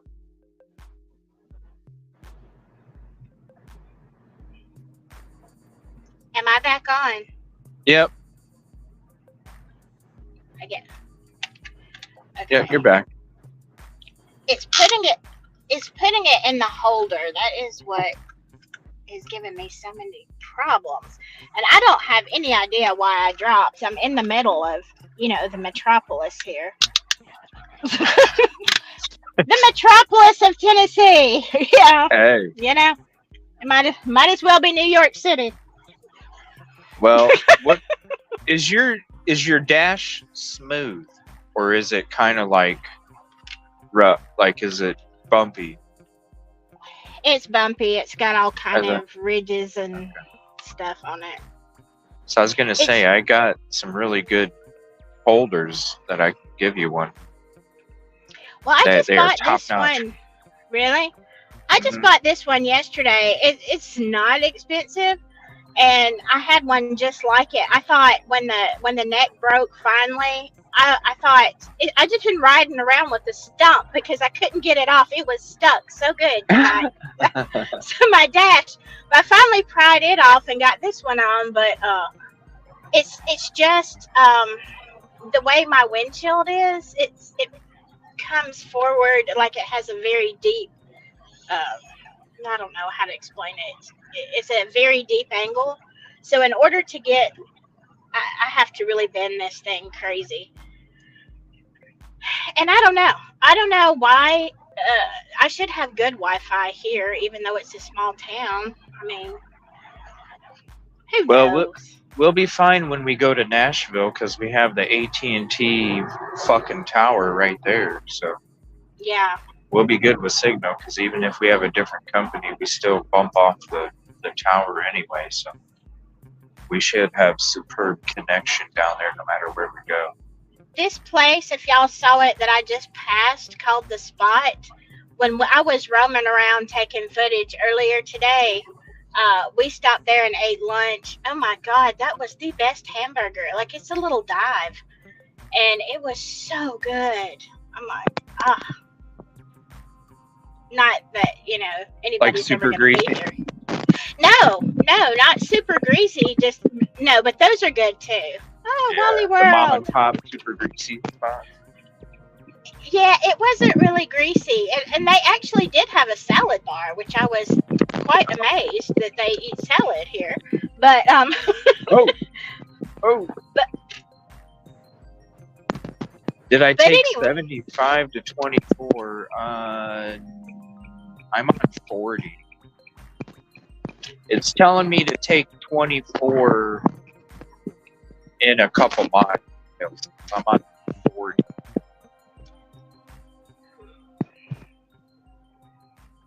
hey, mister, don't do anything stupid. All right, I am going to park and go in here and see if I can find some boots, and I'll try to pick you up again on the way back. Okay. If I shouldn't be in here too long. If the kids want me to get, I don't know, something for supper, I'm like, I can't even think about eating until breakfast time, but whatever. Like, seriously, if I eat, and it wasn't that it was that much, the burger was like real, CJ, it was real meat, like thick burger, homemade, hand-pressed patty. Ooh. Yes, and it was amazing. But when I eat a big lunch like that, like, I don't eat the rest of the day. I just can't. But I shouldn't be in here too long, and then I am going to try to catch you on the way back to where I'm going. Yeah, go ahead. I'll be on the road. If not, I will. If I don't catch you there, I may just catch you when I get back inside, and see, I've got a Wi-Fi password, but God only knows what kind of service. All right, you too. Well, not only that, but when you're connected to Wi-Fi, other people can tap into your shit too. So just be careful. Use a VPN or something. Do you have a VPN or something, or I do, or some but kind of? I do have a VPN, but it usually messes with StreamYard for me. Yeah, mine does. So I don't know. I'll try though. I'll try. Okay. All right, y'all wish me luck. I'm in here Good luck. boot hunting. Yes, be careful. All right, I'll see you in a little bit. Look at this. We got traffic jam. Not too bad.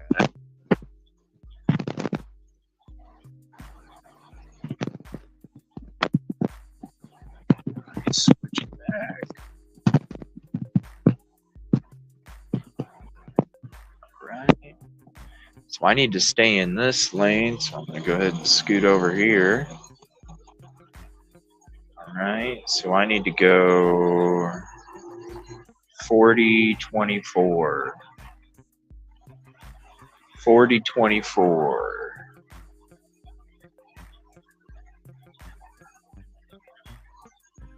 Rush hour is 24 hours there. Is it? I was going to say, because last time I hit frickin' some hellacious fucking traffic. Oh, here's this. All right, give me a second here. Now I get on exit 211. Excuse me. Oh, this coffee's making me hiccup.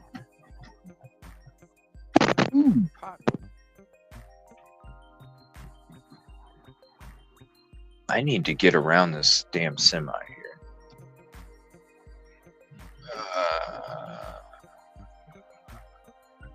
Should I go to the right? Let me see here.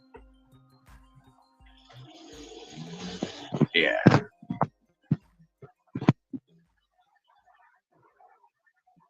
$1.5.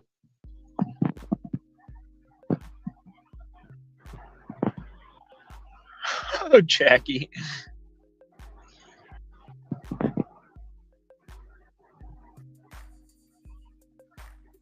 All right, stop and go now.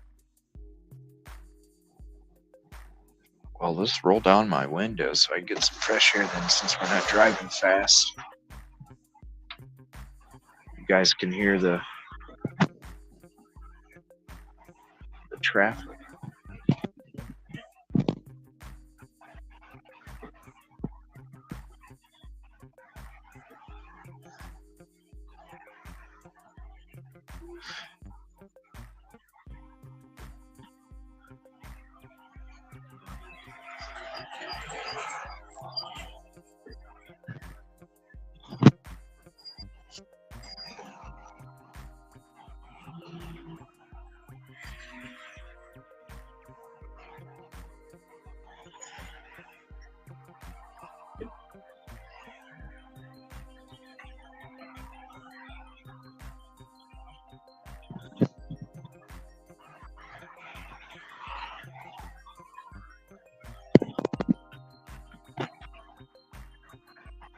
Oh wait, I am supposed to be in this thing.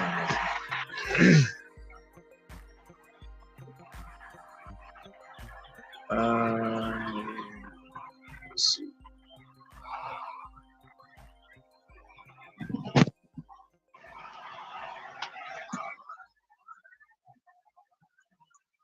Yeah, so I need to stay on 24, so I do need to be in this lane. Watch for potholes. I know, they're horrible.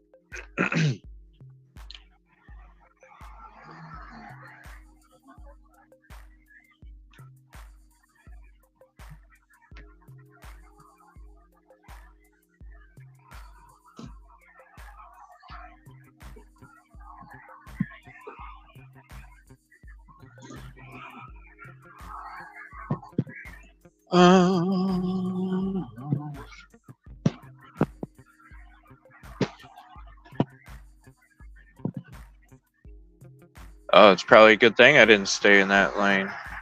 Or do I need to get over? No, I don't. You just keep staying here.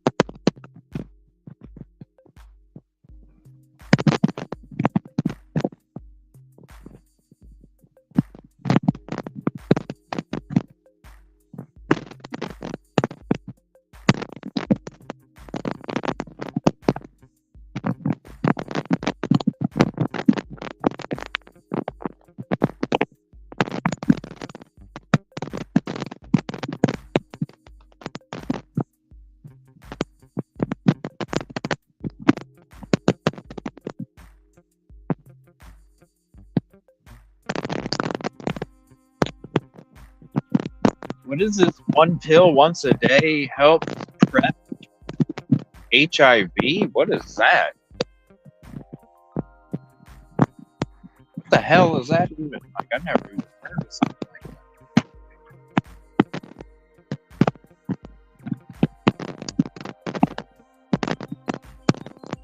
Alright, now.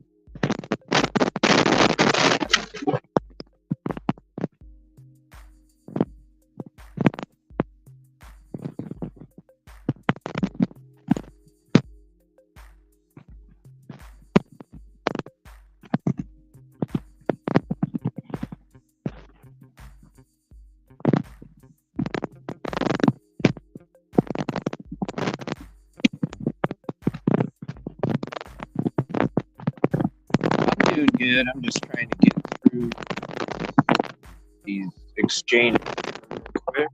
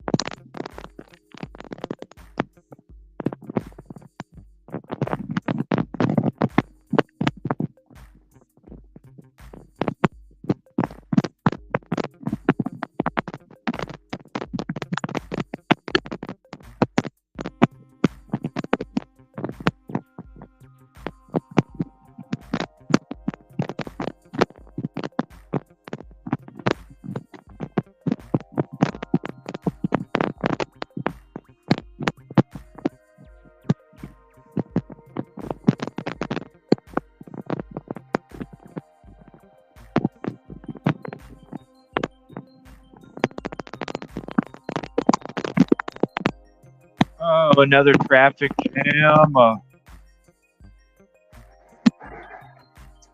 gonna roll my window down here. It's been a beautiful day outside.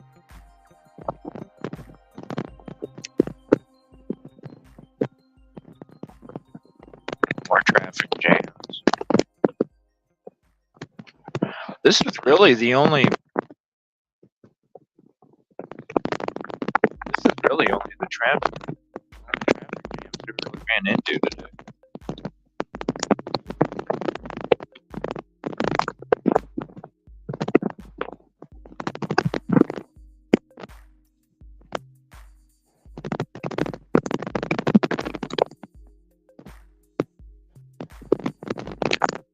Yeah, I was just trying to concentrate there on all the exchanges and the heavy traffic. We're back.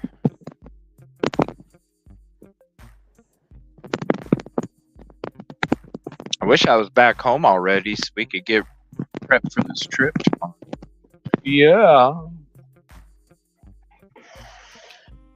Yeah, I got the window down now.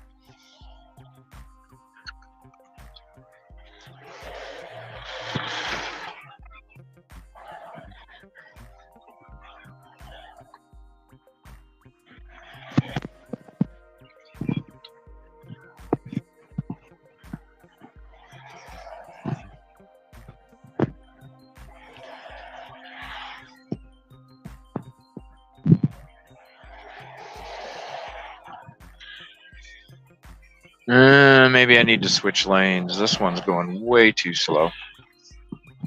If I could get over.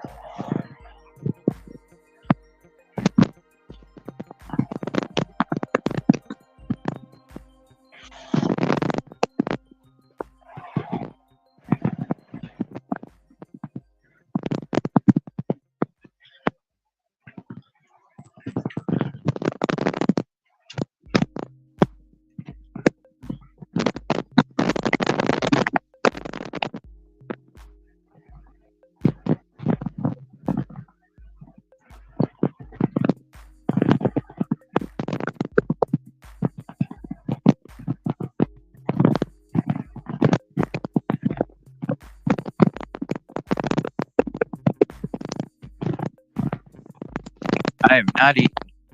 I have not eaten. Don't have an appetite. I usually don't have a huge appetite. I have snacks with me and I haven't even gotten into my snacks. I am just...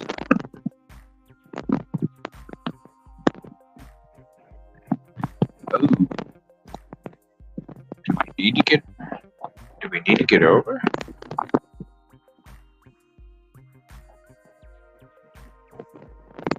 Is everything switching to one lane?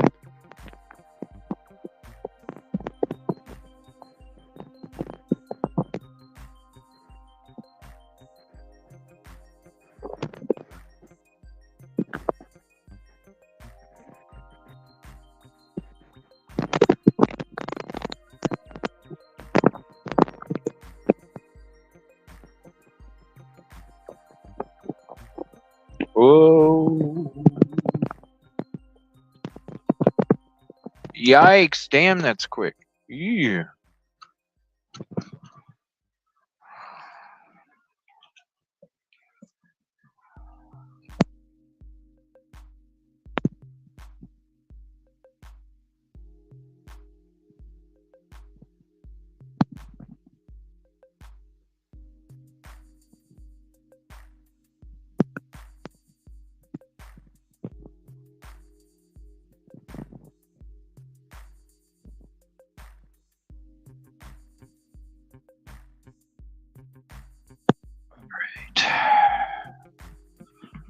How long is this?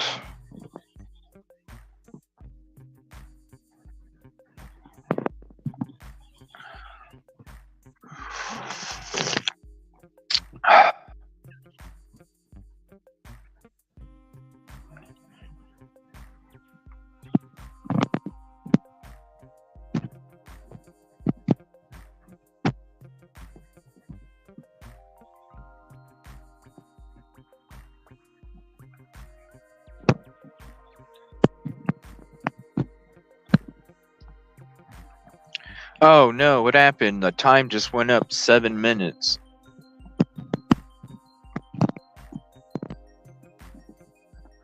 Is there an accident or something?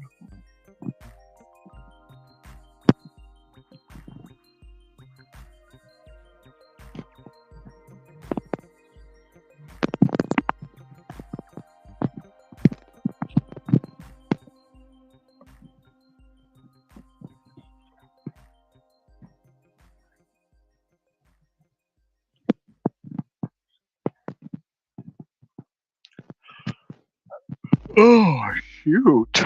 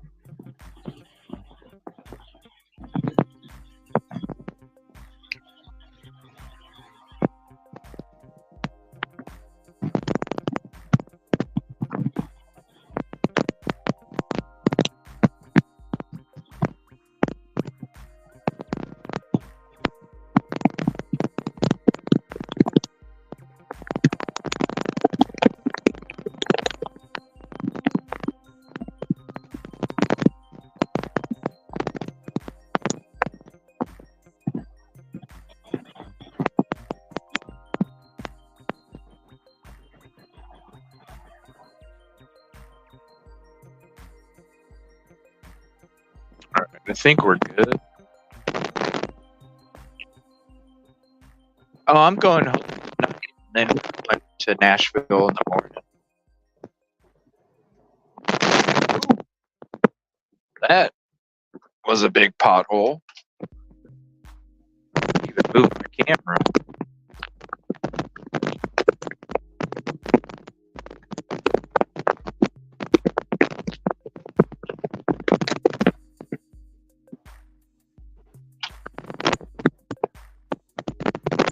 I am not stuck behind a white launch.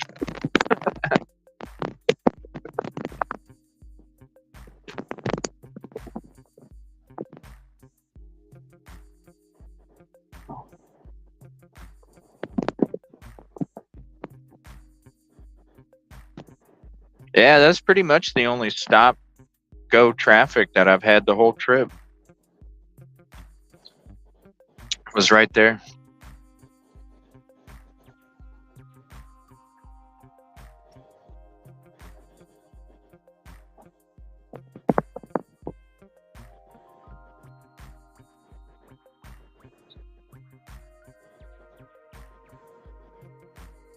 And then when I get back home tonight, I'll set up the notifications for tomorrow. I'll already put them out. The time might change for either one, whether it's the drive or the live stream when we all get together. So just keep that in mind. The time might fluctuate for the lives, just depending on what all we're doing there. But I will get the notifications out, so at least you have the notifications.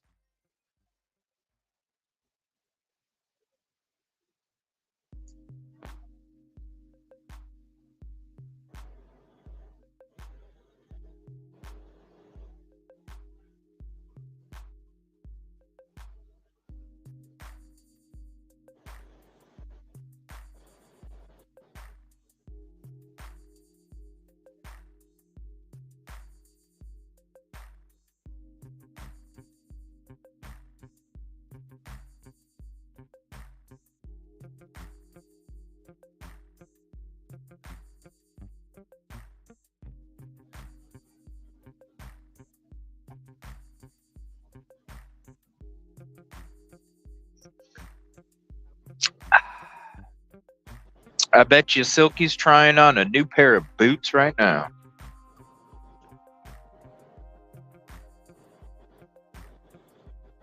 I'm glad she's getting some. I was going to get her some anyway if she did.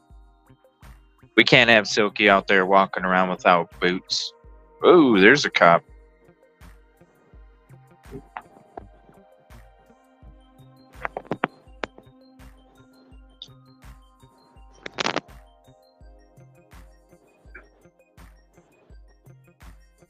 Metro Police.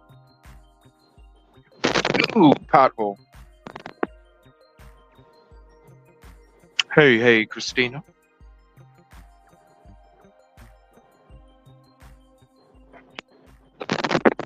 You got to skip all the traffic jam.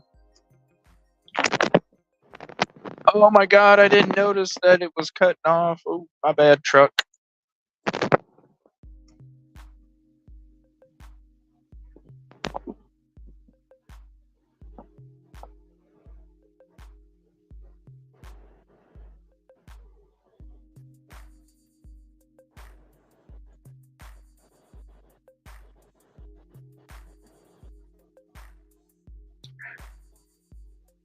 So let me see. I'll probably have a live set tonight for 8 o'clock Central, 9 Eastern. And we will probably go for about 2 hours, maybe an hour and a half. Just a short show to kind of collect everything, get it organized, get caught up. And then we'll go ahead and pack it up for the evening, and I'll see you guys in the morning once I hit the drive. And then we'll sit and chit-chat on the way up there. And we'll go live.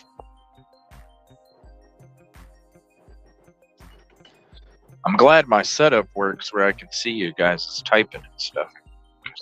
No kidding, my way is... Jackie.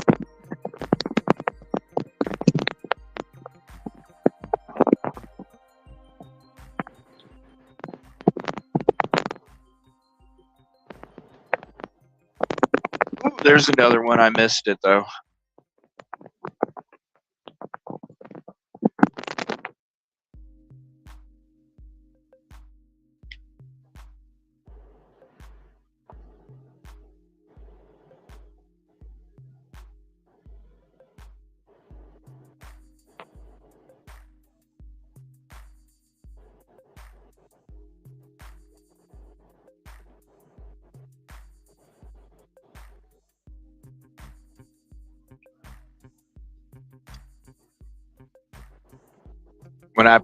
When I pass Clarksville, you're near where I'm at. Oh, cool.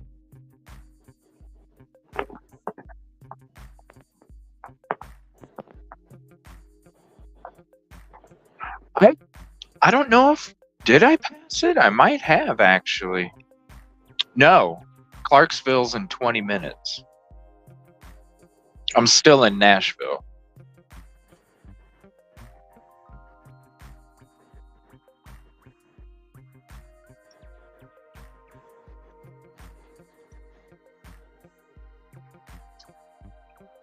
Oh, that's cool. You're only like an hour and a half from me then.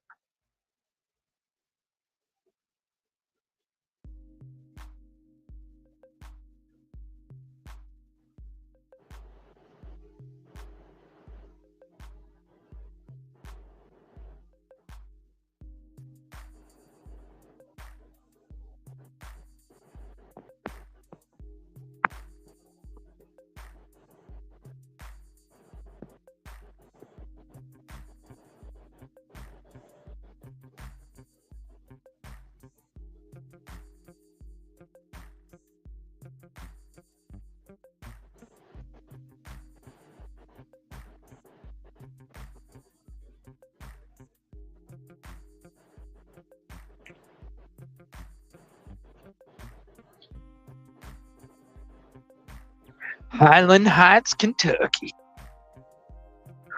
Let me see. I'm doing good, Diana. I'm in Nashville right now, heading home. And then And then we'll be doing a short show tonight. And then we'll be back tomorrow all day. We'll be back in Nashville.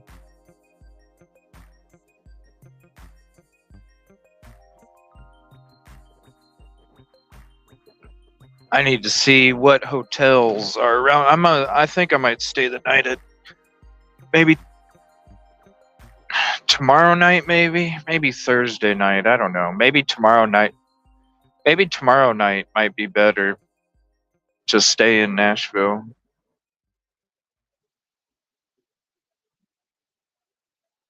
On a Wednesday night instead of a Thursday night might be better.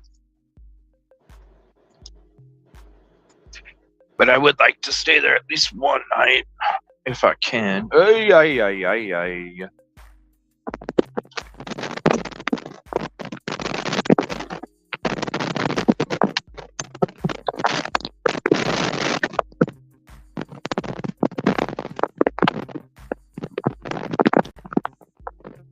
I hit a... Why did my brightness go down on my... There we go. I hit a bad one recently, and my husband woke up freaking out thinking we hit a deer. Oh, man. That sucks. That's a shitty way to wake up. I used to live in Akron, Yvette. I'm in Indiana right now.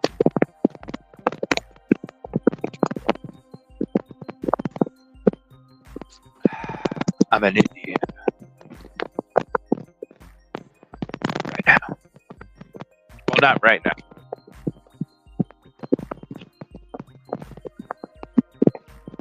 You know what I mean? Damn, Silky must have a selection to choose from unless there's a long line at Walmart.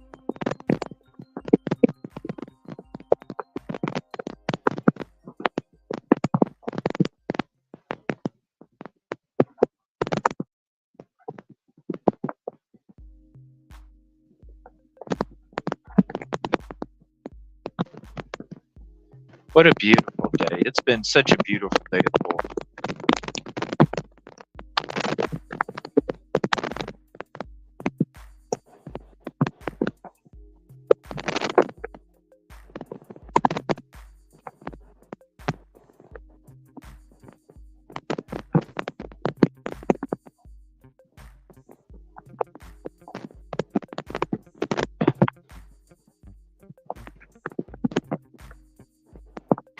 Ooh, that was a pothole.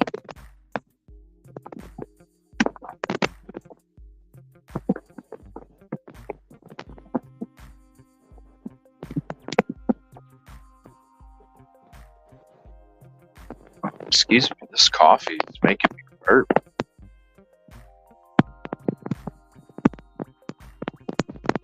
This coffee's horrible. I'm ready for my K-cup.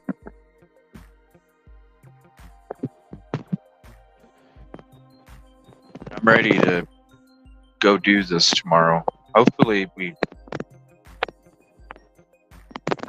can help.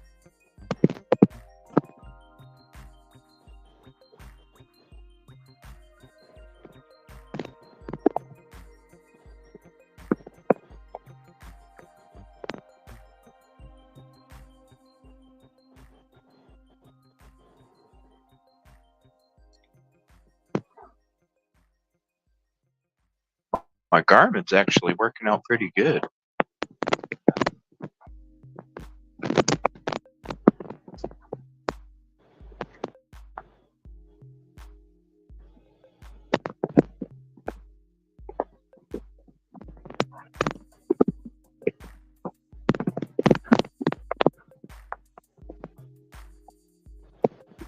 So I shouldn't have to stop anymore. And I'm thinking I should be able to do a show at 8 Central, 9 Eastern. But I will message in Discord because it might not. I don't know if I'll be. I don't think I can set. unless I set up my computer first and then set up the live. I would just plan on us being back at 8 Central, 9 Eastern for sure. I might get on slightly before that. But the way that I'm seeing it right now is looking like 8. And I can always take a shower after I'm done. And I can eat while I'm getting everything set up. Oh, thank you for being along, Yvette. Yeah. Tomorrow we're gonna be out there tomorrow. I can't wait to walk this path and feel the surroundings in person to get a better grasp of what could have taken place. It's like being behind 1122. You got to be there to actually feel it. We'll be doing that tomorrow.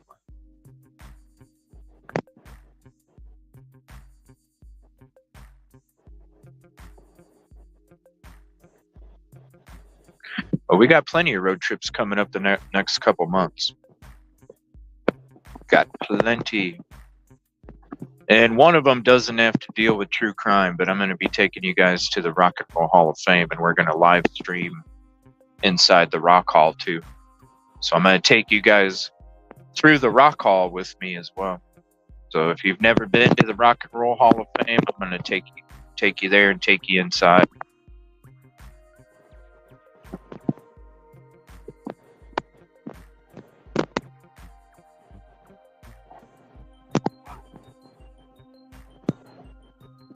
Damn, maybe I should go to the Football Hall of Fame too. Do that on the lounge. Go to the Football Hall of Fame. Ooh. Oh, stretching. Let's see. Having tech out again tomorrow for internet between 10 and 11 a.m. might be. It's okay. That sounds fun. I'll be in Arkansas the 30th. My brother get married. Oh, that's cool.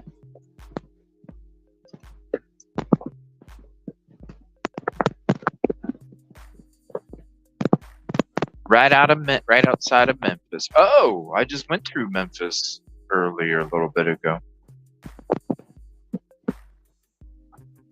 Oh, yeah, and I forgot. I'm going to do something for the solar eclipse, too, for you guys. The solar eclipse is going right directly above us. We are directly in the path for the best solar eclipse. So I'm going to be doing a show for you guys for that, too. We'll be doing stuff with the solar eclipse as well. I just have to find out if I have to get something special for my cameras. Because it'll probably fuck up the camera too. But,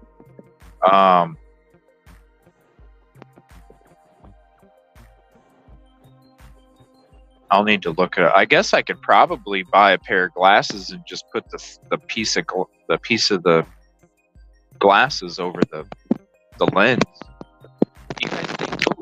Do you guys think that would work? Like if I took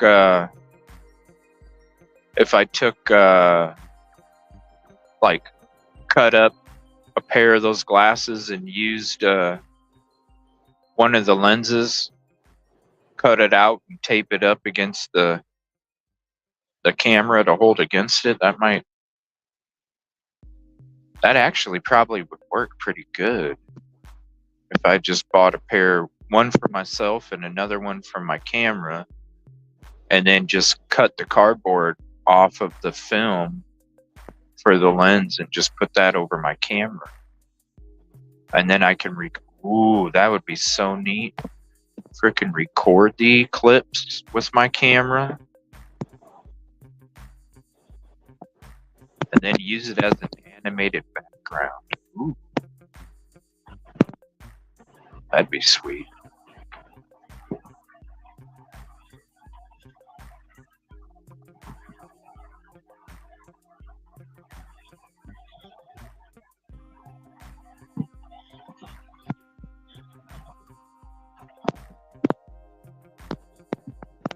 Yeah. Yeah, I think that'll work. If I just cut that lens out and just put it up against my camera lens, and then I should be able to record the eclipse as well.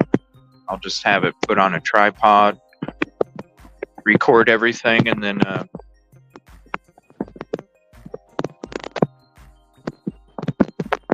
have like a little temporary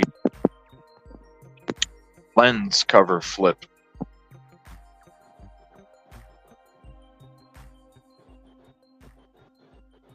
Yeah.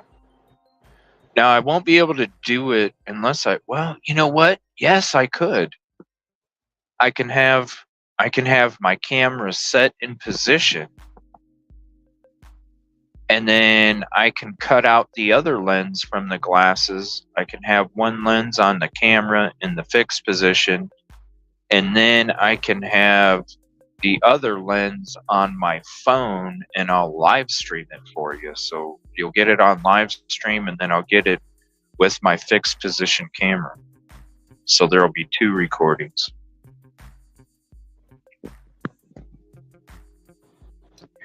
That a polarized lens is that the same thing as the glasses?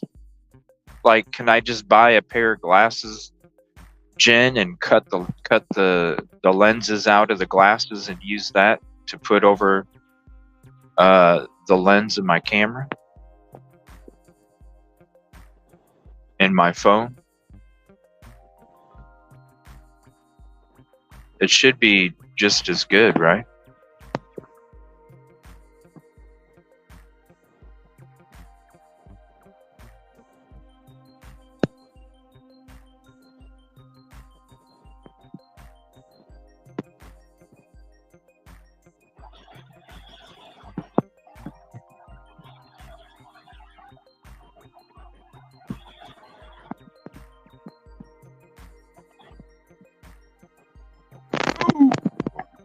I almost hit that one.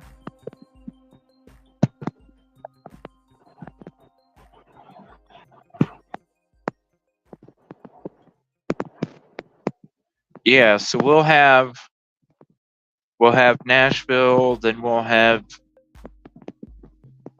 Delphi, then we'll have Solar Eclipse, then we'll have South Carolina, then we'll have Rock and Roll Hall of Fame. So that's what we'll have coming up in the next month and a half. A lot of trips, a lot of things in the next month and a half.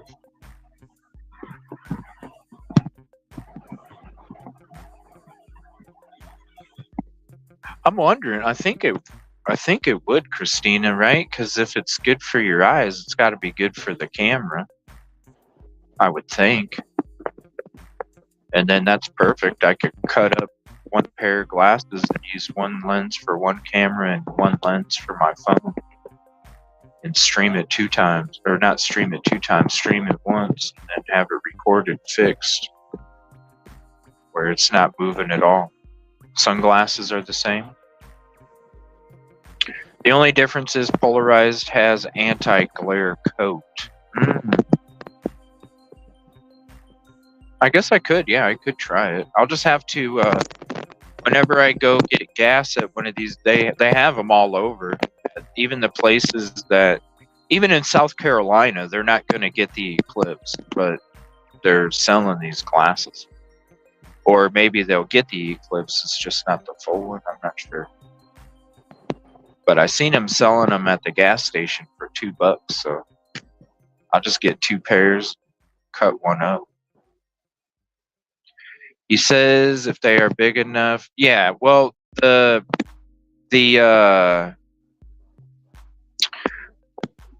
both lenses for the phone and for my camera are small enough where one lens would cover each one.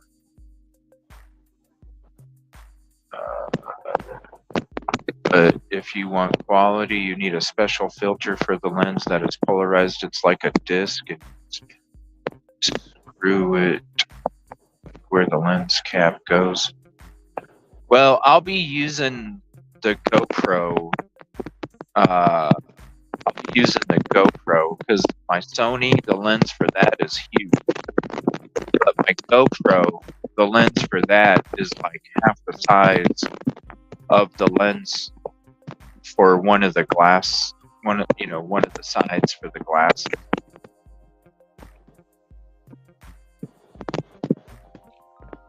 Oh, so it does. So it is. You can buy polarized. So is that what I need to look for when I go, or maybe I should just Amazon them?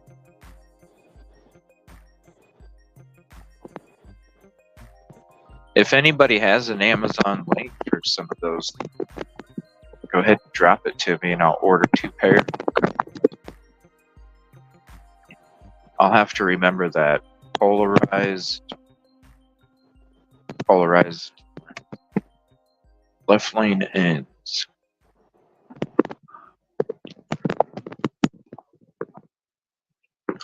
Man, it's kind of chilly. I have no windows.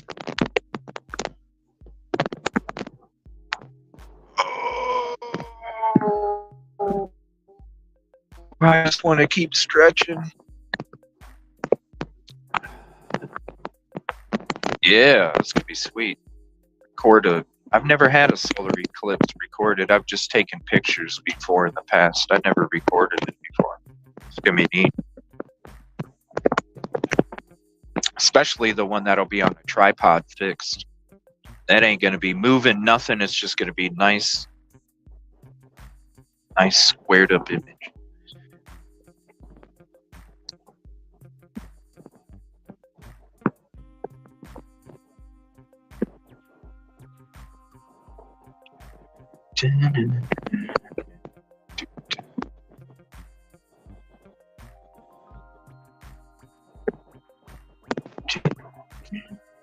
Damn, I'm going under the speed limit. What the hell's up? What is going on? What is that, a winery? That's a small winery. That's weird. Doesn't even seem like it's that big.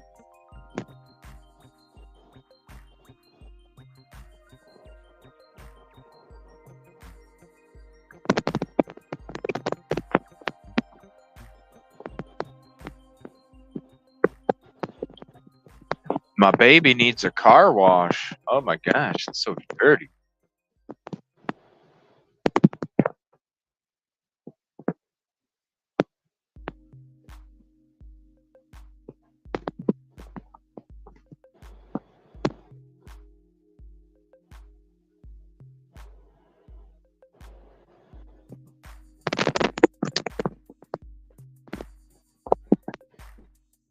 Yeah, it would mainly be for my GoPro. If I was gonna get a lens specific, it would be for my GoPro because that's the one that's gonna be set and locked in a fixed position.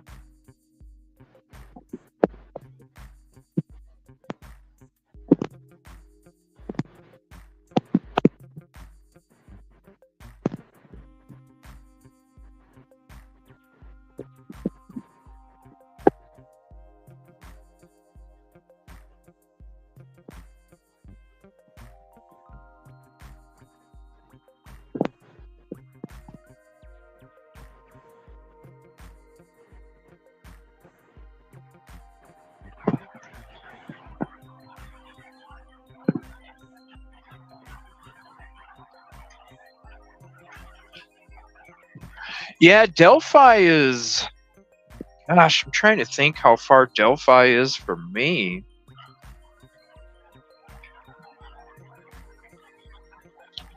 trying to think.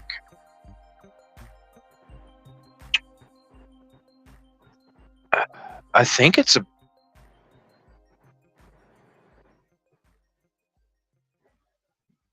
Trying to think. I could have swore it was like 4 hours. Something. But yeah, I definitely that's another spot I have to get new. I have to get all brand new footage. So there's I'm gonna be spending a day up in Delphi coming up here because I have to go get all new footage. Drone footage too.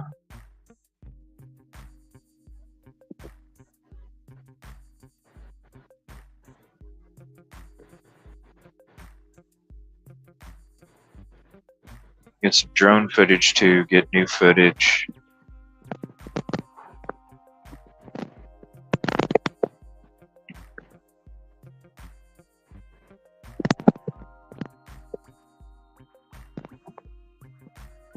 And then I'm sure there's going to be other cases that pop up after that. We're going to be heading on the road. It's spring. It's time to hit the highway.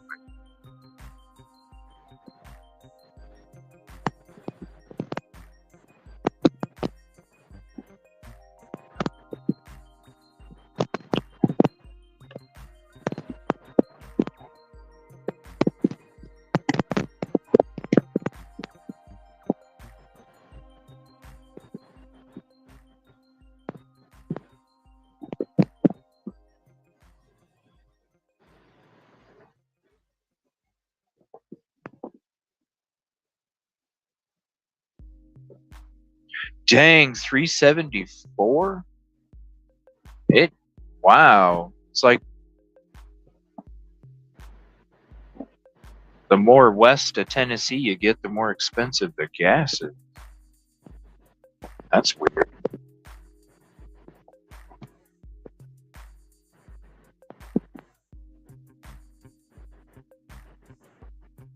Oh, I can't wait to get back home and get the studio set up and get to work. I'm ready. Surprisingly, I probably could have gone around. Oh, we're getting in Kentucky. I probably could have gone around Nashville a little bit, but who knows? Maybe when I got out of the car and started walking, then all of a sudden it probably would have hit me. So we'll get back, get organized, get squared up, get situated, prepared, get some rest, get ready for a long day tomorrow. Right lane closed a half a mile away.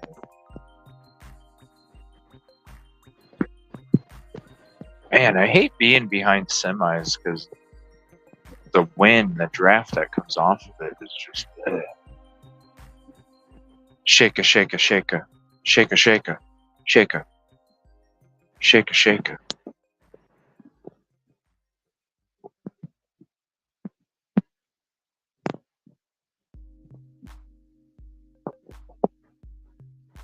Yeah, with Delphi.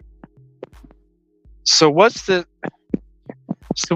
with Delphi? They dropped kidnapping charges.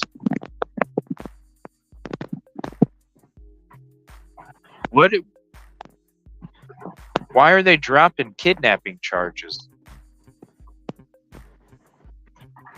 What does that mean? Because isn't that part of? Wouldn't that be? Isn't that like them dropping burglary charges off a Coburger?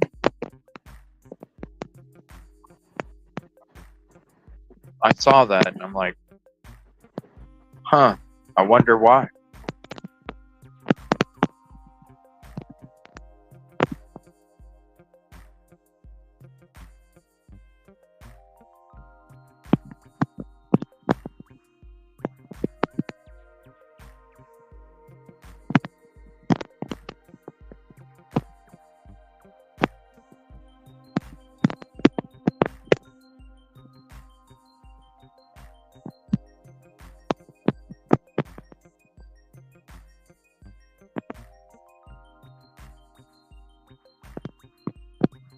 DMV Rolling Distillery.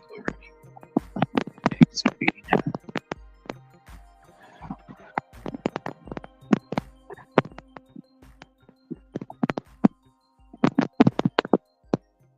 Ooh, you can see the walls of the semi breathing. That's creepy.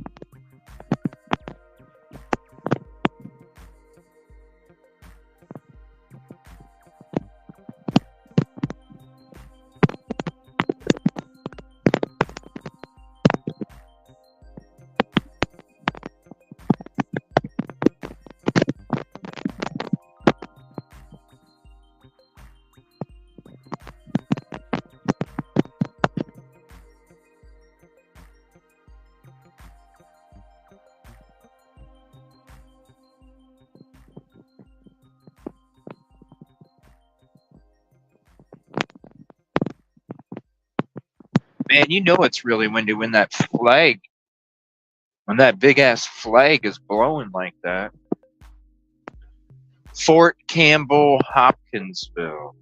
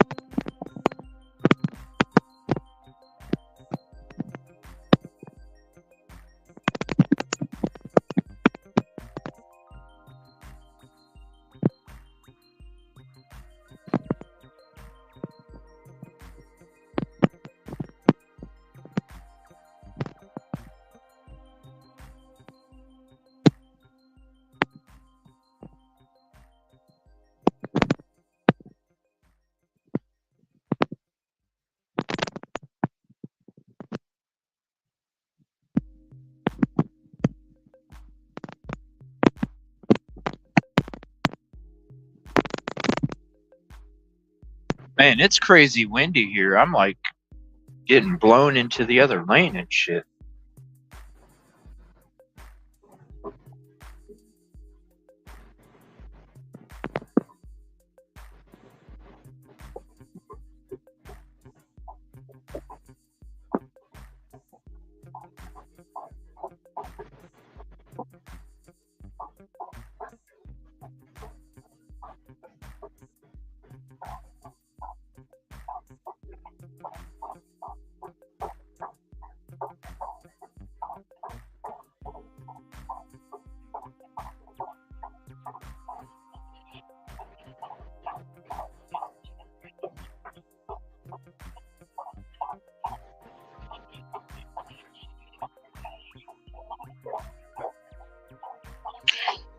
wonder if Silky got her boots.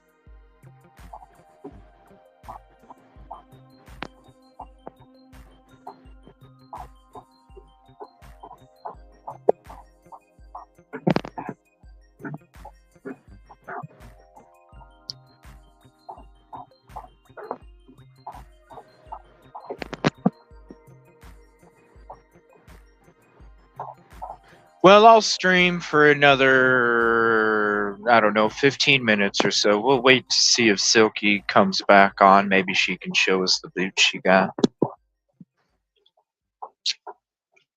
If not, I'm gonna go ahead and end it here in 15 and kind of get everything situated while I'm driving back home, so that way once I am home I can just grab my shit, go inside, get to setting up the studio. That way I can get back on for you tonight. We can go through this. And thank you everybody for all your work and your links and all your information. I will be going through that in tonight's show with you guys.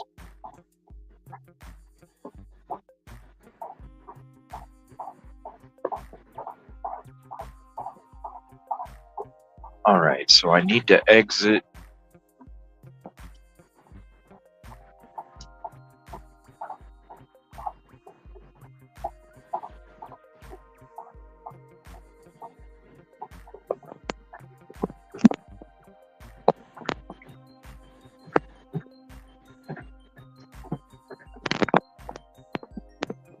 Drive time? Isn't that like a car rental place? Drive time.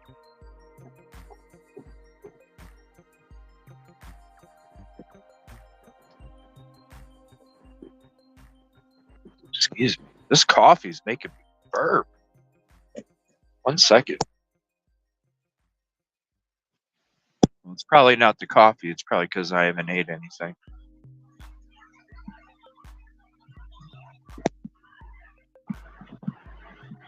Ah, smooth road. Maybe.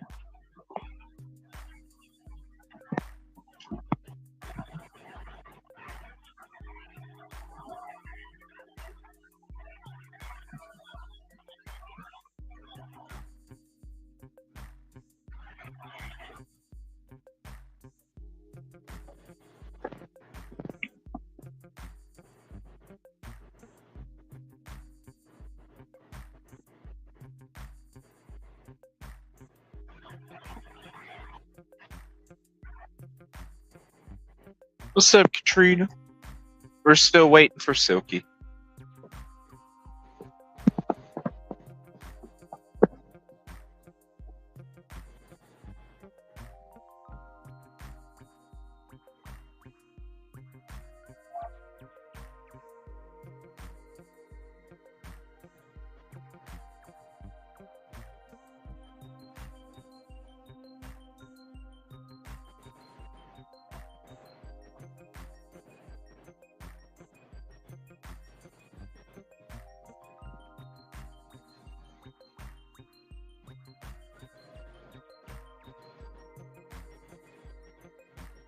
Nah, it's just YouTube being glitchy. Holy shit, I need to slow down. Damn, I'm fucking flying. I didn't even notice.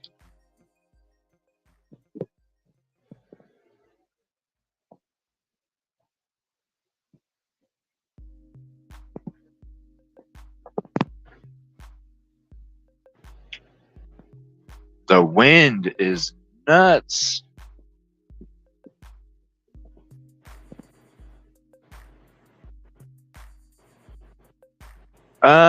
Not that I know of, Katrina. Last I heard, there was no news and no,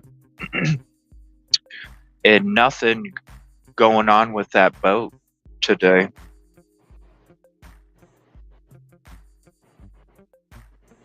As far as I know, but that was maybe an hour ago, I think. 45 minutes, somewhere around there. Yeah, they probably won't do it today. They'll probably start in the morning. They'll probably already be out there by the time we end up getting out there. But just by a short period of time.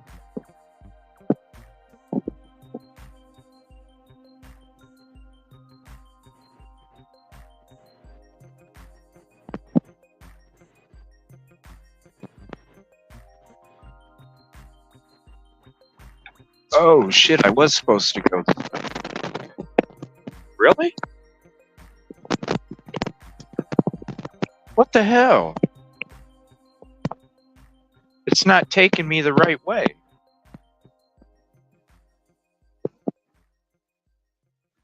What?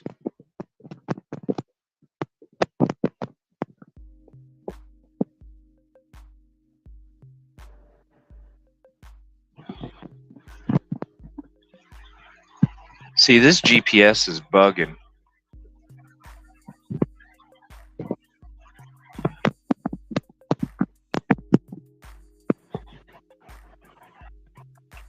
Damn, I just got off for no reason. Even see that GPS is bugging. I can't go straight? Are you serious? So I gotta turn.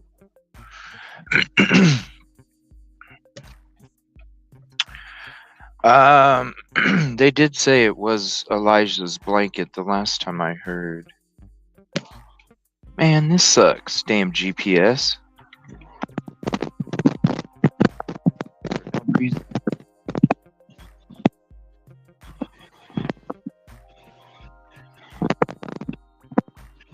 Well, that just added another 5 minutes.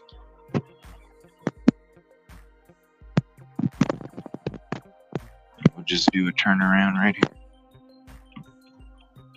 Man, that sucked.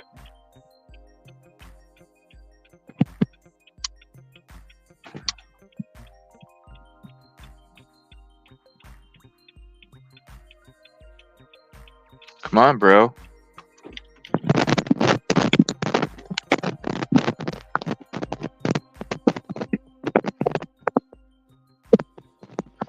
Yeah, I'm pretty sure they confirmed it. I'm 99% positive that it was his blanket, and it was found, I think they said 3.7 miles from where he was supposed to be being babysat or watched or whatever.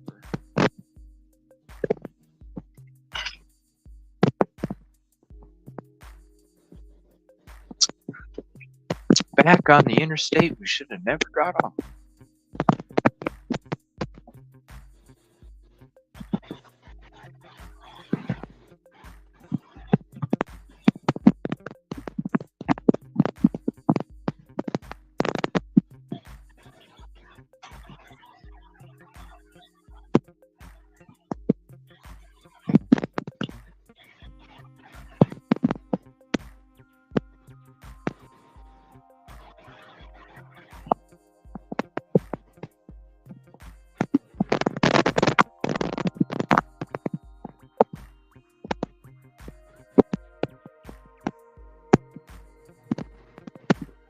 What a beautiful day.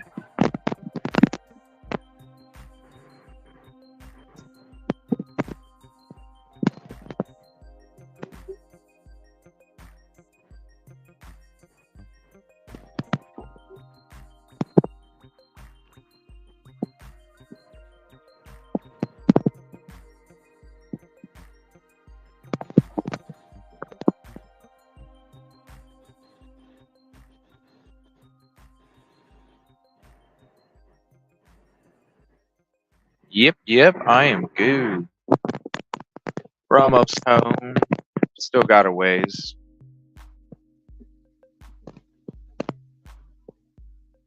Thank you. I appreciate that, Caddy. And thank you, everybody. I appreciate you guys. You've made this trip go by in a snap of a finger. And we had some great conversations. And we kind of did some work for tomorrow already, having these conversations. So we already got a jump start on the work for tomorrow. We'll get the rest of it prepped up this evening with the show. And then we are boots on location tomorrow.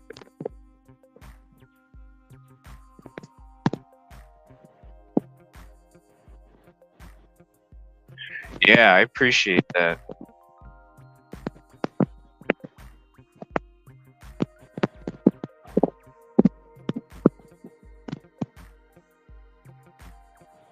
I hope we can help. I hope we can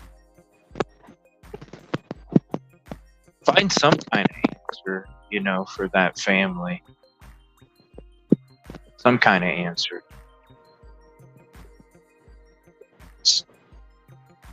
To not know, sometimes that's but then again, not knowing, sometimes you still have hope too. So it's like it's a tough one.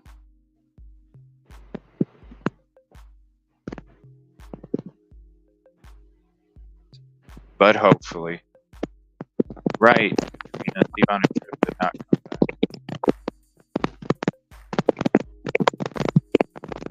Especially a trip with friends.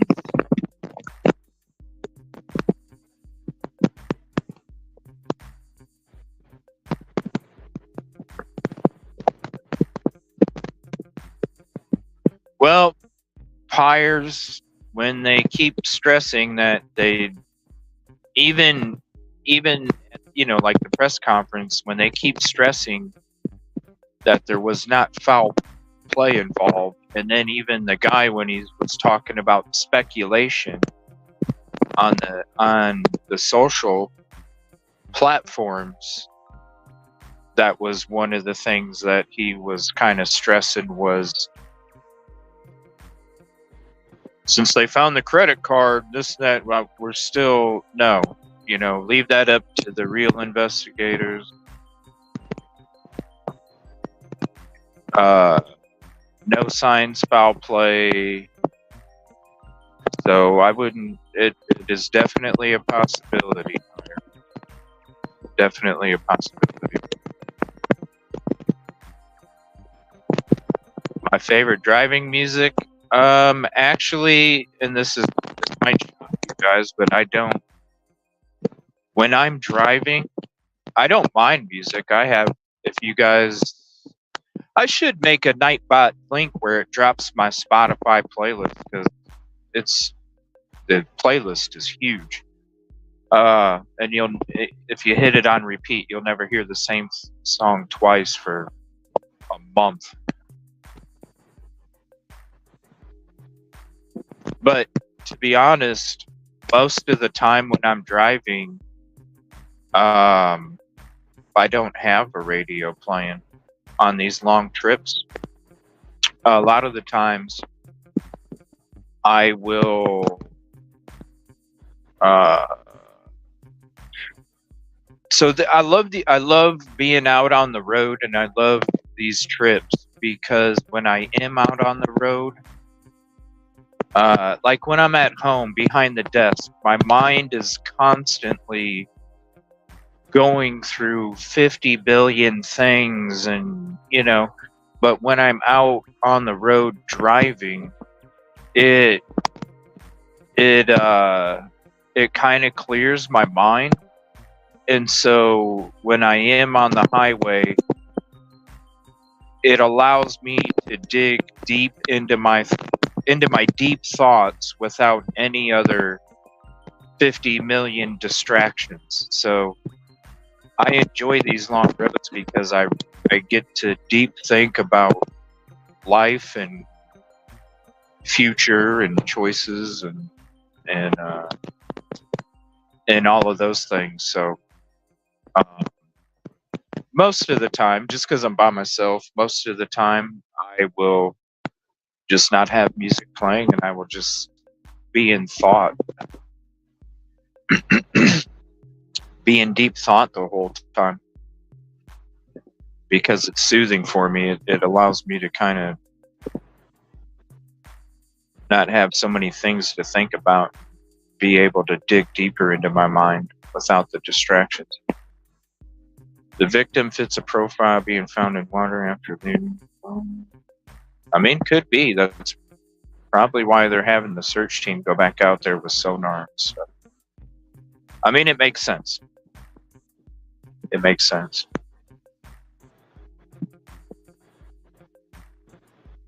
It definitely makes sense. I mean, that's what I thought.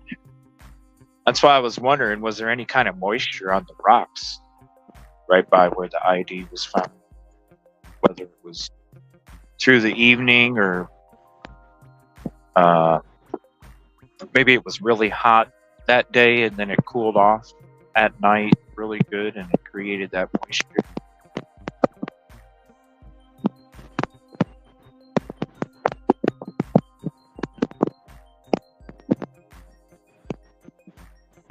Well, I figured Silky would be back by now.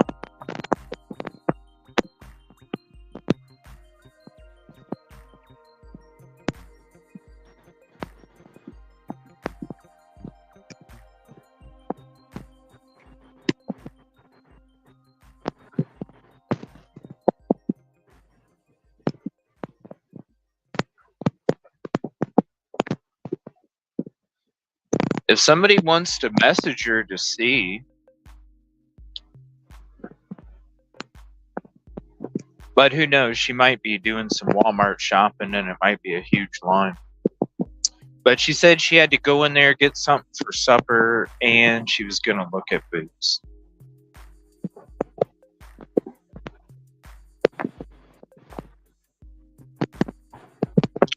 Oh, trust me, I don't take anybody's word, and I do my own research. But I do take other people's opinions.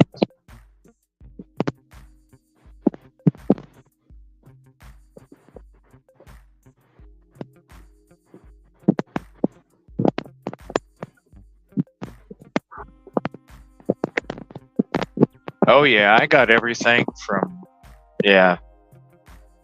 Any kind of music genre except country. I'm not really that big of a fan of country, but any music genre, I pretty much have it. All the way to like the 40s and 50s.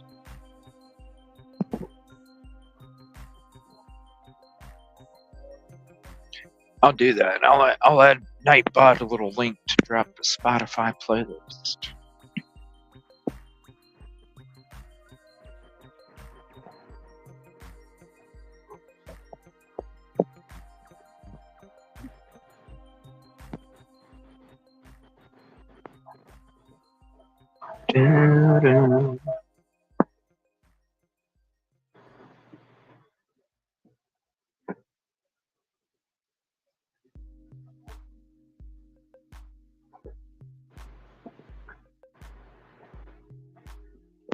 Yeah, that's what I said.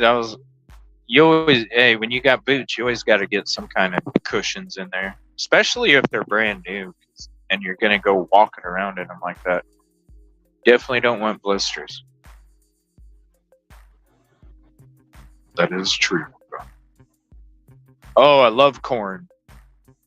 Corn's one of my faves.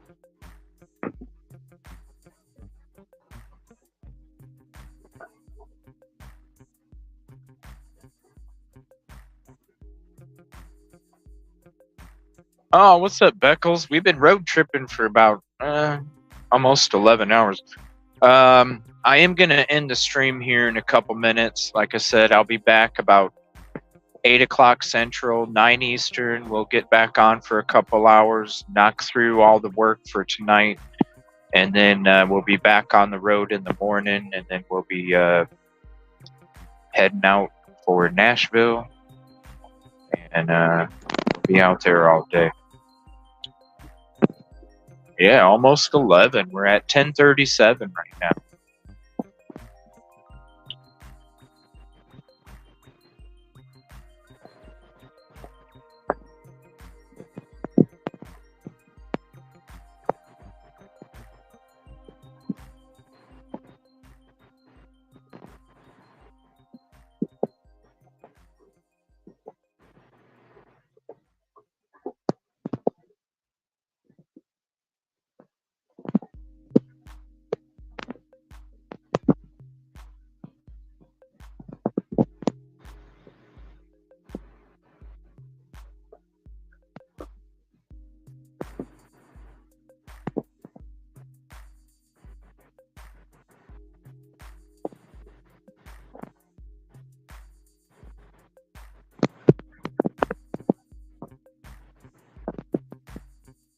Yeah, let me know, Jack.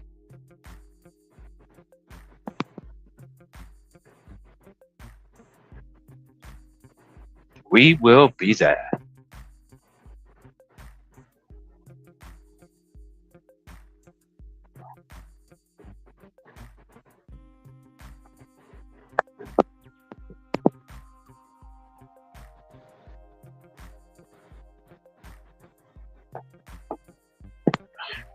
I mean, and he could be Beckles. You know, like I was saying in the beginning, it could be a case of amnesia. You hit your head hard enough and you forgot who you are and where you're at, and he might be chilling with some homeless people.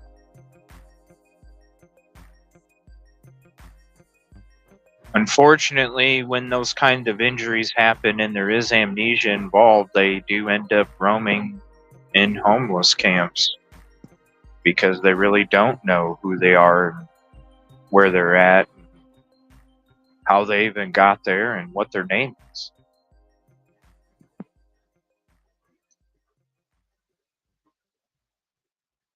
Oh yeah, what's the new doc?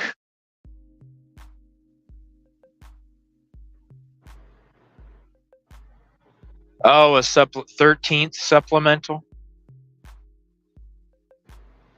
They had the 12th supplement. Are you serious? Hold on. They just had the 12th supplemental. What was it? Thursday? Hold on. What? They just had the 12th supplemental on like Thursday.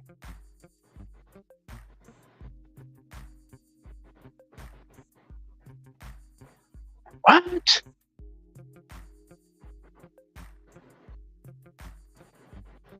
I know people were saying there was new docs today, but the docs have been out already for a few days. Is there a new doc, or is it just people getting confused thinking there's a new doc and there's not, because it's been out already since the middle of last week? Because I saw a couple people today talking new docs, and I'm like, wait a minute, there's no docs. It's not new. It's been out for almost a week. I think it was the 12th and the 15th is when they came out. 12th and the 15th.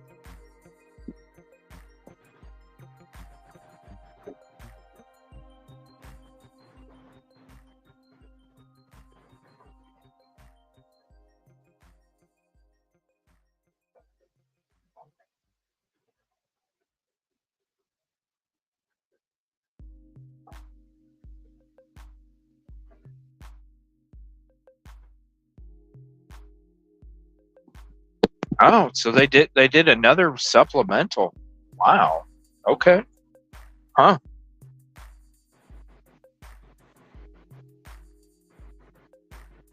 Yeah, I'm surprised they filed another request so close to the other one.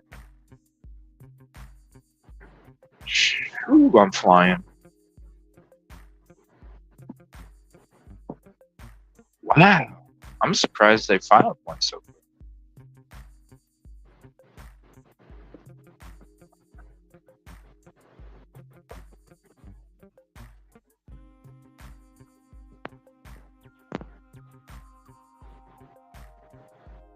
Wow. I'm surprised.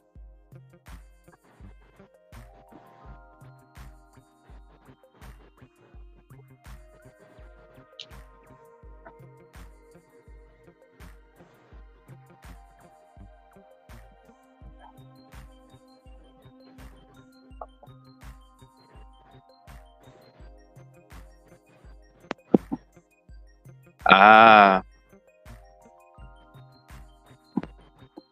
Yep. Sealed, sealed, sealed. Always sealed. The judge that can't make the decisions and the court documents where everything is sealed.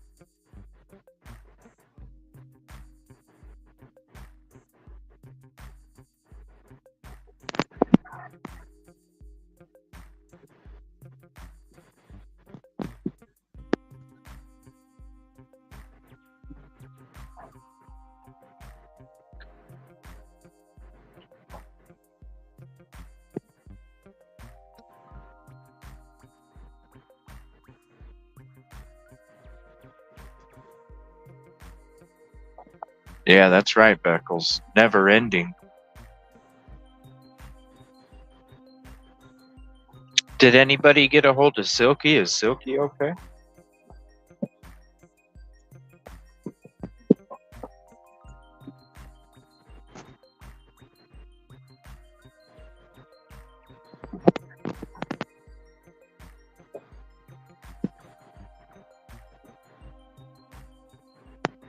We probably could, but tomorrow we're going to be focused on Riley. We're going to go to locations, and then we're going to help with search efforts tomorrow.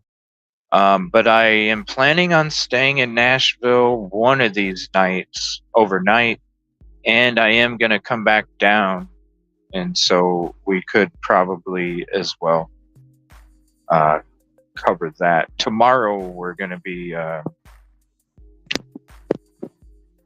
covering Riley and doing some search efforts. We'll be helping out with the search.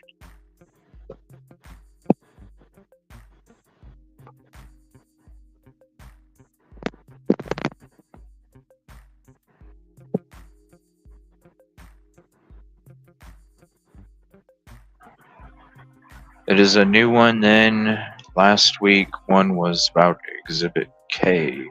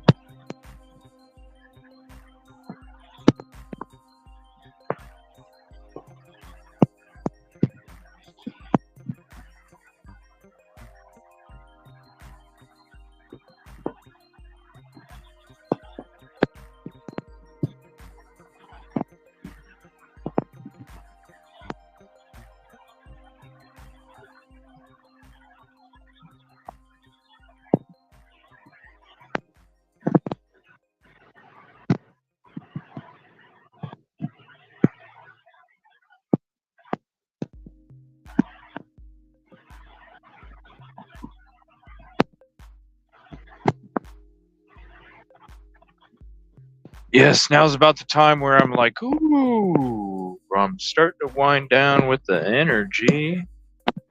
It's all right. I'm going to go back home, get something to eat, get the studio set back up, do a little bit of work, and then we're going to get ready for it. So I'm going to end the live here in a few, and then the notification might be last minute, depending on if I set up the studio first, or if I eat first, or how I'm going to do it. But we will be back on for sure at 8 o'clock Central, 9 o'clock Eastern. But I might be on a skosh before that. But if not, and if you don't get a notification, just come back at 8 o'clock Central, 9 Eastern. We'll be going through that stuff tonight, kind of getting ready for tomorrow. Hopefully Silky's okay. Pretty sure she is, but you know, sometimes it might take an hour to pick out a pair of boots. But hopefully she's okay. Want to say thank you to her for joining. Thank you to Rosie. Rosie, True Crime Overtime with Rosie, spent over 8 hours with us today on panel chat. Thank you, Rosie, for all your help and assistance. Thank you, everybody, for all the information you're dropping. If you do have anything with Riley, go ahead and drop it in the info drop. We'll go through it tonight. We'll organize it. We'll get it separated and outlined, and then we are going to be on our way tomorrow to do the same thing. So I will be going live for the drive, and then we'll be going live when we're on location. And so there'll be two separate lives though. The on location and search is going to be its own, and then the drive up there I'm going to have as its own as well. So if I don't have those notifications out tonight, I'm going to try. But if I can't get them out tonight, I'll definitely have them set in the morning.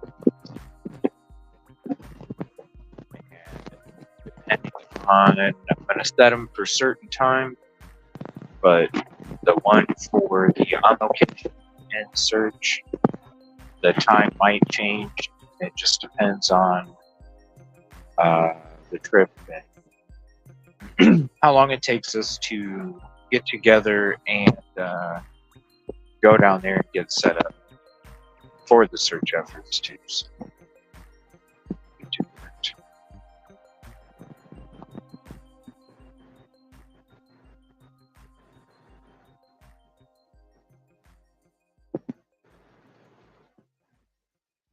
We just got a little bit longer, probably about another hour and a half or so. I'm going to take this last hour and a half, roll the window down, let that cool air blow in on me and wake me up a little bit more for this last little section, and then I will see you guys in a little bit later this evening, and we're going to go through all that stuff. And I'm excited. I'm already ready to wake up tomorrow morning and hit the road and head down there. Looks like several documents. Really?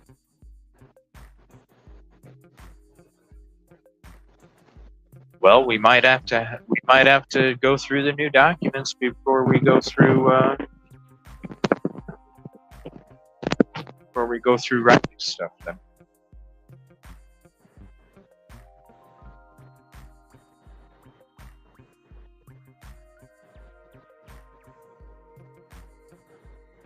What's up, Lori?